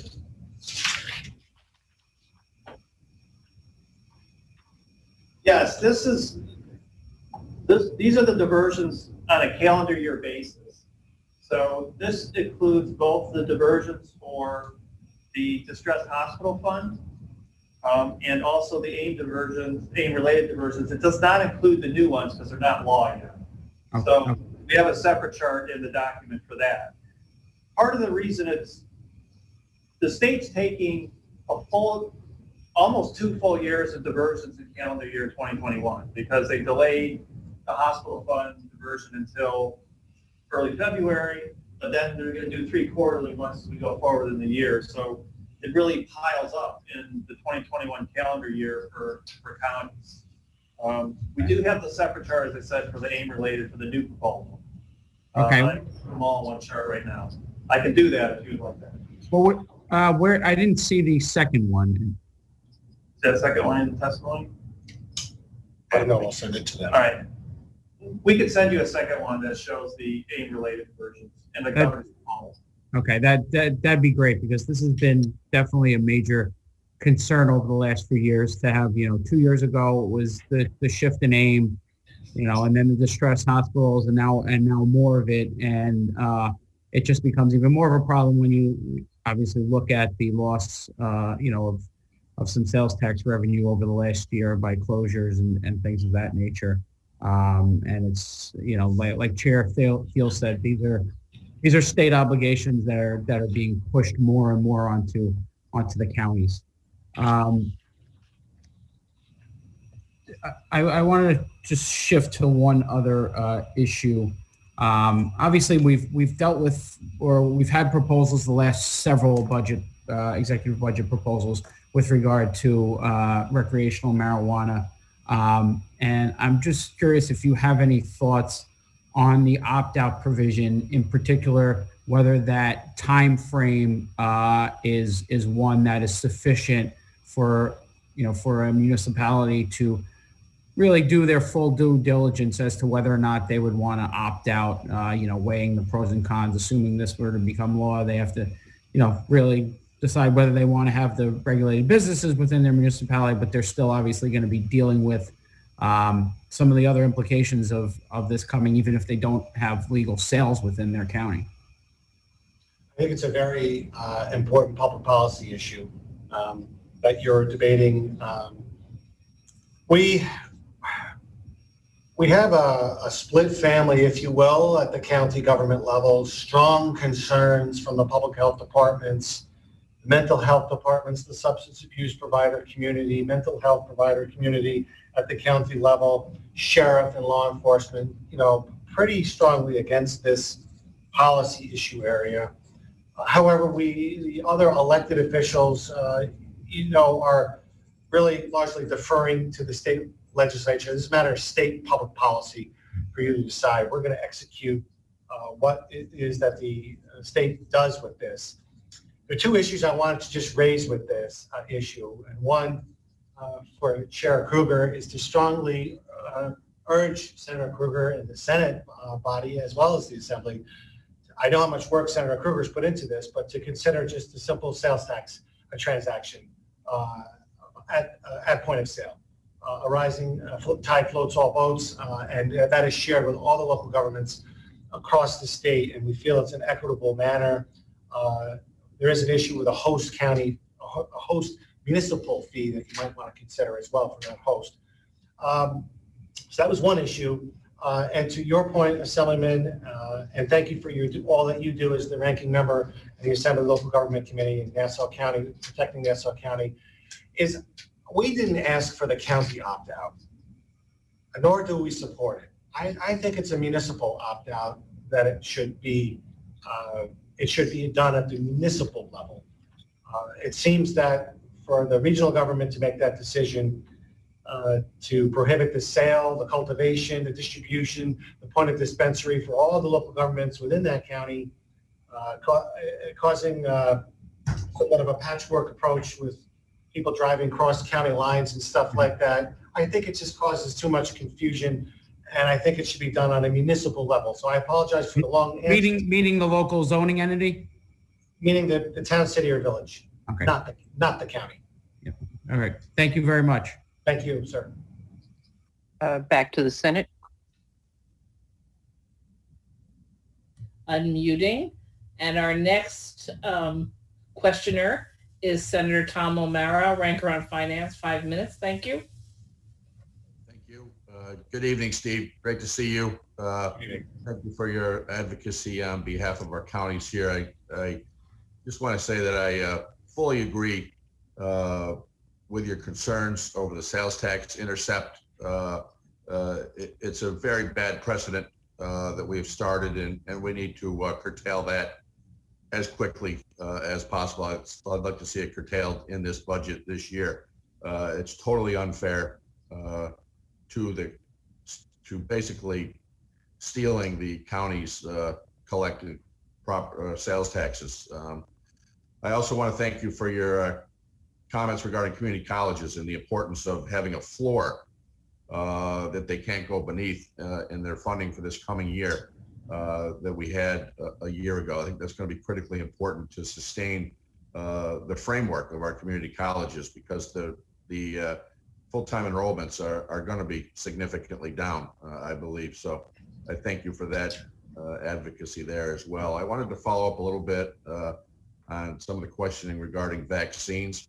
From the 5 counties that I represent in the Southern Tier and Finger Lakes region, I've been hearing a lot of discontent from our counties, the county health departments, in regards to being a real active and full player in the vaccine distribution and administration within the counties. I'm hearing that the counties that are getting very low numbers of vaccines themselves directly. That's a matter of supply, and they're being distributed, and that's going to improve over time. And I get that. As that comes, I believe that the counties, at least that I'm familiar with, are prepared and ready to really ramp up vaccine administration. But they're not getting information right now, basic information from the state of what's actually coming into their county and what's being distributed, what's coming into the hospital, what's coming into the various pharmacies, what has come into the nursing homes, and there is no seeming coordinated effort by the counties in this process, and that they're not really being a real active player with the state on this. What's your perception on this from the rest of the counties in the association, and what do you feel about that? Well, it's the number one complaint that we have. It's getting better, Senator, and thank you for raising. I'm familiar with what happened in your Senate district with the counties and the disappointment with the number of allocation process and how they're considered a partner. Look, the counties were ready to go when the pandemic hit on March 15th last year. We hit the ground running immediately, and then our executive powers were taken away by way of a state executive order. And so we lost the ability to address the pandemic immediately with local powers.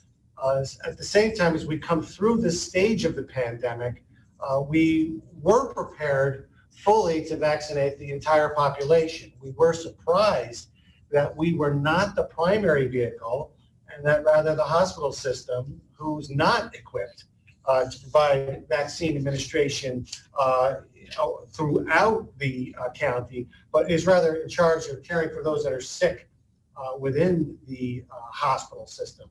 But the governor has seen this. He's listened to us on certain changes. He's been very agreeable when we bring things to him. But I think that we have to have their full attention about the capacity, the true capacity, that in some parts of the state, what they truly can do, especially as we go towards the comorbid population on Monday night, on February 15th, what we are able to do to truly serve the public at large. We have more capacity in certain parts of the state, certain rural areas, and your district still need the state's role, but I think the health departments in the larger counties can and should be doing more. Thank you, Steve. Thanks, Senator. We go to Assemblyman Jacobson, 3 minutes.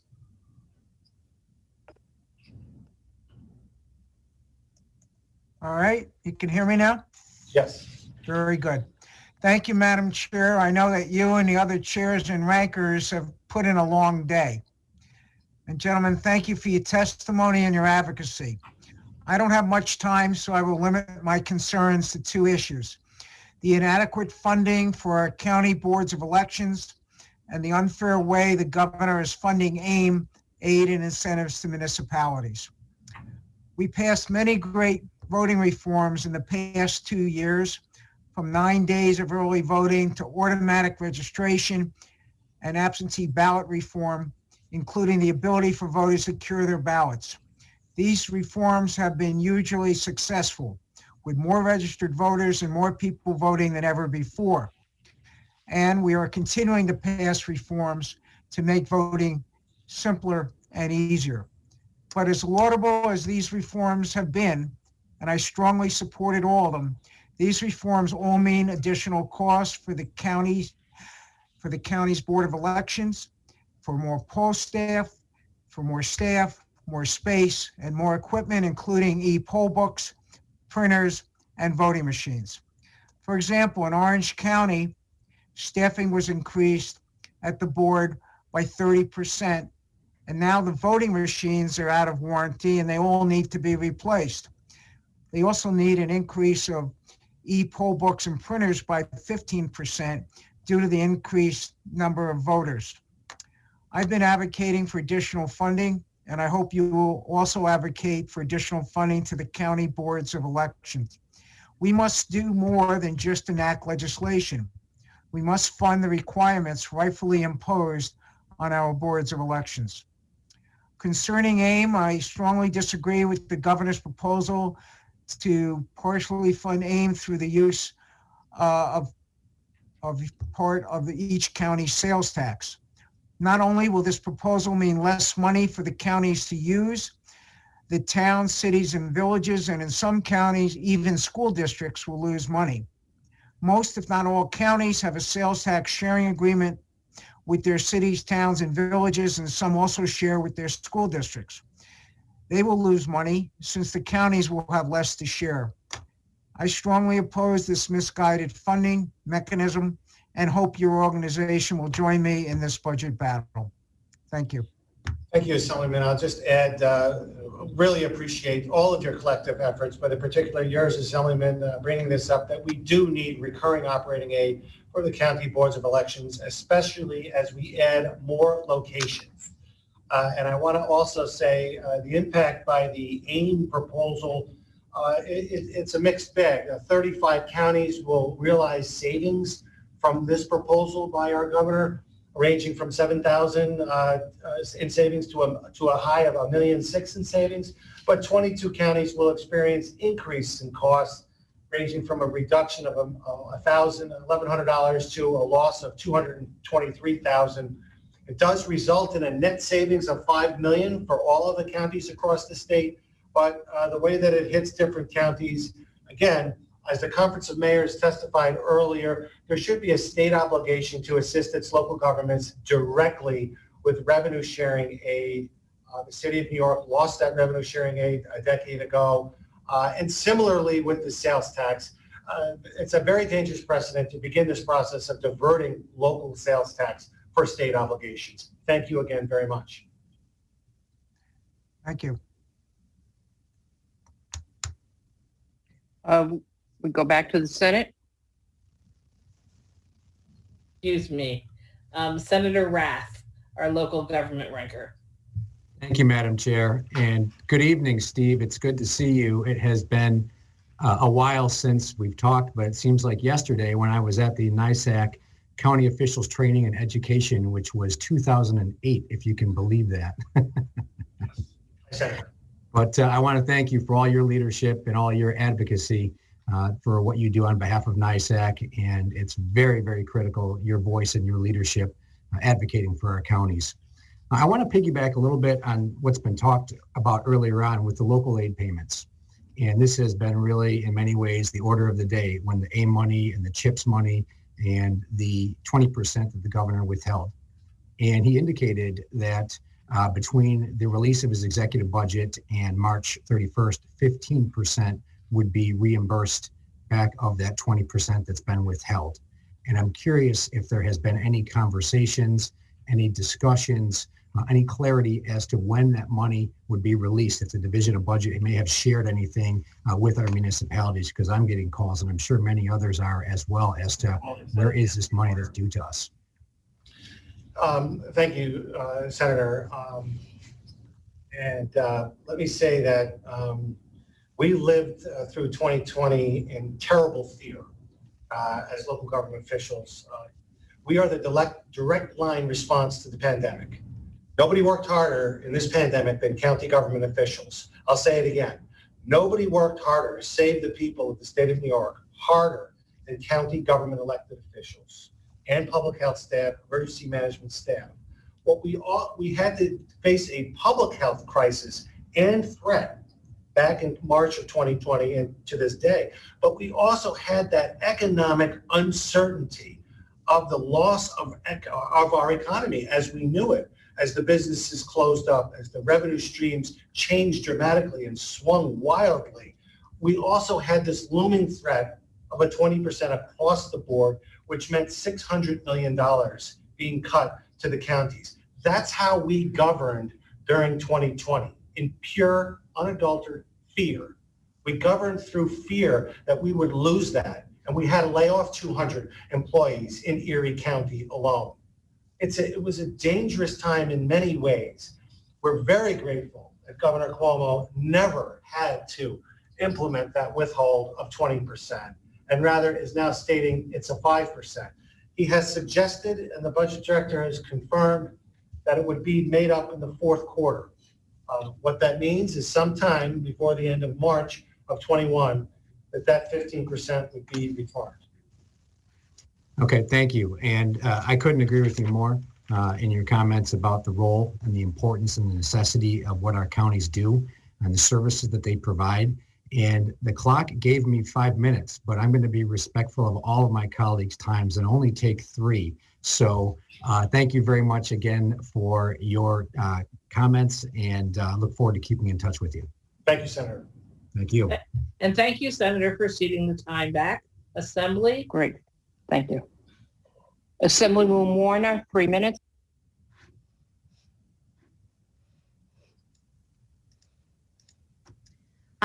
Hi, Steve. Very nice to see you. Thank you, Chairwoman Weinstein and Chairwoman Kruger, for the persistent work that you are doing throughout. Thank you very much. I would lend my voice, of course, to the comments that were made earlier about the community college floor and funding for the county boards of elections. I wanted to follow on what Senator Goffrin asked about. Are we seeing an increase in tax liens, particularly among rental properties? Dave? We'll have to check on that and see. It hasn't been come to our attention on a broad scale. Okay, so it has not yet become a problem.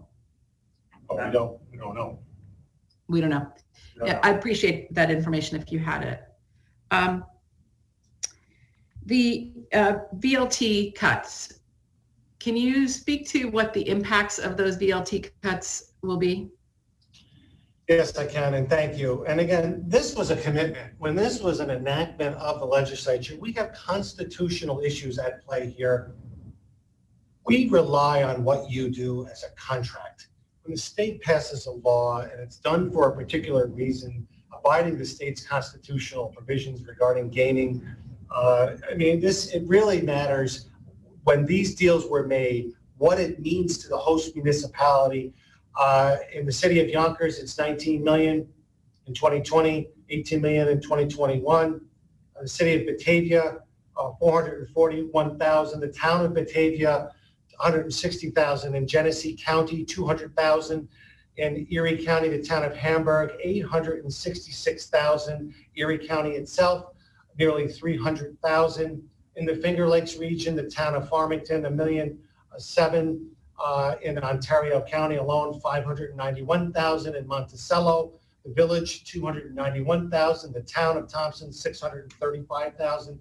Sullivan County, where the casino is located, 309,000. In the city of Saratoga Springs, no surprise to you, Assemblywoman, the city of Saratoga Springs, 2.3 million. That means an awful lot to that city and to the county of Saratoga, 775,000. In the village of Vernon, near Vernon Downs, 137,000. The town of Vernon, 232,000. And the county of Oneida, 257,000. It's a very important impact to us. It's a total impact of about 9.3 million split amongst 15 municipalities and 6 counties. Thank you. It's a lot of money. I have only seconds left, so I'm going to give them back. Thank you. Thank you. Thank you. Okay. Go back to the Senate. Thank you. We have our chair of all cities but New York, Jeremy Cuny. Thank you. Thank you very much, Madam Chair. And Steve, it's nice to meet you. I've heard so much about you over the years. Greetings from Monroe County. Yes. And our wonderful county executive, Adam Bello. So we have a new committee, as the chair mentioned, Cities 2, which is focused on cities outside of the city of New York. And I'm very grateful to have the opportunity to work with you and NYSAC to talk about some of the issues that communities have faced and I think have gone forgotten. And some of my colleagues have already mentioned those today, and you mentioned them in your testimony as well.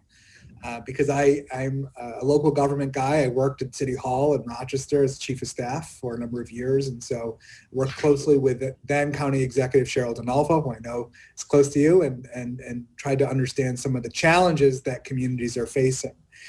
One thing in preparation for our time together today, I read a report, a priority for NYSAC that talked about kind of this blue ribbon panel or commission that would redesign kind of state local service delivery.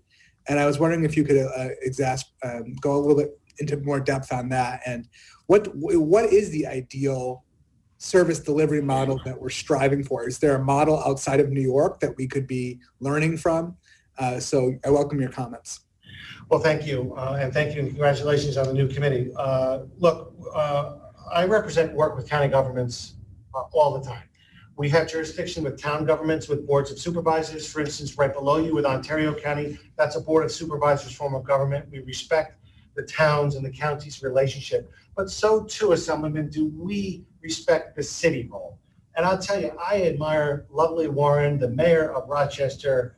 I admire her commitment to the city, to the people of that city, what she has done for the people of that city, and leading through the crises that have confronted that city. And I truly feel bad for her, and I wish her well as she continues to do such an excellent job leading. And the county executive in his new start there is off to a fabulous start serving the people of Monroe County, and especially using the U.S. CARES money that he received to work through the pandemic. I think that when we look at how things have always been done, New York is an outlier in the nation.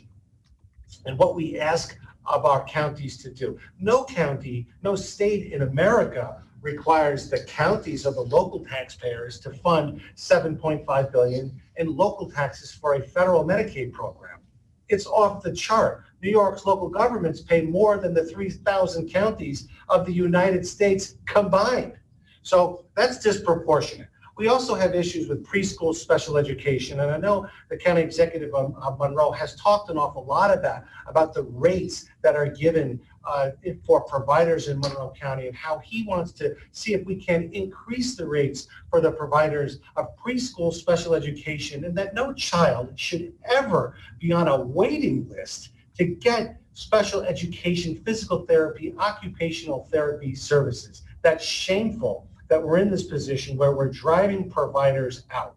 But we have to look at the system of how we're operating these programs of preschool special education, early intervention, the other programs of social and human services that the counties run, and look and see if we can do a better job. Is there programs that the state of New York should assume more responsibility? Is there programs that the counties should assume more responsibilities? We thought that this blue ribbon task force of Republican and Democrat, of urban and suburban, should convene and talk these issues through. This pandemic taught us a lot of things, and one thing it taught us is what we know to be true might not be true tomorrow. But I'll end it by saying healthy and strong cities mean healthy and strong counties. We need our cities to be economically vibrant and healthy. Well, I appreciate that collaboration between cities and counties. I couldn't agree more. I will editorialize just for 40 seconds left to say that you said the pandemic has taught us so much. One of the things to me that it has taught is that if we let our counties, if we got out of the way as state government and let our counties do what they're supposed to do and build on the relationships that they already have and the credibility they already have in their communities, to administer, whether it's vaccines or whether it's information, we would be in a better place than we are right now. And so I strongly will look forward to our continued relationship as we work between upstate cities and counties to build a stronger economy for all. So thank you very much. Thank you. I'll just give a 20-second response to that comment.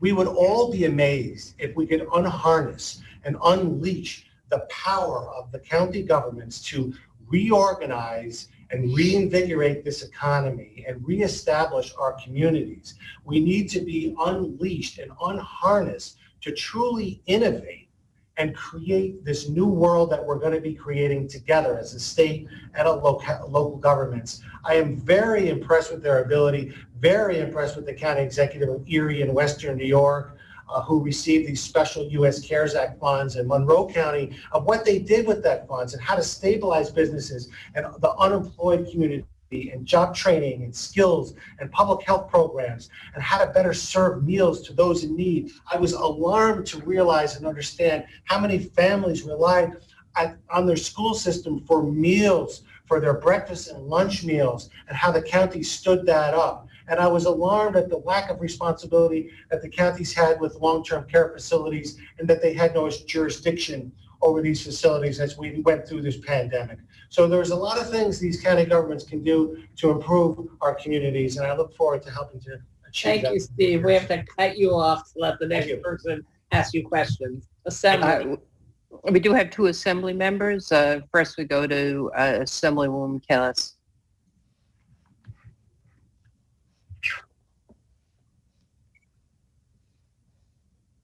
Hi, it's so wonderful to see you again, Stephen and Dave and Ryan, in this new context. Very exciting. Of course, from my experience with you all now, I have a ton of questions. I could talk to you for probably an hour, but I'm going to jump right in. I really appreciate the early intervention comments that you've made, also the support for community colleges, and absolutely the collaboration between counties and cities. And of course, if the counties were allowed to unharness their full power, I 100% agree with you. It would be amazing what they could do. So I'm in full agreement. I wanted to talk to you briefly about the 911 Next Generation, specifically about the diversion of cellular surcharges. I know, at least in my experience, there's a lot of conversion, of course, that's necessary. I'm particularly concerned about the physical infrastructure needs. A lot of them have not been able to get up to speed because of the need now for texting response, cellular response. Can you talk a little bit about the costs that you're hearing that are needed across the state with respect to the county getting up to speed? Well, thank you, and congratulations on serving the people of Tompkins County and other counties that are in your assembly district. Yes, this is an issue, going back to what Chair Gorin was talking about in the state Senate as the chair of local government. He asked about that shared services fund. If we're not using that fund, I think that we should divert that fund of shared services and move it over to the exact program that you're talking about here, to 911 emergency communication system.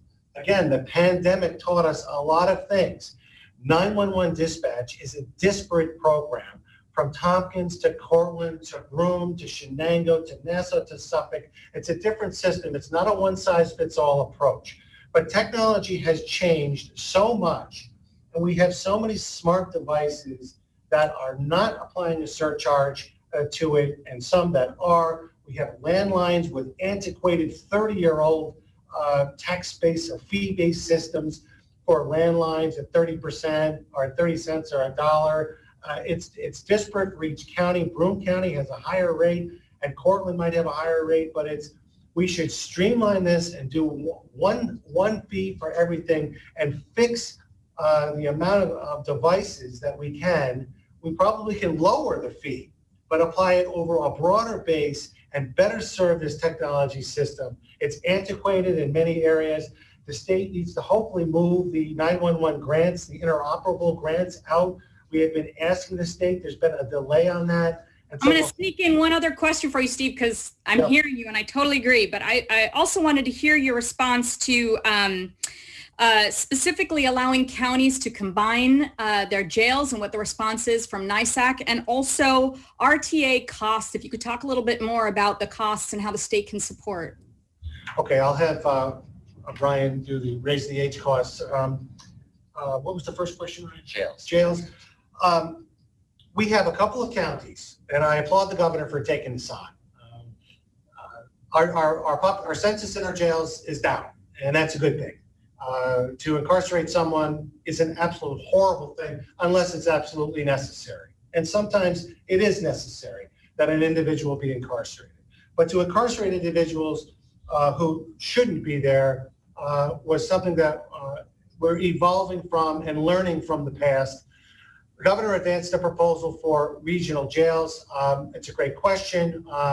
We don't have a comprehensive breakdown of how many counties need to construct new facilities right now, but we have heard from several counties that they are interested in pursuing joint ventures with their contiguous county partners. I think it's worthy of approving a pilot program, voluntary program, to allow counties to work with one another in a legal way, respectful of the Constitution's requirements to have to house a jail in every county. Ryan, quickly on the answer to raise the age costs, quickly. On raise the age, Assemblywoman, we're pleased that the governor reappropriated the leftover funding in that pool for counties. We're going to continue to work to reform that process, the criminal justice process for our youth. And we're happy that that funding was included in the executive budget proposal. Thank you. Thank you. I think the governor has done an outstanding job with implementing raise the age for 16, 17, 18-year-olds. He's done a great job. We go to our last questioner, Assemblyman Rivera. John?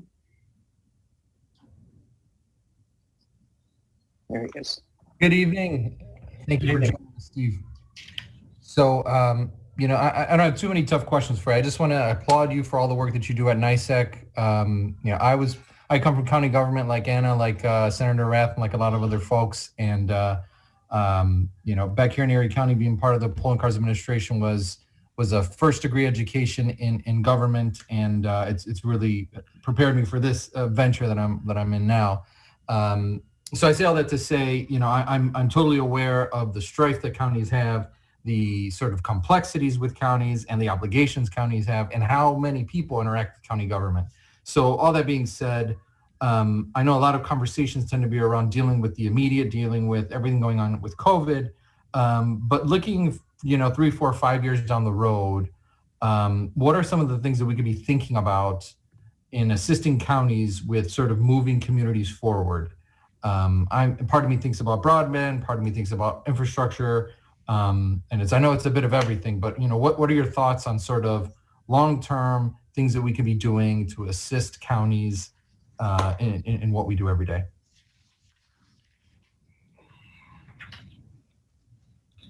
Well, one of the things that we think we should look at is a covered lives assessment, an insurance assessment on covered lives on third-party commercial insurance that matches the Medicaid rate of reimbursement for 75%. I think special education, preschool special education, and early intervention is an area that needs intense reform, and I would encourage you to look at that.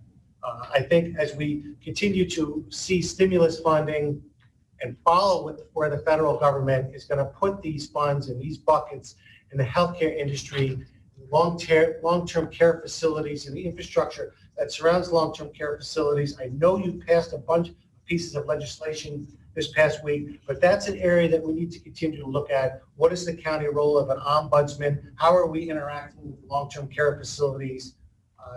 across our communities.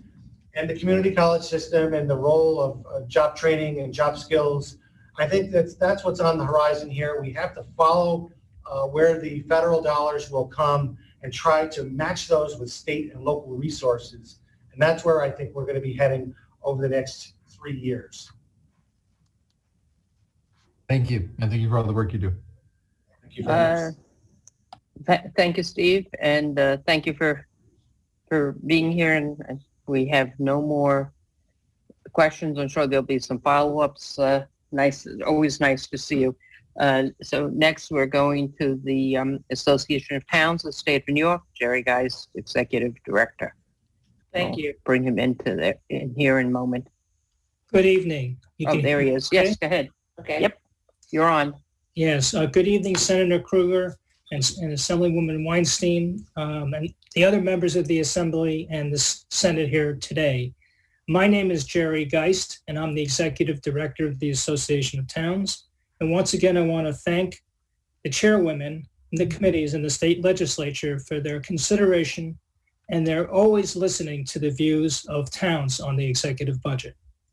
As you know, towns play a significant and essential role for meeting the needs of its diverse citizenry of almost 9 million New Yorkers. We represent small communities and very large communities. Regardless of population, all towns must and continue to provide essential services each and every day, whether it be police, highway, code enforcement, library services, or helping with youth and seniors. We can't be prouder of the Herculean efforts demonstrated by our town officials during the last year. We fully understand and appreciate the unprecedented challenges facing our great Empire State. Towns cannot meet the challenges of providing services every day without the assistance of the state. Our mantra this year simply is, we are all in this together. And we believe that that can be only best served if the state partners with towns in making sure that the delivery of essential services to all New Yorkers is carried out to all localities of the state of New York. Our association has been a strong advocate asking for federal COVID relief, not only to go to the state, but some portion of it go directly to localities because we need the money. And as you know, we're also been a strong supporter of the SALT relief, to have that back in the tax code so that New Yorkers can still have the dream of owning a home and deducting the expenses in order to make that dream possible. And tonight, we want to focus our testimony and keep it as short as possible, obviously, to AIM-related payments, CHIPS, and cannabis. And you can look at our written testimony for the more details on it. Obviously, everyone you've heard from today has been a clarion cry against the governor's proposal to shift AIM funding and to reduce AIM-related payments by 20%. We can't start a discussion of AIM-related funding unless we know the history of it. It was only a couple of years ago that the governor shifted the majority of towns to an AIM-related program that was no longer funded by state revenue. It was now to be funded by a sales tax stream through the county using internet sales tax and regular sales tax. So AIM-related funding does not come from state resources. So we know the governor and the executive chamber know this because last year when they imposed a 20% cut on those who were still in the AIM program, they couldn't touch the AIM-related funding because it wasn't state resources. So now they're seeking to take that 20% away in this year's budget. They ought to have a rationale why, number one, that they can take it away from non-state resources, and number two, what is the rationale for them asking for that reduction? And quite candidly, they should restore the monies, not the 15%, they should restore all the monies they took last year. Cutting AIM-related payments will not save taxpayers any money. Now, what's interesting about this program, what is the AIM funding really used for? It's used for providing essential services every day to towns and its residents. We lost so many dollars in revenue last year.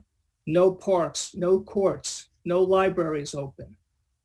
All these resources dried up, and we had to dip into reserves in order to meet the needs of the public. We need this money so we can continue being on the front lines, delivering police, code enforcement, library services, rec programs. This would, if we don't have this, it'll reduce programs, will cut jobs, and it'll hurt people in their homes. So we're asking you to restore it and to restore all the AIM-related funds that were cut last year. Similarly, with CHIPS, we agree with the governor's comments that investing in infrastructure is a great way to help the New York economy. But fully funding CHIPS must occur and has remained flat since 2013. And by creating this extreme winter recovery program every year, it should be put together in the Rain CHIPS program, and we should increase the base each year to invest in our infrastructure. It is simply not helpful to towns to have CHIPS flat every year and then wait for the state legislature to put back the extreme winter recovery program. We need your help now. And we need it for our local roads so kids can get to school safely, people can get to work, and that people can rely on a safe road system to carry out their everyday. With regards to cannabis, we don't have a position whether the state should do it or not, but this local opt-out should be at the local level, not with the counties. You don't want to have a situation where a county doesn't want to do it, as Mr. Aquario just said, and then a town in that county wants to do it. It shouldn't be a county opt-out, it should be a local opt-out.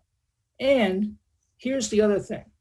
Since we're going to have to zone it, enforce it, and monitor these programs that have passed, we should have a portion of the revenue.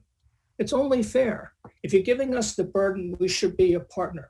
We should be in this together to provide those essential services. And so we're asking for a dedicated portion of that sales tax to be provided to the towns. Other issues, renewable energy, real property tax exemption. We like the proposal that keeps the local opt-out, but we feel, and we like that we can still negotiate pilot agreements. But we think imposing a statutorily mandated method of assessment on energy projects undermines the theory of home rule. On the moratorium on termination of utility services, we understand people in a difficult financial position, but the law currently in place, which prevents termination of services for residential customers, is sufficient. And we should think about that. Interest rates on judgments, we all agree that the 9% doesn't make any sense, and it has to be changed to a current market rate. We feel that is really helpful. And in sports gaming, here's another issue. Once again, if the gaming industry or the mobile betting is going to come, towns should have a role and should have an opportunity to get some of those fundings. So what we're asking for is a seat at the table. We're asking for your support once again to restore the extreme winter recovery program, to restore AIM, to restore the cutbacks, and to make sure that we're a partner and that we are a participant so that we can all work together for a better New York State. Thank you very much. Thank you. We go to Chair of our Local Governments Committee, Fred Thiel. Hi, Jerry. Good to see you this evening, and thank you for your testimony. Much appreciated. Thank you for your patience as we approach the 7 o'clock hour. You know, AIM has been a major portion of the discussion today by certainly whether it's been villages or towns, cities. have all talked about AIM, and and again, just for the record, there shouldn't be any cuts, and we should be going back to this being a state responsibility and not shifting the cost to the county. Similarly with CHIPS and the extreme weather recovery, it's become an annual dance for us to put back the extreme weather recovery. There was a testimony earlier, I think, from NICOM that talked about, with regard to water quality infrastructure, water mains, water systems, that there should be a similar program to AIM to help local governments with that infrastructure. Is that something that the towns would also support? Well, obviously, we're very supportive and have been supportive in the past for a dedicated fund for those purposes. And we would greatly encourage that to occur. But going back to AIM, I totally agree with you, Fred, that we need to have the state partner back into this equation and use state resources to have that partnership so that we can do the essential services every day. It's a contract that we've had with the state for years, and this move to put sales tax. And by the way, we've been trying to get those sales tax figures from the Department of Finance, and those figures are lagging. And we really should find out how much sales tax has been generated by that new component of the internet sales tax. Because I don't know about you, but for many of us staying at home, we get to see the Amazon and the FedEx trucks drive by every day. And so we have a belief that sales tax number generated by the internet sales tax has gone higher than the projections. But we should demand those numbers. I'm convinced that Amazon had to build a facility in West Hampton Beach just because of just to serve my house, actually, since the pandemic. Do you have a position on early retirement? I know a lot of us have gotten letters from public employees who have a great deal of interest in an early retirement incentive. Does the Association of Towns have a position, and do you see that as a way of providing some financial flexibility for towns and local governments? We haven't taken an official position, but I will tell you that it really should be thought out, because I believe in the past it's only been to certain employees. It didn't cover police or the fire personnel, and we should figure out what the costs would be. Are we going to hire people back? Because if we're just going to have retirement without understanding whether we're going to hire people at a lesser wage, then it might defeat the purpose of it. So I think we need to do some study, but we don't have an official position yet. Okay. Jerry, thank you very much. Much appreciated tonight. Thanks for all your help last summer as well. Oh, thank you, Jerry. Okay, we go to the Senate. Thank you.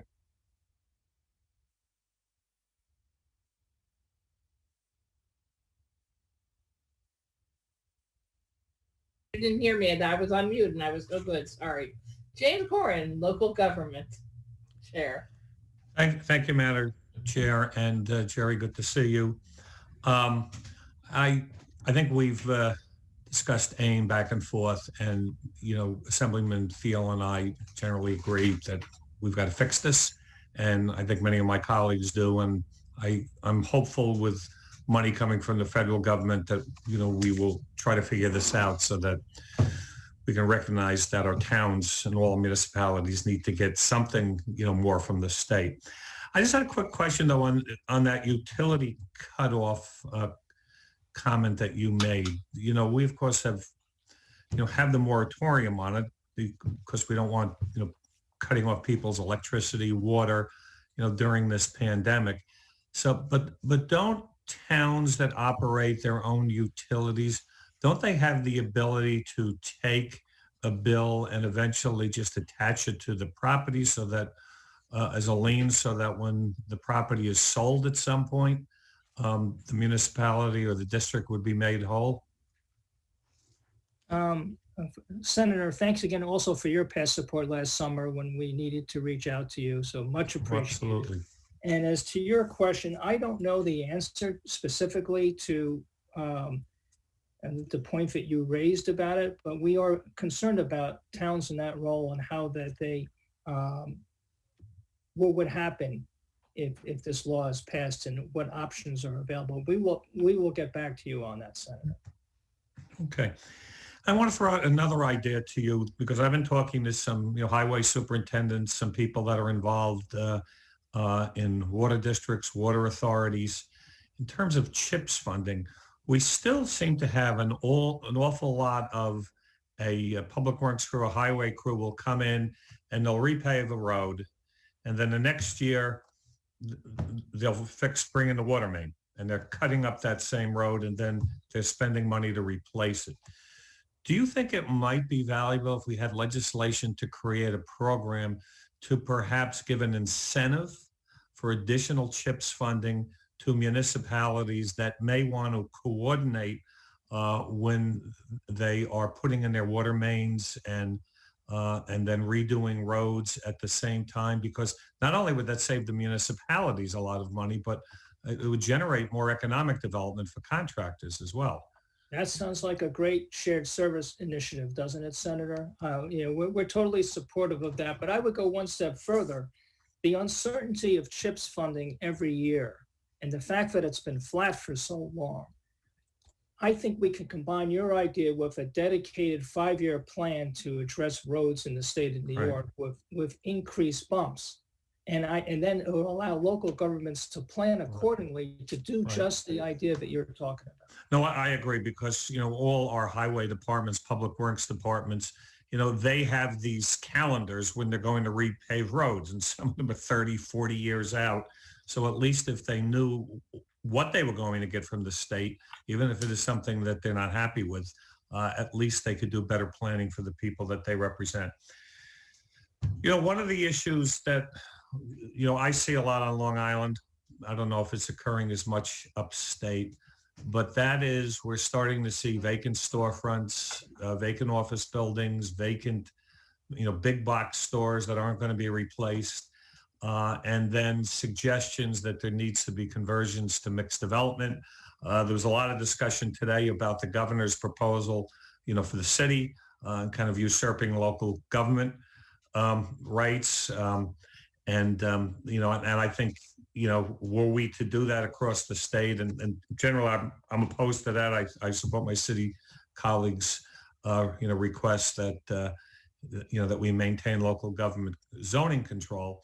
But at the same time, we have to do something about this. And I'm wondering how the counties, or the towns rather, might think in terms of perhaps we redevelop or recommit some of our economic development money as incentives to communities that want to rezone properties and, and do probably what's going to be mixed use development, including providing housing for especially young people and, affordable housing. Senator, before I answered, I want to address one of the issues you raised earlier about real property in communities such as towns, and about whether we're seeing any issues with vacant properties on Main Street and other commercial properties. We are very fearful that there's going to be an onslaught of a certain, tax certiorari claims this year, and for both residential and commercial properties. And that's going to be a real cost to communities to address the how to defend those things and negotiate those things. But at the end of the day, if the commercial properties get their assessments reduced, their assessed reduction gets passed over to the residential homeowner. And I really think that the state ought to really take a serious look about that potential problem, because that doesn't affect a tax cap, but it affects how the pie is allocated. And I think that's going to be a real problem in your area of the state, Senator. It already is. Many school districts are really getting hurt. We need some type of a commission or study how we can help the local cities, villages, towns, and counties address that situation. As to your first point, we believe in home rule, local option. We believe that if you give the local community the tools to do things such as you said, they will make the appropriate decision for their community. We just want to make sure that it's a local decision and a local option, that they have that in their toolkit. Okay, thank you so much, Jerry. Thank you. Thank you, Madam Chair. Thank you, Assembly. We go to Ranker and Ways and Means, Ed Ra, 5 minutes. Thank you, Chair. Good evening. I just wanted to get back into the cannabis issue and just your perspective on, I fully agree that if this is adopted, that opt-out really is appropriate at the level, of local zoning authorities, whether it's towns, villages.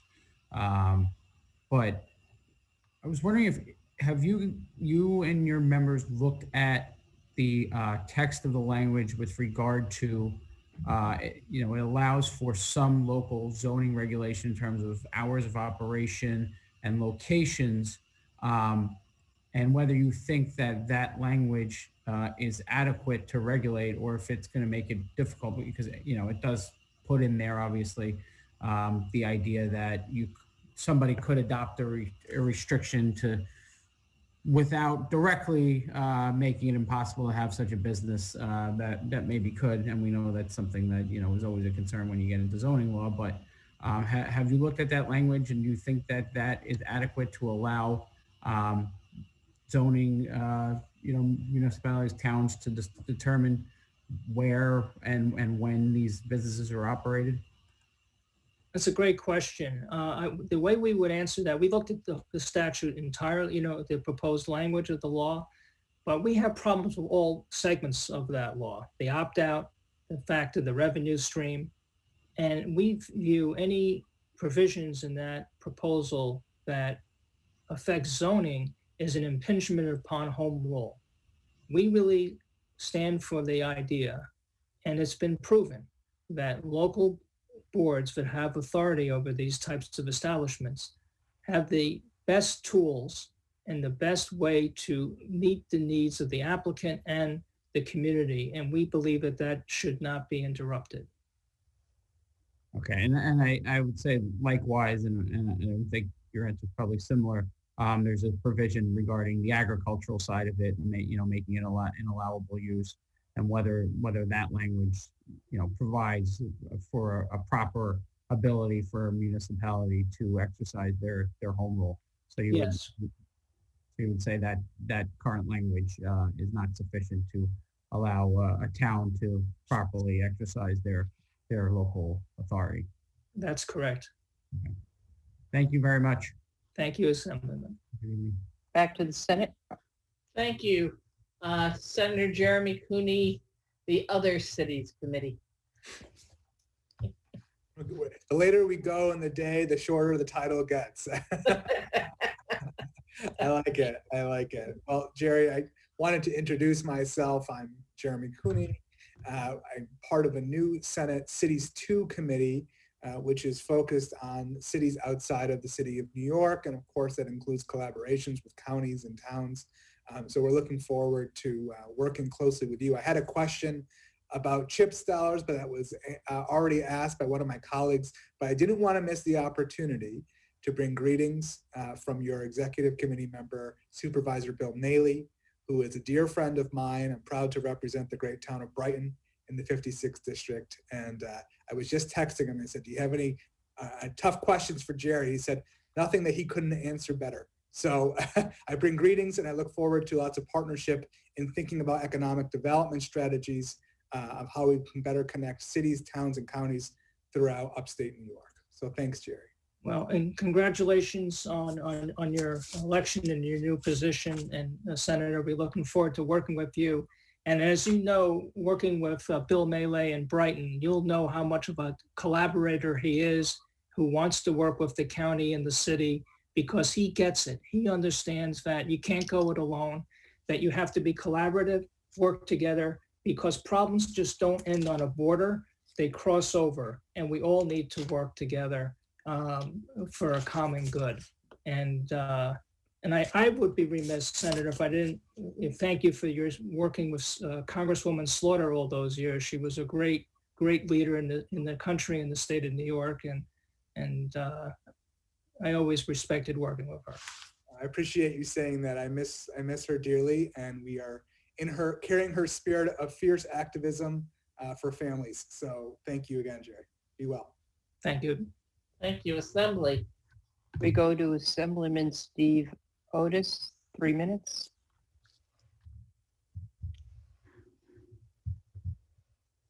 Are we there? Hey, Jerry, how are you doing? Nice to see you. Good to see you, Steve. A quick question for you. One of the big issues all over the state right now is access to broadband, and a lot of that is in towns where the telecom companies are not really providing the broadband as robustly as people need it.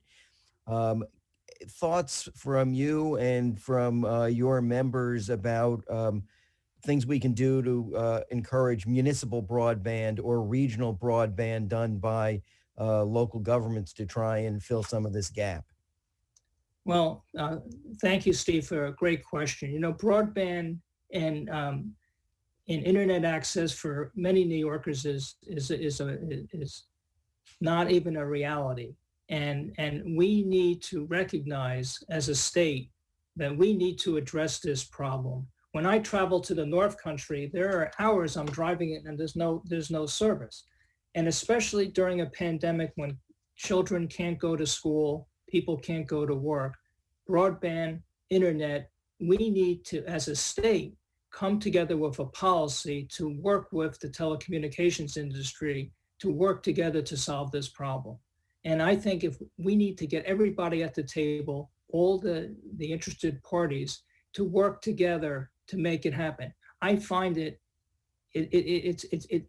we are in 2021 and the numbers of people who don't have services it's really very disappointing for a New Yorker. Thank you, Jerry, and thank you for all your great work with the Association of Towns and your prior life in local government. Well, thank you for all your work. Back to the Senate. Thank you, Senator Ed Rapp. Thank you, Madam Chair. And first of all, I want to congratulate Assemblyman Otis for asking my question. But other than that, I have one other question. So very good question, Assemblyman Otis. And Jerry, thank you for your comments and the work that you do for the Association of Towns. I'm here in the town of Amherst, and I represent Erie County, Genesee, and a portion of Monroe County. And we've talked a lot tonight about shared service initiatives and the importance of the collaboration which you refer to. It's so very important amongst our municipalities to be working together, our counties and our municipalities. I think of snowplow contracts and salt contracts between the counties and our towns, shared equipment, joint maintenance facilities, and all the rest. I think there's so much collaboration that's already happening, particularly within our towns and our counties. And I think that sets a tremendous model for what we're trying to do to build out the shared services initiatives across New York State. So if you could touch more so on what towns are doing with regards to all these collaborations. And I wrote down what you said here: give the local communities the tools and they will get the job done. Amen to that. I couldn't agree with you more. So that's my question about what's happening within our towns with regards to shared service initiatives. It's been going on for quite some time. Thank you very much, Senator. And just as someone talked, Senator Cooney talked about the town of Brighton, the town of Amherst. We're blessed to have Denny Powers is on our executive committee and Brian Copa, the supervisor, on our resolutions committee. So Erie County is very important, as all the counties are to the fabric of the Association of Towns. Great question about shared services. We want to tell you that towns have been doing shared service programs, not for years, for generations. And we continue to be innovative and trying to come up with new strategies on how to do it. It gets harder because we've been doing it for so long. But the biggest thing that could help us to give us the tools to do more things is to change state law to remove the barriers to prevent towns from sharing services. The best example I can give you is when I was a town councilman in Westchester County, in the town of North Castle, we wanted to do a shared wash bay facility for washing down not only highway trucks, but school buses so that the integrity of the body of the equipment could be much longer, save taxpayers dollars. Well, under state law, it required a majority vote of the town board, but it required a referendum of the plebiscite of the school board. Well, in my case, the town board adopted it but the voters at a plebiscite turned down the school option. So if we could change some of these barriers in state laws, we're going to actually implement cost savings to the taxpayers. And so there's a lot of these barriers. We had mentioned this, and we could provide it again, of laws that things that we really want to do, but we're prevented by state law in making those changes. Jerry, if you could share that with us, I think that would be very educational for us because we do need to remove those barriers because there's major cost savings to be accomplished. Yeah, we will definitely do that. But that I think is the biggest thing that we can do. Fantastic. Thank you. I think the Senate might be done. We have Assemblywoman Warner. Thank you very much. Thank you, Jerry, for your great testimony. And I appreciate your comments about the towns and sharing in the sales tax revenue from legalized cannabis if that is pursued. I also appreciate your comments about having the towns be an opt-out, have the opt-out be at that level. I'm just wondering, sort of philosophically, what your thoughts are if a town decides to opt out of hosting or allowing cannabis production or distribution facilities in its borders. Should it also then opt out of the tax revenue stream that's generated by that production and sale in the county? That's a great question, Assemblywoman. I haven't really thought about that, but that is something that I'm going to have to think about and get back to you. But you raise a very good point. And I think it's worthy of us talking with my staff and getting back to you on that. That's a great point, and I didn't think about that. I did have one other thing, Assemblywoman, if you wouldn't mind, about shared services. I know the senator. I do have one other question for you, if you don't mind, and then you can answer that quickly and go back. You mentioned in your written testimony about the need for enhanced CHIPS funding, of course, extreme weather, but then more. And I'm wondering if you have a sense of what the more needs to be based on deferred maintenance. We haven't, as I said before, we haven't had any increase in CHIPS since 2013. And extreme winter recovery hasn't even been in this budget. More is we need a dedicated plan with dedicated funding streams with dedicated increases. And I think the legislature could be really well positioned to provide assistance in coming up with those numbers. But we can't just remain flat and expect our roads to be in the same condition. When I was a town councilman, we were told that the roads have to be upgraded every 10 years. And I was recently told now it's like 18 or 19 because we don't have enough funds to do the work to keep the roads maintained. I agree with you. We need to provide predictability here, and it needs to reflect the increase in expenses and costs on an annual basis. So I'm with you on that.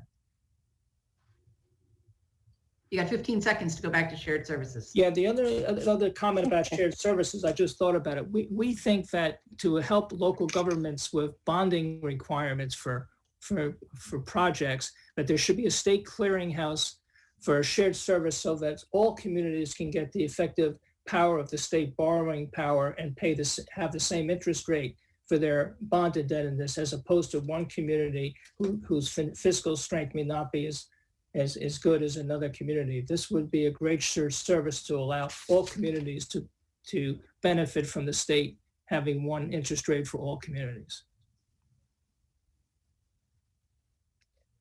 Thank you. Right on the, so thank you for being here. I do not believe we have any further members that have questions for you. So we're going to move on to the City of Saratoga Springs. Meg Kelly, Mayor. Thank you. Good evening. I had good afternoon, but now it's good evening. So I appreciate you all hanging in there with us. I am Meg Kelly. I'm the mayor of the City of Saratoga Springs. I have served since January of 2018. Similar to last year, I am here to speak about an issue critical to the health, safety, and welfare of the city of Saratoga Springs. More specifically to the VLT funding and the AIM funding that is very necessary for our small city in upstate New York. Last year, due to your efforts, VLT impact aid to the city was restored in the 2020-2021 New York State budget. This restoration, which represented approximately 4.27% of the city's 2020 projected revenues, allowed the city to maintain essential services and to protect our employees, citizens, and taxpayers from the impacts of COVID-19. It was a positive outcome as we worked to manage through the early days of the pandemic and many fiscal uncertainties the pandemic created. Despite many of the challenges on the local level, we work diligently to lead the community through these unprecedented times. For example, working together, the city was able to advance a customized multimedia Mask Up Saratoga Springs campaign, a transition to remote working, virtual meeting, and installation of digital measures that kept the business of government flowing smoothly and securely, an upgrade to the city information systems security in the face of increasing cybersecurity incidents. Continued to work on long-awaited Geyser Road Trail and other trail connectors, a successful outdoor eating project for restaurants, which resulted in a number of extensions through the end of the year and probably will help many restaurants survive. Continued renovation at the City Hall. We opened City Hall, but we're closed to the public, so unfortunately nobody can see that. The Trask Stairway in Congress Park and Camphouse Casino. A comprehensive review and update to the city's policing policies and procedures. The pandemic has been an extraordinary event for the city. We are a year-round destination accustomed to numerous activities, special events, substantial visitor participation and citizens, our local citizens. We missed 2 million visitors last year with NYRA and our Performing Arts Center being closed. For the most part, all of these activities are paused in 2020, causing significant revenue loss. The disruption of the pandemic continues in 2021 with no precise end in sight. There is still good news that the vaccine has been approved and efforts are being made to roll it out. But as I've heard all day long, it's not going as smoothly as we all anticipated. Until that time, however, we have an obligation to deliver city services at adequate levels. Eliminating the VLT aid and significantly reducing AIM aid would strike a significant blow in the city's already fragile finances and would force us to consider services cuts and additional increases in property taxes. Commissioner Madigan, who is also on this call, will expand on these points. So with that, I will ask if there are any questions of anyone, or I would say thank you for your time, and I would turn it over to Commissioner Madigan. You could let Commissioner Madigan speak for a few moments. Thank you. Good evening, Chair Kruger, Chair Weinstein, Chair Gowron, Chair Teal, and other distinguished members of the legislature. I am Michelle Madigan. I'm the city's Commissioner of Finance, and I've been in this role as an elected official since 2012. As you've heard from Mayor Meg Kelly, the COVID-19 pandemic has taken a human and economic toll on the city. Lives have been lost, businesses have closed, and the city's finances have not escaped this damage. When I presented the 2020 budget to the City Council and the public on October 6th, I called for a 15% reduction to the public safety workforce and a 10% across-the-board salary reduction for all city staff, as well as other related cutbacks across all departments. I even recommended defunding our recreation department or making them at least operate as a revenue neutral program. That was probably a mistake. People got quite upset about that. And this was all with a budget that included VLT funding. We do rely on VLT funding. We host a casino at one time known as a Racino. We have an agreement for these funds. VLT is one of our major revenues, just behind sales tax and property tax. And when fully funded, it represents $2.3 million, as you heard earlier today, or at times 4.7% of our budget. It is larger than AIM funding, which we certainly hope will be restored, mortgage tax and occupancy tax for the city of Saratoga Springs. I have been locally elected finance commissioner, as I said, 10 years now, and this revenue remains volatile year after year, which makes it difficult to rely on, and yet we need to rely on it. I would be remiss if I did not budget for VLT on behalf of the city employees, and the essential services that we must provide. A revenue that represents almost 5% is not easy to simply replace, and it is especially difficult to replace this much needed funding during the COVID-19 pandemic, when other revenues such as sales tax have greatly suffered. Based on Comptroller DiNapoli's recent sales tax report, Saratoga Springs sales tax collection for 2020 was down 17.1% compared to 2019. This is one of the largest sales tax collection declines in all of New York State. For 2021, we adopted a balanced budget, which we believe will be key to the city's financial recovery from the COVID-19 pandemic. And the budget does include, as I said, VLT. But it also required me to move our retirement payment from December of this year, forgoing a discount for paying early, which is good for taxpayers, and moving that payment into February of 2022. To make this work, I budgeted $5 million in federal fiscal stimulus. And finally, our adopted budget, unfortunately, did include a 6% tax increase to city property tax owners and residents. This is the first time that I've really had to raise taxes in the city, and I also had to ask the council to pass a local law to override tax cap. But with strategic planning and budgeting, we have been able to maintain our service levels, but to say that it has been difficult is an understatement.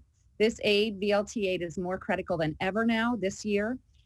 If there is a desire to remove this vital aid going forward, it would be best, I think, if we could have a plan that might help cities and towns such as ours plan for weaning us off of this much needed aid. And that does not mean that we don't need it, but to go all the way to zero in a fiscal year is really tough. It's tough on the city of Saratoga Springs. I would like to thank you all for your support last year of VLT. We anticipate 2021 to be an extremely difficult year as well. And similar to last year, we are again pleading for the legislature's support in restoring this critical aid in fiscal year 2022 New York State enacted budget. Thank you very much. Thank you. We go to Assemblywoman Warner.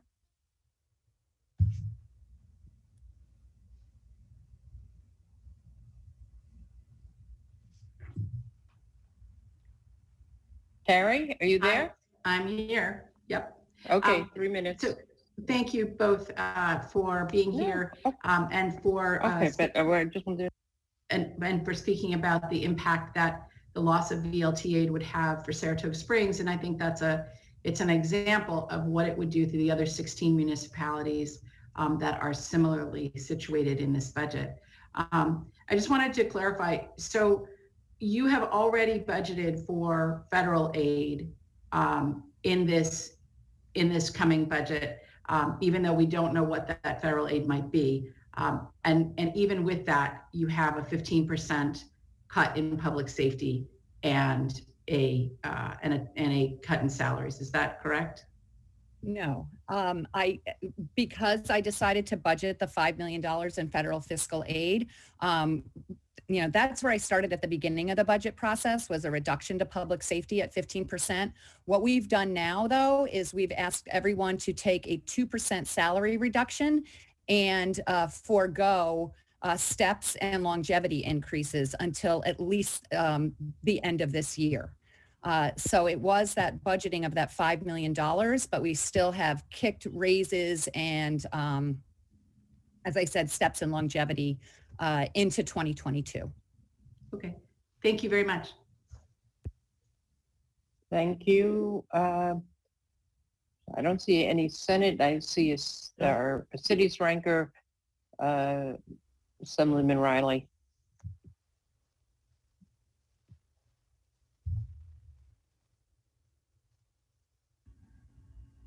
Thank you, Madam Chair. Sorry, I was on mute still. I apologize.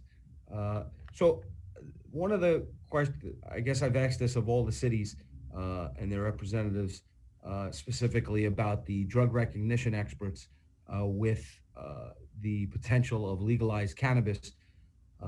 one of the concerns we have, of course, is driving while under the influence. I wanted to know if the local police department has a drug recognition expert, and if not, would you support an offshoot program helping to get our local police departments trained with this potential public safety issue? I do not know the answer to that, but I do think that we would support adding somebody to that role. I just don't know. I don't have the public safety department commissioner with us here tonight. Do you know how big the police department is? I believe it's a maximum 72. Okay. Yep. Okay.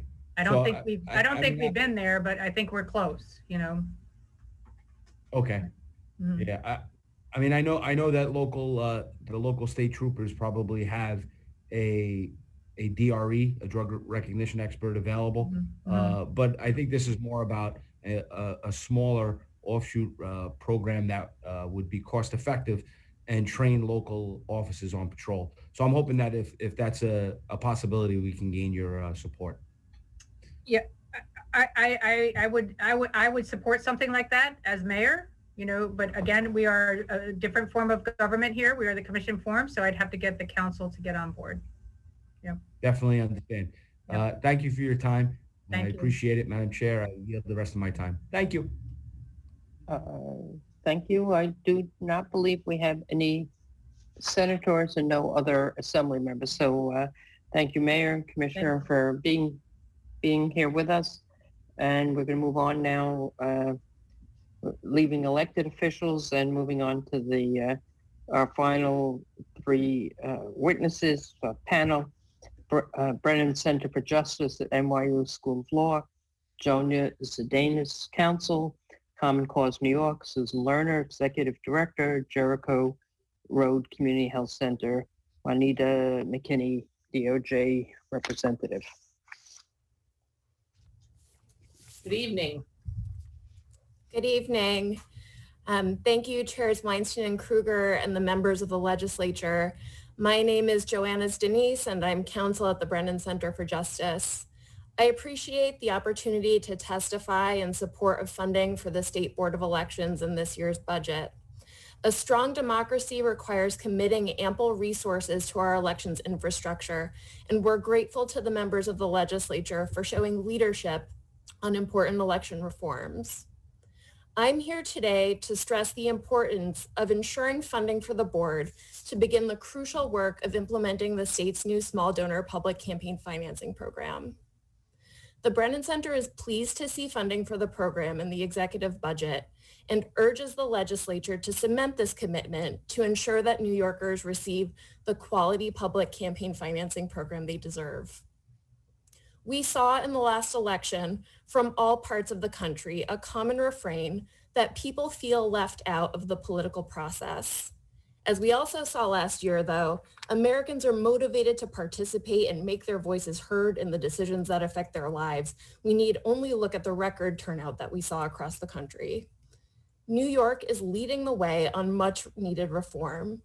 And as the state faces its toughest challenges yet, it's ever more critical to commit resources to reforms that strengthen public trust and amplify the voices of New Yorkers in the political process. The small donor public financing program that you approved last year promises to do just that.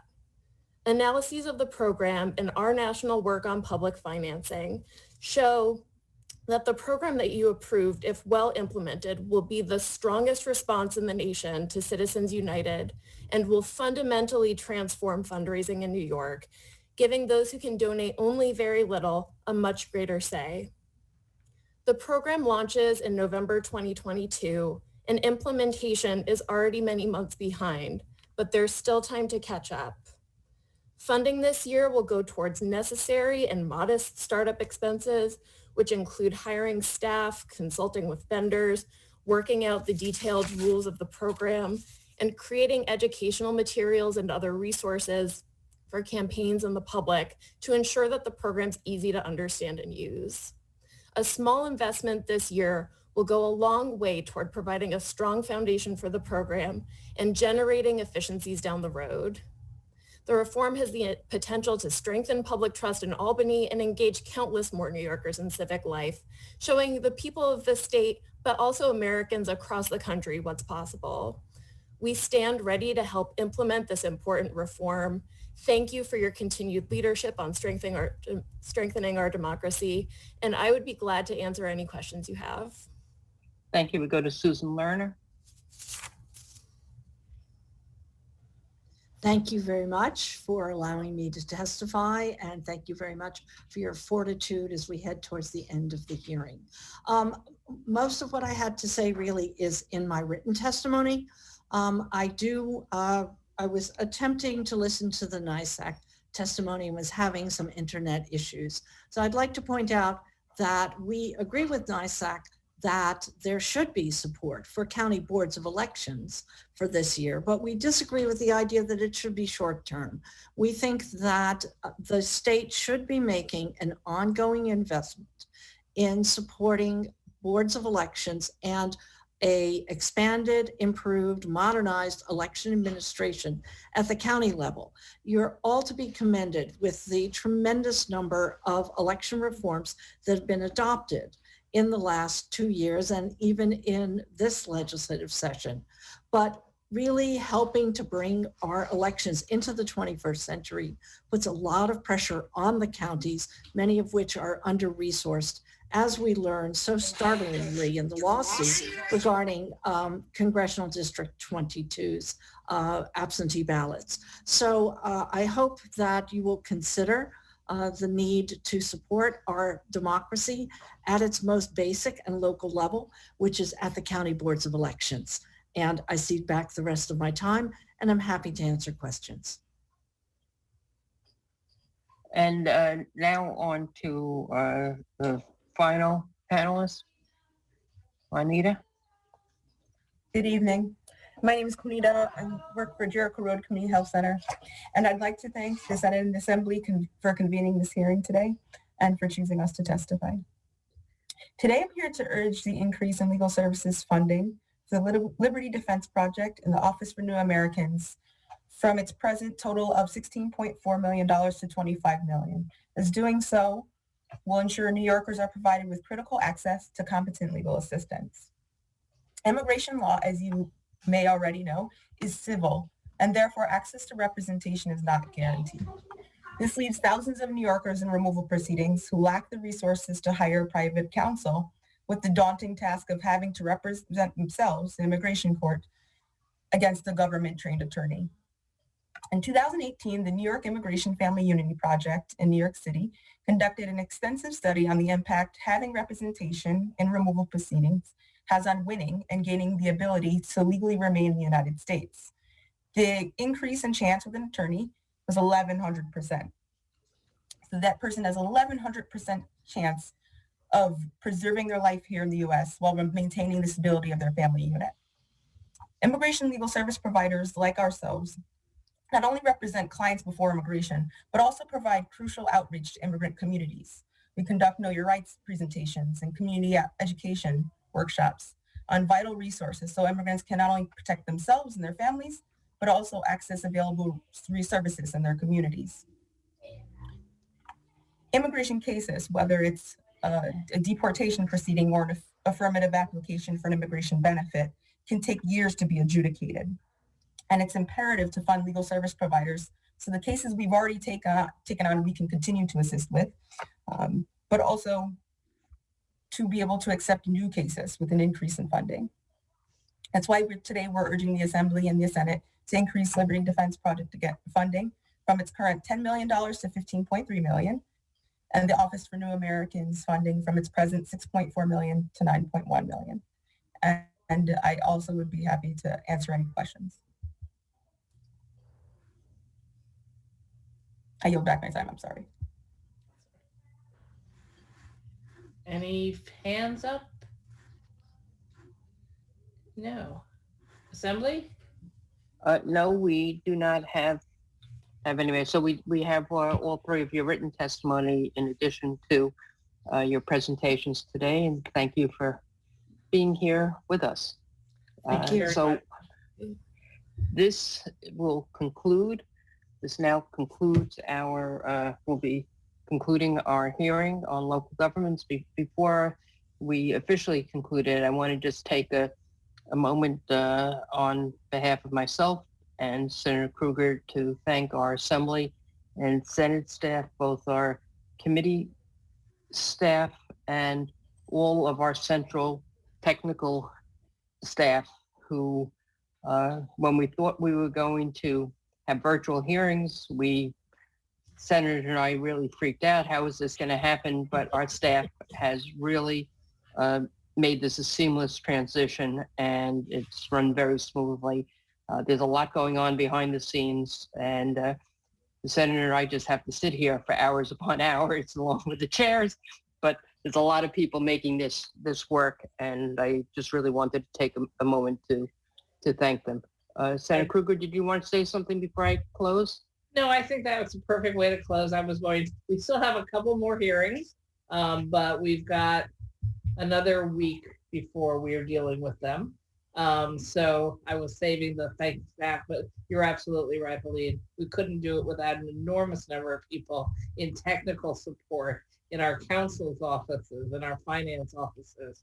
And that's for, all members of the legislature. So, I'm really proud that we've all figured this out and are making sure that we're keeping our government going, even though we have new challenges every day. And I'm also not unhappy we don't have a hearing tomorrow.